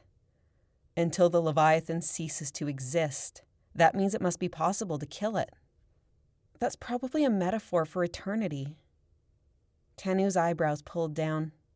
He leaned against the wall, the stack of parchment in his fist. We keep calling the Leviathan it, he said, like some soulless thing. But she's not a thing. She's the spirit of Eriana. She's a part of our people, our history, and she's trapped inside Sisudal. If you ask me, she needs us. I searched his face. His dark eyes met mine, pleading. He believed it. He believed the goddess of our people was prevented from ascending to the stars to watch over us. Did I? Was the spirit of Eriana real, bound inside the Leviathan and stuck in her crypt forever? If that was true, she did need us. Only her descendants could wake the Leviathan. But even then, the legend said Eriana could not ascend to the stars as the Gala intended until the Leviathan ceased to exist. When would that be? How was the death of the indestructible even possible? I don't think we stumbled on this legend randomly, said Tanu. I think it's our destiny to use our blood to wake her up, to free Eriana. I rolled my eyes. I'd heard enough about my destiny for one lifetime. My destiny to go on the massacre, to slaughter mermaids, to avenge my brother, to ally with murderers like Danny. I didn't believe in destiny anymore. Meela, said Tanu, Remember who you're doing this for." I turned away so he wouldn't see my grimace. He was referring to our families, of course, and our people, and all those we'd lost on the massacres. We needed freedom from Adaro more than ever. So did Lissy. So did all mer people. Yes, this legend was bigger than us, but so was this problem. Could we fight the most powerful king of the seas with the most powerful beast ever to live? Should we? Aneth and Blacktail had said nothing. Were they considering the idea too? "Say I use my blood to do it," I said. "The Leviathan wakes up. I have control. Then Adaro gets here with his army. I command the Leviathan to kill him, right?" I crossed my arms, hunching against the cold. I glanced to Aneth, but she'd looked away. "Then," said Tanu, "we make sure it stays under your control until we figure out how to destroy it." I considered him. His face was set. I felt a rush of fondness for him, for believing in this for me. "Do you think Adaro knows the part about passing control of the host by murder?" said Blacktail. "Like, does he intend to kill Meela after she frees it?" said Aneth. I thought I knew enough about Adaro to guess the answer. "We're talking like Meela's going to use her blood to free it," said Tanu. "You're sure you're a descendant, then?" "Aren't I? Aren't we all?" Tanu shook his head. "My ancestors came from Haida Gwaii ages back." Aneth and Blacktail appeared as unsure as I was. My parents and grandparents had been born here, and as far back as I knew, their parents' parents had been born here. "We still don't know where the crypt is," said Aneth. "Once we find out whose blood to use, where do we go?" "The word crypt makes me think of a burial ground," said Tanu. "Maybe it's beneath the graveyard." Aneth pulled a face. "I am not digging around the graveyard, thank you very much." "I doubt it's there," said Blacktail. "Eriana guided the serpent to a fissure in the crust of the earth. We shouldn't start digging randomly." "What if the fissure got covered or built over top of?" said Aneth. My heart fluttered. The girls were talking like we were going to do this. "The story mentioned a bush with leaves of coal," I said. "That's raven dust, isn't it? It said the plant grew from the Leviathan's venom while it crossed over the land." "It must have slithered all over the place," said Aneth, "because those bushes grow everywhere." "Are they, though? Are they everywhere, or do they actually form a line from the water to a destination?" No one answered. "We won't know until we try and follow them," I said. "From where? Which direction?" said Aneth. "Ska Beach," said Blacktail, "where Tanu got attacked by that sea demon. Remember the gap in the lava flow? The bank we climbed up." "Oh," said Aneth. I stared in that direction. My line of sight stopped short from the fog. When I thought about it, the lava rock had been parted, like something huge had broken through. "Remember all the raven dust that grew between it?" said Blacktail. I thought of the black leaves poking up in the meadow. Was I remembering wrong, or did they form a vague, freckly line across the grass? I looked to each of them, finding unmistakable excitement gleaming in their eyes. A smile tugged at my lips, and I let it. "One of us is bound to be a descendant, don't you think?" "If not, we'll ambush someone who is," said Tanu. "What, and steal their blood?" said Blacktail. Tanu grinned mischievously. "They will call us," he raised an arm across the lower half of his face, "the vampires of Eriana Kwai." "Genius," said Blacktail. "Keep the ideas coming." "I'll ask my parents about my ancestry," I said. "Blacktail, Aneth, you do the same." Something with claws scurried across the other side of the door Aneth was leaning against. She screamed, leaping to her feet. I glanced around, again failing to see the shoreline through the fog. "Yeah, let's get away from here," said Blacktail, reading my thoughts. Tanu stuffed the parchment inside his jacket. "Okay if I take this?" I shrugged. "You're the only one who can read it." "I'll keep it safe. I want to reread it a few times to see if I get anything more out of it." As we made for the road, I imagined myself controlling the Leviathan. How would it feel to have power over the most fearsome creature to ever exist? I could make it do whatever I wanted. I could kill Adaro and then ensure no one ever threatened my people again. It would be like when Eriana originally had the serpent under her control. We'd be invincible. I glanced to the others.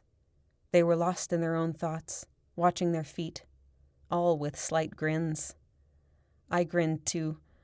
With my friends at my side, I finally felt like we were gaining ground. We knew what the host was and how to free it.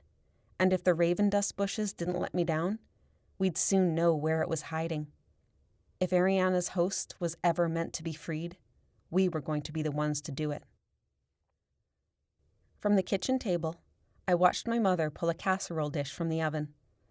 She placed it on a vaguely circular hot pad I'd knitted in grade 5. Her lips puckered in concentration as she sprinkled spices over it.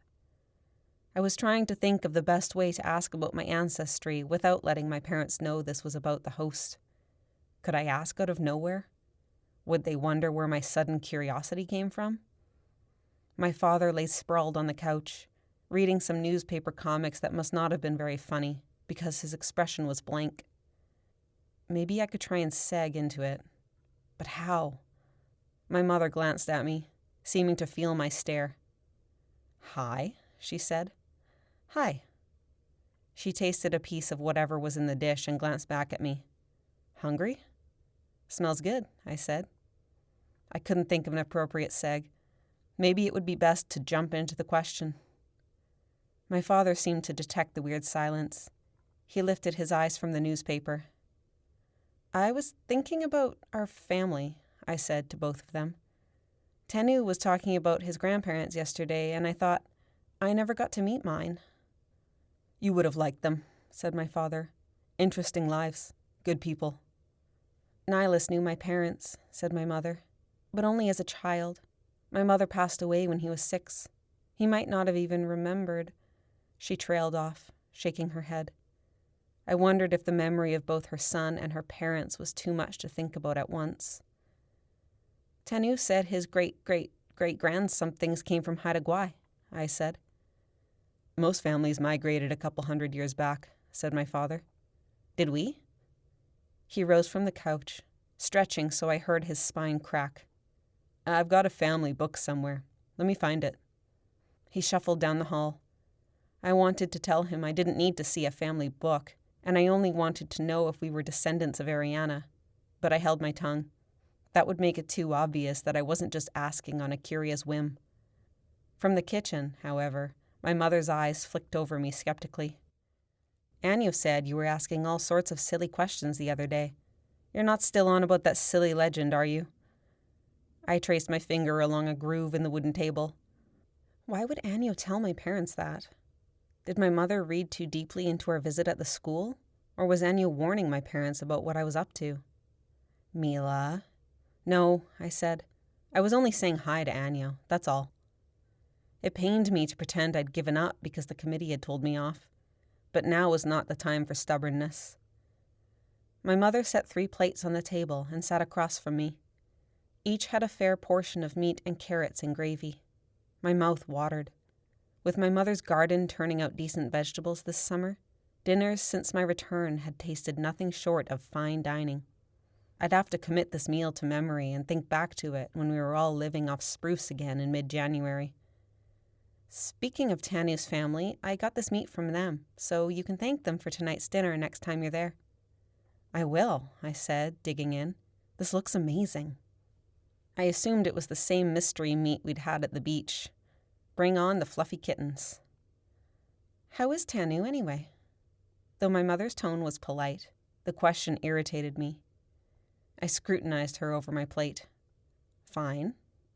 "He's such a nice boy. You know he graduated with honors?" I made an indiscernible noise. He'd mentioned it.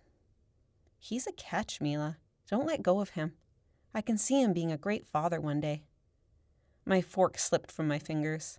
It clattered onto my plate, then to the floor, taking a carrot with it. I stooped to get it. "Mama, please don't talk to me about this." I plucked a hair from the fallen carrot before eating it. "I'm just saying you're a grown woman. You've dealt with more responsibility than any other girl your age. You deserve to settle down now. and start a life with a man who has a career planned. Tanu doesn't have a career planned. He just graduated. She raised her eyebrows. Sure he does. His mother says he's got a talent for carpentry. I bet he does, I mumbled through a mouthful, thinking of how easily he'd pieced the deck of the Enticer back together. In fact, he'd never mentioned it. But I also hadn't asked. Anyway, said my mother, now you're done with all that massacre business. It's time for you to start thinking about your future. You've had 5 years of warrior training and no time for much else, which is a real shame. I've been reading books, I said defensively. I even read some of Tanu's textbooks. I mean starting a family, Meela. I paused with my fork halfway to my mouth. I don't even want... You know I'm not. You'll be a great mother, Meela. Ew, Mama, I can't stand babies. They're annoying and not even cute. She waved it off. Don't say that. You'll feel differently when they're your own. I leaned back, staring at her. How could she bring this up right now? Yes, I'd been through more than most adults I knew, but I was still only 18. How old were you when you had Nihilus? I said. I was your age. The year my father went on the massacre. I narrowed my eyes. Same year you got married, right? She hesitated for a fraction of a second. Right. Her hesitation told me everything. I made a repulsed face. Nice summer wedding, I guess, about 5 months before Nihilus was born? Meela, Nihilus was the best thing that happened to me at 18. I don't care, I said. I've spent 1/3 of my life in warrior training. I need to live my own life now. I wouldn't have a problem with that if living your own life meant you were doing something worthwhile. Instead, you choose to spend your days hunting for some silly myth. I clenched my fists. I'm trying to stop more of our girls from dying. Use your head, Meela. If we don't send warriors to kill the demons, we're letting them spread like bacteria. They're not bacteria, I said. They want something. Until we use that to our advantage, they'll keep attacking us. This is exactly the type of thinking that got you into trouble as a kid. Sea demons don't think like us. They're savages. I wrapped my fists in my hair, trying not to explode. Your mother's right. I hadn't noticed my father come back. He sat down, placing a cloth-bound book on the table. We need to assert our power over the demons, he said. At the very least, we need to thin the population so they stop eating all our fish. I didn't know what to say. Nothing seemed to convince them that they were wrong. Do you think you're reaching for alternatives to the massacres for other reasons? Said my mother. I know as a little girl you felt sorry for the mermaids, and sometimes I wonder if you still... I stood. I'm done. Thanks for dinner. Finished already? Said my father, tucking into his meal. My mother's lips tightened. My father scraped the rest of my plate onto his. Can I borrow the book? I said shortly. My mother seized it from the table, turning it over as though checking for a hidden message. Why the sudden interest? I made an exasperated sound and turned on my heel. They didn't stop me from leaving. I kicked a clump of dandelions as I walked down the driveway, causing the flowers to pop off and scatter. Start a family, I muttered. They've got a shock coming if that's what they're expecting. I'd wanted to go back to school and start a career before thinking about any of that stuff. Nobody had talked to me about career plans, but somewhere in the back of my mind I'd always wanted to work with animals. A vet, maybe. I was probably being stupid. A vet needed years of education, and I hadn't even gone to high school. Between their attitude towards mermaids and my mother's infatuation with Tanu, how was I ever supposed to tell my parents about Lissy? Voices carried from around the bend ahead. It sounded like our neighbor, Alayla, and the widow from the massacre committee. I pulled my hood over my head and cut through the bush so I wouldn't run into them. The sun wouldn't set for another 4 hours. I wandered through the forest, not sure where my feet were taking me. I didn't feel like talking to Anith about this. Besides, she was likely with Rick. My desire to see Lissy was more painful than ever. I scowled at the enormous trees, not wanting their still, insulating silence, but rather the crashing waves and the cold, salty spray on my face. I watched my feet. I'd chosen a difficult part of the woods to navigate. Moss-covered logs crossed my path in every direction, slowing me down as I climbed over and sought ways around them. Ferns grew out of every surface, an entire ecosystem sprouting from each fallen tree. Following an unexplored route, I passed under a rocky outthrust that must have formed in some huge earthquake tens of thousands of years prior. The rock was so splintered and crammed together, the face angled so acutely, it looked like the cliff might fall on me at any moment. A fallen cedar leaned against it, forming a canopy over my head and giving me the impression that the tree was the one holding up the rock. I brushed a hand along the face, poking my fingers into deep cracks where the earth had smashed the rock together. This formation was so close to my home, yet I'd never come across it before. What else had I yet to discover about this island? Everyone liked to complain that the island wasn't big enough, but now that I was trying to find something, it felt vast and insurmountable. I could spend my whole life combing every bit of this place and never find Ariana's crypt. Of course, none of that would matter if I didn't know my ancestry. I would have to sneak my father's book away.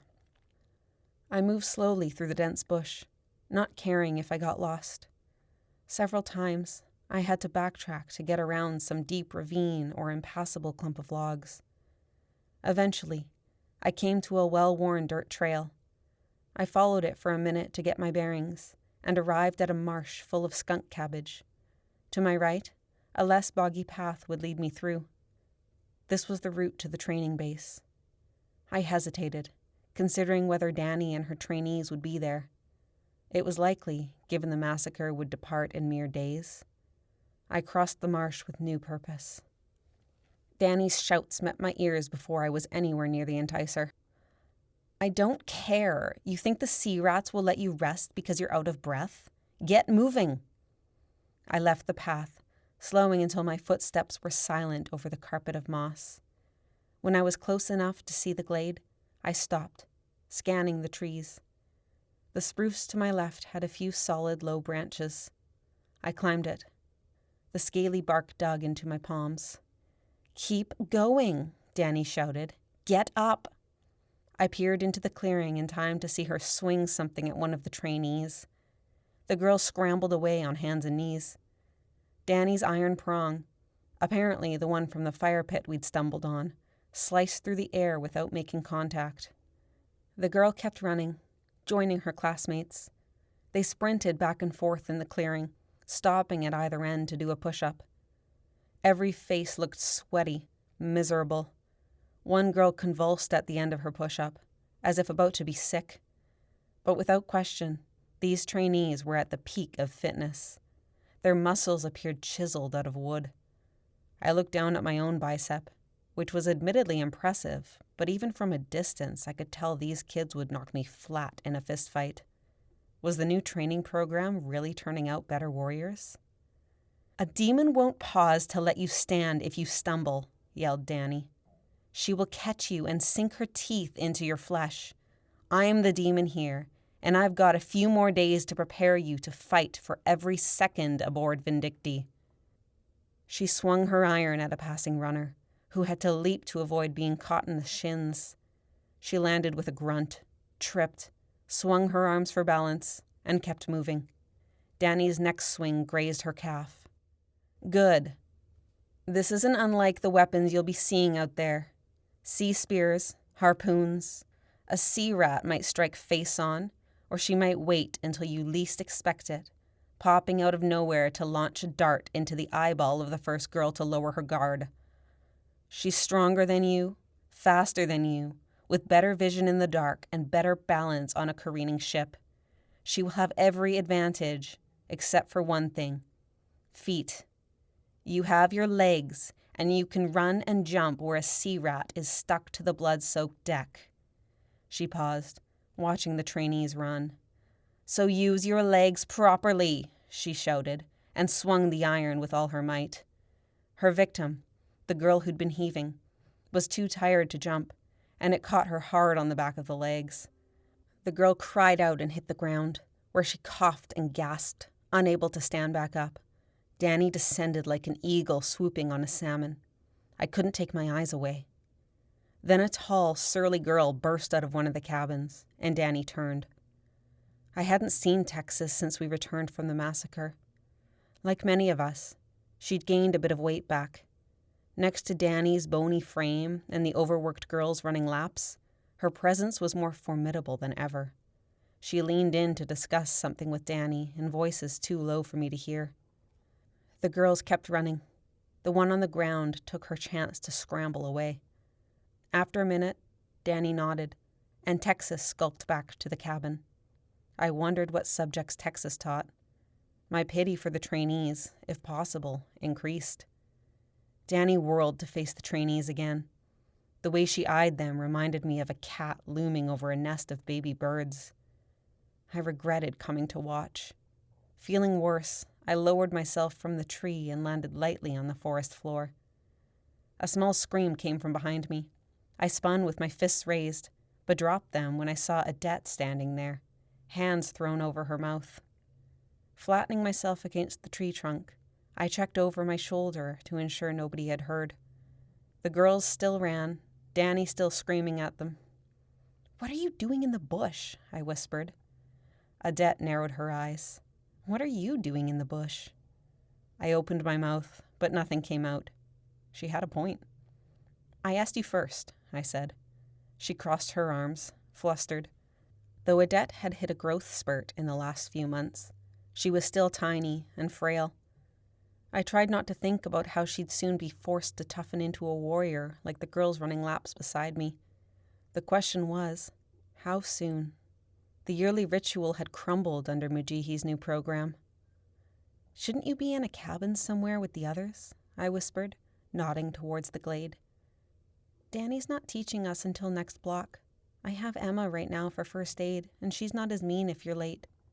"Who?" "Emma. Blondie?" "Oh, right. She's teaching too?" "Yeah." Blondie wasn't as bad as Danny or Texas, but she'd still sided with them on the massacre. "What about Fern?" I said. "No. She was supposed to teach rigging, but Danny didn't want her. Said Fern didn't know what she was doing." "Figures." She leaned over to peer around the tree at the older trainees, chewing her lip. "So why did you skip part of first aid?" She hesitated. "I was with Papa. He needed me at home." "Why? Is something wrong?" She shook her head, but unconvincingly, with another nervous glance past my shoulder. When I kept staring, she averted her gaze into the woods beside us, as though contemplating taking off in that direction. It was then that I noticed a mark on her neck, in the same place as the girl who'd talked to Aneth at the Enticer. It was a burn, barely healed, pink and bubbly. "What's that on your neck?" I said, jumping forwards. She clapped a hand over it and looked at me in alarm. I pulled her hand away. A symbol had been burned into her flesh. 2 dots, like eyes, sloping inwards as though angry, and a triangular beak beneath them. "What is this?" I said through clenched teeth. She mumbled something. "What?" I grabbed her chin and forced her to look at me. When our eyes met, I saw panic on her face. I dropped my hand. "We all have them," she said. "The trainees?" She nodded once, lips tight. Heat rushed into my face, like lava bubbling inside a volcano. "Did Danny do this to you?" Her eyes flicked left and right. Her mouth opened, but no sound came out. "Adette?" "She calls it branding. Every trainee gets one, as a mark of her loyalty to her crew and Eriana Kwai." "And Danny," I said. "It's a mark of your loyalty to Danny." Adette said nothing. I thought of the fire pit in the clearing, and the rod lying on the ground, the one now clutched in Danny's bony hand. A branding iron. "I'm going to talk to the committee," I said. "She can't get away with this." "No, please don't. My friend Jace told her parents that Danny was being too harsh, and the next day Danny made her run until she barfed." "But," I faltered, trying to compose myself, and drew a breath before continuing. "She won't know it was you I was talking to. And then she'll punish all of us. Please, Meela." I ran my hands through my hair. If all went according to my plans, We wouldn't need the training program anyway. Hasn't your father noticed? Surely Anya wouldn't stand for this. Yes, but I told him I wanted to do it. Danny has one too, you know. She did it to herself. Twice. She also has a snake head on her wrist. I don't care. Wait, what? Adette shrugged. My heart skipped several beats. Why would Danny have branded a snake onto her body? Was it a coincidence that I happened to be searching for a leviathan? Or did Danny know something? Behind us in the clearing, Danny shouted at her trainees. 20 more laps and you can stop, girls. Adette's eyebrows pulled down in desperation. I nodded once to indicate I wouldn't tell anyone. I have to go, she said. Before I could say another word, she took off into the trees and skirted the edge of the glade. She would enter the cabins from behind, I knew, to avoid the iron rod clutched in Danny's white-knuckled fist. Chapter 14. Capital Punishment. I swore the explosion hit me before the dart left Coho's crossbow. How? That was all I had time to think before my head cracked against the back of the cave. Torrents surged, slamming me against the rocks, pushing me sideways. It would have carried me away if Coho had not been there to grab me. Everything was dark, murky. A high-pitched wailing filled my ears. The water stirred too much to feel anything. My flesh stung. My scar seared. Even my tongue hurt from the bitter taste of iron. All I knew was the rocky cave, and Coho, wrapping his arms around me to stop the current pulling me away. Terror seeped off of him. Ephira. Had she made it to safety? She had nothing to cling to, as we did. What if she'd gotten carried away in a whirl of iron debris? My head throbbed, as though my brain had smashed against the inside of my skull and was now dripping down my spine. Where were Spio and the others? The blast happened before the guard made it to Spio, but that didn't mean my friend was safe. Had his hiding place been enough? Did he get blasted away? The sea churned for an eternity. The surface roared as displaced water cascaded back down. We stayed huddled in the cave, wordless, waiting for the iron to settle. I pressed my palm over my scar, fruitlessly trying to keep the dirty water from making it burn. I needed to get away from here. Even more, I needed to surface. Between the pain and lack of air, my head spun. Coho's heartbeat drummed against my skin. Beyond that, my senses were blind. The ringing in my ears wouldn't stop. The world was too murky to see beyond an arm's length. My flesh prickled. How did the mine detonate? The more I reflected, the more certain I became. The dart had not left the crossbow when the mine exploded. I'd seen Coho's fingers on the trigger. Did one of the other guys do it? Too impatient or nervous to wait? Maybe I'd been confused in all the panic. My perception could have been off. I remembered feeling dizzy moments before. Slowly, the water calmed. A face appeared in front of us. I straightened. Spio. He looked unharmed, though his face was smudged with green muck and his hair stood on end more than usual. His leather cap had fallen off or been blasted away. We exchanged a sense of relief at the sight of each other. He said something. The words were lost beneath the ringing in my eardrums. What? My voice was hollow. I shook my head. Pain shot through my skull. Going to find the brothers, said Spio. He sounded distorted, like he was speaking to me from above surface. See you back at Utopia, all right? He said slowly. I gaped at him. In the chaos surrounding the explosion, I'd forgotten about the rest of the plan. Spio, Pontus, and Junior would need to get moving so they could notify the commander. Is Axe dead? Said Coho. Spio nodded once, jaw tight. He exuded something I'd rarely felt in him before. Something dark, serious. I tried to speak. So many questions raced through my mind, but none of them came out. Go, said Coho. Bring our troops home. Was this victory?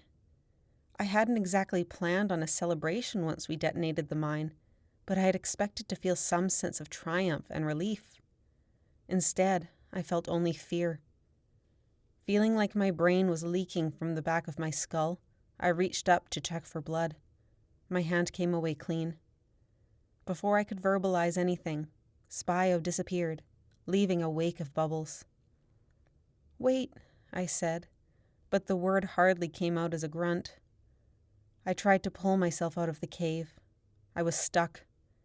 I hadn't said a proper goodbye. Anything could happen between now and when we all got back to Utopia. But he had to go, and this was not the time to linger. I stopped myself from shouting after him. We didn't know who, if anyone, was alive out there. Coho mirrored my unease. A glance outside the cave told me my weapon was gone. Someone appeared on our other side, projecting urgency. "Abandon the plan," said No Beard in a low voice. He rubbed grit from his eyes with trembling fists. He'd lost his eye patch again. You're a bit late," said Coho. "I mean telling the commander. He can't mobilize the troops until we're sure the target is dead." "Of course he's dead," said Coho. "Did you feel the size of the explosion? He wasn't as close as he should have been." "But they've already left," I said, finding my voice at last. "Spio went to get the brothers." I sounded hollow to my own ears. No Beard turned southwards. "I'm going to stop them." "No," said Coho, grabbing No Beard's wrists. "Mate, I'm not convinced he's dead," whispered No Beard. Doubt bled from him so thickly that I wondered the same. "If he's still alive, where is he?" I whispered. "Waiting out the rubble, like us." "Do we try and find him?" No Beard turned, listening. "If he's alive and we find him, then what?" "He won't be alive," said Coho stubbornly. "We can search, but we'll find him in pieces." He pushed himself out of the cave. No Beard extended a hand and pulled me out. We peered over the rocks. My throat tightened at the devastation. The sand that had once anchored the mine was now a barren, dead crater. The surrounding coral had shattered. I felt no sign of fish, heard no chatter, saw no rainbow of color. I'd been too concerned with carrying out the plan to consider what it might do to the world around us. And then there were the bodies. Corpses floated overhead, sinking gently. Pieces of mermen littered the floor. The stench of iron wafted, but beneath it there was blood. "I need a breath," I said. "Hold on," said Coho. He grabbed my arm. Something shifted across the way. The three of us sank behind the rocks with a soft glop. Voices rose. At first, the settling current distorted the sound. I strained to hear. "You all right?" Layden's voice. Then Cadus said, "Where are the others?" My stomach churned. Cadus and Layden had seized a Darrow a moment before the blast. If they were alive, I had to check. Ignoring Coho's hand on my wrist, I raised myself slightly to see over the rocks. Beyond the brown murk, Cadus and Layden hovered near the edge of the cliff. Even from this distance, I could tell they'd been hit with iron shards. A cloud of blood rose from Layden's tail. Cadus held his arm at an odd angle. I scanned the corpses, trying to identify the pieces or any of the bodies falling away into the depths. "Find who did this," said a slow, menacing voice. "Bring them to me." I snapped my gaze back to Cadus and Layden. A third shape rose beyond them, using the cliff edge to pull himself up. My hands tightened into fists. I couldn't fight the webs growing between them, the redness blooming in my vision, the tingling in my transitioning skin. A shudder ran through me. He didn't seem to be harmed, not a puff of blood. I sank back down, mouth agape. A veil of dread fell over the three of us. This couldn't be happening. Spio and the brothers didn't know. They would be well on their way to getting the commander. "Where is this menace?" said Adaro. Someone swam closer. He's over there, sir, said Cadus. Injured? It's just his tail, sir. Somewhere near the cliff, someone moaned. Leagora, said Layden. She's here, sir. A pause while Adaro went to check. Repulsive. Put an end to it. Yes, sir, said Layden. The sound of Layden's blade driving through flesh carried across the silence. Leagora didn't scream. Where is Ephira? Said Adaro. Beside me, Coho's heartbeat quickened. I placed a hand on his shoulder. I'll find her, said Cadus. Please do. If she is alive, I have a few things to ask her. Namely, why she chose to have me detour past this mine the very day it was due to explode. Rage pulsed from him, palpable even from this distance. Ripples spread as Cadus and Layden separated. Numb shock turned to terror. We had nowhere to go. If we moved, they'd feel it. Even if we fled too quickly for them to give chase, they'd see us, and we would be hunted down later for treason. None of us dared to poke a head up to see what was happening. We curled inside the small cave, barely fitting, keeping as still as the rocks. I tried to push a sense of hope into Coho, but his despair clouded over me. The current stirred closer as one of the guys searched the area. They were going to find us. We had to get away from here. A shout erupted. I started, sinking deeper into the cave. But it wasn't directed at us. A scream. More shouts, clashing weapons. The current churned. I glanced to the guys on either side of me. What was going on? Coho made as though to check, but I grabbed his arm. Who are you? Bellowed Adaro. Silence. Answer him, shouted Cadus. Ripples erupted as he struck someone. We are acting in the name of the Queen, said a merman in that odd dialect. The Queen, said Adaro quietly. Are you referring to the Queen who has not bothered to show up to rule her kingdom? The water churned. Several merpeople were struggling. After a moment, it stopped. Someone grunted. Now, said Adaro, who sent you? No one. We are defending Queen Ivagora's rightful kingdom. Who is your leader? No one. A thump. Someone grunted in pain. With each passing heartbeat, urgency pressed in on me. We had to catch up to Spio, Pontus, and Junior. We couldn't let the commander mobilize the troops. What would happen when Adaro found out his army had been ordered to go home the moment after he was presumed dead? He would know there were traitors in his own army. Adding to my panic, my lungs gave a spasm. I had to get air immediately or I would pass out. I closed my eyes, trying to slow my pulse. Adaro paused in his questioning at the same moment I felt ripples coming from the cliff edge. Ephira, said Layden. Your Majesty, she said, I cannot tell you how relieved I am. Yikes, said Cadus. Only a bit of blood, said Ephira. The important thing is that His Majesty is alive. Coho tensed. We've caught the traitors who made the attempt on his life, said Layden. A pause. Of course, said Ephira. You're the allied council from the Moonless City. Are they? Said Adaro in a tone laced with venom. We are acting, said one, but Ephira cut across him. Your Majesty, this group gave me false information. They advised me to take this current in the interest of your safety. She is a liar, said a mermaid. Silence! Ephira's rage must have come from fear. She was treading over iron with this story. Still, the emotion was convincing, seeming to draw from the attempt on her king's life. It is enough that you have made an act of treason, she said. Do not make this worse by lying to His Majesty's face. This fish is not my king. Another thump. You know treason is punishable by death, scum, said Ephira. Adaro said with finality, Thank you, Ephira. For a few heartbeats, everyone fell silent. Fear carried towards us from the captured merpeople. I saw in my mind's eye the snarl curling Adaro's lips and the yellowed fangs beneath. "Kill them," said Adaro. A scream, tails beating on rocks, scrambling to get away. We seized the opportunity. In unison, Coho, Nobeard, and I pushed from our hiding place. We darted along the bottom, weaving between rocks and debris.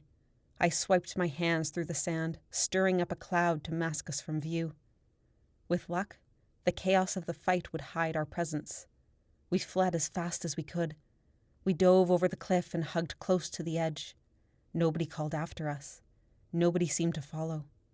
We kept going. We stayed at top speed long after we'd lost their sound and feel. A sharp pain stabbed in my chest. I grunted, slowing abruptly. My head spun. Air. I was going to pass out. The guys must have felt it, because a hand wrapped around either arm, and we shot for the surface. When we broke, the breath I wheezed in was agony. I coughed, nearly retching, sure I'd passed out for a moment and inhaled seawater. Tears sprung in my eyes. The guys weren't doing so well either. Nobeard coughed forcefully enough to bring up phlegm, and Coho floated belly up like a dead fish, breathing rapidly. I did the same, keeping my ears below the surface to listen for threats. I stared blindly upwards, breathing meditatively. Not a cloud flecked the blue sky. The sting all over my body subsided. The burn at my waist faded to a dull ache. We needed to keep going.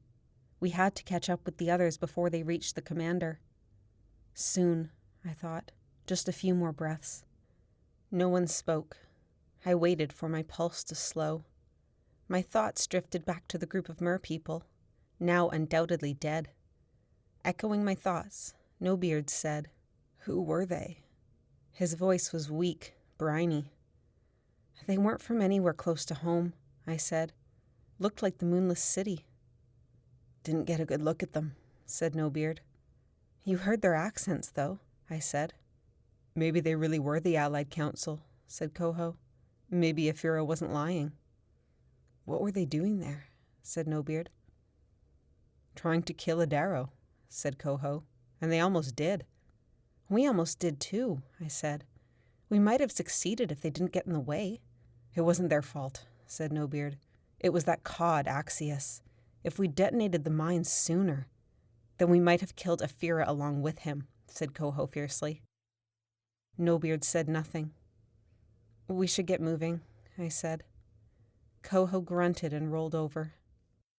We dove, finding a current at a dark, more hidden layer. Only then did it fully dawn on me that we had not been caught. Adaro and his 2 remaining guards had no idea of our involvement. "This is good," I said. They turned to me, mouths agape.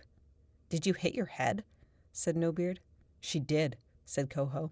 Nobeard pulled me towards him and grabbed my head, checking for an injury. "No, really," I said, pushing away. "That group took the blame. We can try again, and this time we know we aren't alone." "We aren't the only ones trying to assassinate the king," said Coho. "Exactly." That group had come from a place where others wanted him dead too, a kingdom whose queen had disappeared. We traveled in silence then, conserving breath so we could swim at top speed. I spent the whole time dreading what would happen if we didn't catch up to Spio and the brothers. Would the commander announce Adaro's death? Or did he plan to mobilize the army and tell them why later?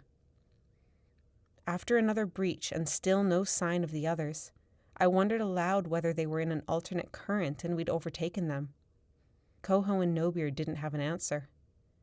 Maybe the others were swimming just as quickly.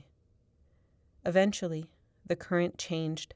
We slowed, feeling it out. Something huge waited ahead. A pod of whales?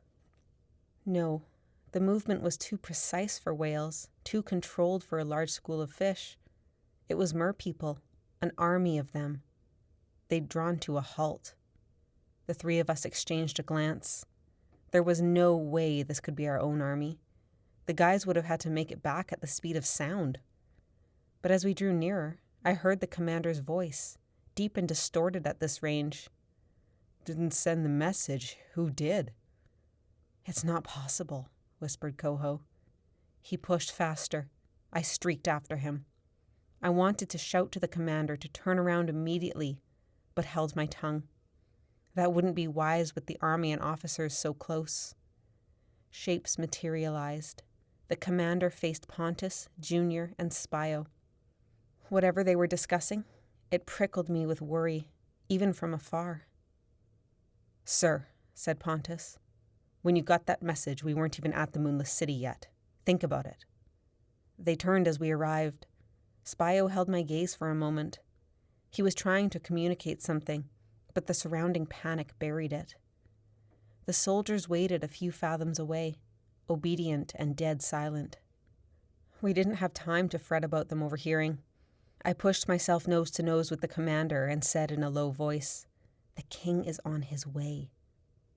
Adaro, the king, coming? I don't understand. Pontus grabbed my arm. What do you mean? I mean, the king is alive and well and on his way here, I hissed. A terrible moment passed between our group, dread thickening like a layer of scum. Where's Strymon? Said the commander. Don't worry about Strymon, I said. You have to turn the army around before Adaro gets here. I require my officers for that, said the commander shortly. Yes, sir, I said, remembering my place. The commander turned to the army. Those closest to us had picked up on our strained mood and stared openly. Turn around, said the commander. Pass the message along. Tell the officers to come forwards. They obeyed. What happened? Said the commander. That's something I'd like to know, said Pontus. We told the commander about the explosion and the rebel group. He executed them for mutiny, said Nobeard. The commander shook his head. This does not explain why Officer Strymon told me. Oh, but it does, said Strymon. You confirmed every suspicion I had. We turned to find him approaching, a wide grin splitting his square face. The king will be interested to see what you have done since... just in time. He turned his gaze past us. His mood brightened further. Good evening, Your Majesty. No. I sank back as Adaro came into view, crimson eyes blazing. His fury was so thick it sent a chill down my spine. Bring me the commander, he shouted. The commander froze. He stared at Adaro with his jaw unhinged, aura paling like someone about to pass out. Cadus, Layden, and Aphira flanked the king. As I'd guessed, Adaro looked no more disheveled than usual, hair matted and little care put into anything other than the crown on his head. Cadus and Layden had grimaces etched on their faces and scars across their bodies from iron shards. Cadus carried his long blade awkwardly with his unbroken arm. Aphira bore a long gash on her tail. It had stopped bleeding, but the black scarring was distinct against her perfect figure. My heart sank. She would have a permanent iron scar, like me. Behind me, Coho's distress was palpable. He wanted to go to her, but the rage pulsing from the merman between them acted as a wall. Explain why you have moved my troops, said Adaro.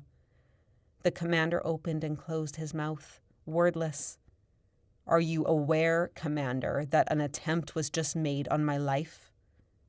Even Strymon didn't know this much. A bubble escaped his lips. Behind us, the army had been giving the approaching king their rapt attention. Mumbles broke out at his words. Yes, said Adaro, lip curling. And then I arrive here, in the middle of the open, to find that you have mobilized my army. Sir, I had heard that you were dead. I didn't know. I thought without a king we should... You received a message saying I was dead, said Adaro, dangerously quiet. Strymon whirled. His eyes raked over our group. A mixture of terror and fury flowed from him. The commander spluttered. Your Majesty, said Strymon, if I may. I suspected the commander was involved in a malicious plot. Adaro made to interrupt him, but grew silent at the officer's accusation. The commander dispatched soldiers on a suspicious mission this morning, said Strymon. Shortly thereafter, I told him we received a cryptic message from the group that said the mission was complete. The commander confirmed my suspicions when he reacted immediately by mobilizing the troops. Adaro turned back to the commander. Is that so? Rage tore through me. I wanted to rip Strymon to shreds. Spio must have felt it because he grabbed me by the arm. The commander had no defense. No one dared speak. Panic filled me. A tunnel seemed to close around my ears. Spio's hand tightened on my arm. It's okay, his energy said. But it wasn't. True, Strymon had not specified that we were the secret detachment. But what about the commander? Spio drifted back towards the army, pulling me with him. He was right. Adaro's focus was on the commander and Strymon. He had no reason to suspect anyone other than the Moonless City group. The other guys caught on and followed us backwards. Could we sink deep inside the army? Maybe someone could lie for us, claim we were here the whole time despite what Strymon said. Good luck finding someone who will lie to the king's face, I thought. Adaro turned to Cadus and Layden. Ensure this fish gets the same treatment our rebel group did. I caught the meaning before the commander did. I bit my tongue to stop myself from making a sound. Cadus and Layden didn't hesitate. After years of obeying Adaro, the order to kill was an ordinary assignment. The commander shouted and tried to bolt. Cadus grabbed him by the tail. With a broken arm, he struggled to hold the older merman, but Layden was fast. He sliced the commander across the tail with the argillite blade, immobilizing him. Blood spilled. A soundless bubble escaped the commander's mouth. Tears sprang in my eyes. I turned to see Pontus grab his brother by the arm. Junior seemed about to dive in, but we could do nothing. With the king in front of us and his loyal army behind, protecting a traitor would mean the same fate. Layden wrapped a fist in the commander's hair and wrenched his head back. Without hesitation, he drew the blade hard across the commander's throat. Life drained from the merman's eyes. His aura vanished. As the stench of blood reached my nose, Adaro said, I commend your actions, Officer Strymon. Or should I say, Commander Strymon. Junior hissed. The blood drained from my face. How had this plan gone so awry? Strymon stuttered his thanks. He turned back to the army, as though to take in everything he'd just inherited. His eyes fell on us. We'd reached the army, but still hovered on the outskirts. Your Majesty, he said, regarding the soldiers involved, I have already dealt with them. Strymon glanced between the king and us, eyes narrow. In punishment? I assure you they will not be able to try again. Strymon opened his mouth, but no sound came out. My teeth bit into my lip. I glanced down. My skin had turned into a demon's. I couldn't calm down enough to revert to normal. I couldn't even tell what I was feeling. Was this grief, rage, or terror? Adaro peered around Strymon to the army. His eyes flicked over the guys and me, and then continued on. Most of my guards perished in the blast, Strymon. I require 10 of your best soldiers to accompany me on the way back. On the way? Are you returning to Utopia already, sir? I'm going to the Moonless City. I have business with their government. But soldiers, Strymon. I don't have much time. Yes, Your Majesty. Strymon faced the army, looked over us again, then returned back to Adaro. Sir, are you certain you apprehended all rebels involved in the plot? Adaro's mood flared. The rebels were part of the Moonless City Allied Council. Why do you think I'm going to the Moonless City? Strymon didn't move or reply, his mind obviously reeling. Soldiers, Strymon. Yes, sir, right away. When Strymon turned towards us once more, his eyes blazed dangerously. An uneasy feeling rippled over me. Someone jostled beside me. Coho shot forwards. Your Majesty, I request permission to be in your guard. Adaro considered. Yes, this is your husband, is it not, Ephira? Yes, Your Majesty. Very well. Sir, said Strymon, I advise... He trailed off as Adaro's temper flared. I will choose a few more for your guards, sir, said Strymon.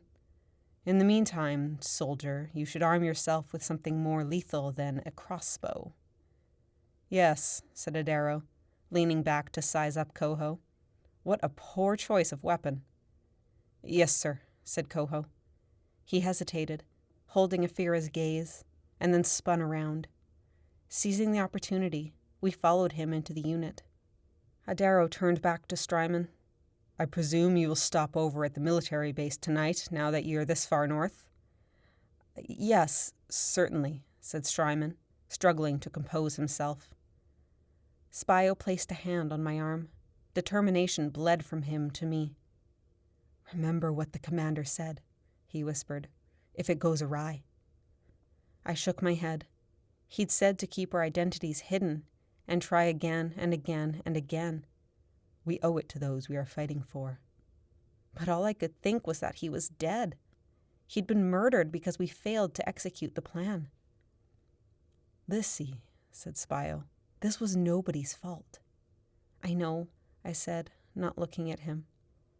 The weapons hold, made from the ribcage of a whale, traveled in the center of the unit and was carried on 4 sides by manta rays. Let's make a quick plan, whispered Pontus. We can use Coho from the inside. He'll be our... Look, guys, said Coho. Brow furrowed. He didn't meet our eyes. He stared at the enormous gray wings of the nearest manta ray. I thought Ephira was killed back there. At our silence, he continued. I knew we were risking our own lives, but I didn't know I was risking my family's. I need to take responsibility. If I'm involved, I make it too easy for Ephira and my kids to become targets. For a moment, no one said anything. Then Spio squeezed Coho's shoulder. I get it, dude. It's okay. I nodded. Your family should come first. The other guys nodded too. They clapped him on the back. Coho relaxed. I was relieved somehow. One less casualty. He grabbed a spear, whalebone, double-pronged at one end, serrated blade at the other. I'll be wishing for a victory, he said. But I can't.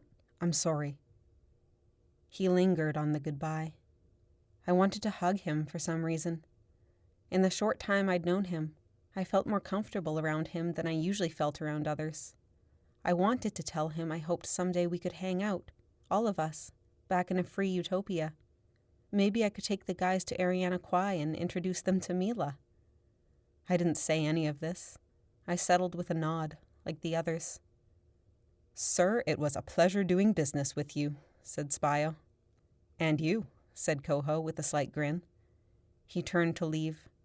Hey, I said, is Ephira gonna be all right with... I motioned to the place on my tail where Ephira now bore the fresh burn. It had bothered me since I'd seen it. For most mermaids, when allure meant so much, the unsightliness of an iron scar was worse than any physical pain. And by Ephira's perfect hair and graceful demeanor, I knew she prided herself on her beauty. She'll live with it, said Coho. She's tough. I nodded once. For the sake of Coho and their children, I hoped he was right. If she needs... I know what it's like, I said. Thanks. His arm jerked towards me, like he almost hugged me, but he turned away. With a final glance at the others, he left. The rest of us stayed put, hidden deep inside the army. My chest tightened. Coho was about to be reunited with his wife, and that was what mattered. Wasn't that the motivation for all of us? The desire to be reunited with those we loved? A jolt of determination shot through me. We had to try again. This was about more than my need to go home.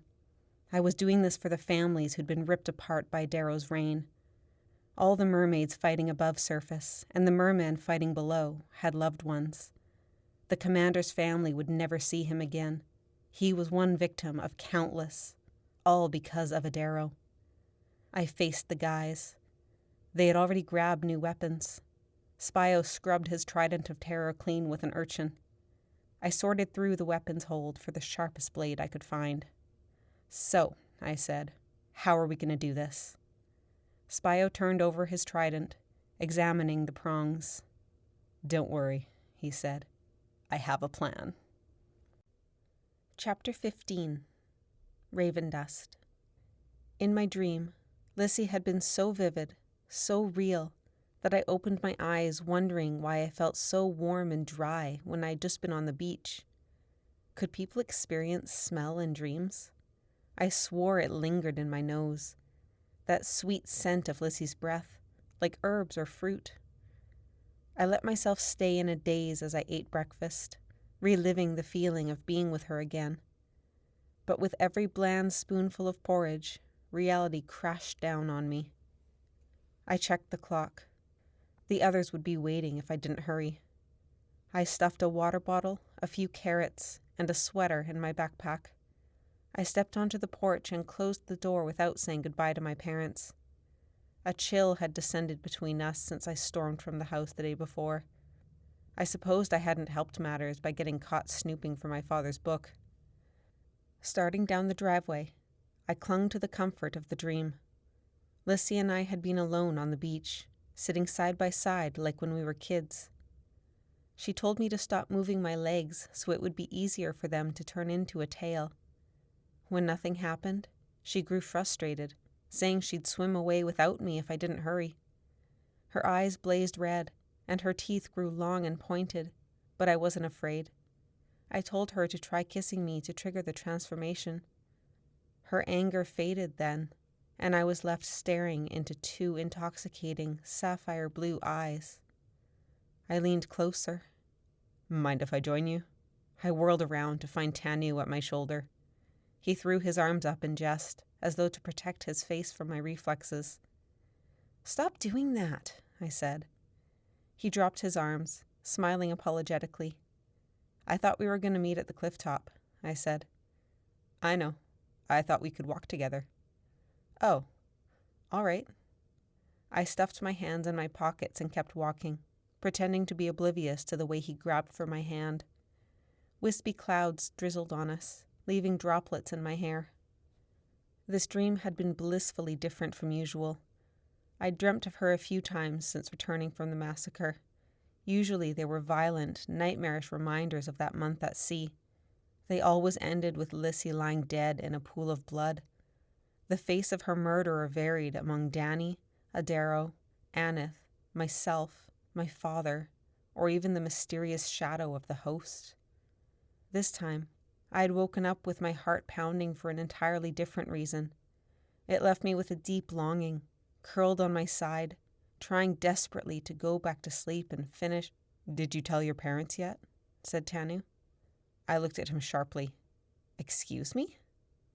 "Did you tell them you're going to use your blood to free the host?" "Oh." I forced my mind back to the present, watching my feet as we wandered a deer trail. "They think I'm wasting my time. I don't even know if I'm a descendant." I'd wanted an extra day to try again, but with the massacre departure looming the next day, we had to search for the crypt. "Man, they still don't believe you?"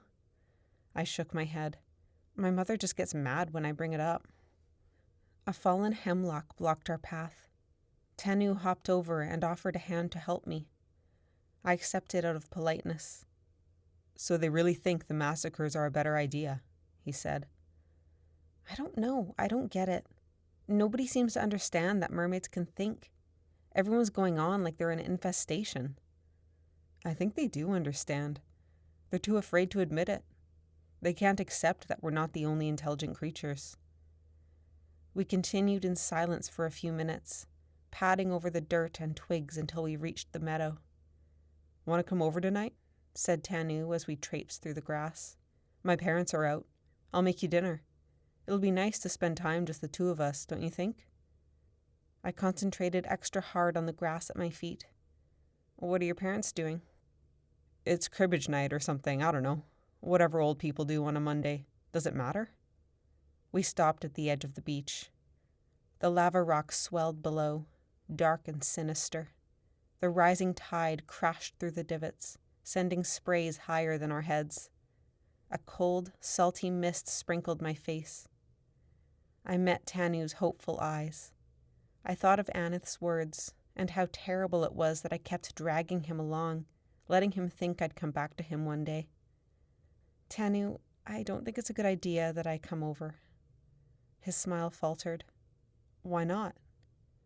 I took a breath, opened my mouth, but no sound came out. My hesitation made his eyes widen in panic.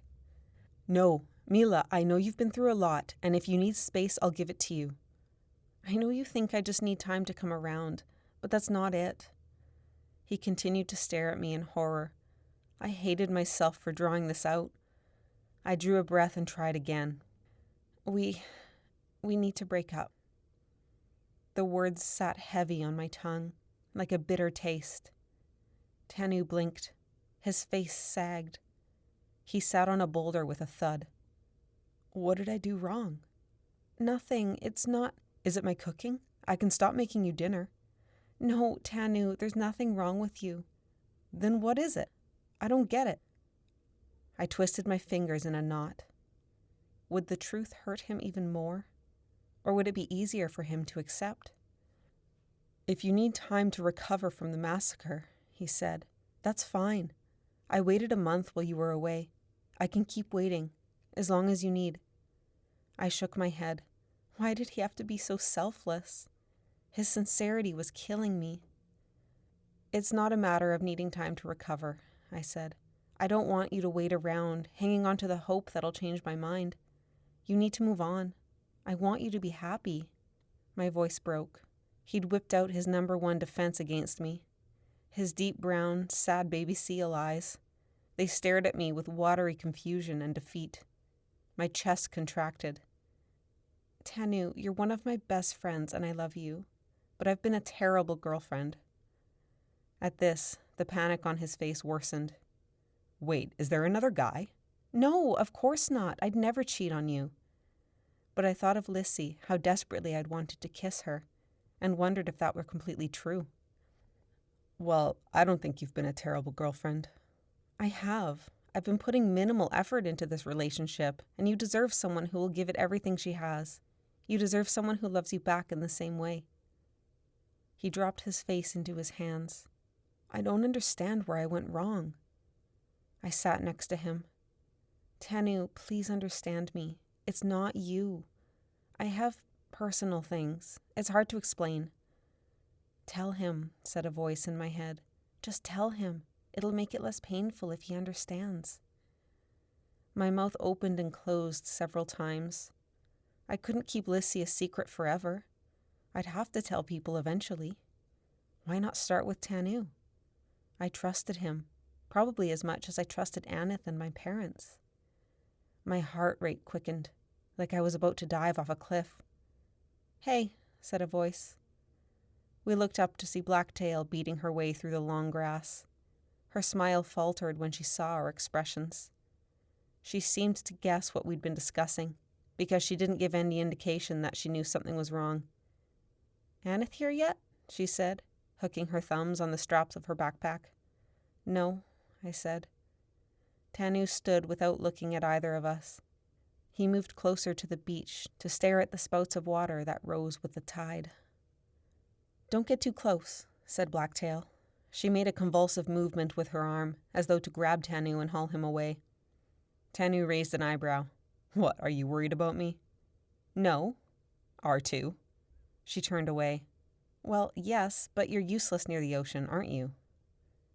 Tanu almost cracked a smile, but caught my eye and turned away again. Here comes Aneth, I said, for lack of anything better to say. We met her halfway across the field. Ready? She said cheerily. I nodded. Tanu said nothing. Blacktail grunted. Aneth gave me a quizzical look, but I jerked my head slightly. I found out my family's always lived here, said Aneth. I guess that makes me a descendant of Eriana. I stared at her. I'd momentarily forgotten Blacktail and Aneth had been trying to get the same information the night before. That's great, I said. I mean, if you're all right with a bit of your blood. Don't be dumb, said Aneth. Of course. I asked too, said Blacktail. No go. Somewhere along, my family came from Alaska. At least we've got Aneth, I said. I still haven't found out about mine. Aneth was staring at Tanu, who stood apart from us, arms crossed, face uncharacteristically sullen. The ravendust bushes definitely go into the woods over there, said Blacktail, motioning to our left. She trekked onwards without waiting for a response. We followed, stepping high through the grass. Aneth caught up with Blacktail, presumably to ask in undertones what was going on. Tanu continued brooding, misery seeping from him like a toxic gas. Trailing behind, I felt guiltier with each passing second. Once in the woods, we stopped at each ravendust bush and turned on the spot to locate the next. It was hard to tell whether we were following a path or jumping from plant to plant like a weird egg hunt. The silence deepened as we zigzagged through the woods, sometimes looping in a circle, other times guessing the direction of the next plant and then happening across one a few minutes later. We passed by my house, and then the training base, and then pushed so deeply into the woods that it became hard to move without needing to clamber over huge logs and rocks. We paused here and there to snack on huckleberries, but by the afternoon we were starving and tired and out of water. We stumbled more frequently as it became exhausting to lift our feet. My coat had snagged on so many branches that I was sure I'd ripped it beyond repair. Blacktail cursed as a low-hanging branch jabbed her in the eye. Maybe we should split up to cover more ground, she mumbled. Split up how? Said Tanu. There's one path. It's not like it forks. Blacktail smacked the next branch out of the way with extra force. I mean, the next time we don't know which direction to take. Speaking of directions, said Aneth, where are we? Nobody answered. I hadn't spoken in so long that it took me a moment to find my voice. I'm sure we'll see a landmark soon, I said into the waspish silence.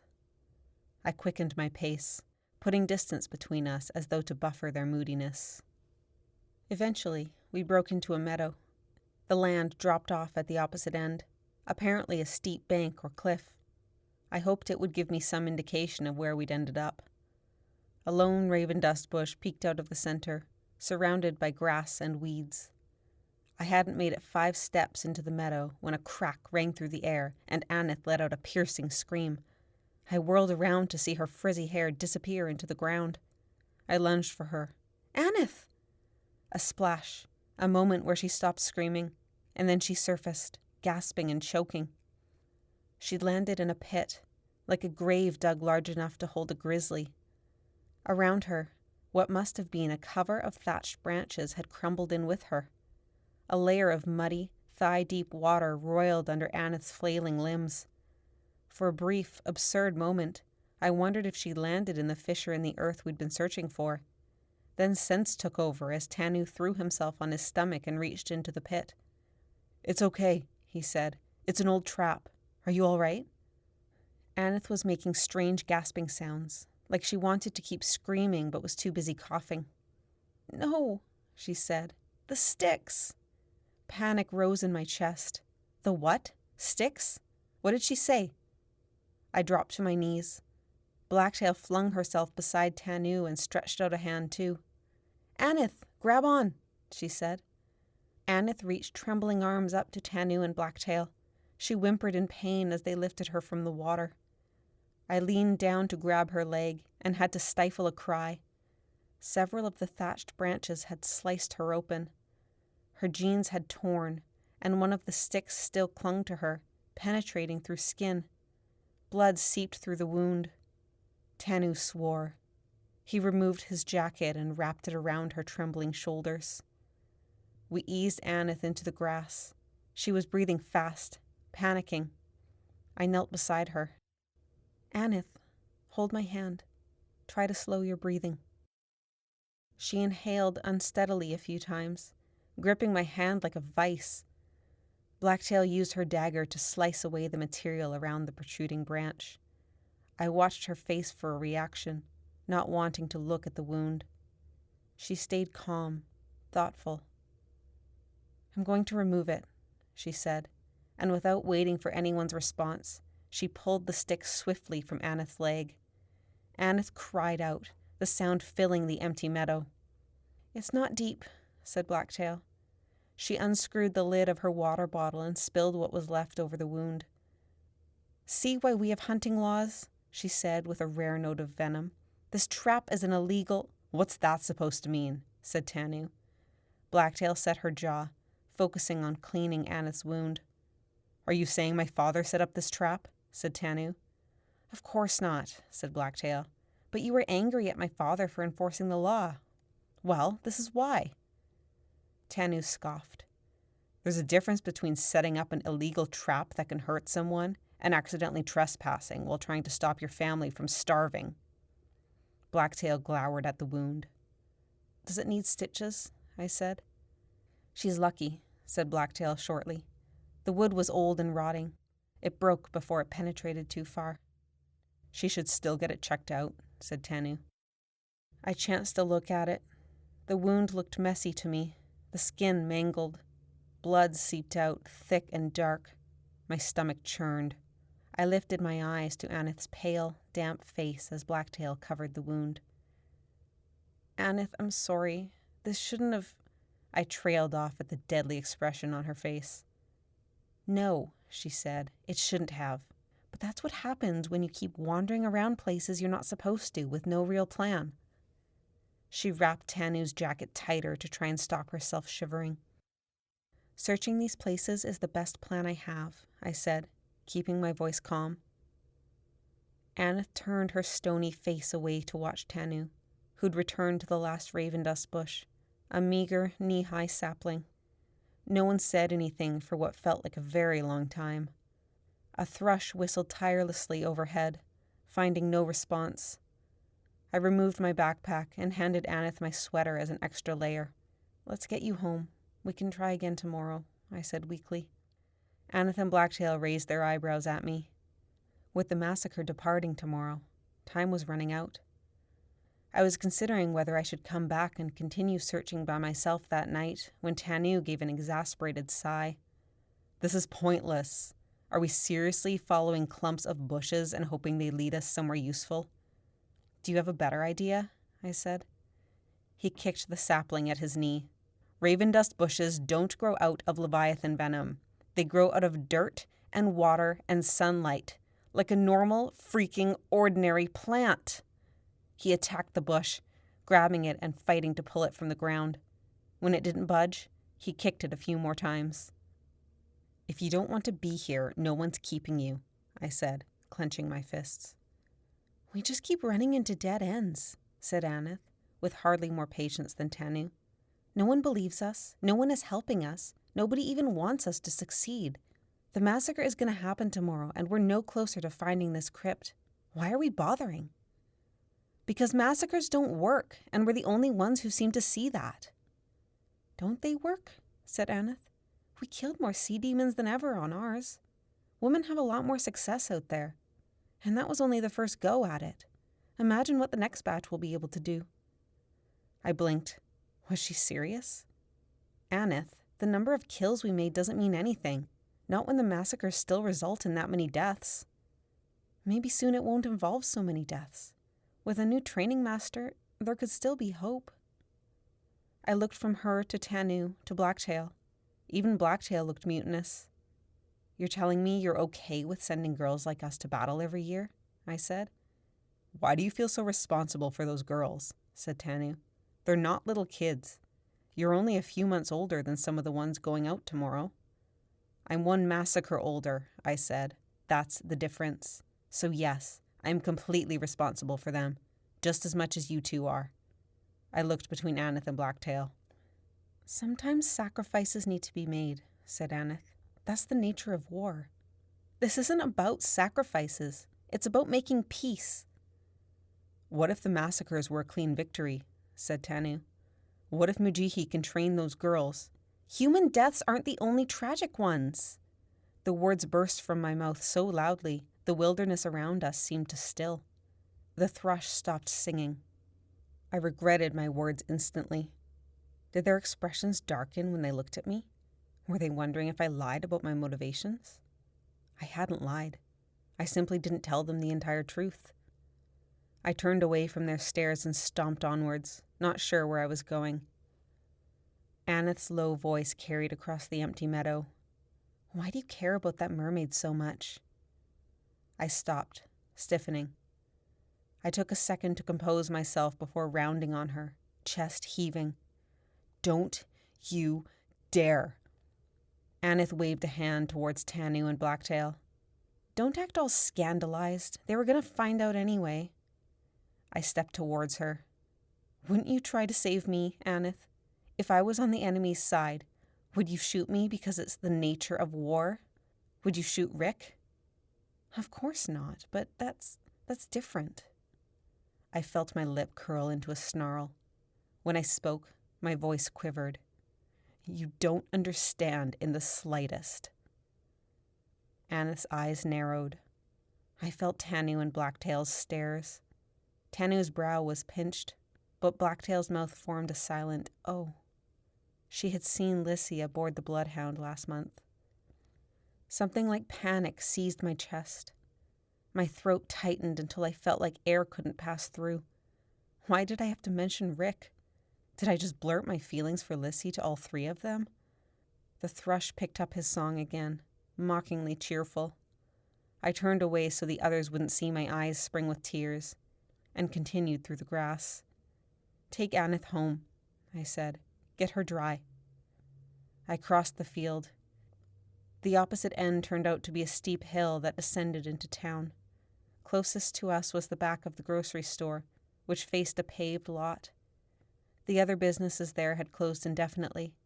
I saw Blue Kestrel Bistro, the post office, bank, gift shop, bakery, and Windy Spit pub. Even the gas station had closed after running dry. We had nothing left. Would the grocery store last?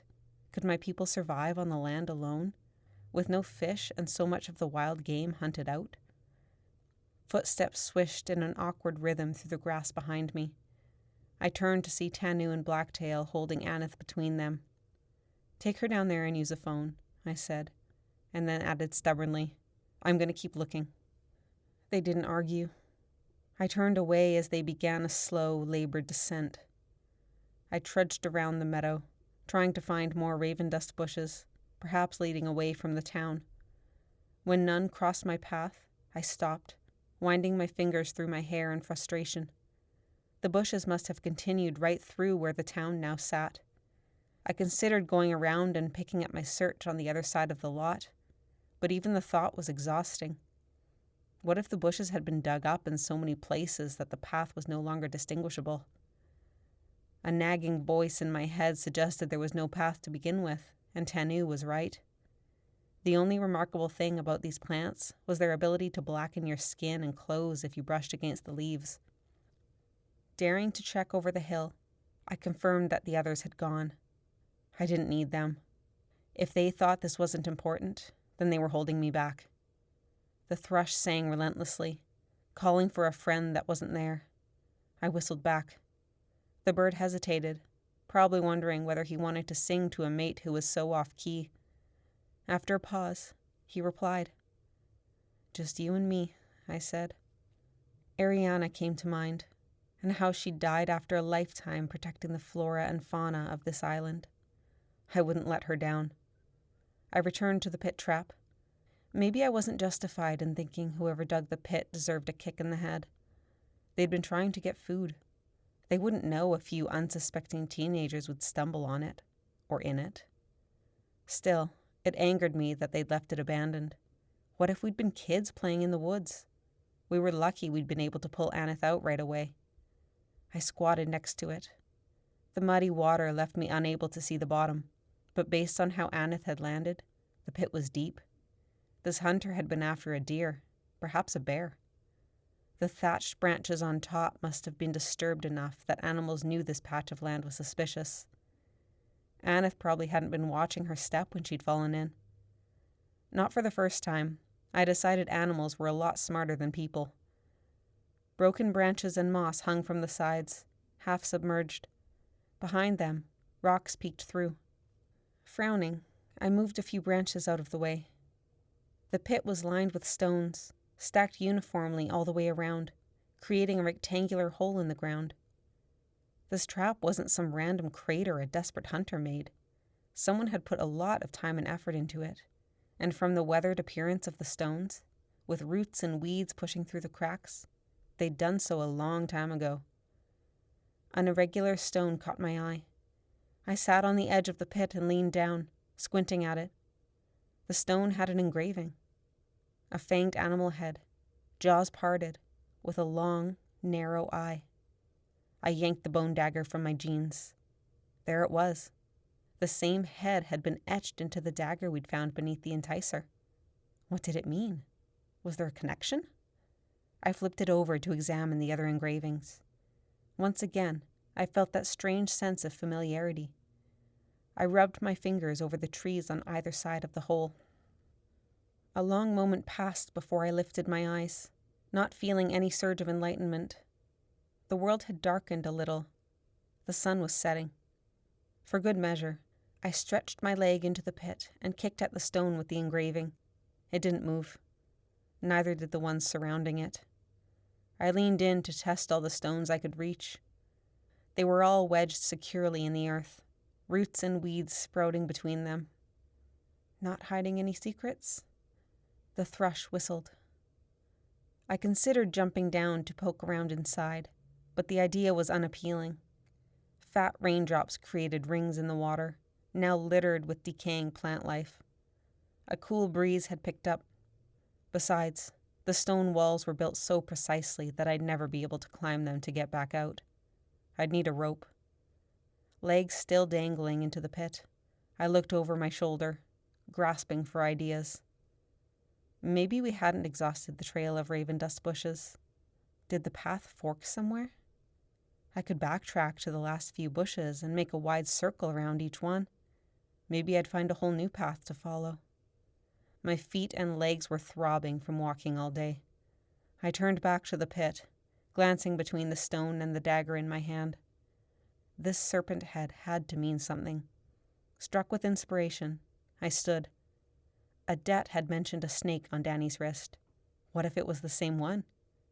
Would Danny have explained the meaning of the symbol to any of the trainees? It was a start, and a fresh one after spending all day going in circles. We'd trekked a good deal across the island, so it took more than an hour to get back to the road. Plenty of time to brood over being abandoned by my friends. I was stupid to let even a tiny part of me hope Tanu and Blacktail would come back. So much for Tanu's undying support for the mission. I reminded myself that I'd just dumped him, and he'd had a crush on me since we were in kindergarten. He had every right to be miserable. Maybe this was my fault for choosing today to dump him. But what was I supposed to do? Fake it until we were done with all of this and I didn't need his help anymore? No, I'd done the right thing. Every day I let him think we were fine. I was lying to him. So if I'd done the right thing, why did I feel so guilty? Relationships suck, I thought. When I finally made it to Anyo's, I pounded on the door a little too vigorously. Nobody answered, but a light shone through the window. I pounded again. "Adet," I shouted. "I need to talk to you." A long minute later, the door opened. Adet still wore her training clothes. Her eyelids looked heavy, her face clammy and pale. "I'm sorry, I just have a question," I said. She waited for me to continue with one hand on the door, not inviting me inside. "Everything all right?" I said. She lifted a shoulder, still not saying anything. The house was dead quiet. I tried to peer around her. "Can I come in?" Adet seemed to have a momentary inward struggle. Then she stood aside and let me in. The house felt like a roaring fireplace. I couldn't tell if I was just cold from being outside all day, or if they kept it abnormally warm. "Where's your father?" "Sleeping?" The weakness in her voice added to her air of exhaustion. I glanced around the empty kitchen. The clock showed just past 9:30.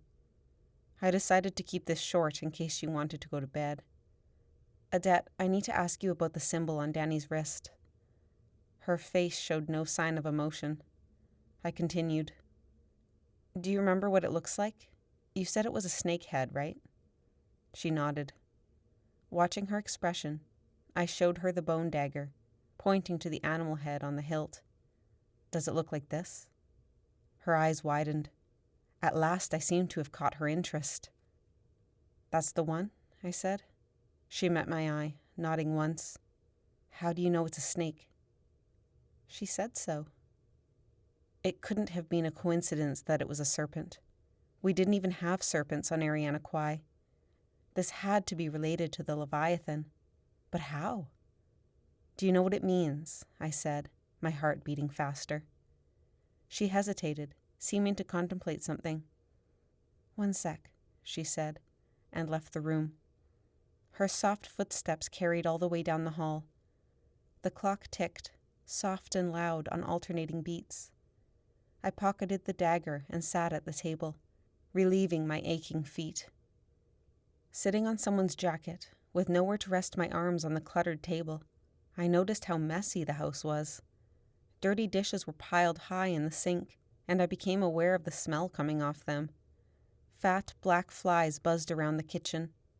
The floor was covered in mud. I checked the bottom of my boots, sure I'd just dragged more across the linoleum on my way to the table. I checked the clock again. It struck me as odd that Anya would have gone to bed already when his daughter was still awake and the sun hadn't even set. After a couple of minutes, Odette returned with the book Anya had shown us.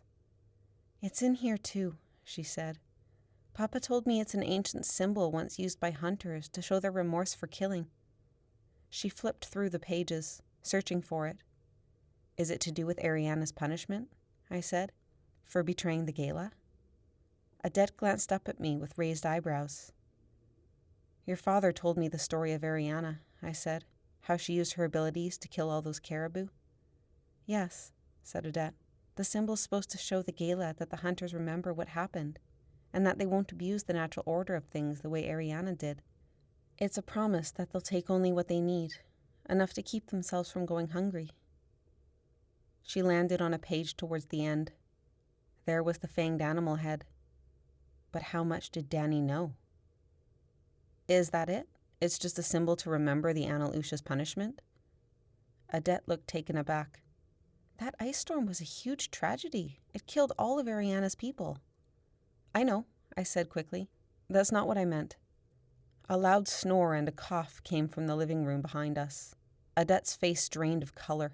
She whirled around, dropping the book on the table. I started to ask what was wrong, but Odette had already dashed to the couch. Its back was to the kitchen, so I couldn't see the occupant, but a wave of understanding crashed over me. I rose from my chair. Odette, is your father all right? He's just tired. He's not, or you wouldn't look so worried. She adjusted a woolen blanket over him. Do you need help? No, he just had a lot to drink. I joined her at the couch, surprised. I'd never known Anyo to be a drinker. He was lying on his back, one arm dangling to the side, as though he were simply taking a nap. How long has this been going on? Odette didn't answer. She adjusted her father's arms over the blanket. I had no idea, I whispered. I'm sorry. Have you told anyone? She shook her head once, not meeting my eye. You don't have to take on this responsibility alone. My family can help. I couldn't let her deal with this by herself, not when she already had so much to worry about. She watched her father's chest rise and fall, keeping her face turned away from me. Here, let me help you clean up, I said. This place could use... I scanned the floor. Despite the mess, I didn't see a single bottle of liquor or beer, or anything else that might have indicated Odette's father had been drinking himself into a stupor. A single teacup sat on the coffee table. It was tipped on its side, the bottom rimmed with the remnants of a dark tea. The dregs were thick, almost black. Odette? She saw what I'd found and jumped. He hasn't been drinking, I said. This is raven dust powder. It's just a little... He needed to... said Odette, stammering. You slipped it to him. Though I'd meant for my tone to be scolding, it came out more surprised and odd. Her mouth opened and closed. I needed to help him, she said. Why? He hasn't been sleeping. He's been having... Her voice broke. She began tucking the blanket around Anyo again. Anxiety? I said. She hesitated, then nodded. My mother had anxiety too, I said, for years after my brother died. She still gets it sometimes. Adette's watery eyes met mine. He panics, she said in a shaky voice. I'm all he has. Behind the exhaustion, her face was youthful and pure. She had so many responsibilities already. Anyo must have felt some sense of control over his daughter's fate when he'd been the training master. Now that he'd lost the title, reality must have hit him full force. We can get him help from a doctor, I said. Adette took the teacup from me. When she looked down, a tear fell from her face and landed in the cup. She nodded. Just promise me you won't keep knocking him out, I said. She almost smiled. Where did you even hear about using raven dust powder? Very few knew of its power as a sedative. I'd learned about it from Anith on the massacre, and she'd been the only one who'd known then. Adette lifted one shoulder. Things get around. I frowned. One of the girls from my massacre must have shared the knowledge. I hoped it had been for first aid purposes. Either way, now all the trainees knew a pinch of raven dust could knock a person out for hours. I want you to take him to a doctor, all right? I said. I'm going to check in on you. No more knocking him out. That'll only make him sick. She nodded. Together, we cleaned up the piles of clothes and garbage, washed dishes, and swept the floor. By then, Adette seemed less distraught, though she looked ready to collapse. My own body felt slow and heavy. Do you want me to stay the night? She shook her head. I'm fine. I'll go to bed and Papa will be awake in a few hours. I hugged her, smoothing her hair away from her tired face. Call my house if you ever need anything. You know my mother would be happy to make you dinner, right? Thanks, Meela. It was well past midnight when I left. As I stepped into the night, reality rippled through me with a violent shiver. The massacre departure was mere hours away. How many others were still awake? Were Tanu, Anith, and Blacktail in their warm beds, sleeping soundly, resigned to the fate of those girls? The bone dagger sat heavy in my jeans, a hunting symbol. Even knowing this, I was no closer to finding the crypt. I was alone, one of thousands of civilians who would watch helplessly as the warriors departed tomorrow. Time had run out. Had I really thought I could stop the massacre, a tradition that had been ongoing since my father was a kid? It was ingrained in our society. Why had I deluded myself into thinking I could single-handedly change that? Hunched against the cold breeze, I began the long walk home. My time as a massacre warrior was up. Now I was supposed to sit back and watch, and root for those girls to slay every last demon. Chapter 16. Harpoon of Death and Teeth and Stuff. Let me get this straight, said Pontus. We're going to lure an entire shoal of sharks into the target's path. Yup. Surround him. Yup. Then impale him with iron? If the sharks don't kill him first. Spio wrapped his bag with rope. He'd stuffed it full. With what? I didn't know. But it smelled like death. We were back at the Moonless City military base.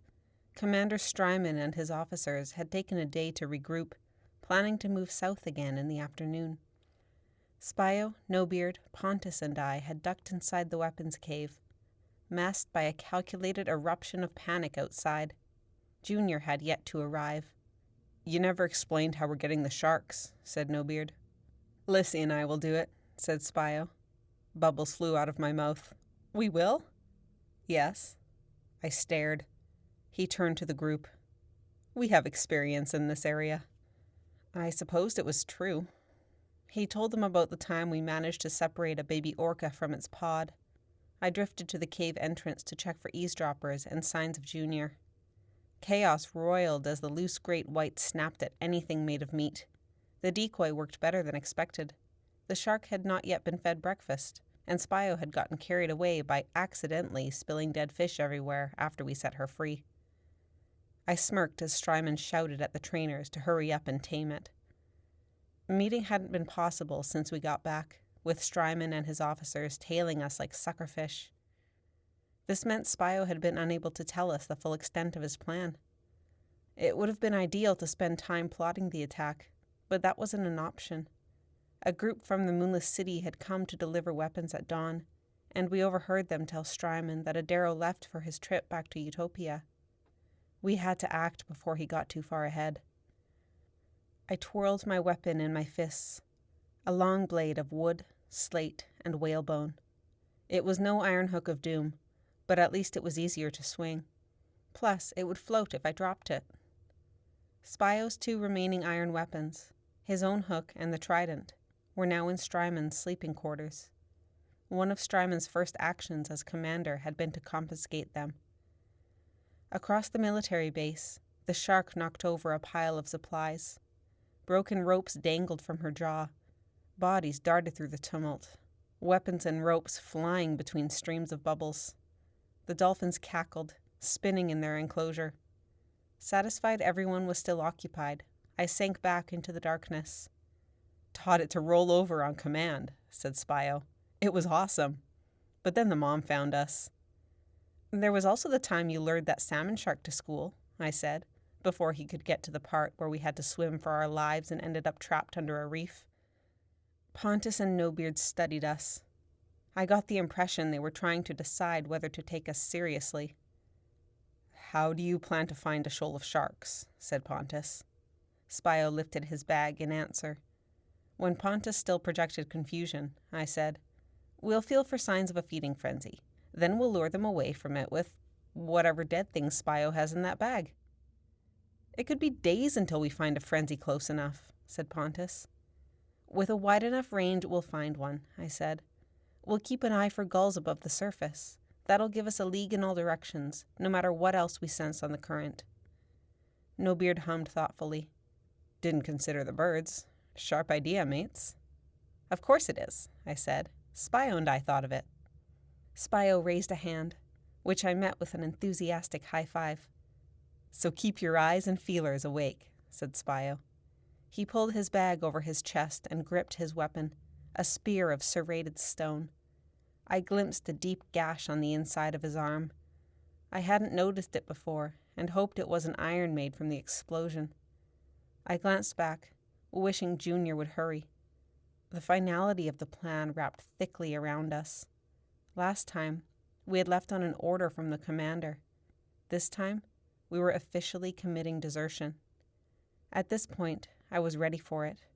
I couldn't serve under Adaro's rule any longer, especially not with Strymon as commander. Outside was still complete bedlam. What was keeping Junior? My nerves tightened. We couldn't miss our chance. The shark would only be a diversion for so long. Plus, we couldn't let Adaro get too far north. I slapped my forehead. "The military line!" For a moment, the guys stared at me in confusion. Then Pontus emitted a wave of distress. "We're going north," he said. "The border." Spio and Nobeard caught on. "We can fight them," said Spio. "We can go around," said Nobeard.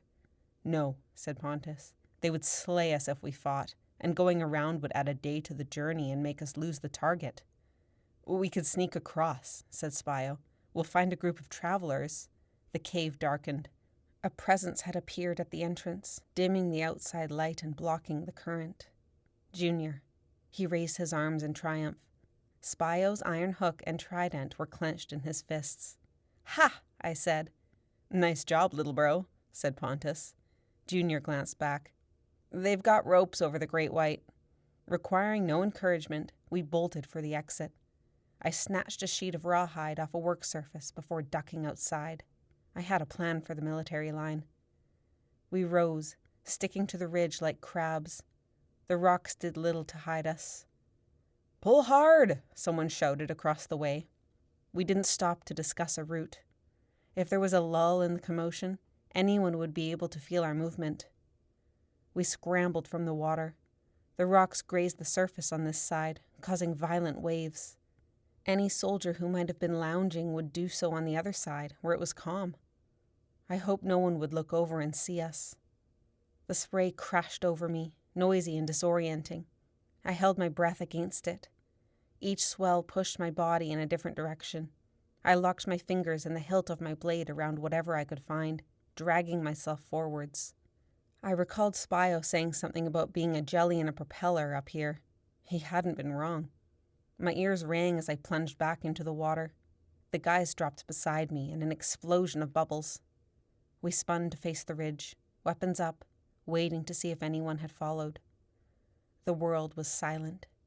The current pushed at us from the northeast, steady and calm. "Let's go," said Pontus. We swam hard, following the plankton to the strongest current we could find. After some time, Pontus said, "I'm concerned about our numbers. Even with Coho, there weren't many of us." "Mate, we'll have about 1,000,000 sharks on our side," said Nobeard. "Sharks don't pick sides," said Pontus. He did have a point. Controlling the shoal would take effort, and even if that went smoothly, we'd be 5 against the 10 soldiers Adaro had taken. "The Moonless City had a rebel group," I said. "Yes," said Pontus, "but they're dead." "There might be more." "How do we find out?" No one answered. I thought back to the group at the mine. That one mermaid had swum by me and whispered something. What was it? "Para Lorena," I said. The guys stared at me like I'd grown legs. "I saw a mermaid before the explosion happened at the mine. She was one of the rebels. She said those words." "What does it mean?" said Pontus. "I don't know. I think it was a code. She was seeing if we were in on the plan. When I didn't respond, she disappeared." We shared a moment of unease. Did we have time to find help? Would the risk be worth it? Even if there were other mer people who wanted Adaro dead, most of them would see treason as a crime worthy of its punishment. "I say we go back to the Moonless City and start yelling these words," said Spio. "See who comes forward." I didn't need to threaten him out of that plan. The guys knew as well as I did that we didn't have time to look for help. We had to keep going or the king would get too far ahead. After a long silence, Nobeard said, "I want to make sure something's known. Last time, if it all went belly up, and it did, we were hidden. This time is different. Once we attack him, his whole crew will see us. We're open mutineers." Though I knew this already, a knot twisted in my stomach. Best case, we would still have to deal with those loyal to Adaro after his death. Worst case, we'd be executed for treason. I thought of Meela, and how much she had suffered because of this war. I thought of my brother stationed on the other side of the world. I thought of all the soldiers in the army and all the mer people who'd been killed, both fighting for Adaro's crusade and for opposing him. "It's worth the risk," I said. "Agreed," said Junior. The other guys gave no signs of fear. "Onwards, then," said Nobeard. "What's the rest of the plan, Spio?" said Pontus. "What happens once you and Lissy get control of the sharks?" "I think control is a loosely defined," I began, then Spio jabbed me in the ribs. "Allow me to explain," said Spio with an air of professionalism. "Lissy and I will chase the sharks towards the target. We'll drive them through his group like a harpoon, same as Medusa's army did to us. We won't have enough merman power to make the sharks circle the target like they did. But that doesn't matter because—" "Can you drive the sharks in so you at least isolate him?" said Junior. "If we can peel him away, we'll try," said Spio. "But I'm guessing he'll be protected in the middle. The best we can do is split the group in half." "Also, have you ever tried to steer a shark?" I said. Junior considered. "Fair enough." "Anyway," said Spio, "will Lissy and I drive our shark harpoon in there.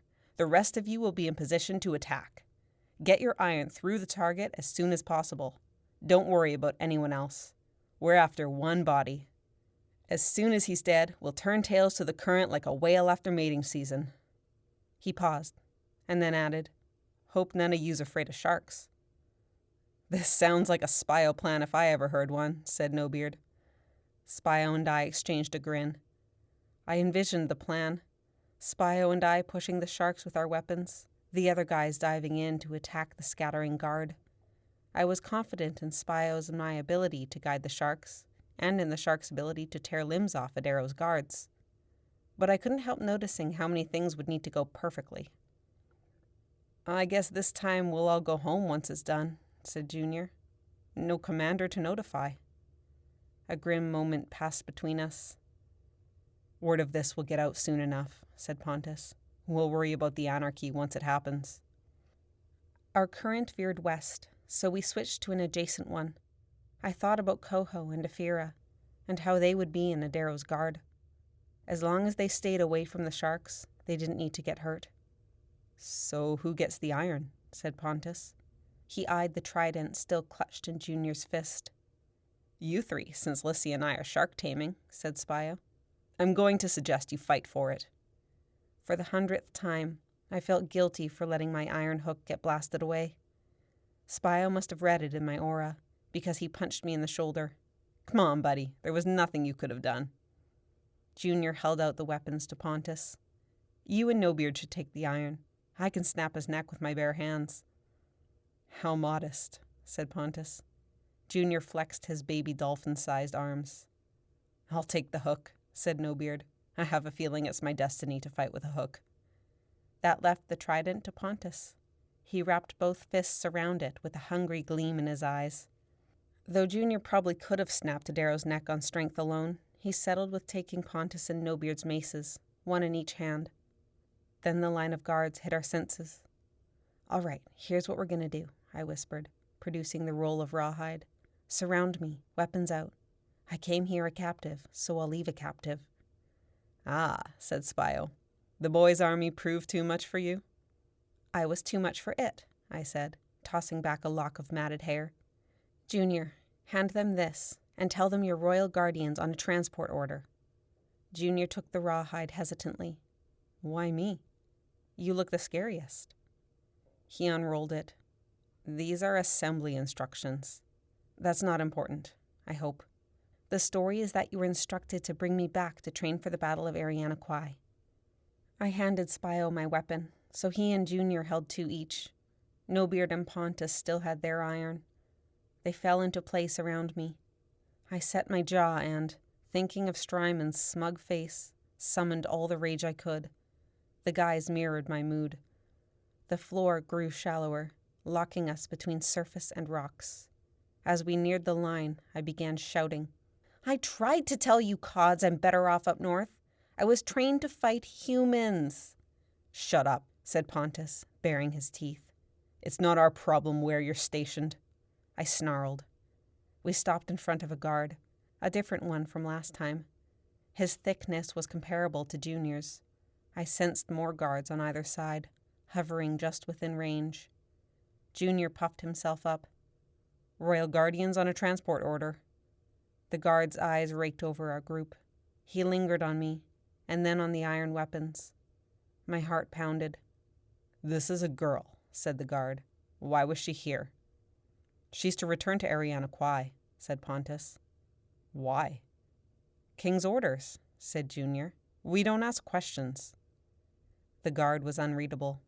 He reached out. His hand closed around the rawhide. Don't be difficult, I thought. Your buddy didn't check it on the way there. Junior didn't open his fist. The guard had to pull the roll free. I glanced around, pretending to look for an escape. Spio picked up on it and jabbed me with his stone spear. Ouch! Rubbing my side, I shot him a glare that wasn't entirely staged. Think I'm letting you escape again? He said in his best tough guy voice. You already pushed your luck with that stunt back at the camp. They'll be picking iron out of the coral for the next year. The guard eyed the iron weapons again. Eriana Kwai, you say? Yes, sir, said Pontus. She's to be used against the humans. Her specialty is in iron techniques, said Spio. I turned slightly so my scar was more visible. The guard grunted. He hastily shoved the rawhide back at Junior and waved us through. Spio made to prod me again as we moved forwards, but I grabbed the end of his spear, making a silent promise that I would get him back for this later. We crossed the border and kept moving, picking up speed. Soon we were flat out, opening as much distance as we could between the guards and us. By the time we needed breath, we were long out of range. We paused at the surface, panting hard. "Nice work, Lissy," said Pontus. Spio hesitated in giving me back my weapon. I snatched it from him with a flourish, but he submerged before I could jab him with it. We continued northwards, traveling in silence and changing currents when we found a faster one. The route was not without other travelers, and it wasn't long until we crossed paths with a pod of transient orcas. We dove, sinking to the twilight level to make sure they wouldn't chase us. After that, we overtook rays, marlin, and a blue whale with her calf. I checked behind us compulsively to ensure we weren't being followed. The next time ripples hit us, we stopped. Merpeople. Their group was small, their presence too meek to be our target. Something bulky floated in their midst. A weapons hold, maybe. They drew closer, riding a different current than us. They must have been heading south. We dove to avoid them. "Weapon supplies," said Pontus once we'd risen again. "It's most likely if they're headed for the moonless." "We shouldn't have taken the main current," said Junior. "There's too much traffic. We're going to be seen, if not mauled, by the next pod of whales." "This is the only option," said Pontus. "The target is somewhere along this current." "But if we have to keep diving, we'll never—" "Stop," I said, holding out my hands. They did. I'd felt something else. I turned my head, concentrating. "Frenzy," said Spio. Faint vibrations carried from somewhere far ahead. Then they disappeared. "Moving away from us," I whispered. I advanced until I felt them again, and then stopped. The guys followed. "The target?" said No Beard. I ran a palm along my arm, as though to rub the feeling deeper into my skin. "I think so," I whispered. We clumped together, advancing in silence. The closeness would make our group feel like one entity, easily mistaken for a whale. We followed, trailing as far back as we could without losing the group. The distorted murmur of conversation met my ears. I searched for a Darrow. I didn't know what to feel for. I could recognize my brother from afar, or a cousin or friend, but not a stranger. Swimming that close together, I felt the guy's fear as my own. I tried to block it, focusing on the group ahead. There were at least 10 merpeople. Our distance made it impossible to pick out a single identity. A Darrow would be in the middle, masked by the surrounding guard. The best I could do was identify gender, and they were mostly male. Next to me, frustration seeped from Pontus. He was having as much trouble as I was. I gave up on trying to find a Darrow and scanned the vibrations as a whole, searching for anything helpful. There, something familiar. What was it? I felt it out for a moment, until I was confident I hadn't imagined it. I slowed, pulling the others back. They turned to me. When we'd lost the feeling of the distant group, I whispered, "It's them." "How do you know?" said Pontus. "I recognize Coho." A pause. "You're sure?" said Junior. "Yes, I don't know how, I just know. It's him." I couldn't explain it. There was something familiar in his aura, and that was the only feature in the group I could distinguish. "Works for me," said Spio. "All right," said Pontus. "Now we tail them until we find our sharks." Tightly clustered, we followed. We stayed out of range so they wouldn't sense us, relying on the knowledge that they were heading north. The sun crept across the sky. We ducked closer a couple of times to make sure we hadn't lost our group. I kept my feelers on Coho and the female presence beside him. We breached often so we could keep an eye for gulls above the surface. My stomach growled. I ignored it, irritated that my body was thinking about food at a time like this. Finally, something notable grazed my skin. I nearly cried out in excitement. The guys felt it too. We stopped, senses tuned to something on the left. The faintest of vibrations. But it was huge, chaotic, moving towards us. "Ah, crap," said Spio. "Yup," I said. "Dive." Not a frenzy. Dolphins. They wouldn't be harmful. but this pod must have been 300 in size. They breached and splashed noisily, heading straight for us from the west. I recognized their pale bellies and dark, shaded backs as Pacific white-sided dolphins. I hadn't seen a pod of those since leaving home. We dove to get out of their way. "Why don't we use them?" said Junior, watching their white bellies pass overhead. "Are you kidding?" I said. "They wouldn't fall for bait." "Tempting, though," said Spio, rolling onto his back. As they passed, I thought of Axius and his dolphin ranch, and felt a pang of guilt and sadness. He might have been a giant whale turd, but he hadn't deserved to die. The dolphins noticed us, Spio in particular, with his bag wafting the scent of death in all directions. But they had no use for us. Their chatter filled the water, cheerful and expressive. Distinct auras passed over my skin. A pregnant female, serene and happy. A young male, frustrated in his pursuit of a mate. An older male, annoyed by a playful tag-along. 3 babies enjoying a game. Most were hungry. They were after a meal. I placed a hand over my stomach, wishing I could go with them. We waited until the dolphins cleared our range, then rose to the northwards current again. "Too bad this area is so foreign," whispered Spio. "Back home I always knew where the frenzies happened."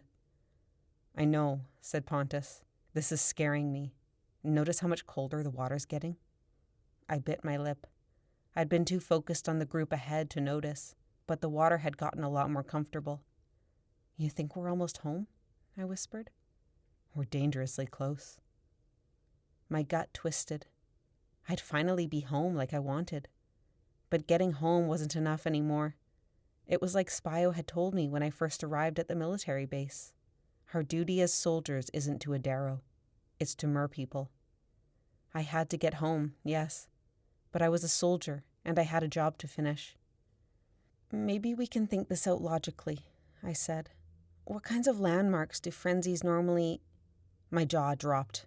I whirled around, staring eastwards. "What?" said Spio. "The dolphins. They're familiar with this area. They know exactly where to find food."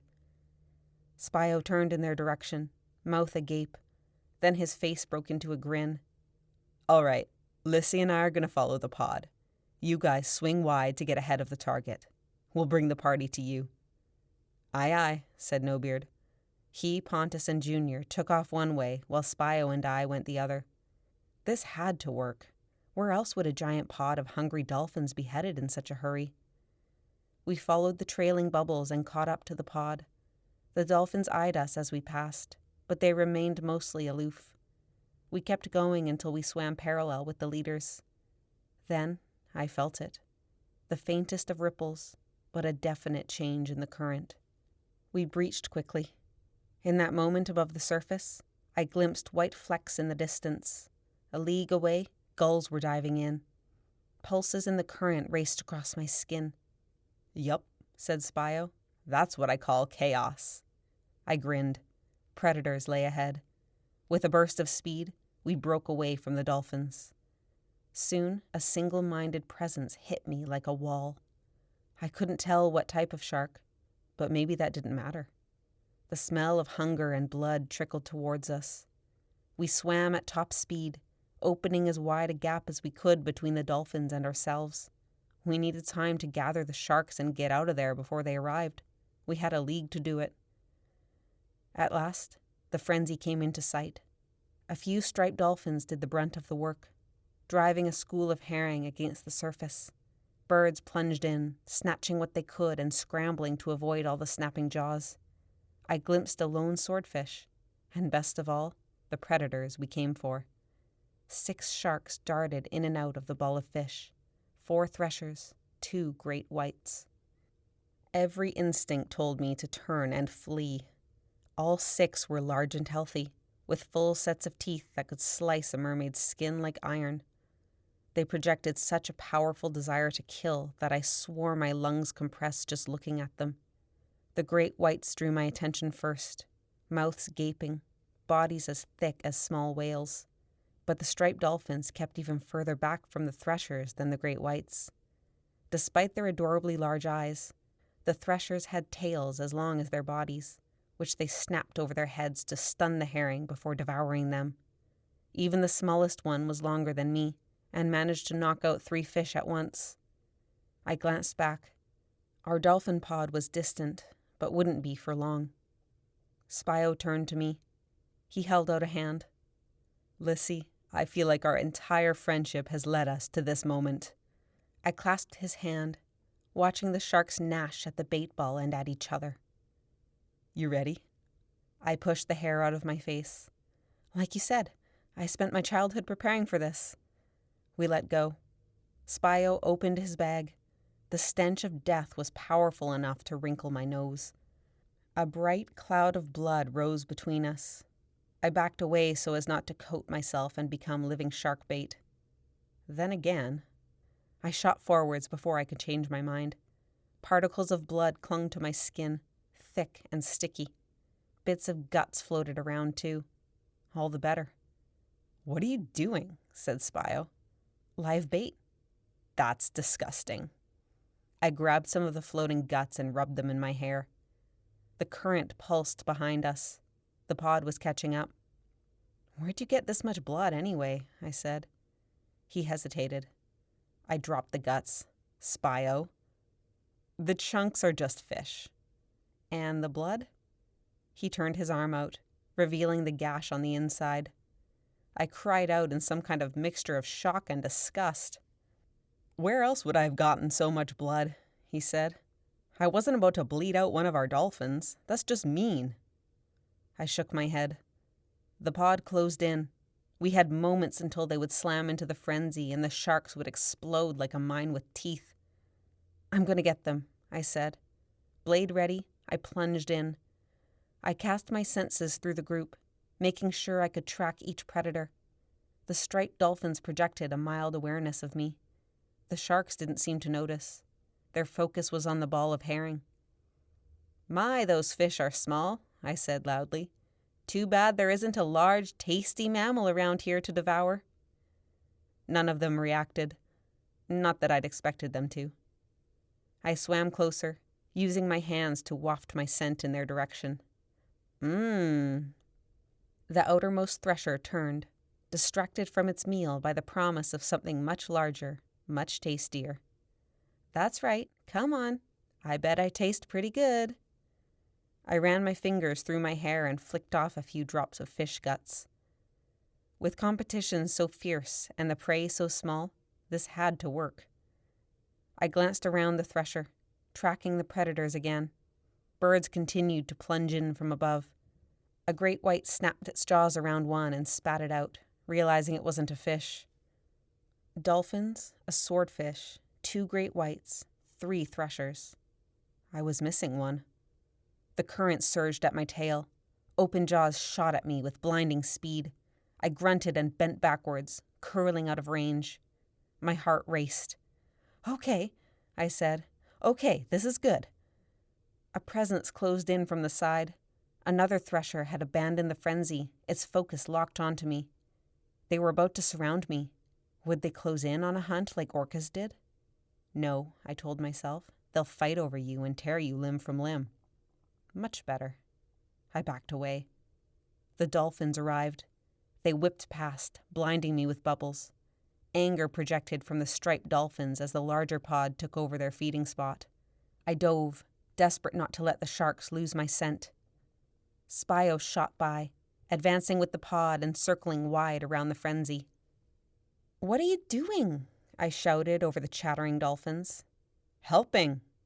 He plunged into the bait ball. Fish scattered. Dolphins whistled their frustration at Spio for ruining their strategy. Sharks reacted with bursts of energy, catching any stragglers before they escaped. Spio erupted from the school of fish with a war cry, swinging his spear. Anything nearby recoiled. The thresher that didn't received a whack to the face. It backed off. Knocked away from their target, the sharks had all caught my scent. The closest thresher lunged and nearly closed its teeth around my tail. The striped dolphins surrendered the meal and left. The sharks didn't care. They had better prey to hunt. Keep going, Spio shouted. I'll make sure they follow. He had dragged a trail of guts from the direction we'd come. I led them recklessly down it. The blood was dissipating, but the scent lingered. I rubbed my hands over my body and through my hair as I swam, scrubbing away the blood. Feeling the distance between the sharks and me, I spared a glance over my shoulder. They swam open-mouthed, snapping up any remains they found along the way. I was relatively clean. I pushed faster. With blood still on the current, I hoped the sharks would forget what they were chasing. I dove abruptly. Sure enough, the sharks kept swimming straight along the trail. I followed them from below. Soon, their urge to kill dissipated with the blood. Their pace slowed. They'd given up on the hunt. I rose alongside them with my blade out. After gorging on fish, and without the scent of blood driving them mad, they seemed to decide I wasn't worth chasing. The bigger great white led the shoal. I couldn't help noticing he was large enough to fit my entire body inside. Between the pointed snout and the pectoral fin, 5 gills the length of my forearm flared open and closed. In his jaws, bits of fish were caught between his many teeth. The inside of his mouth reeked of blood. I opened a little more distance between us. Sure, I had the advantage of speed, but I never underestimated a shark's reaction time. Behind the great white, the 4 threshers followed. Trailing behind was the second great white. It kept trying to veer away, but something was making it fall back in line. "Spio?" From the other side of the trailing great white, he said, "Never do that again." I laughed. We used our weapons to guide the sharks, poking them in the sides when they threatened to leave the current and swatting their tails when they moved too slowly. Keeping them in a cluster proved hard work. I switched my focus rapidly, making sure none of them was preparing to strike.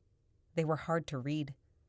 All signs of the feeding frenzy disappeared behind us. We were suspended in emptiness for a moment before the vibrations from Adaro's group brushed my skin. "Spio, we have to make the sharks move faster." I wasn't sure why I bothered whispering. It wouldn't matter once we bombarded him. This was the point where we became open traitors to the crown. 2 possible outcomes lay ahead: freedom or death. I tried not to consider how many ways this plan could go belly up. What if I'd been wrong, and this wasn't Adaro's group? What if the other guys weren't able to turn the sharks around? What if the soldiers fought off the sharks too easily? "We need to get aggressive," said Spio. "You'll have to go into demon mode." He was right. Sharks didn't flee easily. Merpeople were a shark's biggest predator, and even that was questionable. "Okay," I said in a small voice. I kept pushing the sharks, steeling myself. Spio stayed at the rear, pushing the second great white from the opposite side. "You know, Lissy, before you came here, I wished for a girl to come to the unit. Or I sent out a message to the universe, whatever you want to call it." I glanced back, wondering what he was getting at. "Then you arrived," he said. "At first, I thought the universe misunderstood me. I wanted a girl I could, you know." "Got it. But it was meant to be you. I don't know where I'd be right now if you hadn't shown up. Somehow, I think something bad would have happened. We would have given up, gotten scared, been caught. I don't know." He faltered.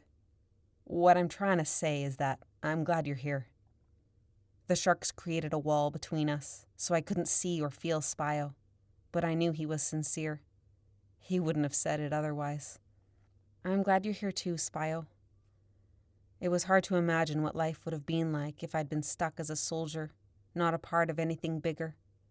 I might have tried to escape on my own and gotten caught. Still, was I better off this way? Driving a line of sharks towards an armed guard, it was hard to tell. Adaro and his convoy were close. I counted 14 bodies.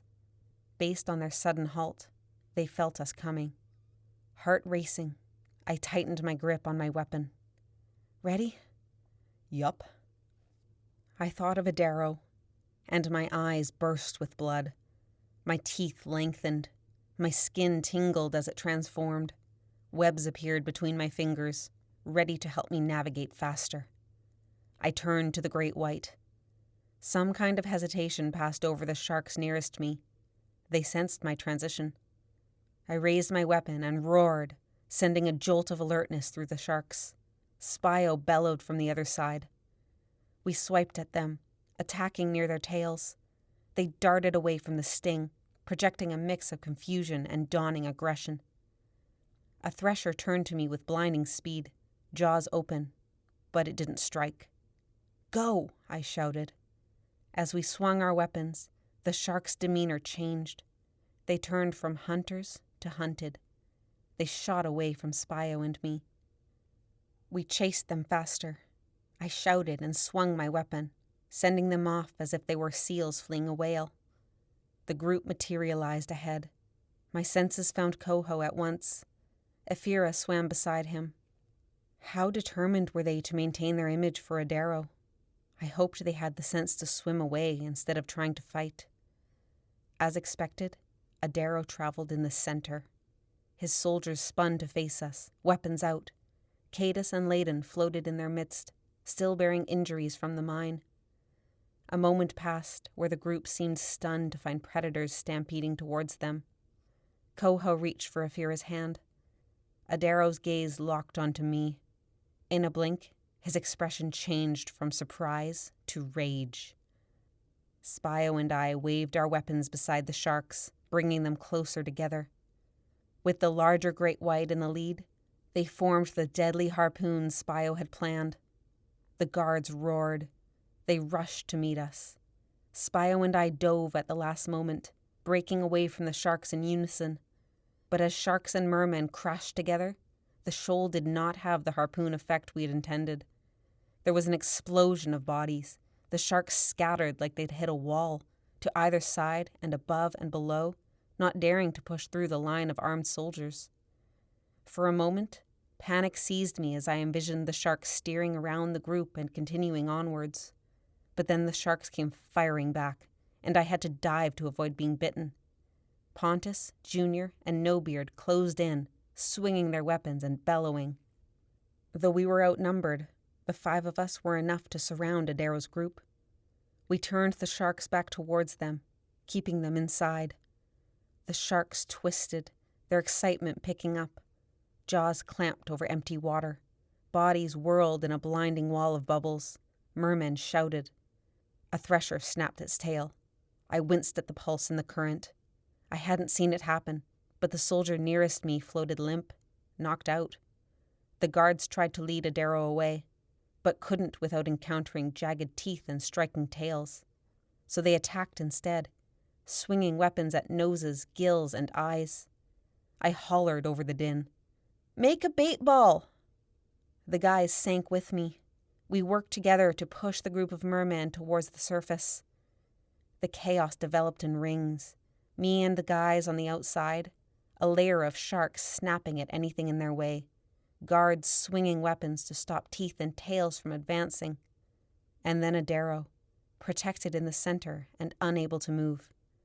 Coho and Ephira stayed by the king's side, weapons raised, preparing to strike at any shark that came too close. Cadus swung his good arm at the nearest thresher, driving it towards me. I gritted my teeth and roared at the shark, raising my arms. It balked, spun around, balked again. Cadus was waiting for it. Trapped, the thresher gave a burst of speed and arched its body. The long tail whipped over its head and struck Cadus in the face. The current buffeted my chest, strong enough to shove me backwards. Cadus went limp. Blood oozed from a gash across his face. I let him sink. The thresher darted after him, chasing the fresh blood. "Get in there, Pontus!" shouted Spio. "We've got them!" Pontus, Junior, and Nobeard dove into the midst without hesitating. Spio and I circled the sharks, swimming as fast as we could to keep them clustered. Driven wild by the scent of blood, the sharks attacked everything in front of them, clamping down on limbs and tails. Never before had I needed faster reflexes. For every swipe at one shark, the one behind it bulged away from a swinging weapon. Their movements were sporadic, fueled by bursts of energy that I could barely keep up with. Spio and I swam harder, faster, flitting around the sharks in a tight, evenly spaced circle. The exertion pushed air from my lungs in gusts. The instinct to breach was becoming difficult to ignore. Aggression flooded the scene, muddying my senses. Everything beyond the nearest shark was a flurry of bubbles. My ears filled with howls of pain and rage. Blood crept towards us, smelling and tasting like both animal and merman. Thrashing bodies and swinging weapons made it impossible to feel for anything meaningful, like the guy's whereabouts. Pontus, Junior, and No Beard had disappeared. I hoped desperately that the guys were getting closer to Adaro. With each heartbeat, the sharks pushed further out. Any satisfaction they felt at a fresh meal of merman had disappeared. They wanted out. Tails and jaws sent torrents at me, making it hard to control my path. My muscles weakened. Each swing at the sharks cost me all the energy I could muster. "Lissy!" With a jolt, I realized I'd caught up to Spio. I checked my speed, but too late. A gap opened behind me. On the other side of our bait ball, a thresher darted away, leaving a trail of blood from a gash in its side. "No!" I dove below the cluster to chase it, but stopped. I'd never catch it in time. Above, several soldiers had dropped out of the fight, either unconscious or dead. I smelled the burn of iron. The bodies sank, blood clouding from gaping wounds. I shrank away. My heart skipped a beat when I saw familiar faces. I didn't know their names, but I recognized them from the army. A day before, we had been allies. Not dead, I thought. Please, not dead. We had one target, and only one. Guilt squeezed my chest, even for the sharks, who pushed outwards with more force now. Adaro's protection was crumbling. 5 soldiers remained. 2 of them were Coho and Afira, who were both bleeding from shark bites but hadn't been hit with iron. Layden was bleeding and burned, gritting his teeth against Junior's brute strength attack. The other 2 were ordinary soldiers. It drove a hole in my gut to see No Beard and Pontus fighting them so fiercely. The larger great white lunged for me. A strip of flesh hung from his teeth. I was losing wind. I raised my blade, but those jaws suddenly seemed too much for my measly weapon. "Leave it, Lissy," shouted Spio. "He's too pissed." I dodged the snapping teeth, expelling a spout of bubbles in the effort. Go, Pontus!" It was Junior. I whirled around. The great white blasted away, disappearing into the blue as fast as the thresher had. Pontus had knocked out his opponent. 4 guards left. Junior parried Layden, while No Beard fended off the remaining soldier. Coho grabbed Afira, pulling her away from the swinging iron. Whether he was giving us access to Adaro or keeping his wife safe, I didn't know. Either way, Adaro was exposed. Pontus shot towards him. Next to Adaro's huge imperial form, it occurred to me how young Pontus was. He was a boy, diving at the most powerful merman in the Pacific, a single weapon in hand. Another thresher blasted through the space between Spio and me. I thought to stop it too late. Pontus let out a war cry. For a moment, I thought Adaro might flee through the widening gap in the sharks and soldiers. But he faced his opponent, teeth bared. Pontus thrust the trident towards the king's stomach. Adaro seized the iron prongs, stopping Pontus cold. I waited for the shriek of pain. I wanted to smell flesh on iron, to hear the sizzle as he burned. But I didn't. Had a tunnel closed around my senses? Or was the scene too full of blood for me to feel anything else? With one hand grasping the trident, Adaro drew back the other arm. That was when I noticed the weapon across his back. A stone mace with a hook at the end. My iron hook. I screamed, "Pontus, look out!" Holding Pontus by the end of the trident, Adaro swung the iron hook. Pontus saw it too late. The iron sliced across his face, blood spurting as his head snapped around. His head lolled, the blow leaving him semi-conscious. This time I heard the sizzle. I smelled burning flesh. Somehow Adaro still held the iron prongs of the trident. He pulled Pontus towards him. This was wrong. Adaro should have been searing. He should have projected unbearable pain. Red beads oozed from his palms where he gripped the trident, but that was all. He ripped the weapon from Pontus's grasp and spun it around. "Pontus!" I yelled. Spio and I shot forwards. We were too slow. The iron plunged through Pontus's ribs. I felt it. I never realized what Pontus meant to me until that moment. His last moment. After spending so much time with him, the pain he projected overwhelmed me. Fear and agony washed over my skin, bringing a cry to my lips. Junior felt it too, and 100 times more powerfully. His outburst hit me like a punch in the stomach. He abandoned Layden and shot for Adaro. I shouted at him, but he wouldn't hear me. Layden made to follow. Spio and I deflected him. Layden swung at me, giving Spio the chance to slam him with the butt of his weapon. The air left his mouth in a stream of bubbles. The king pulled the trident from Pontus's limp body. He turned it on Junior. The two mermen were similar in stature, but Junior had no iron. Would it matter even if he did? Layden made a desperate swing at Spio, who retaliated by striking him across the chest. Another wound opened, and he backed off. He'd been bitten and slashed in several places. Blood poured from somewhere in his back. His eyelids fluttered. He would bleed out soon. I pushed him with the hilt of my blade. He floated limp, too weak to retaliate. All feelings seemed to have left my body. Light-headed, I glanced around. The sharks had scattered. The last thresher tail disappeared in the distance, leaving drops of blood in its wake. Between the floating bodies, Coho and Afira were hunched over, trembling, weaponless. They both bled from multiple punctures. A half-moon of teeth marks dotted Coho's forearm. Our eyes met, and regret tightened my throat. But what had I expected? Did I think we would charge in, push aside Adaro's guards, and kill the king in one clean swoop? Of course there would be death. Of course everyone involved, sharks included, would be slashed and beaten.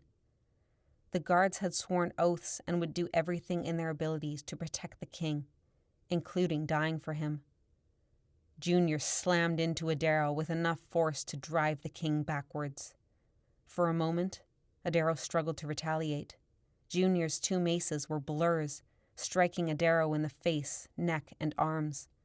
The king straightened, trident in one hand and hook in the other, and fought back. His arms crossed as he slashed the iron weapons at Junior. Junior ducked out of the way to avoid being seared. He came back with a heavy blow to Adaro's ribcage. Thick and muscular, both mermen relied on brute force instead of agility to win this fight. The current pulsed with the force of two colliding great whites. Their arms blurred, weapons pounding against each other. The dizzying speed and trailing bubbles left me blind to their movements. Then the hook grazed Junior's arm, and the pain caused enough hesitation for Adaro to swipe again with the trident. Junior bellowed as the iron sliced his stomach. I cried out, dashing towards them. Spio's hand closed on my arm. He pulled me back in time to dodge a desperate swipe from Layden. In a fit of madness, I spun around and slashed at Layden. Incomprehensible screams poured from my mouth. My blade sliced across his chest, his face, his throat. His eyes rolled back. He went limp, sinking slowly. My fingers gave out. I dropped my weapon. It drifted away in the current, and I let it. Someone spluttered beside me. Nobeard was slumped over, a hand pressed to his neck. Blood gushed between his fingers. Spio darted over. My chest constricted. He'd been fighting the merman who had given Spio and I the kelp buoys. What was his name? He coughed up a red-tinged bubble. Antheus, I said. He met my eye, projecting defeat. He brushed a hand over his lips to wipe away more blood. Mistrust and fear lingered heavily between us. I nodded towards the open water, indicating that he should go. He glanced to the king, locked in battle with Junior, and then to Spio, and back to me. I raised my fists. I didn't want to fight him, but I would if he got in the way of what needed to be done. He fled. I watched him angle downwards until he disappeared into the darkness below. An instant later, Junior screamed. Agony stabbed every cell in my body. I whirled to see the trident buried deep inside Junior's stomach. With a grunt, Adaro gave it one more shove before pulling it free. I had a last fleeting look at the kind face of Pontus's younger brother. Then the life drained from his aura, and he slumped over. No, the sound hardly escaped my lips. Hey, dude, you'll be all right, said Spio. His voice seemed to come from a distance. Come on, I'll take you. No beard. Hey, open your eyes. Let's get you some air. Come on, buddy. The hook fell from No Beard's grip. It sank fast, vanishing from sight. You think iron can defeat me? Shouted Adaro. The rightful king of the oceans is better than iron. Spio slapped No Beard in the face, trying to wake him up. Blood poured from his neck, more slowly now. Spio backed off, staring at his friend. Then he dropped his eyes to where the iron hook had disappeared. Without hesitating, he dove after it. Spio! We had no time for that. We had to go or we'd be next. Before I could dive after him, Adaro lunged at me. I twisted away, propelling myself around his thick body. I wasn't fast enough. A hand closed over my fin. I cried out as his fingers dug into the soft tissue. He dragged me backwards. I spun, swinging my fists, opening my jaws to bite him. Adaro seized me by the hair, and then his arm was around my neck, his bicep pressing against my throat. Rage prickled from his skin as he held me there. One massive fist gripped both the trident and iron hook. He brought them up to my face, nearly touching me with the trident's prongs. Who else is a part of the plan? He shouted. No one, I said through gritted teeth. I tried to shrink away from the iron's sting. Do not lie to me. Who are you working with? Was that a whiff of fear in him? I cast around for Coho. He and Aphira hovered behind us, motionless, as though hoping not to be noticed. Adaro brought the iron closer. The middle prong of the trident hovered a finger's width from my eye. Tell me where the rebels are, said Adaro, or I will give you a scar to match the one you already have. I almost shouted that no one sent us and we were acting on our own, but I stopped myself. What would he do if he realized I had no information to give him? At my silence, he gave a cold, deep laugh. Do you fear I'll deal with them as I have dealt with everyone else? Pity, after all this, you find yourself alone once again. I wonder if it's your destiny to be alone, Lysithea. I clenched my jaw, unable to move, watching the tip of the iron trident. Are you so arrogant that you thought you could change the entire Pacific Kingdom? Said Adaro. Did you think you belonged to something bigger? You and your friends, destined to overthrow the rightful king of the oceans. You are not the rightful king, I said, but my words came out too weak, too broken. Had all of this been for nothing? Pontus, Junior, and No Beard were dead. Coho had chosen his side. I'd spent a short time believing I belonged somewhere. That dream was never fated to survive. The next beat of Adaro's pulse hammered against my flesh, and his muscles tightened, and I knew he was about to close the gap between the iron and my face. Wait, I said, Remember your deal. You can't harm me." Adaro barked out a laugh. "All your allies are dead, and still you beg to live?" I snarled. That wasn't true. I still had Spio, and my parents, and my brother and Meela. I clung to that. Meela and I could spend years and leagues apart, but the massacre had proven that no matter what, I still had her. And her determination to take down Adaro matched mine. "She won't give you the host if I'm dead," I said. "Your efforts have been a waste, Lysithea. You can't save her. Once she frees the host, it will make no difference whether you're alive or dead." Something in his aura sent a shudder through me. What did he mean, "you can't save her"? "I might have failed to mention it, but you must understand.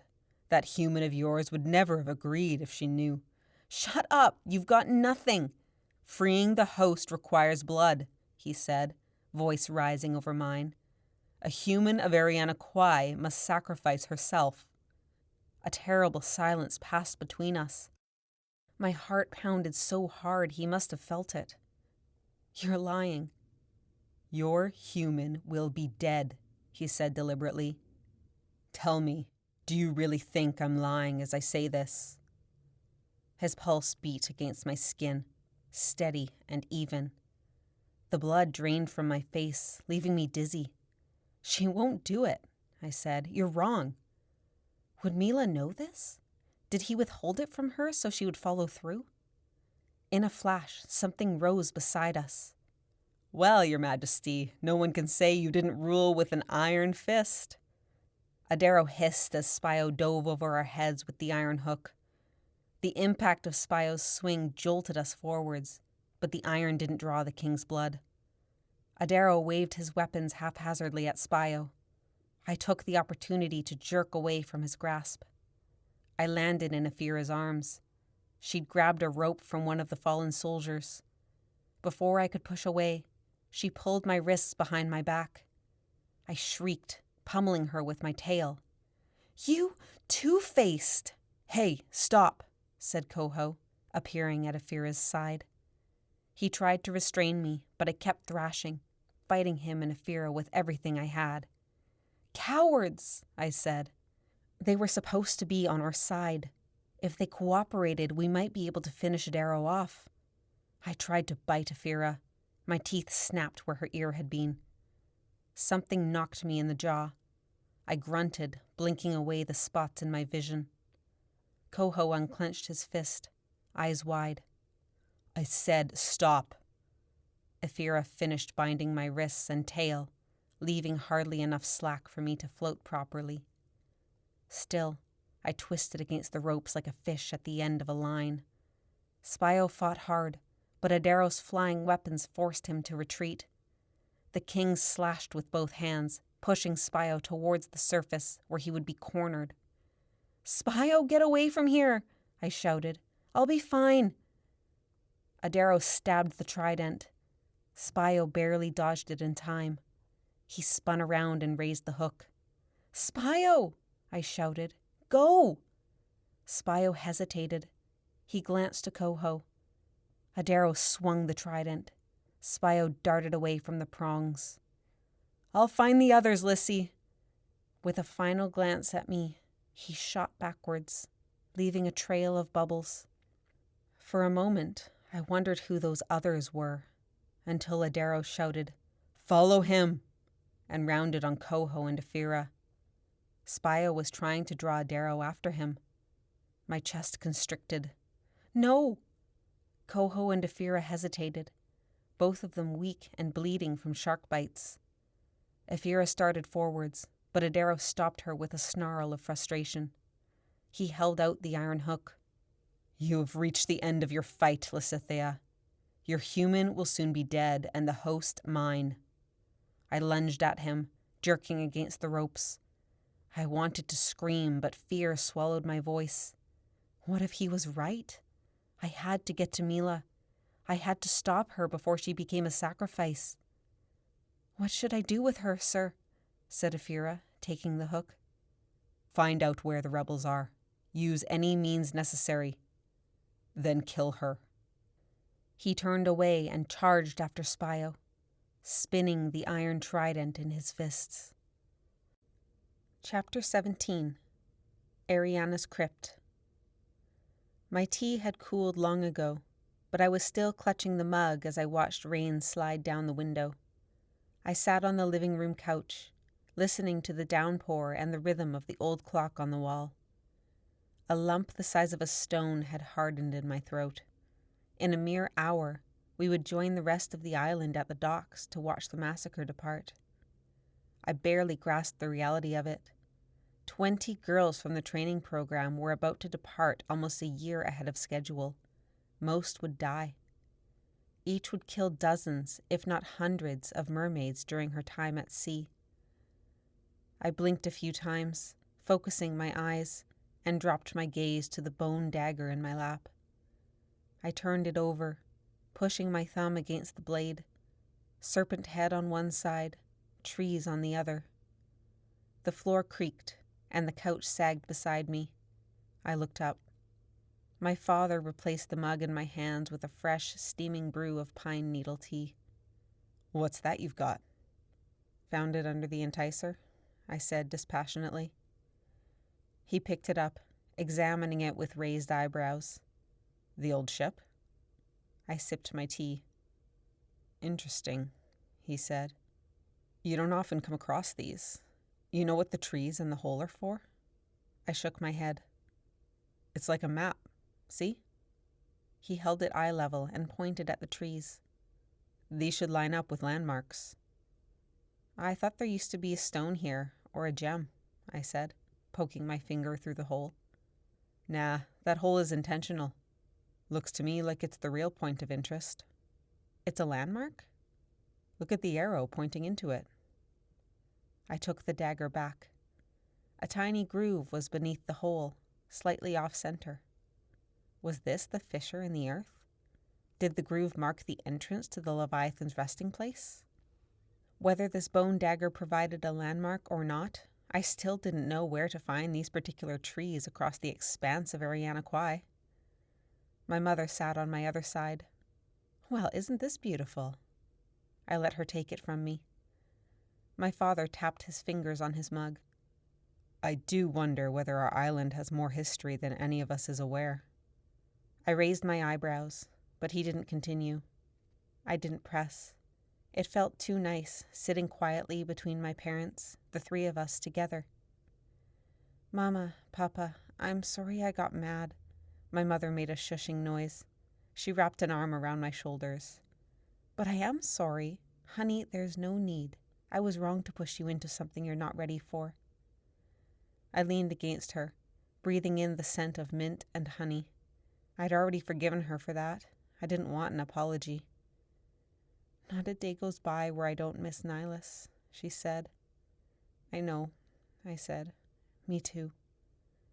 She handed the dagger back. The three of us sat in silence. My father set his mug on the coffee table and stood. "Where are you going?" said my mother. He held up a finger to indicate we should wait a moment, and left the room. A minute later, he returned with his cloth-bound book. "I never got to show you this," he said, sitting beside me. "It belonged to my mother. I don't suppose you remember your grandma?" "A little," I said, trying to lighten the truth that I didn't remember her in the slightest. He opened the book towards the back. "She gave me this before she died. See this? Birth certificates for you and Nihilus." My face pulled into a slight smile as I scanned the fragile papers. The pages beyond them were untouched, wanting to be marked with more family history. "And here," said my father, flipping the page. "You never knew my older sister. She married an American and took off for the mainland. When I was 16, we got word that she died in a car accident." I blinked at the death certificate. My father never discussed his sister. I'd all but forgotten she existed. He flipped back through more pages. "It's mostly birth certificates, marriage records, names of siblings and cousins penciled in where documents haven't been found. But if you go further back, you can see a few interesting stories in our family tree. Here, for instance, My great-uncle had a pet moose. See that? He showed me a black and white photo of a moose standing in a river, staring at the camera. I giggled. And your great-great-grand, whatever he is, this man, executed at 33. Gallows.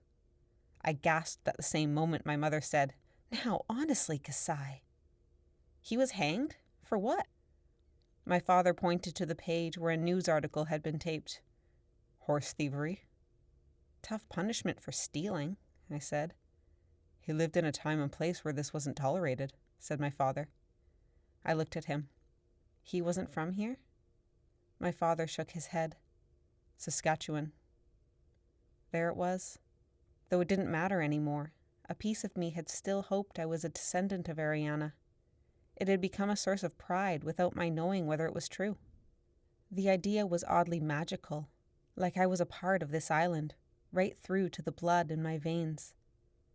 Disappointment must have shown on my face, because my father said, "Now, wait a moment. Just because he's from the mainland." He flipped to the front page.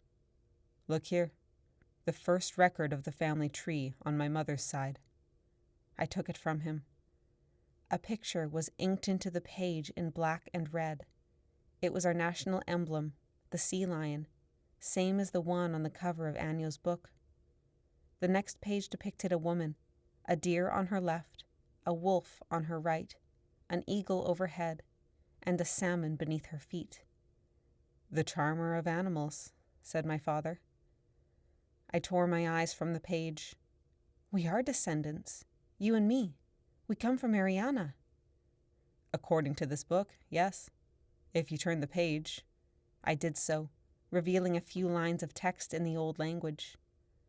Translated, it tells of our family being born from the land, always a part of it. A legend, said my mother. But here was the proof. Eriana had been a real person, and I descended from her. I sat back, watching the pine needles float around my mug. If I had more time, could I find the host? I could give one more shot at finding this serpent, maybe, while everyone was at the docks. But where would I start? I felt both my parents watching me and looked up. You know, Metlegela, said my father, you've always been so stubborn. You kept telling us you'd given up, but I thought you'd keep hunting for the host of Eriana in secret. I guess I was wrong. I stared at him, not sure what he was getting at. A part of me hoped you were onto something, he said. I'd be booted from my position on the committee if I admitted it, but I would rather end the massacres too. What? I whispered. You believe? My mother clapped a hand on my knee. Meela, I see your imagination running away again. Your father's only talking about a naive hope that there might be a better answer. Sea demons are dangerous business, and I don't want you messing around with that man's training program. She huffed, face blotchy. I glanced to my father, who stared out the window. The clouds had mercifully stopped downpouring. Even if this host is real, said my father slowly, are you convinced that freeing it is a good idea? This legend is a part of us, Papa. I know I'm supposed to find it. This is the way to free our people. He stared at me for a long time. My mother said nothing, working her jaw like she was grinding her teeth. Did they believe me? Or was that an accusation of insanity in their eyes? We should go, said my father. The ceremony's in half an hour. They stood, leaving me alone on the couch while they got dressed. I tried to understand what my parents were thinking. Had my father supported me this whole time? Or was he trying to make me feel better now that I'd failed? My mother seemed opposed out of worry more than anything. She didn't want me getting in trouble for Mujihi. I'd come so close. I had every piece of a puzzle except for one, and that was the big hole in the middle of the bone dagger. We left the house in silence, stepping into air that felt much too cool for June. The dark clouds pressed down on us, threatening to open up again. On our way down the dirt road, we were caught up by Aneth, Tanu, and Blacktail. I studied Aneth for signs of pain. You're all right? Just fine, she said brightly. though I noticed a limp in her step. All of them watched me. I became self-conscious of the puffiness in my face from lack of sleep. "Can we talk?" said Aneth. I glanced to my parents, who looked away guiltily and continued on ahead of us. The four of us fell behind. "We feel bad," said Aneth. "We talked about it, and we want to keep helping." "Out of pity?" "No, because you're our friend." I shook my head. "I never wanted you to help because you felt obligated. I wanted you to believe in the plan." "I can't speak for you guys, but I believe in the plan," said Blacktail. "Me too," said Tanu. "So do I," said Aneth. I looked between their apologetic faces, somewhat exasperated. "That's nice and all, but in case you haven't noticed where we're going, we're too late. The massacre is departing, same as always." "We've still got half an hour," said Tanu, "and we know Aneth's a descendant." "Who, Limpy over here?" I said. "I don't think draining more of her blood would be a wise move after yesterday." "Whatever," she said. "I lost more blood than this on the massacre, and I bounced back just fine." I waved a hand. "Not that it matters, but I found out I'm a descendant." "No way," said Tanu. "That's awesome." "You guys are missing the point," I said. "We're too late. The girls are leaving, and we still don't know where the host is." "Oh, I see what's going on," said Tanu. He stopped walking, forcing me to turn to him. "What?" "You've given up," he said. That's not," I huffed. "Meela, we're sorry," he said. "We shouldn't have left you." "It's fine, I'm not brooding. But the whole island is ready for those girls to get out there and slaughter demons. Nothing we do is going to stop it from happening. Maybe everyone's right, and these girls will kill enough demons to—" My throat tightened. I kept walking. The three of them jogged to catch up. "Remember what you told me," said Aneth. "Adaro's threat if we send another battleship. He'll be pissed, right?" "He's already pissed," I said. "But think about what he'll do. He'll want to hurt you, Meela, in any way he can." My heart skipped a beat. I knew it, but I couldn't think about it. "Where do we start, Aneth?" I said, voice breaking. "I'm out of ideas." "Tanu and I were brainstorming," said Blacktail. "We wondered if the raven dust bushes actually lead the other way." "What, into the ocean?" "Yes. What if the Leviathan isn't on the island at all?" I chewed my lip. There was a real possibility that we could have been led astray. "Think about it," said Tanu. "Where are you going to hide something that big?" "Not on a tiny island," I thought. "If it's not here, how are we supposed to get it?" "Maybe we need to sail somewhere else to find it," said Aneth. "We can take the massacre ship and the warriors along with us and go hunting for it." As we neared the docks, the crowd thickened. I said nothing, surprised to find myself entertaining the idea. But this didn't make sense. All signs pointed to the Leviathan being on the island. Why would Adaro want me to find it if it wasn't on Eriana Kwai? "Where do you think it is?" I said. "We aren't sure," said Blacktail. "It's got to be somewhere no one will stumble on it," said Aneth. "Like Antarctica." "But the story mentioned an opening in the earth, like a crevasse," said Tanu. "Where does a person find a crevasse?" said Blacktail. "Glaciers and stuff." "If it was in the ocean, Adaro would have found it by now," I said. "Unless it's unreachable," said Blacktail. "Okay, what about the deepest part of the ocean?" said Tanu. "I bet a giant two-headed snake wouldn't be the creepiest thing down there." "Ugh," said Aneth. "Giant squids." "Mariana Trench is basically just a big crevasse," said Tanu. "It's all chasms and volcanoes because of the tectonic plates." I stopped walking. "You are such a nerd," said Blacktail. "Crevasse, tectonic plates." "I happen to get an A in geology," he said, throwing back his shoulders. Aneth noticed I'd fallen behind and turned. The other two slowed. "Tanu, what'd you just say?" Geology?" "No." I walked forwards, and something on my face made Tanu step back. "No, not that. The deepest part of the ocean." "The Mariana Trench?" I pulled the bone dagger from my waistband with trembling fingers. The trees. The hole in the middle. The scene looked familiar because it was familiar. I'd spent my entire childhood there. My mind worked furiously. The enormous puddle in the schoolyard. It never dried up. Its depth was so mysterious that kids spent recess making up stories about it. "Eriana Trench," I whispered. Blacktail gasped. I looked between them, heart pounding. "You guys, it's a crevice!" "Crevasse, actually," said Tanu. "A crevice is a small crack." I took off at a sprint. The crowd had thickened around us, and I had to push by a stream of people moving the other way. I veered into the woods, around the throng and into the muffled silence. I took the most direct line to the schoolyard, hopping over logs and bushes like a deer, using the dagger to slash through branches. I stopped at the edge of the schoolyard, clutching a stitch in my side. I lifted the dagger horizontally. The weapon showed a hole in the middle, a large tree on the right, and a cluster of smaller trees on the left. Beyond it, the schoolyard held no cluster of trees, but there was an apple tree growing alongside the school, hugging the wall. On the far side of the giant puddle stood an enormous sequoia.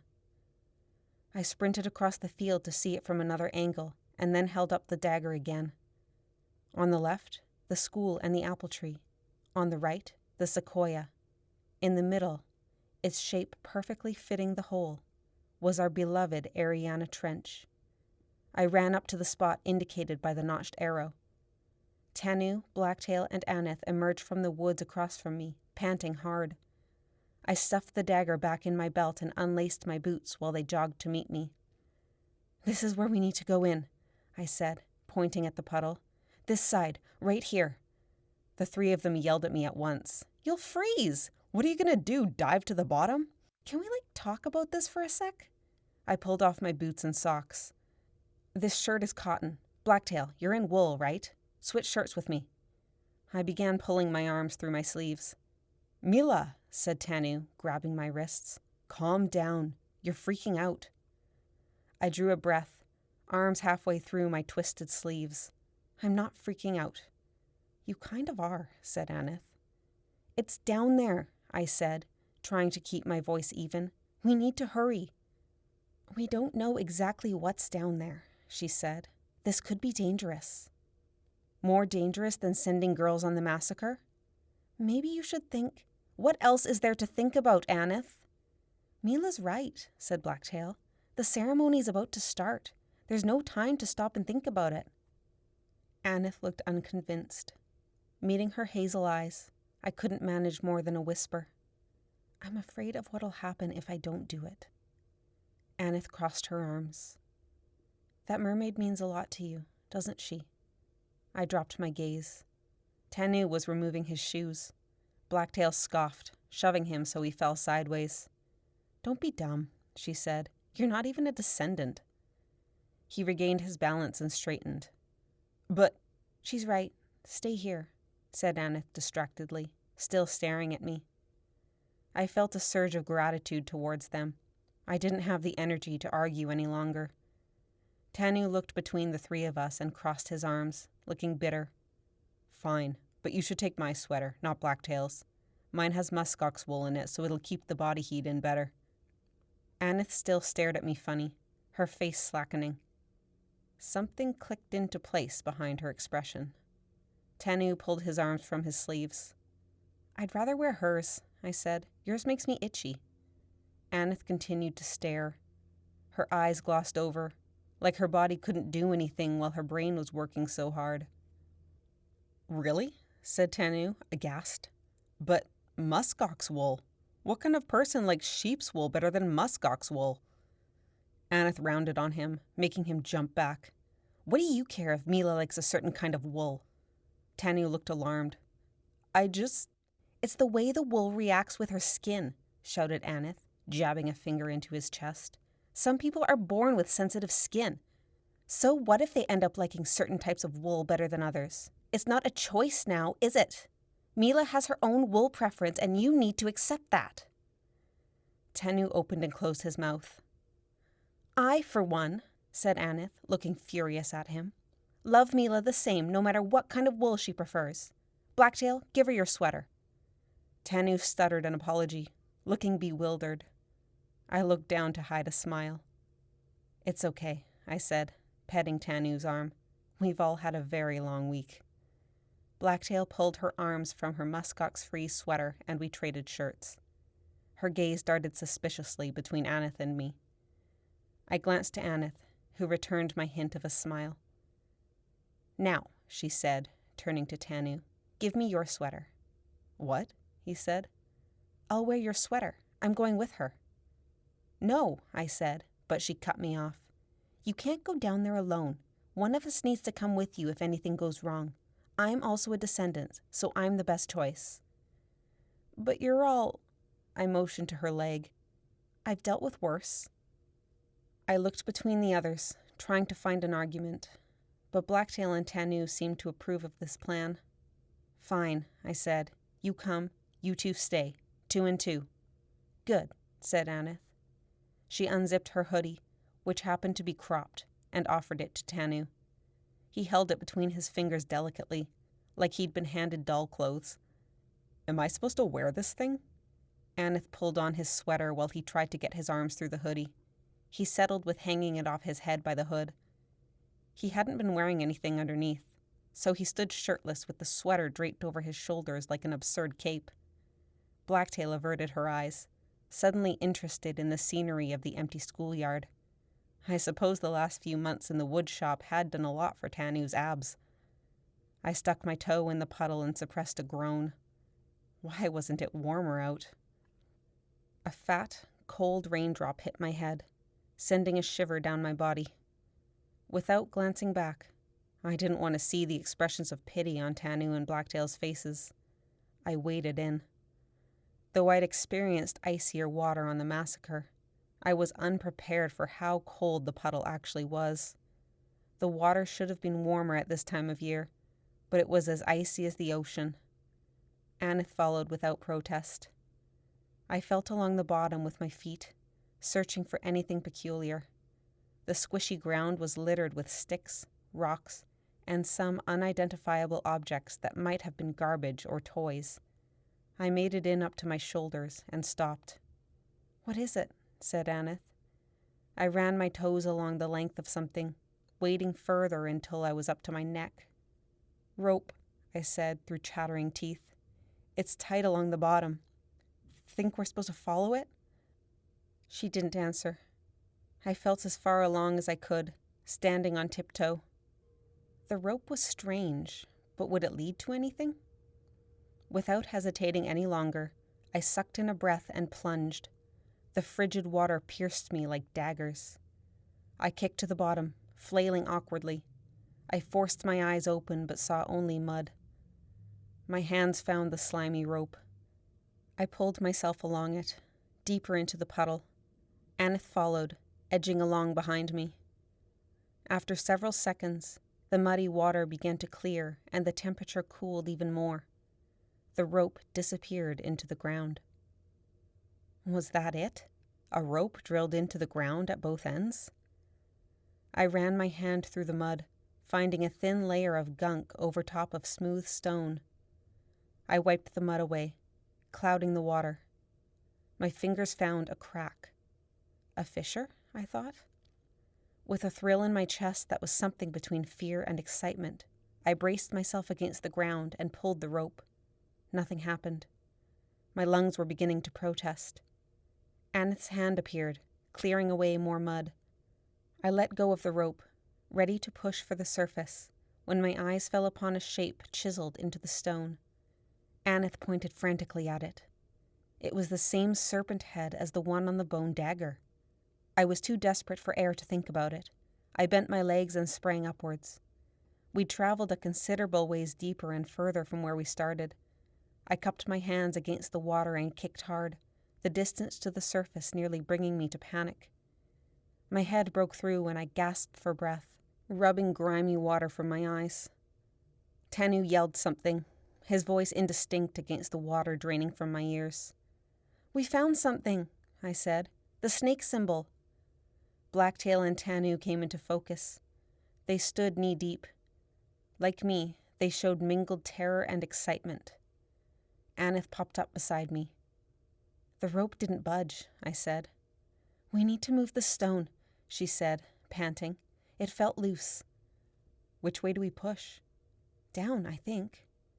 I stared at her, wide-eyed, catching my breath. "You think it's like a trap door?" "Yes." I turned to the others.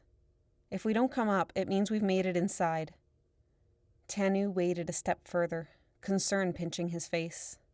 "If you don't come up, it could mean a lot of things." Blacktail placed a hand on his arm, though she had looked just as uncertain. I drew a huge breath and dove once more, kicking wildly to get to the bottom as fast as possible. I used the rope to anchor myself. Aneth did the same. We kicked the stone near the engraving.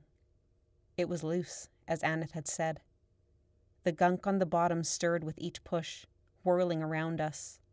A crack appeared on either side of the rope, curving away from it. The stone was a round slab, like a manhole cover, and heavy.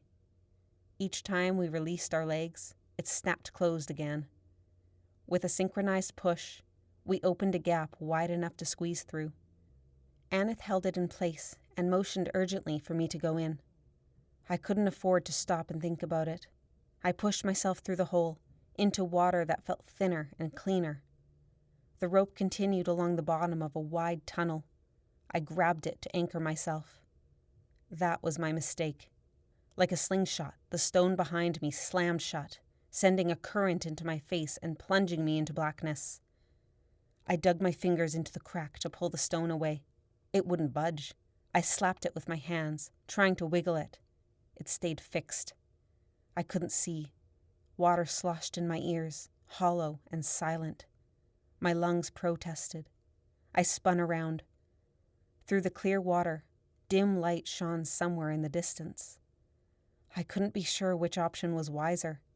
Wait for Aneth to get the others and hope their combined strength would move the stone, or continue along and hope I found a place to surface. I grabbed the rope and pulled myself towards the light. Waiting helplessly for the others to get me out in time didn't sound appealing. Panic tightened my chest. I moved quickly, one hand in front of the other. How far could this tunnel go? What if my lungs couldn't make it all the way? Worse, what if I was pulling myself to a dead end? I needed air desperately. I tried to meditate over the sensation like I was taught, to observe the pain in my chest and the thrill in my heart and veins with detachment. But I became all too aware that I had no breath to focus on. The grasp on my panic slipped, sending my legs into a frenzy. I let go of the rope and frog-kicked hard. The solid black earth above me disappeared. In its place, the water rippled freely. The surface. I pushed off the bottom and shot upwards. Panic closed around me like a fog, blocking all my senses from functioning properly. I abandoned any controlled method of swimming, pawing the water with my hands and feet as though scrambling up a cliff face. Finally, my head broke through. I sucked air into my lungs, gagging, thanking the goddess Eriana and the gala and the molecules of oxygen themselves. Breathing hard, I treaded water while my panic dissipated. A few seconds passed before my senses returned. I scanned my surroundings. I'd surfaced inside a cavern. The immediate area was pitch black, but flecks of light illuminated something to my right. Latching onto my depth perception proved hard. I stared into the blackness for a moment. It was a passageway, wide enough to fit a school bus. The end disappeared into nothingness. Those distant flecks of light were beams coming through the holes in the earth above. Roots jutted from the ground overhead like tentacles. I treaded towards it and bumped into solid land. A ledge separated the pool from firm clay ground. I hoisted myself onto it. Now that I had time to consider, I was sure I'd made the right choice in continuing to swim. By the time Aneth would stop trying to move the stone, reach the surface, call the others, and wait for them to swim down, they were probably still swimming back towards the stone door. I wondered if I should wait for Aneth to get through. Would she even try after seeing me vanish? My teeth chattered violently. I wrung the excess water from my clothes. I had to hurry. My friends might be panicking, thinking I'd drowned. I set off towards the beams of light, holding the bone dagger in front of me.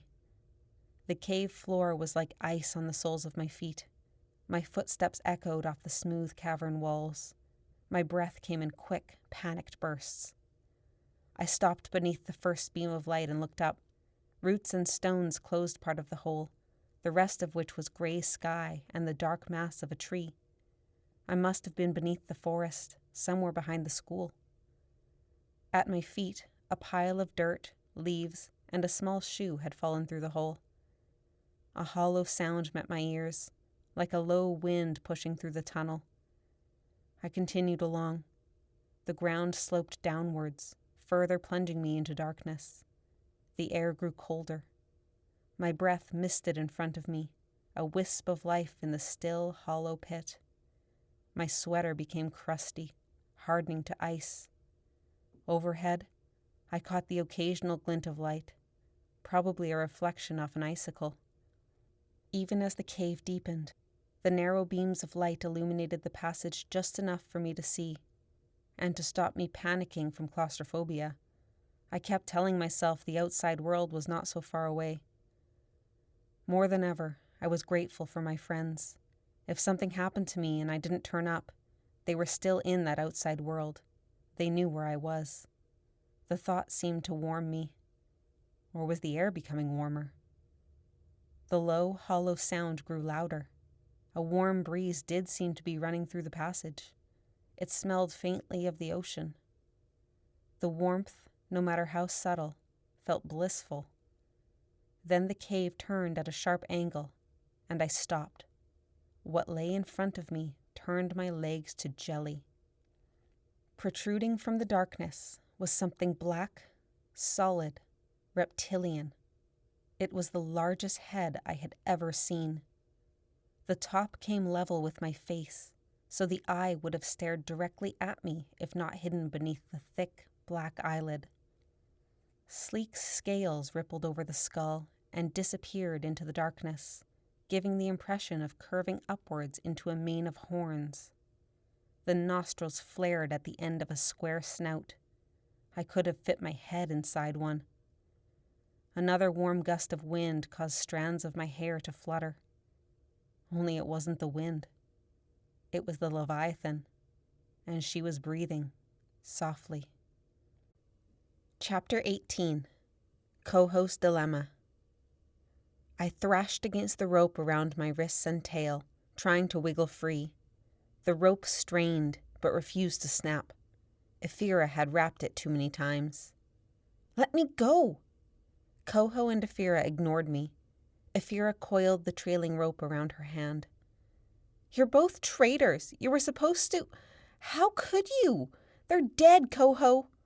Our allies had been killed, and Meela was about to be. Adaro was wrong. Meela had to be alive. She would never sacrifice herself. Not when she'd fought so hard to stay alive during the battle. Not when she must know that her death would destroy everyone who loved her. "I have to go," I muttered, working my wrists. Coho seemed about to speak, but Ephira held up a hand. "I need you to give me names," she said, gentler in the absence of the king. I gritted my teeth, tugging at my wrists and tail. Ephira jerked the end of the rope, forcing me to look at her. "I do not wish to torture you," she said, "but His Majesty will expect information upon his return. I can bargain for your life if you cooperate." I snarled. "I have nothing to tell you. Coho should know that." Coho avoided my eyes. "It's true," he said. "Everyone who was in on the plan has been killed. Except..." He glanced to where Adaro had disappeared on Spio's trail. For some reason, this infuriated me. "He'll get away," I said. Spio was fast. He was smaller, slimmer, and with a head start, he would outstrip Adaro's bulk. I gave another hard pull. The rope wouldn't budge. I hissed in frustration. "Look, I'm not happy you were caught," said Coho. Right, I said. I'm sure that's why you punched me. You tried to bite my wife in the face. She was tying me up. I had to, said Ephira. His Majesty would have us killed if he thought we were allied. He was outnumbered. We could have... I shook my head, as though to dislodge the fear clouding my thoughts. It was done. It didn't matter now. I had to get to Meela and stop her before she became a sacrifice. Panic overcame me. She can't be dead yet, I said. No, no, no. Ephira glanced to Coho, plainly wondering if I'd lost my mind. The iron hook dangled in her fist. What if we tell the king we tried to stop her, said Coho, but she stole the iron and forced us to let her go. Ephira grimaced. You know he won't believe that. Look at her. The rope had wrapped around my neck, chest, waist, and tail, threatening to drown me. I went limp, exhausted from the struggle. I need air, I said weakly. They pulled me to the surface. I was too angry to feel humiliated that they had to help me breach. I inhaled several times, long and slow. The oxygen cleared my thoughts a little.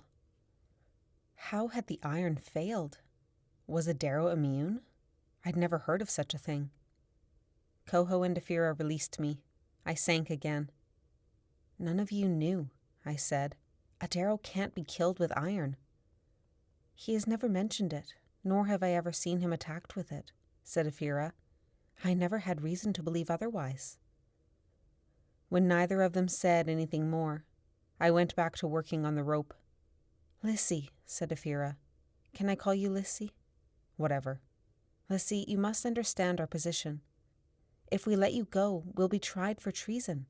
It's a risk to our entire family, to our children. I glanced to Ephira's stomach.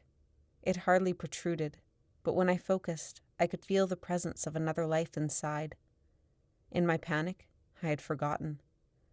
I blinked back the sudden tears threatening behind my eyes. But the Eriana girl will die, said Coho. So will Lissy as soon as the king comes back. And Adaro will have the host of Eriana, I said, barely a whisper. He'll be unstoppable. Coho turned to his wife. I sensed his genuine fear. We can go into hiding. We can join a bigger rebellion, escape to the Atlantic. Ephira said nothing. She placed a hand on her stomach. We need to pick a side now, said Coho. Ephira shook her head. Your thoughts are clouded because of Eriana Kwai, said Coho with a flare of anger. Yeah, maybe they are. I'm sick of his attacks. Those will end. It's up to this one Eriana girl now. They won't end, said Coho. Once he has that weapon he's after, his attacks will only grow more powerful, more deadly. Ephira said nothing. What does Lissy have to do with this Eriana girl anyway? Said Coho. She wants Lissy alive. His Majesty is going to trade Lissy for the host. Coho spun to face me. I caught a quickening in his pulse. The girl I love, I said. The one I told you about. She's from Eriana Kwai. He stared at me for so long, he seemed to have frozen in place. I flipped over, trying to untangle myself. I felt like a dolphin caught in a fishing net.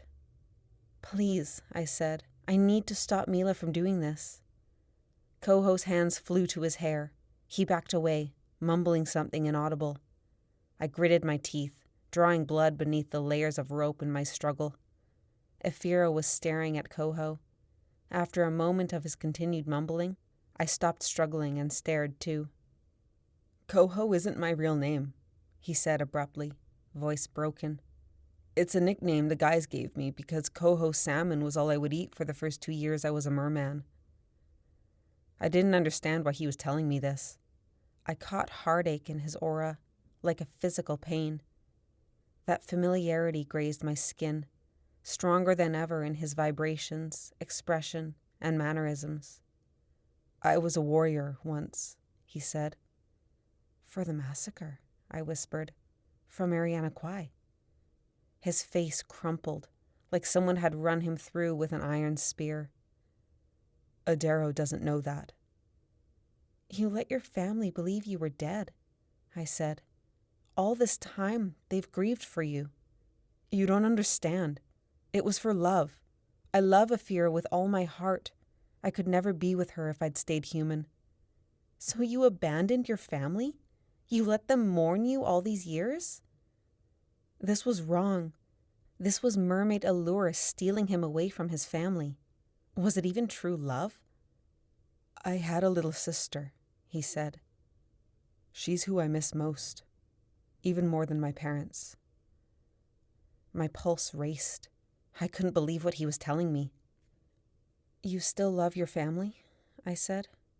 Of course, I think about them every day. Then why haven't you tried to contact them? Why haven't you let them know you're alive? They'd never accept me like this, or even recognize me. I think they would love you the way you are. He shook his head. We held each other's gaze for a long time. What's your real name? I demanded. I thought I knew, but I had to hear it. He didn't look at Afira or me, as though ashamed of his past as a human. Nihilus. Chapter 19. Sleeping Spirit. I stood anchored to the cold ground, unable to move, staring at the enormous head not 5 steps away. I didn't know how much time passed. It might have been several minutes. With each of those long, slow breaths, wisps of my damp hair fluttered. The gentle rhythm gave every indication that it had been moving this way, unchanged, for thousands of years. The ocean smell was more powerful than ever, a primeval mix of animal, must, and brine. I took a single, heavy step closer. It was several seconds before I could move my other foot. I drew close enough to the reptilian head to see cracks between the impenetrable scales. There was supposed to be a second head at its other end. I leaned into the darkness, trying to trace my eyes along the body. The cavern was too black beyond the Leviathan's snout. Judging by the flare at the back of the skull, its head must have been armored with horns. How long and how many, I couldn't tell. I wondered what kind of armor it had along its body. Her body. I reminded myself that this enormous beast was the embodiment of Eriana. Not an it, but a she. The thought of the spirit of Eriana, of a goddess bound with the serpent's body, made the sight less fearsome. In fact, she was strangely beautiful as she slept. I wanted to touch her. A ridiculous urge, but I was this close now. I extended a trembling hand, hovering beside the square snout, where I imagined a dagger-sharp fang was hiding. No wonder you ruled the seas, I thought. As gently as I could, I placed my hand over the scales, barely touching, as though giving myself the option to change my mind. Nothing happened. She continued breathing. I rested my hand on the scales properly. They were colder and smoother than iron, and somehow more solid. This creature was as indestructible as the legends said. Remembering why I came here, I pulled the dagger from my belt. "You're crazy," said a voice in my head. "You're about to wake this thing. How can you think that's a good idea?" I wondered if she would be hungry when she woke. Ravenous, probably, after thousands of years. I gripped the dagger more tightly. I had nothing to fear. I would be able to control her. The legend had been accurate so far, and if it continued to be true in telling me I could wake the host with my blood, then why wouldn't it be true about this? Imagining myself with power over this monster gave me a thrill I'd never felt before. With a Leviathan, the Leviathan, at my side, I'd be the most powerful woman in the world. I could rule the seas. No, that's why Adaro wants her, I told myself. I wasn't like Adaro. Once the serpent was awake, I would use her to kill Adaro, and then figure out how to destroy her. She had too much potential to be apocalyptic in the wrong hands. But she was so beautiful. Looking at the closed eye, a lump the size of my head, and feeling the warm air blowing from the nostril by my chest, I tried to prepare myself. I imagined how controlling her might feel. How did it work? Did I think about what I wanted her to do?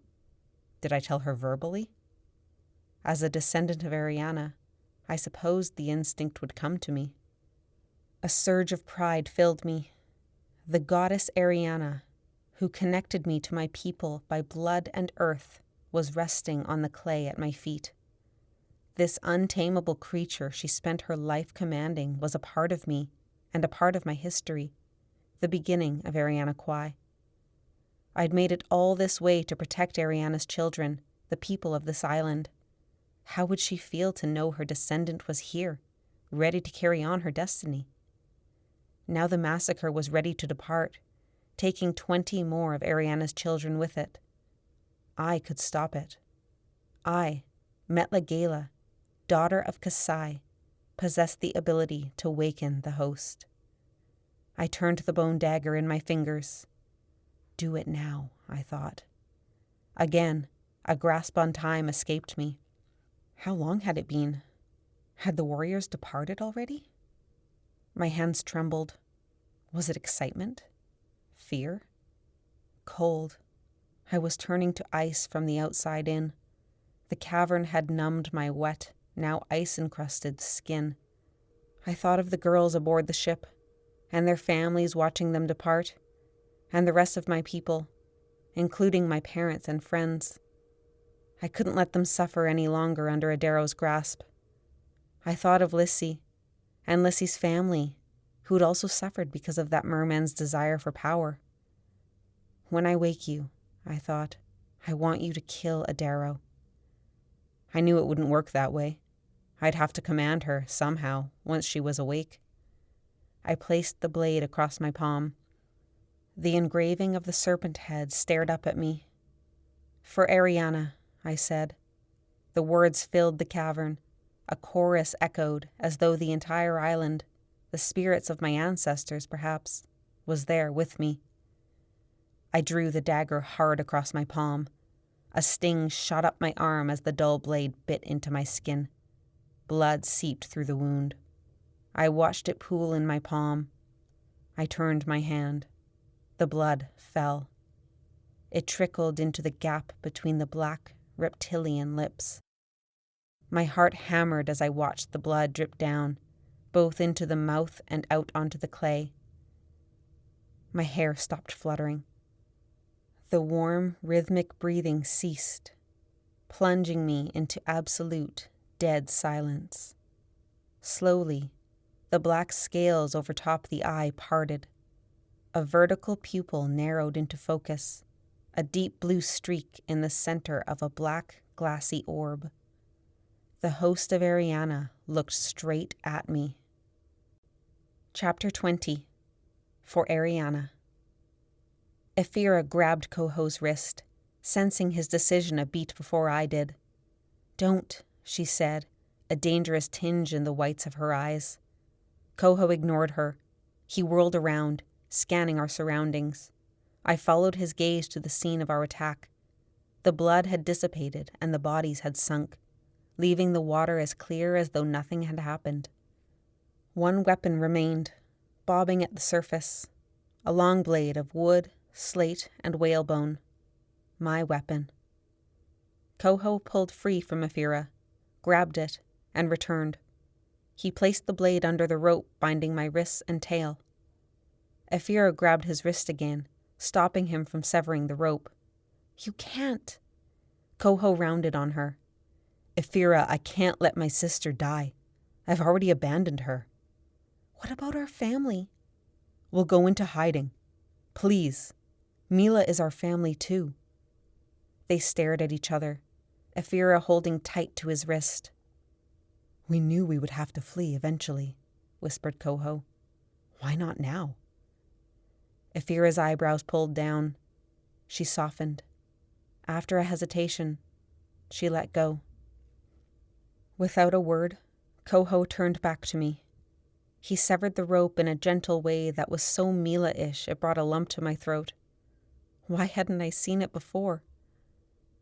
She talks about you all the time, I said.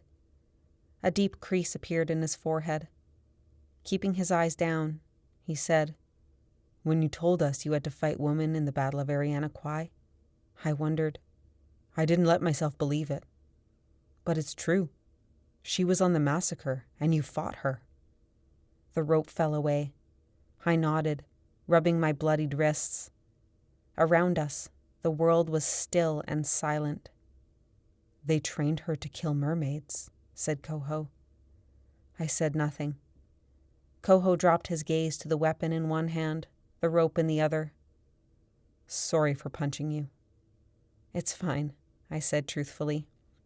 Fear twisting my gut, I turned to where Spio had disappeared. Sure, Spio had always escaped the tightest spots a kid could find himself in, but he'd never gotten himself hunted for treason. I met Coho's anxious gaze. Sadness passed between us, and I knew he was also thinking of our friends. We'd been so sure we could bring a new era to the Pacific.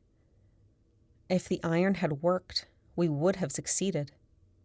But Pontus, Junior, and Nobeard were at the bottom of the sea, and scavengers would be feeding on their bodies. Meanwhile, Adaro was still alive. His utopia lived on, and so did his plan to divide humans and merpeople. "You should go," said Coho. I turned northwards, wondering how far I was from Eriana Kwai. "You too," I said. "Take your family far away from here. I'll see you soon." Saying goodbye felt too final. Coho held out my weapon. When I reached for it, he shot towards me, and before I knew what was happening, he wrapped his arms around me. I hugged him back, feeling the closeness of family in his arms. Meela's family. I had to get to her. Ephira didn't hug me, but her aura was apologetic. She promised we would find each other again. We split ways. Coho and Ephira followed the northwest current to Utopia. I went northeast to Eriana Kwai. Facing the open water alone didn't scare me. Not orcas, sharks, or other merpeople. The only fear swelling in my chest was for Meela, and whether I was too late to stop her. Chapter 21. Goddess Rising. The vertical pupil hung in space, a deep blue streak on an inky backdrop. I hardly processed that I was looking into a living, seeing eye. It was as though such an enormous creature had no place in my brain. I was reminded of being aboard the Bloodhound. In the middle of nothingness at twilight, wispy clouds had reflected in the black water. This glossy eye now swallowed me the same way the ocean had. A soft, breathy groan rumbled in the cavern. Her nostrils flared. I needed to make her do something, to get her under my control immediately. I decided to start with that vast ocean in front of me, the eye. I would make her blink. I focused my thoughts on the act of blinking. I imagined the upper and lower lids meeting. The pupils stayed fixed on me. I blinked deliberately, concentrating on projecting the action to the serpent. She stayed motionless. "Blink," I said. At the sound of my voice, the serpent raised her massive head, bringing her bottom jaw shoulder height. I stepped back. She tilted her head to peer down at me. With Ariana's blood flowing in my veins, I'd assumed it would become clear how to control her once she was awake. I'd expected to feel her presence, to instinctively know what to do, but I felt nothing, only a stinging pain in my sliced palm and that paralyzing iciness in the air.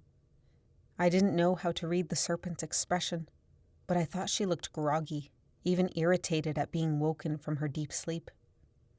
Beyond the head, something enormous scraped over damp clay. The noise echoed. She must have been lying in a cavern as vast as a stadium. I stumbled backwards as the second head jutted from the darkness. The square snout hovered where I'd been standing, nostrils flaring. The heads were identical, as the legend said. Neither appeared weaker than the other. I fleetingly wondered how much body lay coiled in the darkness. I couldn't imagine it. She was too surreal. 2 pairs of eyes watched me. I'd never felt so much like a helpless, trembling mouse. Lower your heads, I thought. I desperately tried to feel the words with every part of me. The serpent drew a long, slow breath from all 4 nostrils. Strands of my hair pulled towards her. A shudder ran up my spine in the breeze. Lower your heads, I said, my voice unnaturally high. She finally blinked of her own accord. A clear membrane crossed the eyes, front to back, and then the lids, top and bottom meeting gently in the middle. The cavern was so silent that I heard it, wet and sticky. The lids had closed in unison, leading me to believe one mind controlled both heads. I had wondered if they would snap at each other like bickering siblings, but the serpent had full, harmonious control over her body. The heads scanned their surroundings, mirroring each other. I lifted an arm, extending my bleeding palm towards the second head. I concentrated on the sensation of pushing it away from me. Nothing. A low rumble met my ears. I checked over my shoulder before realizing the noise came from the Leviathan. The second head stuck out a long, red tongue, tasting the air between us. She could smell me. Was it the blood dripping from my hand?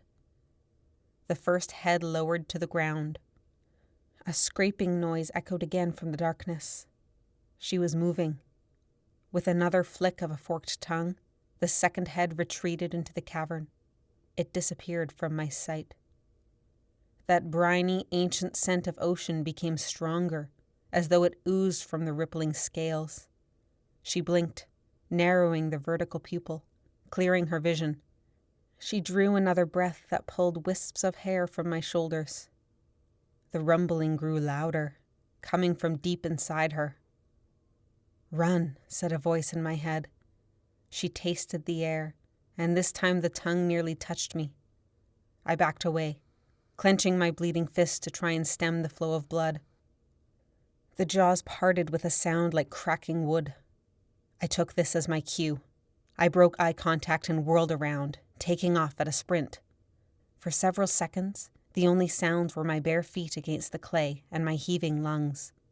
Then I heard her behind me, a low hiss, and the sinister rasp of her armor against clay. I pushed harder, sprinting down the tunnel until my legs burned. The beams of light ended. The water must have been close. Without slowing, I dove headfirst off the ledge and into the water. I frog-kicked under the threshold, putting all my strength into each stroke. Too soon, the water pulsed, like something had been thrust violently into it. It propelled me forwards, carrying me so my back collided with the earth above. I pushed away from the clay ceiling and kicked, blinded by the swirling black water. I'd been out of breath before I submerged, and my lungs begged for air already. The current drove me towards the stone door. I slammed into the tunnel walls with each pulse. I felt like I'd been caught in an undertow. Each collision, each push to keep myself moving forwards, expelled more air from my lungs. Ahead, a sliver of daylight peeked through the muddy water. I hit the ceiling again. The door was in front of me. I clawed at it, frantic, until my fingers stung. The sliver of daylight widened. The water around me was tinged red. Blood flowed from my palm and now my fingertips. A hand seized me by the collar. It hauled me through a narrow gap and thrust me towards the surface. I kicked towards the light. My head broke through. I spluttered as a wave splashed into my mouth. The entire earth was shaking, churning the water around me like a boiling pot. The trees in the schoolyard swayed. Tanu popped up next to me, eyes huge. Blacktail surfaced next, and then Aneth. "Get out of the water!" I shouted, my voice so raspy and panicked that I didn't recognize it. We swam furiously for the shore. I was so exhausted that the 3 of them overtook me easily. Blacktail reached the shallows first. She whirled around and extended a hand. I seized it. She dragged me out. We waited for shore, a nightmarish struggle against the weight of waterlogged clothes. Tanu shouted something I couldn't hear over the rumbling earth. Water splashed the backs of my legs and battered the mud in small tidal waves. "I can't control her," I shouted. "I tried thinking, speaking, moving my hands. She didn't obey." A noise like cracking ice pierced the air. On the other side of the puddle, where the tunnel must have spanned, the earth split. A great, jagged chunk of rock thrust skywards. A fissure opened up beside it, and the water from the trench poured inside. I cried out, staggering backwards. An enormous, black, scaled head erupted from the ground. A fringe of horns fanned out at the back of the skull, like a mane of bones beneath hard flesh. The serpent opened her jaws to reveal rows of curved teeth, each one the length of my forearm. Her tongue slashed the air in a streak of red. Tanu's profanity was drowned out by the most agonizingly loud noise I had ever heard. The serpent's roar brought my hands to my ears. The earth stopped shaking as the sound echoed through the trees. And I was sure, beyond doubt, that the entire island had heard and felt Eriana's host awaken. Chapter 22. Ancient Awakening. The vibrations across the water penetrated my bones, a sense like nothing I'd ever felt.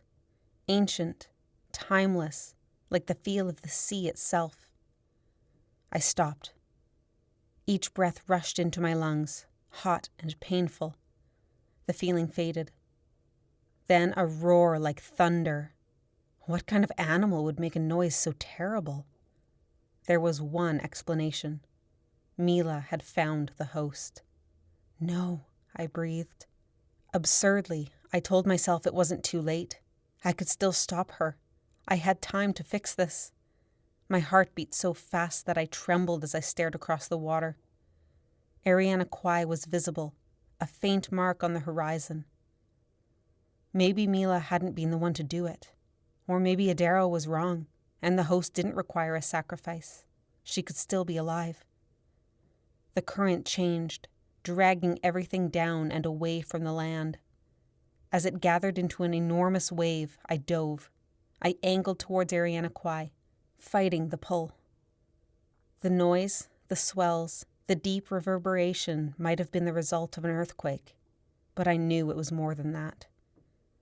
An uneasy feeling settled deep inside me. If I'd heard and felt it way out here, how much further would it carry? Waves continued to rise, pushing far out to sea. Every mermaid and merman for leagues around would feel this and believe it was the result of an earthquake. But there was one who would know the horrible truth. I wondered where Adaro was, and how long it would be until he found out that the host had been awakened. Chapter 23. Descendants. We sprinted towards the forest. Behind us, the slab of rock jutted from the middle of the schoolyard, revealing a gaping hole into the cave below. The host's endless body erupted from it, blacker and more solid than lava rock. Blasts emitted from her nostrils, each breath labored. Water sprayed from her scales and flooded across the field in torrents. My ears filled with a sound like a waterfall. Tanu, Aneth, Blacktail, and I plunged between two fat hemlocks, masking ourselves in the woods. I motioned for them to stop. "I want to see what she does," I said, wheezing. The others were breathing too hard to say anything.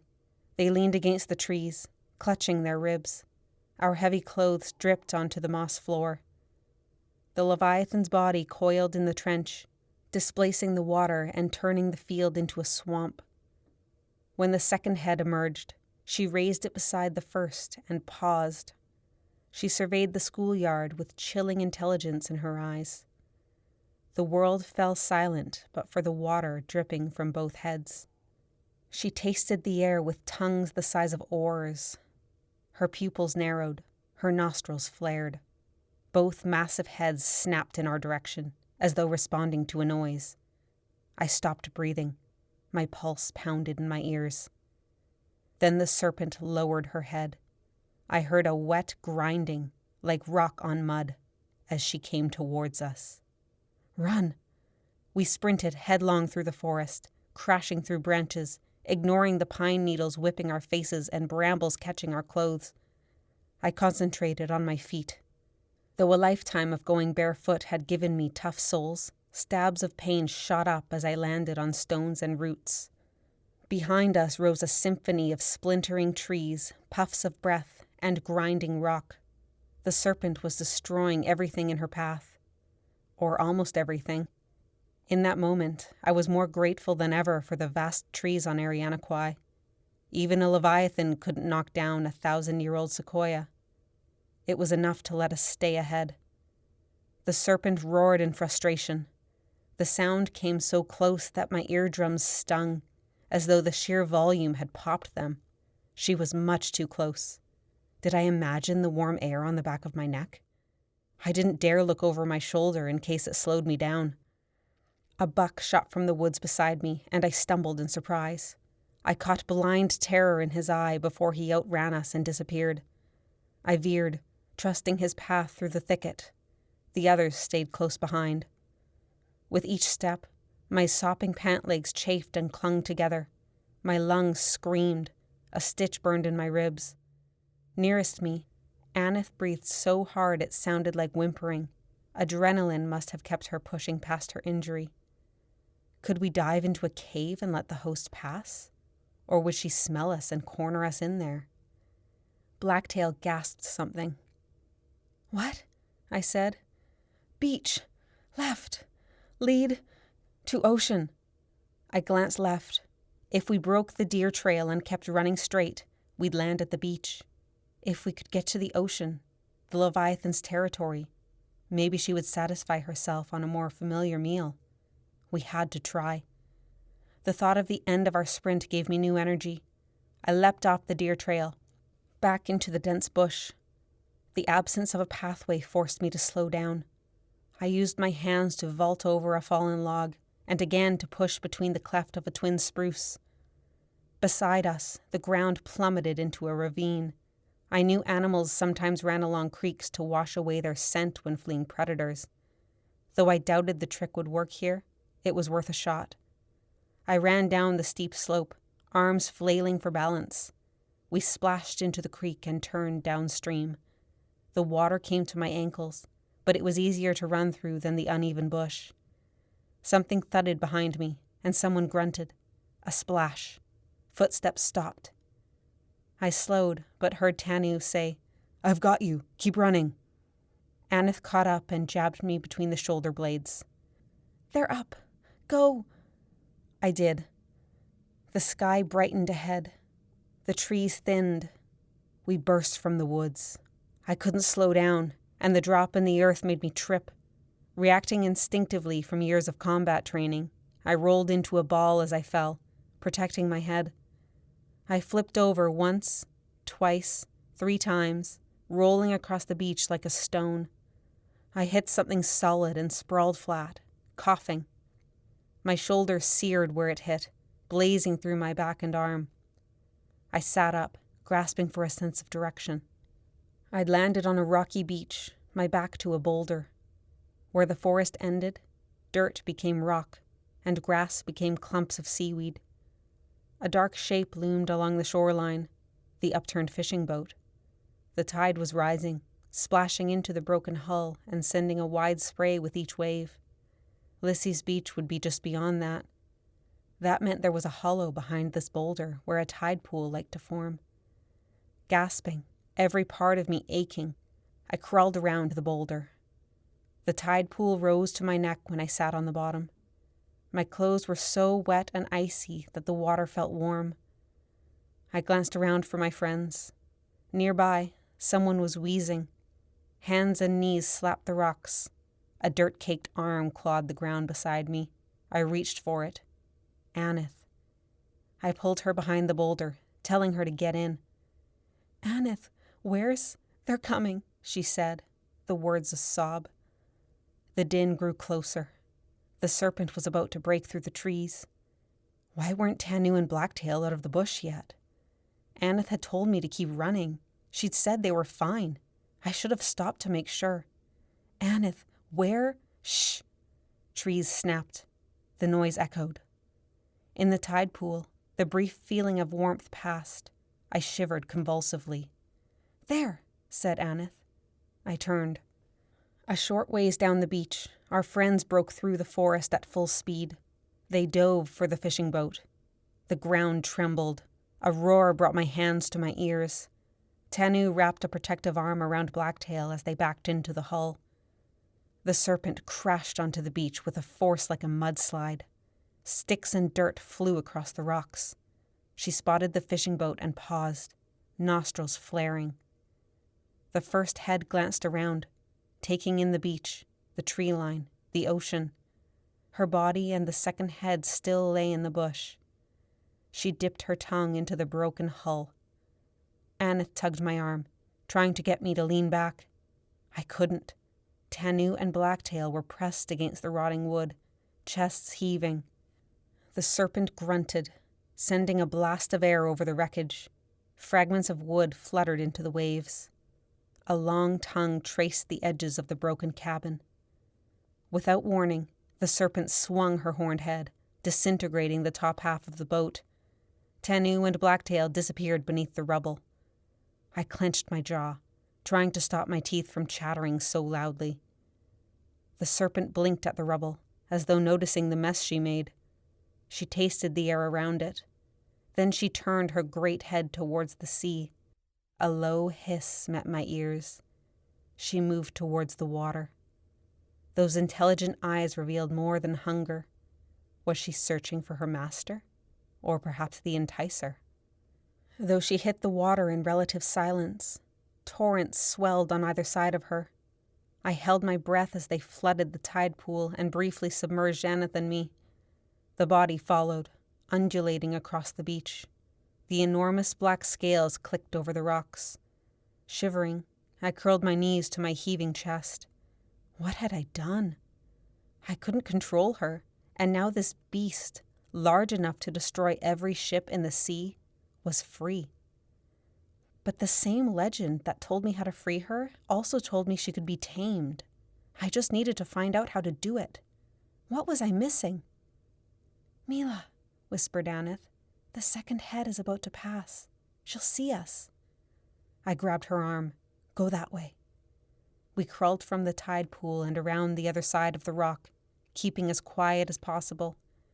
A blowing sound came from somewhere nearby. The second head was passing. I stayed still, holding my breath. If she spotted us, it would be too easy for her to change direction and attack. A crack split the air. Unable to stop myself, I peered around the rock. The trailing head had lunged for the fishing boat. Her teeth sunk into the weak frame and disintegrated the rest of the hull. I hadn't heard Tanu or Blacktail scream. Were they buried? What if a piece of steel had hit them? I covered my mouth to stifle the panic rising within me. Aneth nudged me in the ribs. She pointed to the far side of the pile of rubble. Our friends pulled themselves from beneath it. They huddled behind the last standing fragment of wood, as insignificant as a pair of hermit crabs. The serpent kept retreating into the water. She hadn't seen them. Rotting wood fell from her jaws, leaving a trail down to the beach. She submerged. The water puckered as she swam, her size making her easy to follow. For a moment, waves swirled like a vortex, and then they calmed. Her weight continued onwards. She must have been feeding. We continued to watch, frozen in place. I kept my eyes on the ocean, unsure whether the serpent would return to shore. Aneth glanced at the forest. "We need to figure out what we're She flinched as the serpent exploded from the water, flinging something large and bloody into the air. She swallowed it and splashed back down, sending a spray as high as a ship's mast. Every piece of me ached. My hand throbbed, blood pouring from the place where I'd cut myself with the dagger. I tried to hold the wound closed, but the blood oozed from my fist. Aneth gasped as she noticed the amount of blood on the rocks at our feet. Too exhausted to speak, I shook my head to indicate I was fine. I hadn't cut myself deeply. I'd only used the dull bone dagger. The run must have pumped the blood through my body more vigorously. Right now, we needed to regroup and figure out how to control the Leviathan before we lost her, or before she returned to land. Footsteps pounded behind us. We turned. A girl burst out of the woods. The thin, bony figure skidded to a halt at the sight of the destroyed fishing boat. Then her gaze shifted beyond that, to the waves that thrashed more violently than the wind demanded.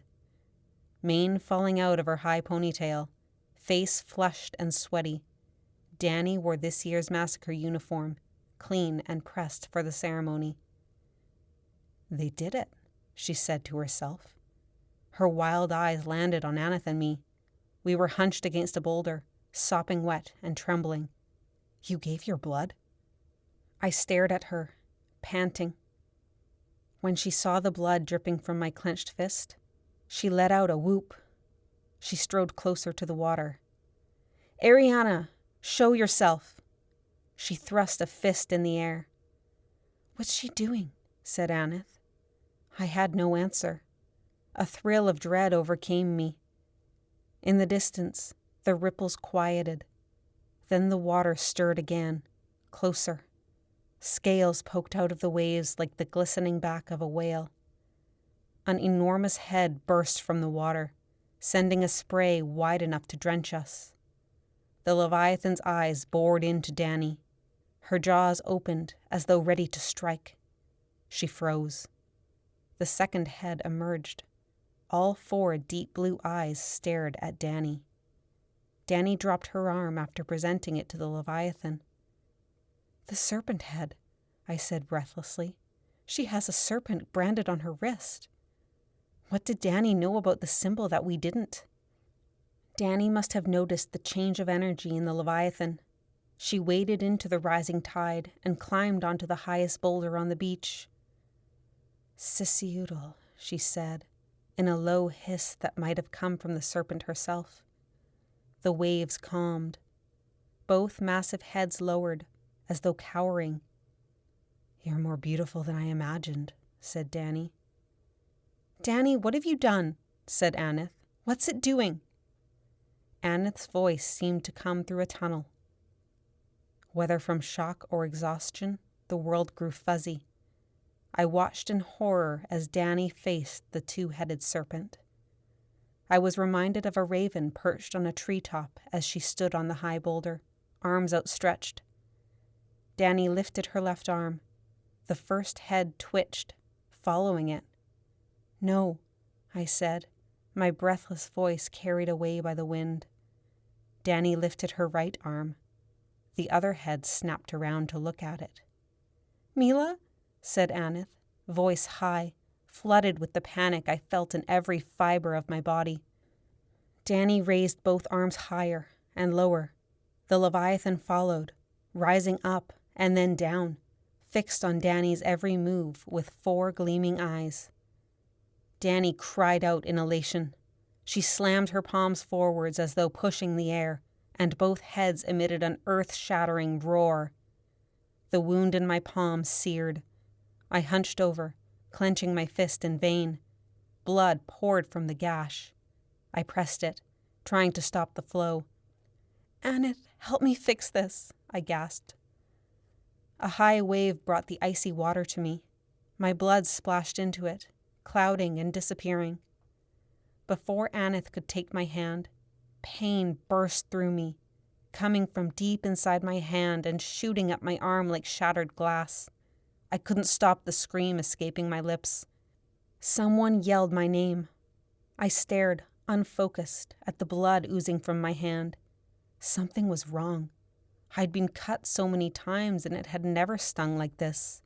It had never bled this much, not from a cut so small. Sinking lower to the ground, I stared at my palm, gasping. I shivered as another swell brought the icy water to me. Blacktail and Tanu were there.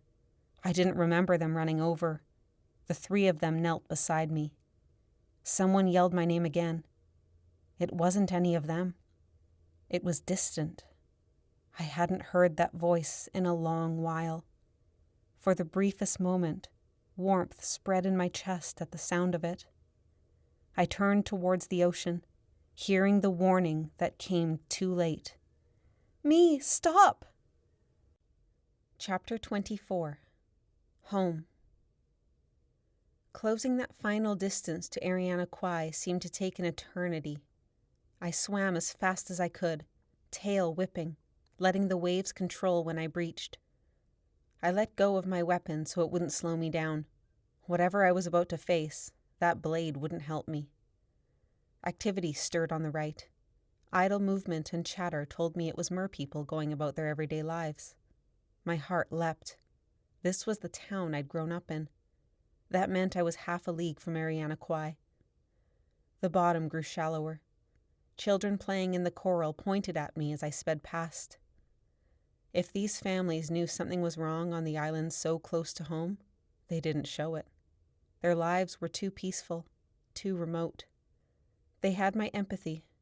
In a few short years, those children would be drafted into the army. Like me, they would have to abandon their lives and move to Utopia to serve the king. I kept swimming, passing over salmon, sea lions, rocks, and sand. Above, the island loomed closer. Trees became distinct against the mountains. That rumbling carried towards me, grazing my skin and thrumming in my ears. What was I supposed to do when I got there? How could I stop Adaro when iron was useless against him? Our failures proved it. Fighting him would not work. We needed something bigger. Could we find another mine? Lead him into a whale's open mouth? What about the host? I shook my head, not sure why I was even thinking about this anymore. My allies were dead. There was no next time. Earlier today, 5 of us had set out with confidence. Now, 3 of us were dead, and Spio had been forced to swim for his life.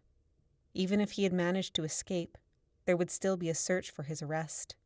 He would have to live in hiding, like Coho, Nihilus, and Aphira. I had to find them. Nihilus was a whole new reason Meela had to be alive. I couldn't let her die before telling her about her brother. Maybe he thought it was better not to tell his family, but I knew Meela. She would want to know. I couldn't speak for her parents, but if they would rather have lost a child than accept him for what he was, I didn't care. They could deal with it. The beach drew near. The floor rose to a few fathoms deep. The presence of the host closed around me like a net.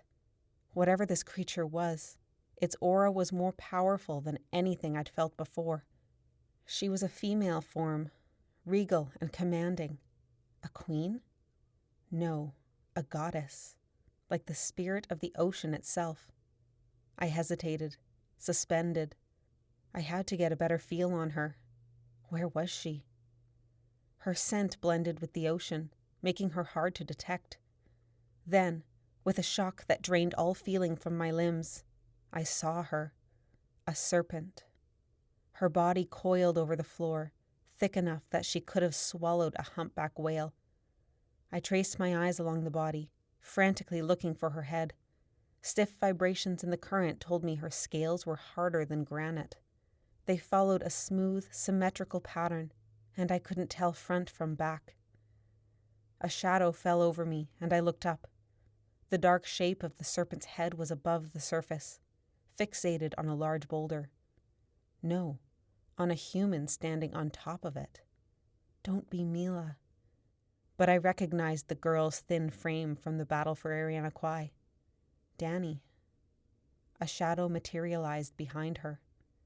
For a moment, I thought the choppy water was playing a trick on me. It looked like a second head. Suddenly, I understood why her scales were so symmetrical, her presence so disorienting. The smell of blood met my nose. Human blood. I snapped my head around, focusing on the source. It disappeared as fast as it came. Someone must have been at the edge of the tide, creeping waves pulling the scent into the water. With the next wave, their presence hit me, several humans on the beach. They were hurt. I shot towards them, surfacing briefly. Beyond the overpowering feel of the serpent, she was there. I would recognize her anywhere. Me! It was her blood. I darted past the serpent, The scent of Meela's blood grew stronger. It was noticeably stale, like an animal that had already died. Panic swelled inside me. I couldn't think. I surfaced again, screaming for her. "Me, stop!" Chapter 25. The Missing Piece. Maybe too much was going on, or maybe Aneth and Blacktail both recognized her, but nobody reacted when a mermaid threw herself at me and knocked me backwards. Lissy's coppery hair sent a spray as it fell across my shoulder. She wrapped her arms around my waist in a hug as warm as it was cold. "I'm too late," she said. "No, no, no. Lissy! You didn't. Tell me you didn't." I pulled back, too shocked by her sudden appearance to absorb what she was saying. "You're here," I said. I studied her face, the angle of her cheekbones, the dimple in her chin, the curve of her nose, the shape of her lips. Had her eyes always been so blue? Even tightened by panic, her features were perfect. "Didn't what?" I said. Her eyes locked onto my bleeding hand. Breathing hard, she grabbed it, watching the blood seep from the wound. "It was a sacrifice, me. The blood to free the host." I frowned at my palm. That couldn't be right. A few drops of blood had worked fine. "The pages never said anything about a sacrifice," said Tanu. He reached for my injured hand, and Lissy let him take it. He pressed the cut as though he could stop the bleeding. I'd never seen him look so fearful. Did he believe it? "It just needs stitches," said Blacktail. "Let's wrap it," said Aneth in a shaky voice. "A tourniquet." "Good idea," I said, oddly calm. Blacktail pulled off her shirt, my cotton shirt, as I still wore her wool one, and used her dagger to cut it into one long, spiraling strip. "Hey," I said, "that's the last time I let you wear my clothes." She glanced up without amusement. They were panicking for nothing. I'd be fine once the bleeding stopped. I scanned their faces. They were honed in on my bloody hand as though dismantling a bomb. Why hadn't anyone reacted to Lissy? Was she even there? I ran a hand up her arm. Smooth. Cold. Yes, she was there, watching Blacktail wrap my wound. It was as though they were all too afraid for me to care that a sea demon had appeared in their midst. I wanted to tell them to calm down, but I couldn't make a sound. The world was discolored, like watching everything through a haze. It was a few drops, I thought. The pages in the totem pole said nothing about a sacrifice. Danny's laugh split the air. Lissy snapped her head around, a flash of red in her eyes. She leaned closer, as though to shield me. Danny was facing the serpent, arms raised. It undulated below the surface a short distance away. If it weren't for the occasional head poking up for air, the glossy, black body could have passed for a breaching pot of whales. "I feel her," shouted Danny. "I can feel Eriana. This is crazy." High on the isolated boulder, Danny's wild expression, wind-blown hair, and rapid breathing gave her the appearance of someone struck by lightning. She caught all of us staring and grinned. "I have something for you." From inside her massacre uniform, she pulled out a roll of parchment and threw it at us.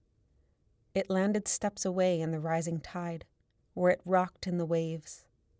"No," said Aneth, scooping it up. "How did—" "Missing a page, weren't you?" said Danny. A high wave splashed against the boulder, sending a spray over her head that hissed when it landed. "Read it," said Aneth, dropping to her knees beside Tanu. "I knew you'd never free Sisudal if you understood the full details," said Danny. Tanu took the page from Aneth. My blood smeared across it from his reddened hands. Blacktail still wrapped the cotton strip, making each turn tight and precise. My fingers swelled from the pressure. Lissy pulled herself closer to me, her tail pressed against my hip. I touched her, making sure she was still real. She had to stay with me. She couldn't disappear again. Tanu read from the page.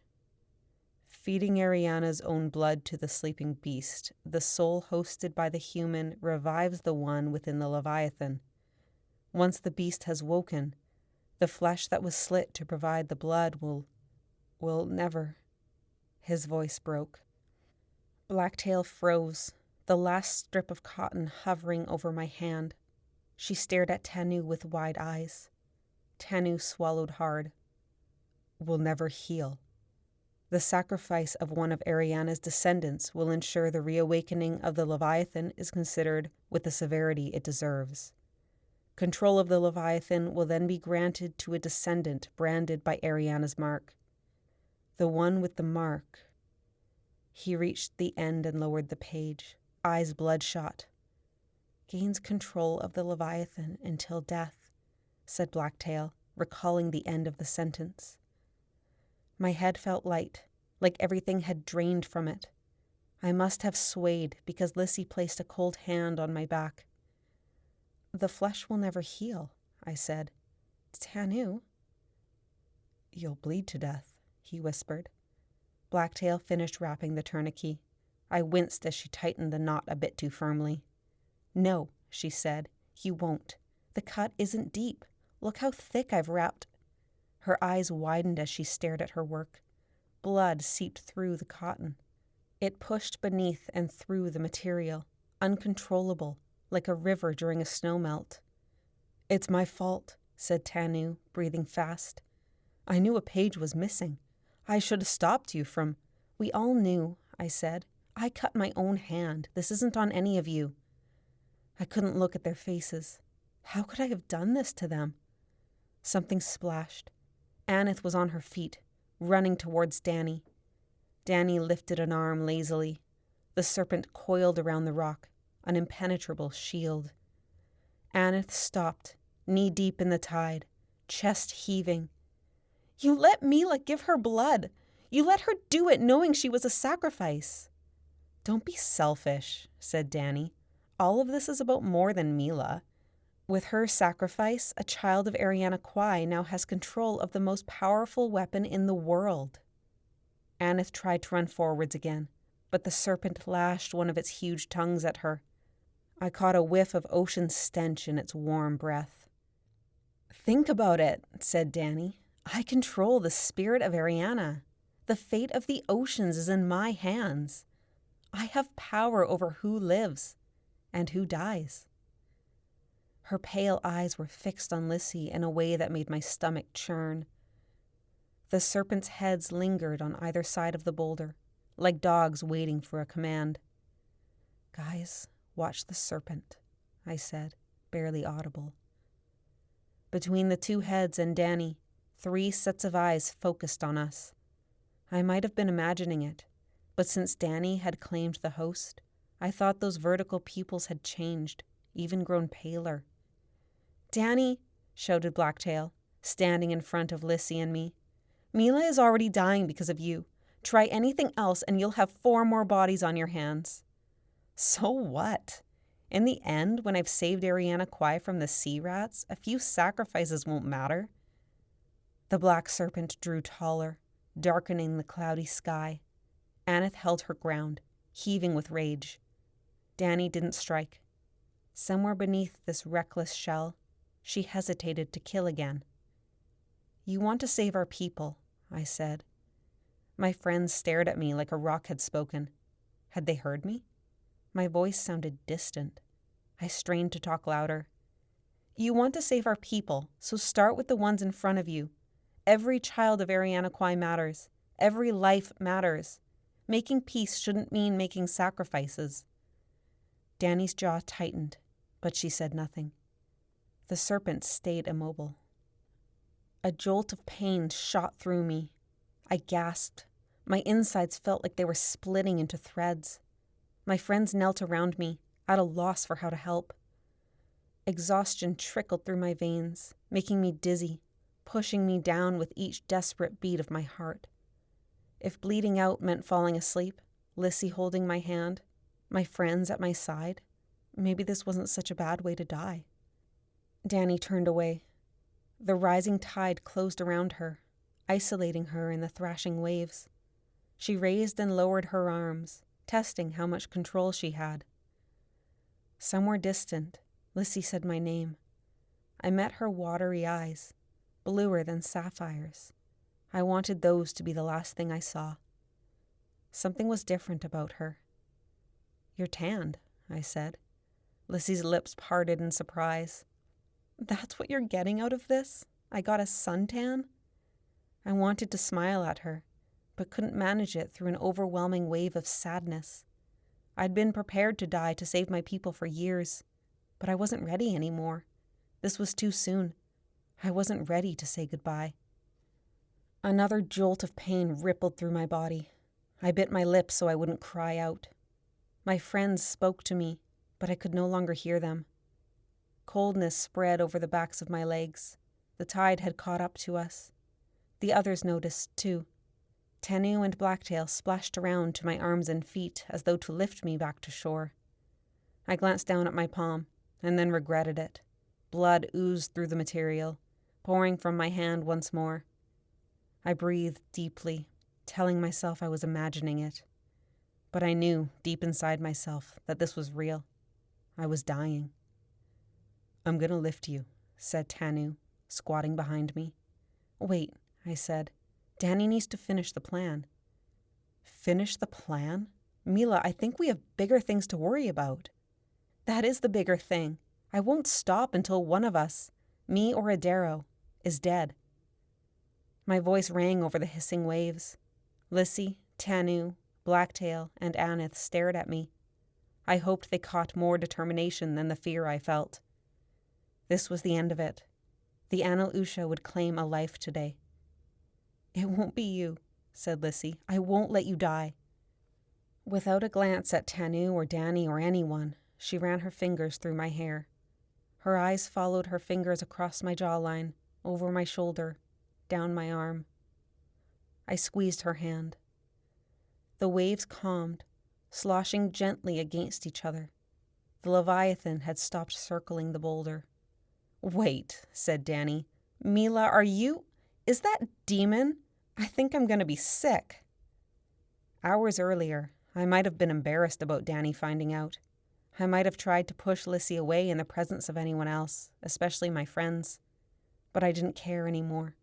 I didn't care if the whole world found out. Lissy was here, and that was all that mattered. Aneth, Tanu, and Blacktail were also staring at Lissy. But instead of horror, I saw amazement on their faces. I remembered the first time I'd seen Lissy. Inside and out, she'd radiated beauty. Even now, after seeing her 100 times, that feeling of admiration never disappeared. My lips pulled into a weak smile. Far from being embarrassed, I was proud. I wanted the world to know how much Lissy and I meant to each other. "I thought it was bad enough you made friends with a demon," said Danny. "But you actually have feelings for one? You let her lure you like some pathetic sailor?" Aneth spun around. For lack of other options, she picked up a stone from the beach and hurled it at Danny. The boulder was too far, and it fell miserably short of the serpent coiled around it. Danny laughed. "Don't make me send Ceciudal after you." The serpent answered with a rumble. "Danny, look what you've done," said Aneth. "You keep killing, and for nothing." "Not for nothing. We're going on the massacre with a Leviathan at our heels. Don't you want to see us bring peace?" "Yes," I said. "So don't waste this chance. Danny, we were after the host for a reason. You need to use it to kill Adaro. Do you understand?" "I'm gonna kill more than just the king. By the time I'm done, there will be no sea rats left in the world. Starting with, no, that's not what we need to do. Mermaids are not the enemy." "Not the enemy? Who do you think is responsible for killing everyone over the last few decades?" "You have a chance to redeem yourself," I said. "You can be remembered as the girl who brought peace. Keep going down this road, and you'll be remembered as the girl who murdered her friends and wiped out a species." "Stop saying that," said Danny. "I'm not a murderer." The serpent hissed, one head lunging towards us. The jaws snapped closed on empty air, close enough that a puff of warm wind blew my hair back. Frothy waves crashed into each other, flooding the beach and sending swells up to our necks. The threat didn't scare me. Danny wasn't going to kill us. The fact that she hadn't attacked us yet proved it. She'd murdered, she'd made mistakes, but this wasn't her. Somewhere inside, Danny was still a child of Eriana Kwai, and a warrior who wanted to help her people. With her in control of the host, we had to help her discover that part of herself and hope she would carry out our plan. "How did you find out, Danny?" I said, trying to bring her temper down. "The host wasn't easy to unearth, and you somehow got to the legend first." The serpents' heads lowered as Danny dropped her arms. Her mouth twisted into a sneer. "I knew you wouldn't let the issue drop after that pathetic meeting, so I kept an eye on you. I overheard what Anio told you, the story of Eriana, the eyes in the water. The legend of Sisiudel had been in my family forever. I went to the totems to see her and figured out I needed to climb. I took the important page and left the rest for you to find." "You can read the old language?" I said. "No, but Hassan can. He's proven useful." "Is that all people are to you?" said Aneth. "Tools to get a job done?" I extended a hand, signaling Aneth to stop. The serpent opened its jaws and hissed as Danny's temper flared. "So you knew you needed Ariana's mark," I said. "How did you find the symbol?" "The cultural center," said Danny. "Nothing but rats and mold inside, but I did find Ariana's mark on nearly every weapon. So I burned it into my flesh." "Meela," said Tanu gently, "we gotta get you out of the water." I looked down. It had risen to my waist. I thought about standing, but even the thought made me want to close my eyes and sleep. How much blood had I lost? My fingertips were grotesquely discolored. "We're gonna lift you. Ready?" said Tanu. Aneth joined Blacktail at my feet. "While you all figure that out," said Danny, "you'll have to excuse us. I have an island to address." "Danny, please," I said. "Don't take the serpent on the massacre." I had no doubt she would stay true to her word and kill every mermaid she and the host could find. One of the heads drew close enough to the boulder that Danny reached for it. When she touched it, she wore an expression I never thought I'd see on her face. Tender, sweet, with all the love in the world, like a mother holding her baby for the first time. "I'd say Sisiudel's listening to me nicely, wouldn't you? Do you think she'll let me ride her to the ceremony?" She stood on her toes to see the top of the nearest head. Lissy's eyes flashed red then.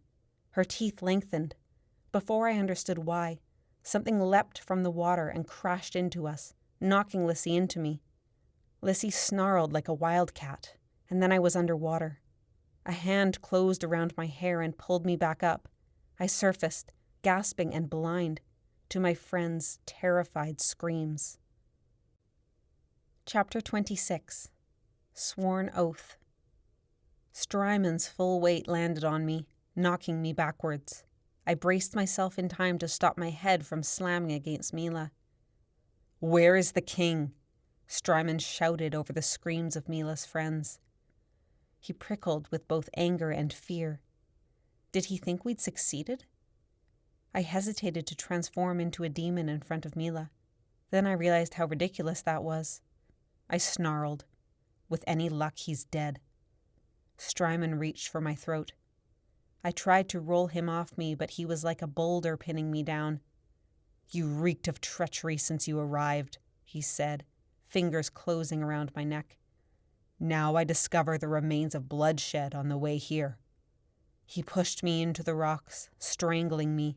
I clawed at his eyes. He grunted and grabbed my wrists instead. With a force that would shatter human bone, he pried my hands away from his face. "I warned the commander not to trust you," he said. "In the end, he was just as foul. He deserved his fate." The tide rose, the next wave submerging me. "You have one more chance to tell me," said Strymon. "Where is the king?" "Gone!" Rage flared in his aura, but I sensed the fear beneath it. Meela was screaming. The boy, Tanu, was pulling her away from us. My mind flipped back to her language. "Blacktail, your dagger!" No, I couldn't let her get involved. He'd kill her with one blow. "Stay back, me. He's too—" Strymon barked a laugh. "And you speak a human tongue. It shouldn't surprise me. A traitor right through. I should have killed you the moment I became commander." "Lissy, what's he saying?" said Meela. She was fighting the boy, trying to get closer. "Me, stay?" Strymon shoved my face beneath the water. While one hand held me there, the other slammed against my ribcage. The air left my lungs. He punched me again and again until my lungs emptied. Through his webbed fingers, his head eclipsed the cloudy sky, agitated water blurring his face. I clawed at his arm. He pressed me harder against the rocky bottom, keeping his face out of reach. He kept punching until I wasn't sure which was worse, the pain in my ribs or my deflated lungs. I was going to drown. I twisted, desperately trying to roll him off me, when one of the humans launched herself at Strymon. He stopped punching to throw her off. Ripples spread out as she splashed into the tide some distance away. At once, 3 more humans threw themselves at him. Pain surged from his pores. Blood dripped into the water above me. One of them must have had iron. Strymon let go. I pushed myself up as he threw someone away from him with the ease of tossing a fish. But before I could surface, his fist came down across my face, pushing me back into the rocks. I screamed in fury, though no one would hear it. My lungs spasmed, sending a jolt of pain up my throat. The world overhead darkened. I thought I was losing consciousness. But then I caught a glimpse of white, shining teeth and a pink tongue. The 2 remaining humans scattered. It had been a matter of time until the serpent came for us. I stopped fighting. At least this death would be a quick one. The jaws closed over Strymon. I heard his scream from beyond the water. The serpent lifted him away from me. I stayed still, watching through the turbulence as the head flung his body into the air and swallowed him. Droplets of blood hit the surface, smelling fresh as they spread out in front of my face. I waited for the other head to descend on me. It didn't come. The darkness drew away. The sudden brightness of the gray sky made me squint. I pushed myself up and surfaced with a shuddering gasp. The humans were scattered in the waves. I searched for Meela, for the smell of blood draining from her body. I couldn't sense her. The scent of Strymon's death filled my nose, masking all else. "Help!" It was Tanu. He staggered, fell to his knees, and then stood again, trying to lift something. A girl, face barely held out of the water. One arm was draped across Tanu's shoulders. Her long, wet hair clung to her face. I lunged for them, half swimming, half crawling through the shallow tide. I passed under the serpent's second head. It watched me, but made no move. Gasping for breath, I had no energy to fight the panic bubbling inside me. "Me!" "She's conscious," said Tanu. Weak and groggy, she repeatedly tried to get her legs under her, only to have them give out. I let her use my shoulder as a crutch while the girls splashed over. Aneth pulled Meela's arm across her shoulder. They waded for shore, stumbling over the rocks. Too low in the water, I could do nothing but watch. The other girl, the one they called Blacktail, gripped an iron dagger, glancing around for more attackers. The serpent's eyes followed us. So did Danny's. Her mouth was open. With an air of surprise, she dropped her gaze to her hands, the ones that had commanded the serpent to kill Strymon. The same hands had commanded it to spare me. Why? Water streamed down Aneth's face, which might have come from her hair or her red eyes, or both. Tanu's eyes, too, were puffy and red. Blacktail was solemn, stony, like someone numb with shock. Danny waved an arm. The serpent faced us, its energy rising. I braced myself, ready to break away from Meela and her friends. But the girl wavered. One instant, she projected that blind desire for prey I only felt in animals. The next, such intense fear and dread that I might have smelled the change in her blood. She flicked between these states as she watched us labor through the waves. I couldn't get a steady read on her. My muscles stayed tense, preparing me to flee any moment. Then Danny turned away. Slowly, the serpent ducked below the surface. Above the waves, I barely heard the movement. Below the waves, soft ripples brushed my tail as she retreated. Chapter 27. One Last Chance. Tanu and Aneth dropped me just out of reach of the water. The tide would catch up to us soon, but they were panting too hard to carry me further. Rocks groaned beneath hands and knees as they collapsed behind me. "Are you hurt?" I said, glancing to Lissy. "Who cares about us?" mumbled Tanu. I closed my fingers over the blood-soaked bandage. "Look, I lived a month longer than I was supposed to." Lissy's eyes widened. "Don't say that." "We both know it was my fate to die on the massacre." "No, it wasn't. I would never have let that happen." She pulled herself from the tide and sat next to me. Every part of me seared with pain, both inside and out. My heart labored to pump blood that wasn't there. The world blurred. Ocean merged with cloud, the horizon broken and jagged. Somewhere closer, the dark mass of the host swelled with the waves. Danny played with it, bringing it close and then pushing it away. I wondered if she was afraid to bring it to the ceremony. I thought I might be if I were in her position. The rising tide hissed in my ears, ready to coil around my chest and pull me down. I stretched out my injured hand. Even that appeared fuzzy. Blood dripped into the waves and disappeared. Lissy closed her hand around it. I raked my eyes over her, grateful I got to see her one last time. Her skin, smooth and golden, her greenish-brown tail, fading into her stomach like a sunset. Her hair, coppery blonde, made thicker by tangles and seaweed. Her perfect, arched eyebrows. Her eyes, inhumanly large, white as pearls, blue as sapphires. Her lips, full and rosy. I lingered on her lips. Might as well, I thought, if I'm going to die anyway. I slid a hand around the back of her neck and tried to pull her towards me. She didn't move, resisting as easily as if I'd been pulling a tree trunk. "I can't," she said. "Why not?" "You entered this world a human, and you should leave it a human. I would never forgive myself for taking that from you in your last..." She shook her head. "I don't care," I said.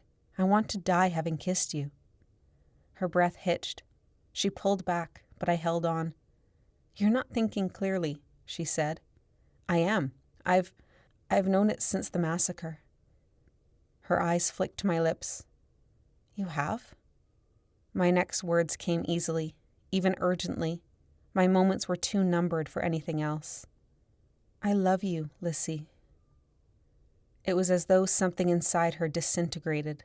Her shoulders dropped, her face softened, her eyebrows pulled down over those large, bright eyes.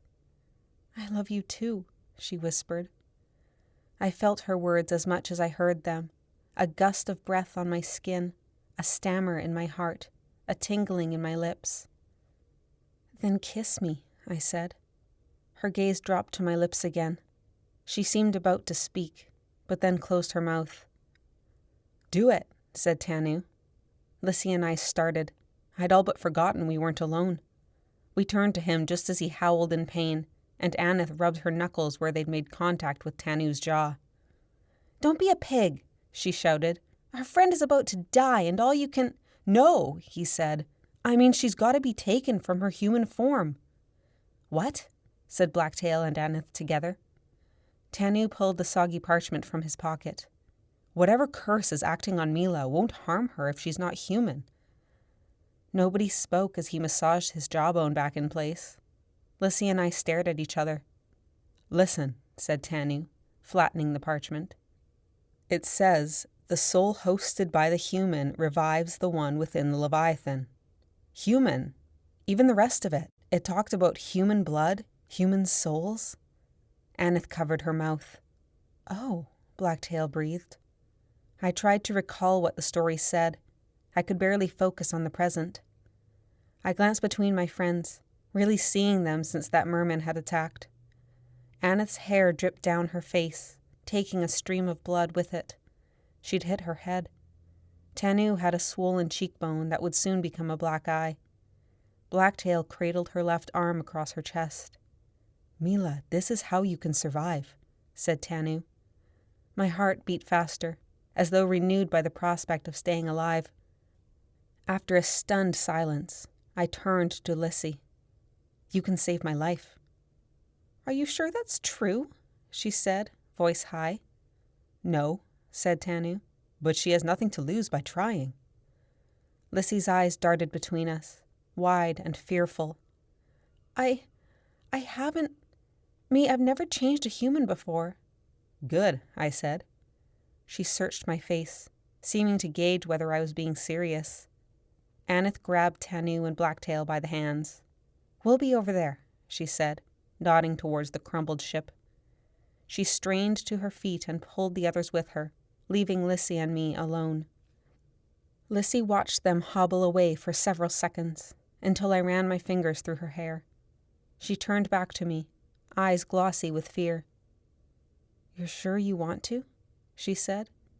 I raised myself on my knees, linking my hands around her neck. "Yes. If this works, you're a mermaid forever. I want to be with you," I said. "What if you change your mind? I don't want to be the one to steal you from your people." "You're not stealing anything. You're giving me my life." She opened her mouth to argue, and then closed it. Though she could have pulled away from my hold, she didn't. "Lissy, this is the only life I have. I don't want to lose it. I have too much to live for." The words struck me as I said them. Despite everything my family had been through, I felt lucky to be alive.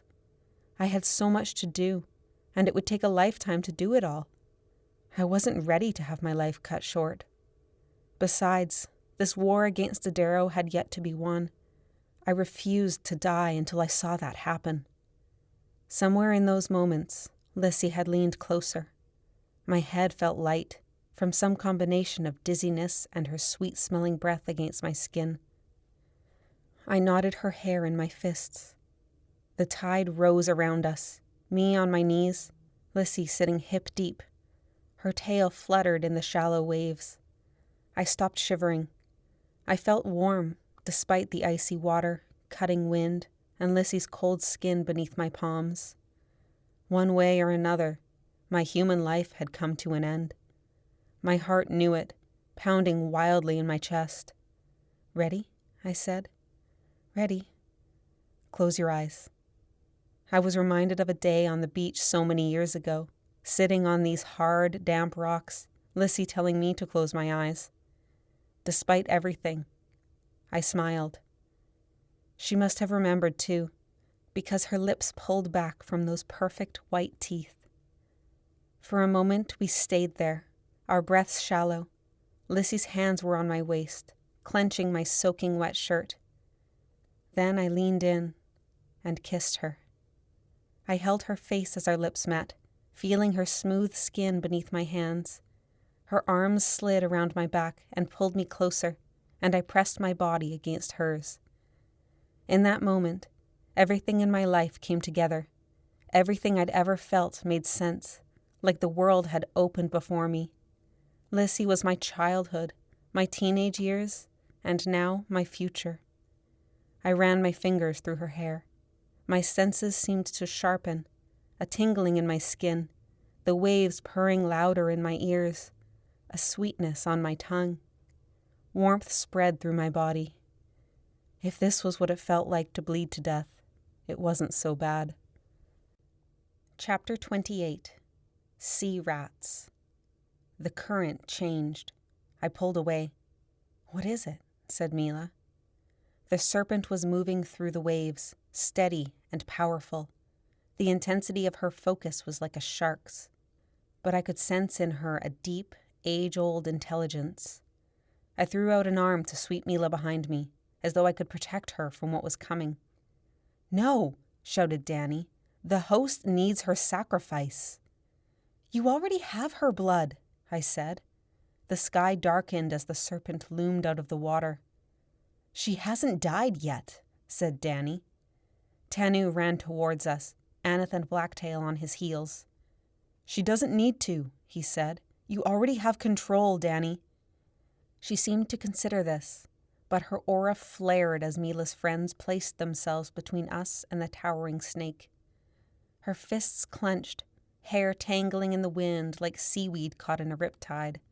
Her pale eyes gleamed as hungrily as the serpent's. "I gave you a chance to die with honor, Meela." She was erratic, projecting anger and sadness and elation all at once. "Danny, calm down," said Meela. "You don't understand." She didn't, and she never would. Danny would never think of merpeople as equals. Her whole life had been dedicated to destroying us. She wasn't about to change that, not while her people depended on her. Meela's friends stood ready to fight. To what end, I didn't know. Any weapons would be toys against this girl and her serpent. "Let Meela go," said Aneth. "You can walk away from this without killing anyone else." "Aneth," said Meela. It had been the wrong thing to say, for Danny radiated fury. The serpent gave a low hiss. Its jaws parted. "Let's work together," said Meela. "You don't need to set the serpent on every mermaid. Let us tell you what we know." I didn't like the energy coming from Danny. I needed to get to her before she acted. Could I dart past the serpent and get to the boulder?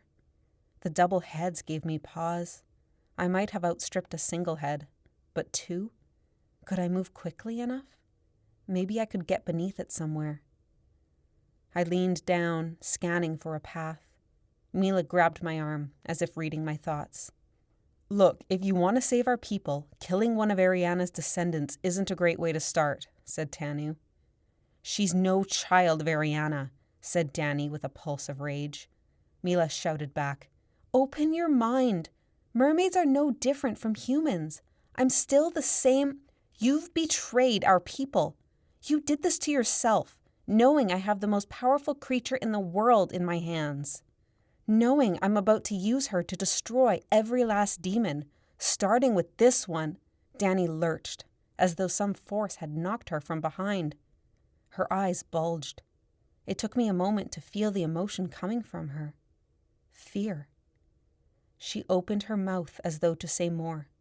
A whimper escaped, so soft that I wasn't sure anyone else heard it. A thick, crimson bubble formed between her parted lips. She looked down. The bubble popped. A stream of blood dripped down her chin and onto her uniform. The smell of blood, already heavy, wafted under my nose. Warm, fresh, pure. She fell slowly. She seemed to resist it. Her arms dropped to her sides. Her knees buckled. Her head drooped onto her chest. With a soft thud of flesh against stone, she collapsed in a heap on the boulder. The serpent turned. Its jaws closed with a snap. I didn't take my eyes off the rock. A merman sat behind Danny's crumpled body. Adaro was panting, teeth bared. Seawater poured from his black hair. Blood trickled down his forearm, spilling out of the heart clenched in his fist. Chapter 29. Passed by blood. Danny's heart pulsed in Adaro's webbed fingers. Was I imagining it? Could a heart really still keep beating when ripped from its owner's chest? I nearly retched at the sight of it. Blood dripped down his arm. He surveyed us on the beach, larger and more sinister than I remembered. His crimson eyes widened as they lingered on Lissy. Danny lay on the boulder, motionless but for her dark hair, which fluttered in the wind. A dark stain pooled across her back. Silence rang in my ears. I wanted to cry out. I couldn't identify the feeling in my chest. Rage, shock, grief, anything but victory. Danny didn't deserve this. She was never the real enemy. Kneeling on the rocks, my legs weakened. I fell sideways. A low hiss came from the water. The serpent turned all 4 eyes onto her fallen master. The vertical pupils darkened. The heads turned from Danny to Adaro.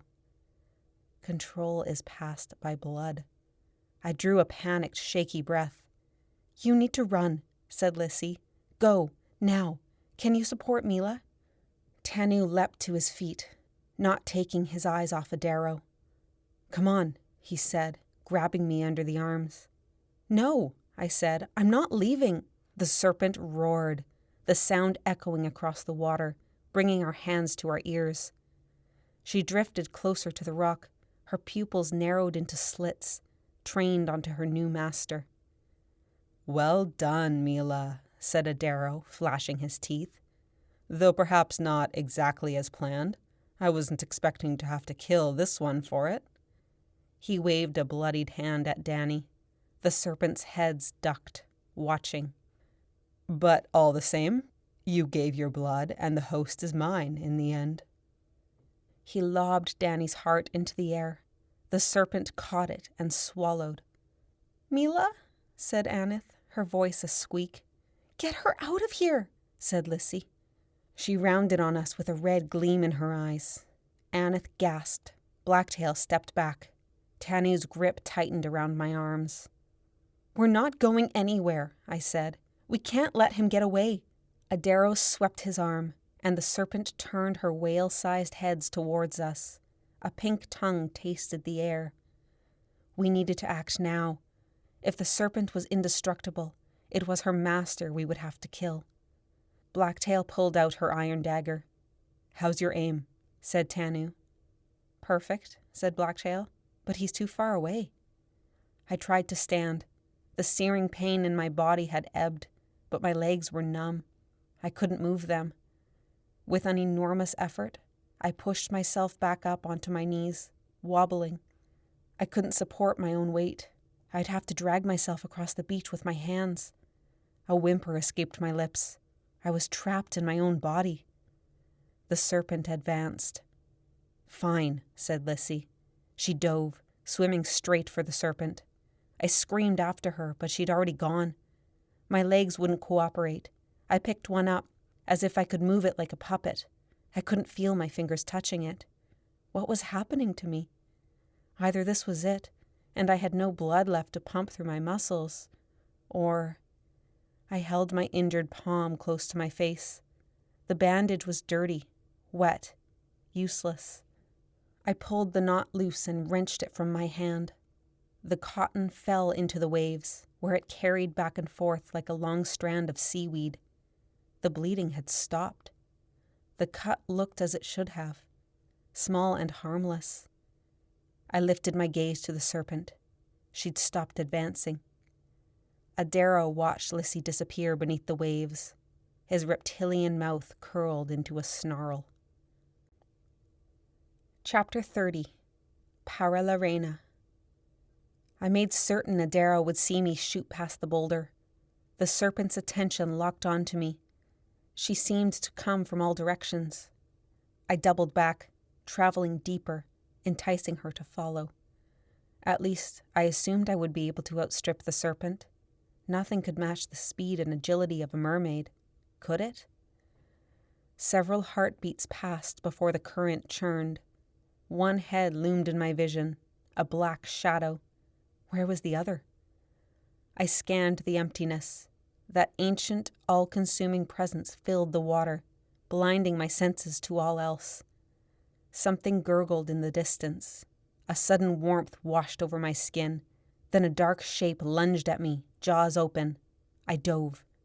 Teeth clamped together, grazing my tail.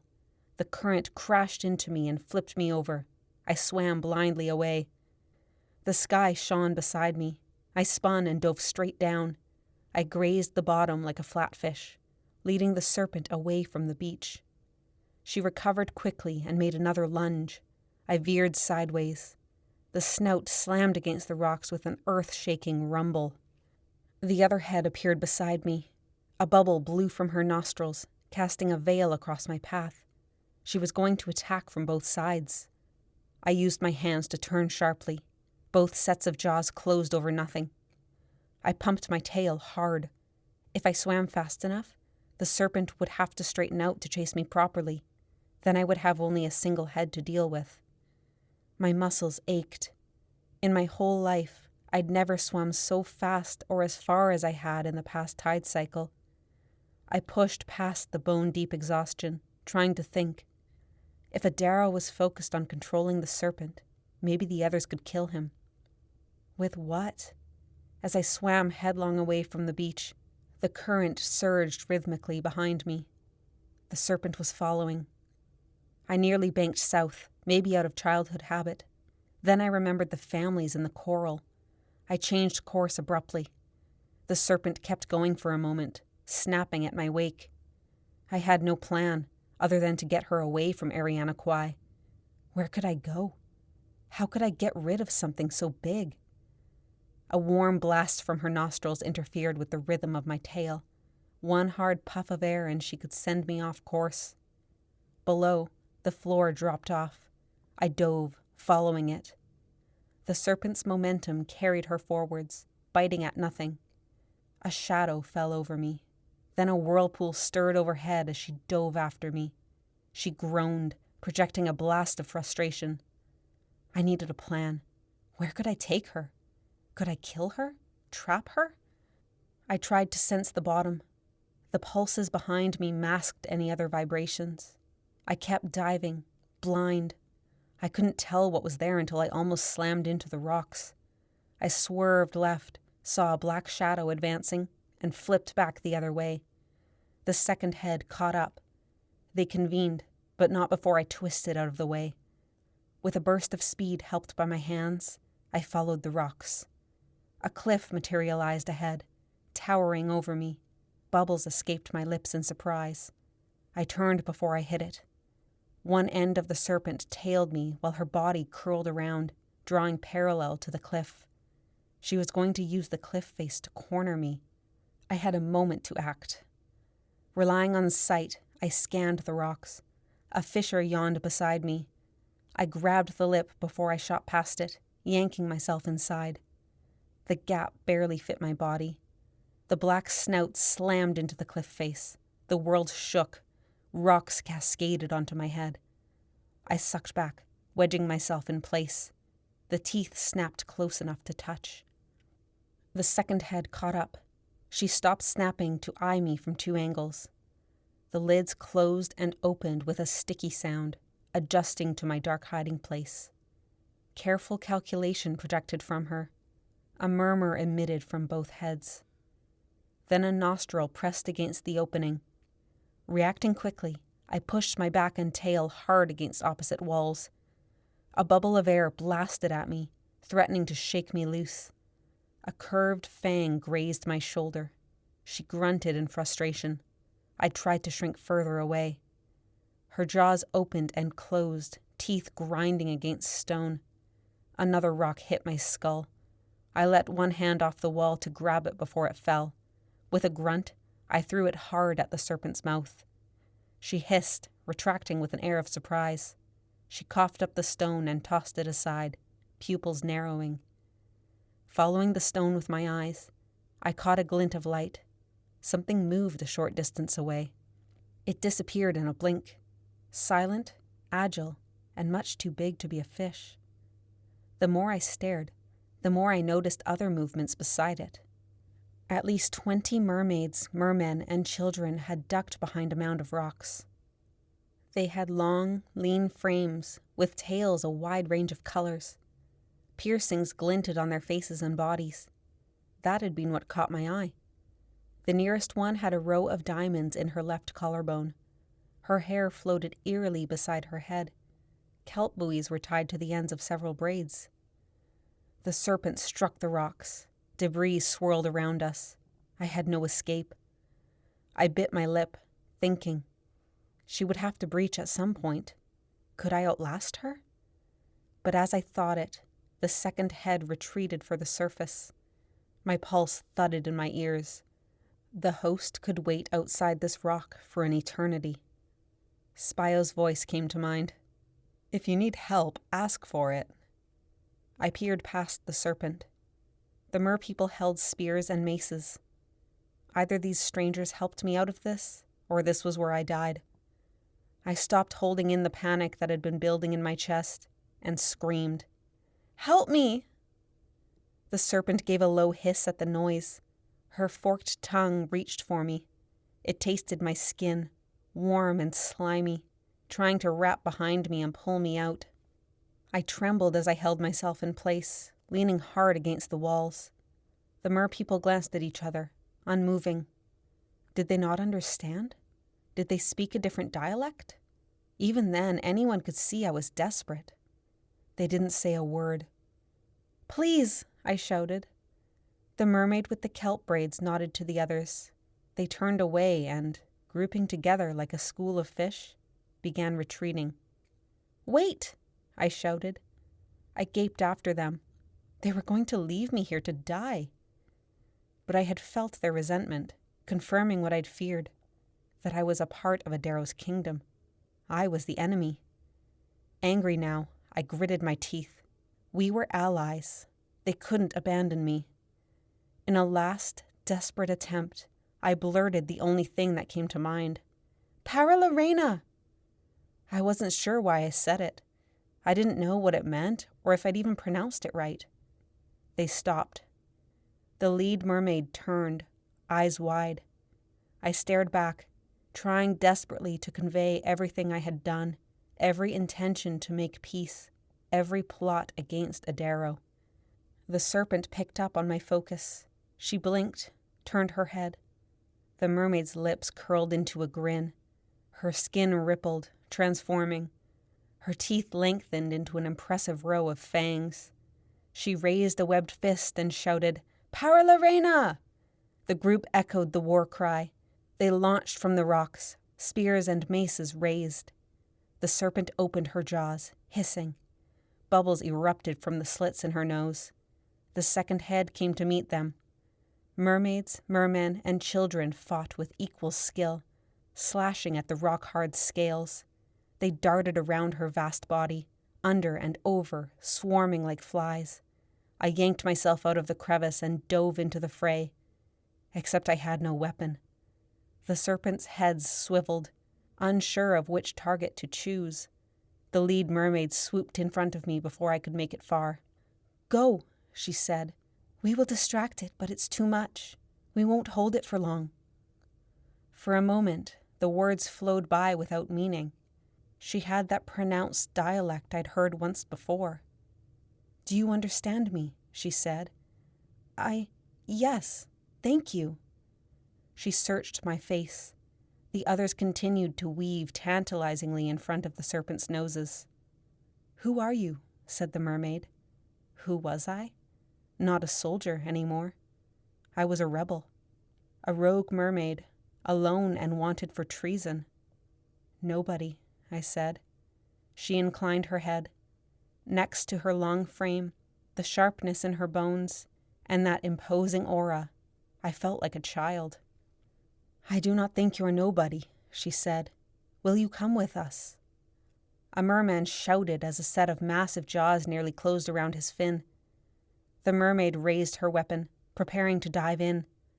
"I have to go back," I said, pointing towards Eriana Kwai. She nodded, backing away. "When you are ready, come find us." Beneath her powerful presence, I felt her sincerity. She wanted me to join them. Was that what I wanted? This was the resistance I'd been searching for. These were the merpeople I belonged with, more than anyone in Adaro's kingdom. Hope bloomed in my chest. I had to find Spio. I refused to believe Audero had caught him. My friend was out there somewhere, and together we could join this group. I nodded once. "I will." Chapter 31. The Battle for Eriana Kwai. Arms wrapped around my waist. I screamed in protest, but Tanu threw me over his shoulder like a bag of sand. "Put me down!" I punched him in the back, hearing him exhale with every blow. "We gotta get you to safety," he said between grunts. He made it to the shipwreck before tripping over the rubble and falling. We splashed into ankle-deep waves. I pushed myself off his shoulder, fuming. "It's going to eat Lissy!" I leaned towards the sea as if to swim after her. Aneth grabbed my arm. "You don't have a tail yet." Tanu cringed at the word. Blacktail seemed about to place a hand on his shoulder, but stopped. "We shouldn't take her from the water," she said. "Not if she's transitioning." The rising tide battered the last standing piece of the shipwreck, spraying us with each wave. "At least hide over here," said Tanu. I humored him by pulling myself behind the piece of hull, out of Adaro's sight. We needed to do something, and fast. Every second we sat here, the serpent could be closing in on Lissy. I leaned over. Adaro was within shooting distance. "Someone go get crossbows," I said. "The training base has enough iron." I ducked back as Adaro whirled around, crimson eyes flaring. But he was looking past us, into the forest. Then I heard it, a low, vibrating rumble. Something thundered in the distance, like a herd of galloping horses. We turned. My father burst from the trees, face shining with sweat. A hunting bow and arrows were clenched in his fists. My mother came behind him with a bucket of iron bolts. They stopped at the edge of the beach, panting, staring wildly around. "Papa!" For a brief, absurd moment, a childish feeling overcame me that everything would be all right now that my parents were here. More arrived. 20, 30, 100 people flooded from the trees and spilled onto the beach. They saw Aneth, Tanu, Blacktail, and me, collapsed behind the shipwreck in the ankle-deep tide. They saw Danny, lying bloody on the highest rock, Adaro behind her with his hands and arms dripping in blood. Some of them pointed to the black shape rising and falling in the distance. Someone roared. The rest echoed. With a deafening outcry, hundreds of my people flooded onto the beach. They carried hunting weapons, shovels, bats, anything they could find, iron or not. Even the widow from the massacre committee wielded a cast-iron skillet. At the front of the crowd, Anio stretched out his arms as though ready to conduct an orchestra. "Fire!" he shouted. Before Adaro could react, a shower of hunting arrows rained down on him. The wood wouldn't kill him, but they knocked him backwards. He regained his balance and straightened. His lipless mouth parted, flashing his pointed teeth. He raised a thick arm high in the air. "No!" I shouted, panic building. I saw her coming, a shadow beneath the surface. Ripples spread from her armored back, growing rapidly closer. "Mama! Papa! Run!" They couldn't take on the serpent, no matter how many there were. "Aim!" bellowed Anio. Before he could tell them to fire, a monstrous head rose from the water. It reached high overhead, casting a long shadow over the beach and my people. The jaws parted, a string of saliva stretching from top fangs to bottom. She expelled a burst of air, sending hot droplets of seawater across the beach. The roars turned to screams. Most people stopped running. Many rushed back towards the trees. A few faces remained determined, my parents among them. "Run!" I shouted. I pulled myself in their direction, as though I could protect them. They couldn't die because of this, not at Adaro's hands. Another shout rose over the din. "Aim!" Texas arrived on the beach, flanked by the girls who'd been ready to depart for the massacre.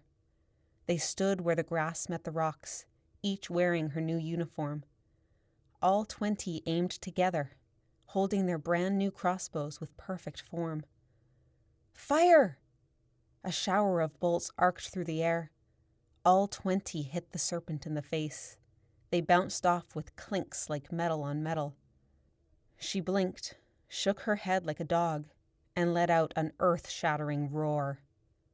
Attacking the host would get us nowhere. We needed to kill her master. "Get the merman!" My words were drowned by screams as the second head emerged from the water, and the serpent descended on the crowd. With so many options for prey, she seemed not to know who to clamp her jaws around. She settled with swinging her heads through the mass of people, sending them flying. Several people screamed as they were launched into the air, scattering like leaves on the wind. Others attacked. After the initial shock of seeing the Leviathan, more people raised their weapons. The serpent was met with showers of bolts, blades, rocks, anything people could throw. The second head closed around one man's entire body. She tossed him in the air and swallowed him, sending a shower of blood across the beach. I searched for my parents, who had ducked into the trees to avoid what might as well have been a flying boulder. My father was firing rapidly while my mother handed him ammo. I turned to my friends. "Tell everyone to focus on Adaro, and someone get me a weapon." Blacktail and Aneth took off into the crowd. I glanced desperately towards the water. Where was Lissy? The serpent raised her head, eyeing the masses below. Behind Texas and the massacre warriors, more girls arrived. Blondie led the pack of younger trainees. Another cascade of bolts hit the serpent. Tanu cupped his hands around his mouth and bellowed at them. "Get the merman! The merman is controlling it!" A few people heard. They passed along the message in frantic shouts. Something tingled around my waist. My skin felt hot, like I'd sat too long facing a fire. I lifted my shirt. The skin at my hips was broken, or rather, covered in odd lines. Skin faded into what? I ran my fingers along it. Scales. My breath caught in my throat. For a moment, I thought I might faint. I unzipped my pants. This was not the time for modesty. "Tanu, help me get these off," I said, struggling with my paralyzed legs. He looked taken aback. "Come on," I said. "You've been wanting to get me out of these for years." "Really, Meela?" He knelt to help. He cried out when he saw the scales at my hips. "It's okay," I said. "I was in a lot more pain a minute ago." When the next wave retreated, revealing my legs, my stomach lurched. The scales traveled partway down my thighs. At the top of my legs, the skin had joined, flimsy, like the wings of a bat. The rest of my legs were still human. "No offense," said Tanu, "but that looks disgusting." Aneth and Blacktail returned with crossbows and quivers. I grabbed a weapon and slung a quiver over my chest. "We told Texas to—" Aneth trailed off when she saw my pants floating beside me. Her mouth fell open as the next wave ebbed, revealing my deformed legs. "Aim!" shouted Texas. We turned. All 100 trainees raised their crossbows, this time at Adaro. My breath caught. Their aim was too good for all of them to miss at once. This was it. They were going to kill him. "Fire!" Adaro's crimson eyes flashed as he noticed the crossbows pointed at him. With a movement too fast to see, he flattened on the rock. The serpent ducked in response to the movement. She turned to her master. Even as Adaro flattened out, a handful of bolts hit his chest, arms, and face. I cried out in victory, lifting my crossbow in the air. Adaro roared, but to my horror, the bolts didn't sink through him. They bounced off like hailstones, not even breaking skin. He sat up, teeth bared. "But," I said.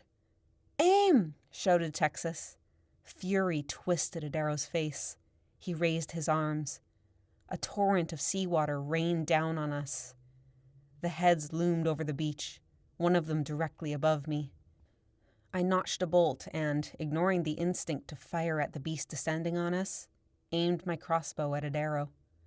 "Fire!" shouted Texas. I pulled the trigger and dove sideways. I caught a glimpse of open jaws a mere arm's length away. Blood dripped from glistening teeth. They snapped closed around empty water where I'd been lying. The pulse in the waves sent me crashing into the shipwreck. Crossbow in one hand, a bolt in the other, I sat up and found chunks of wood floating all over the place. Waves pummeled what was left of the broken ship, spraying me and everything around it. Several bolts buffeted Adaro. They fell away as though made of foam. How could he still be alive? Iron was the one sure way to slay a sea demon. This had always been the case. I gripped my weapon tighter, feeling like everything had turned inside out. Where were Tanu, Aneth, and Blacktail? Abruptly, Adaro scrambled forwards and plunged into the tide, where he sat submerged up to his shoulders. Shielding his head with one arm, he raised the other to the serpent. At the blind command, the serpent lunged without an apparent plan. Had the serpent gotten my friends? Were they trapped beneath the rubble? I reached for a bolt. My quiver was light. I'd lost several in the waves. I cranked the lever and dropped a bolt against the shaft. In one motion, I aimed and fired. It hit Adaro in the collarbone, jolting him but not breaking his focus.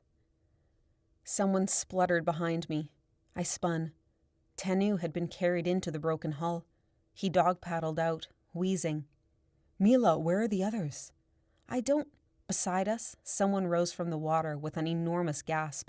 "Lissy!" I reached for her, overcome with relief.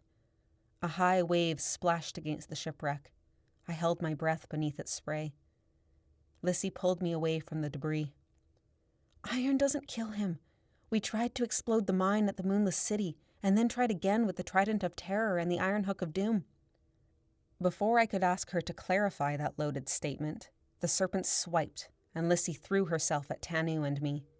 We fell into the waves, briny water splashing up my nose.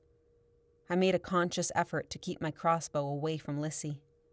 I surfaced, coughing. Wood splinters rained down on us. "There," said Tanu. Blacktail and Aneth were on their feet, crossbows pointed at Adaro. Someone else had joined them. Fern.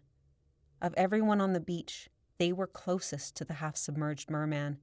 They fired rapidly, their bolts hitting him in the chest, throat, and face. "You already tried iron?" I said. "When? Who's we?" "Never mind," said Lissy. Still, the impact of all the projectiles forced Adaro down. He turned as though to swim away, and stopped. Aneth, Blacktail, and Fern had closed around him, trapping him between the boulder, their crossbows, and the rest of my people. From such a close range, the girls' bolts drew blood, sticking into Adaro's flesh like darts. The serpent gave a low, breathy groan, shaking her heads again like a wet dog. She turned to her master, waiting for a command. I glanced back in search of my parents. They'd moved away from the safety of the trees. "Be right back," said Tanu. He took off, splashing up the beach. I fired at Adaro again, hitting him in the shoulder. Lissy scanned the beach, wide-eyed. I followed her gaze. Many people attacked the serpent, launching themselves at her indestructible body. At the tree line, the massacre trainees fired at Adaro, along with everyone else with a crossbow or hunting bow. Not everyone had practiced aim, but enough did that a continuous stream of bolts and arrows pummeled him from every direction. Though nobody paid us any attention amid all the chaos, I was glad Lissy's tail was masked beneath the waves. As I thought this, the heat returned, flaring in my thighs. I looked down. The debris-filled water reached my waist. I ran a hand over my legs. My thighs had merged, smooth and scaly, one solid tail. It stopped at the knees, where that bat-like skin knit them together. Even the vague sight of the scales and their broken feel beneath my fingers made my stomach flop. I had a tail. I would never have legs again. I would never walk or run again. Tanu returned with a hunting bow. "Iron's about as effective on him as wood, right? At least this way I'll actually hit him." "Sounds fair," said Lissy. Tanu let loose an arrow. It hit Adaro in the head. The Leviathan groaned as though in frustration. All 4 eyes were trained on her master. Aneth, Blacktail, and Fern had waded so close to the boulder that each shot had the force of a cannon fire. I was about to yell at the girls to be careful, because Adaro's next command to the serpent would be to deal with them. Then it dawned on me. Adaro was too overwhelmed by the attack to command the serpent. She watched him, awaiting instruction. "Keep him busy," I said. "Look at the heads." As long as Adaro was occupied, we were safe from the serpent. She wouldn't strike until her master told her to. I fired another bolt. "Then what?" said Lissy. Before I could consider this, Tanu let out a bark of laughter. "He's gonna have to run." He was right. The answer seemed to be in numbers. People had taken advantage of the serpent's immobility. They boldly splashed closer. When the next shower of bolts, garden tools, and a baseball hit Adaro, the sheer volume submerged him completely. Aneth, Blacktail, and Fern leapt aside, aiming their weapons into the water. "Get out of there!" I shouted, but the girls didn't need telling. Already they were boosting each other onto the boulder with trained speed. A burning sensation erupted in my palms. I gasped, dropping the crossbow. It landed on my thighs, on my tail, where the burning continued. I swiped it away in a panic, like a poisonous spider had landed on me. I couldn't touch it anymore. I'd never be able to touch it again. Not crossbows, bolts, or any other iron. A disturbance hit my tail. I flinched, expecting to see the host advancing on us. But she wasn't there. I'd felt the ripples from Adaro retreating. He had disappeared from sight, but I felt him. He was swimming away.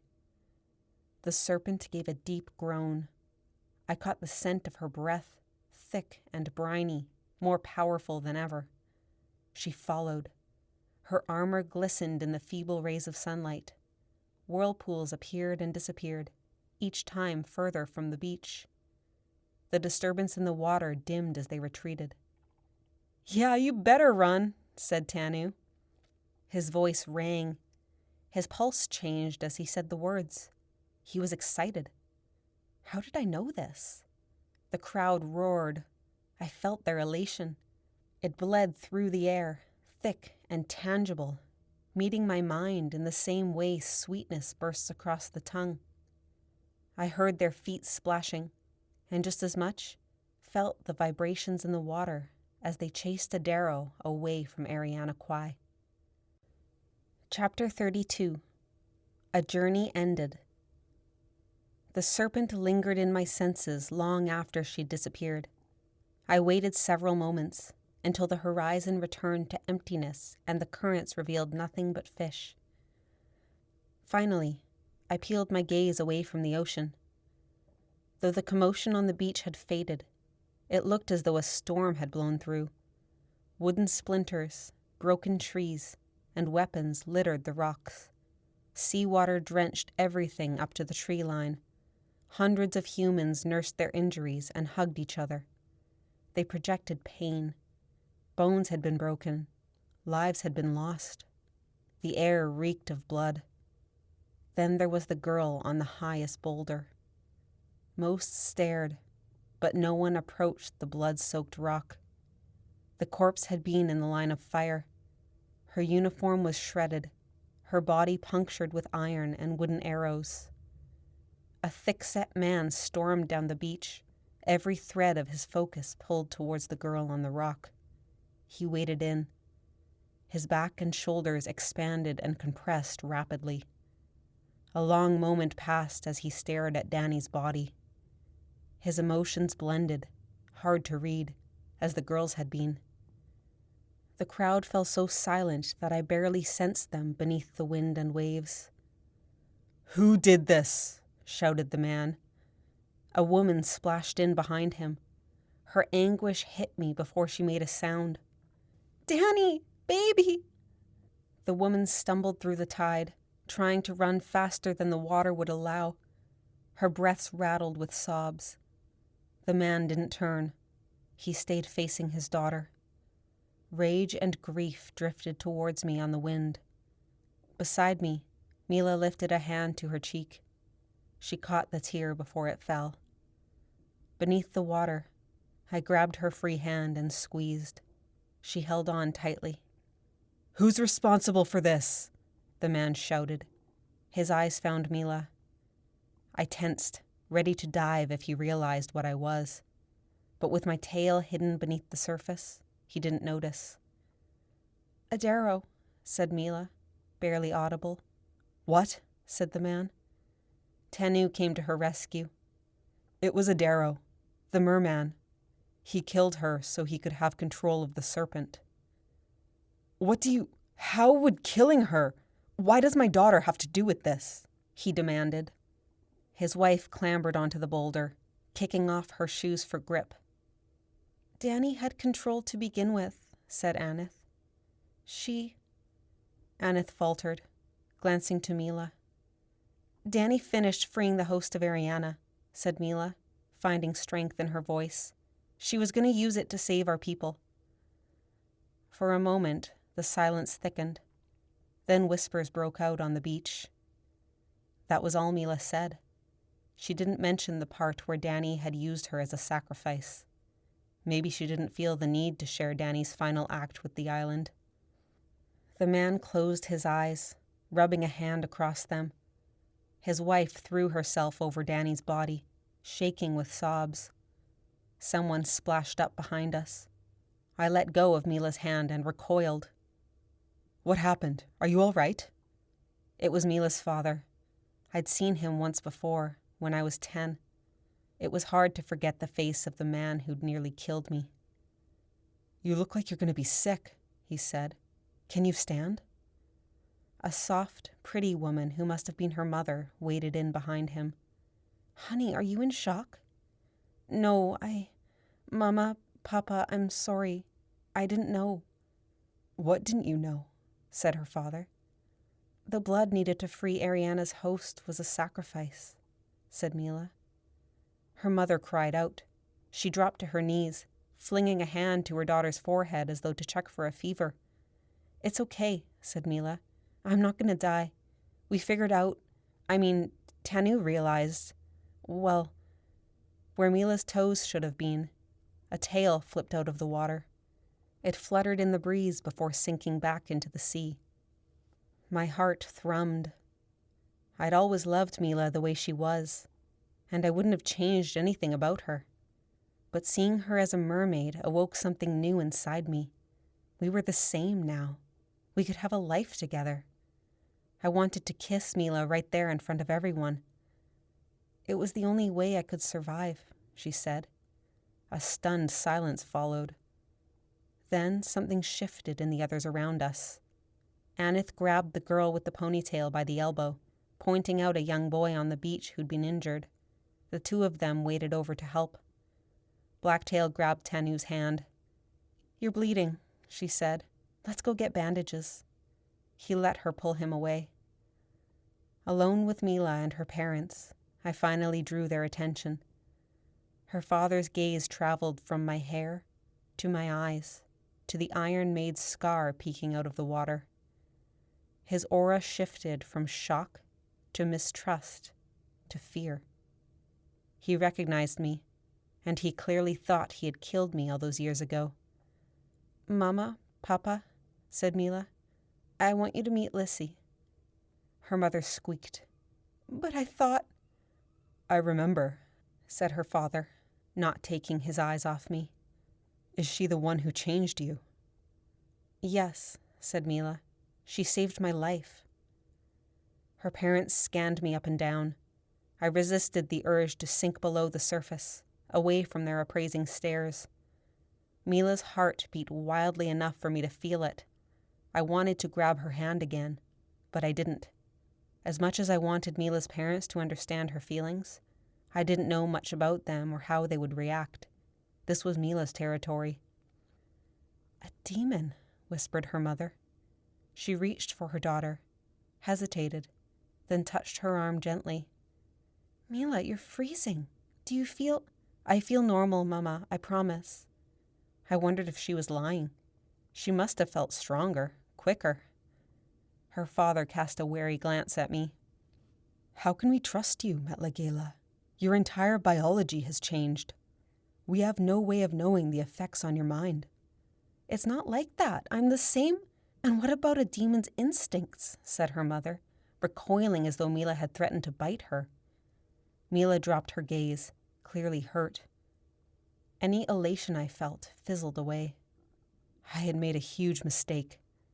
Would I be the reason for Meela's rejection from her own family? I'd wanted to save her, but all I'd done was build a wall of ice between her and her parents. Meela tried again. Mama, She swallowed hard, eyes brimming with tears. I spoke up. This is a lot to understand, I know. But mermaid or not, Meela is the same girl you raised. The woman's eyes snapped to me. She's not the same. Look at her.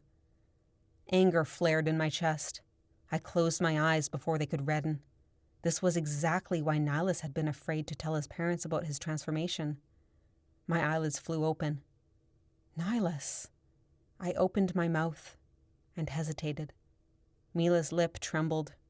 Her parents were slumped, shivering, as though breaking apart in the waves. I couldn't tell them about Nihilus now, not after all this. Their family had been through too much today.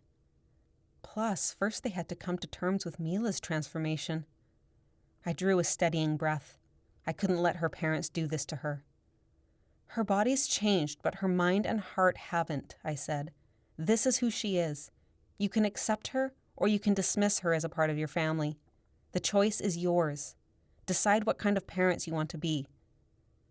Her mother's eyes widened, as though really seeing me for the first time. I sat tall in the water, challenging her to see me for who I really was. A mermaid, capable of loving, driven by emotions, empathy, and morals. I was not a demon, and neither was her daughter. Finally, voice trembling, she said, You don't think I love Meela no matter what? Do you? Said Meela, barely audible. Or am I just a sea rat now? There was a long pause.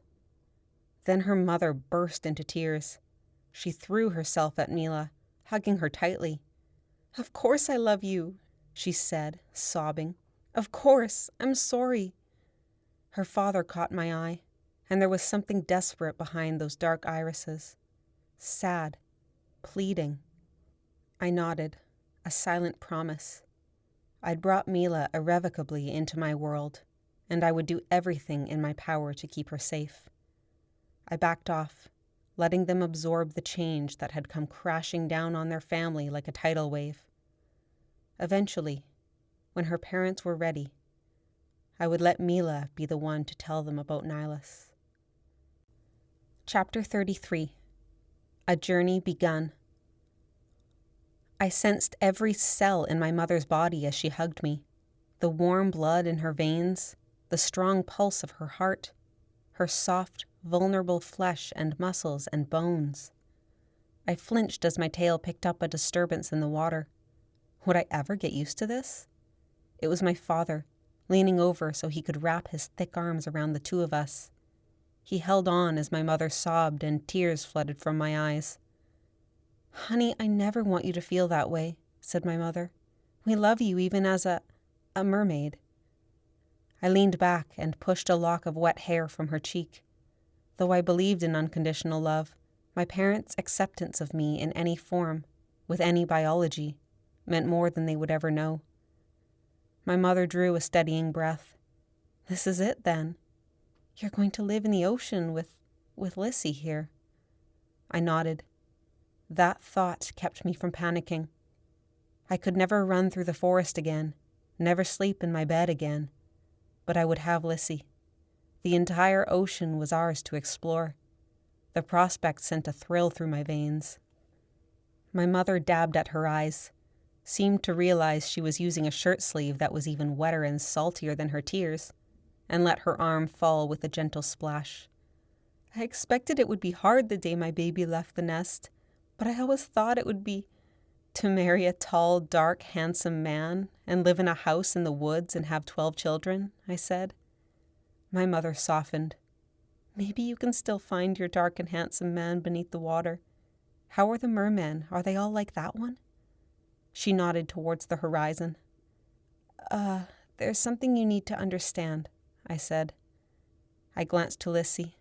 She had backed away, not meeting my eye. Though my heart pounded, I felt more certain about myself than I ever had. Lissy was a part of my life. The world could react however they wanted, and it wouldn't affect how I felt about her. I reached for Lissy and grabbed her hand for them to see, pulling her back beside me. I love Lissy. I'm in love with her. Lissy's pulse beat strong against my palm. My parents looked between us, unmasked shock on their faces. Honey, you don't think this is just because... No, I said. It's real. I've loved her since the day we met. My mother nodded slowly. I waited for the chill to settle between us, for the accusations to start all over again. But she smiled. Meela, that's wonderful. I opened my mouth, made no sound, and closed it. After all her talk about wanting me to start a family, could she be serious? But what about... I tried to sense her, searching for disappointment. Honey, if spending your life with Lissy is what makes you happy, then I'm happy. Her pulse beat steadily. She was being truthful. Didn't we just establish that I love you no matter what? She said. I threw myself at her, hugging her tightly. I love you, Mama. I love you too. Now relax your arms a little. You're crushing me. I let go. Sorry. Hesitantly, I turned to my father, who hadn't said anything in a long while. He shrugged and said gruffly, I think I've always known. I stared at him, surprised. Then he smiled a little. You're my daughter, he said. You always will be. I bit my lip to stop it from trembling. I hugged him, this time carefully. When I let go, both of them turned to Lissy. Take care of her, said my mother. Make her come visit once in a while. I promise, said Lissy. The three of them exchanged a smile, and that was more than I could have asked for. My mother shivered violently. My father noticed as well, and wrapped his arms around her shoulders. You two should go home and dry off, I said. I'll be here when you get back. You'd better be, young lady, said my father. They waded from the tide, looking weak and frigid. I glanced back to the high boulder. Mujihi, his wife, and Danny's body had gone.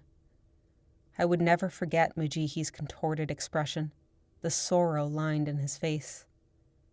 Texas, Hassan, and a few members of the massacre committee had gone too. There would be a funeral for the victims.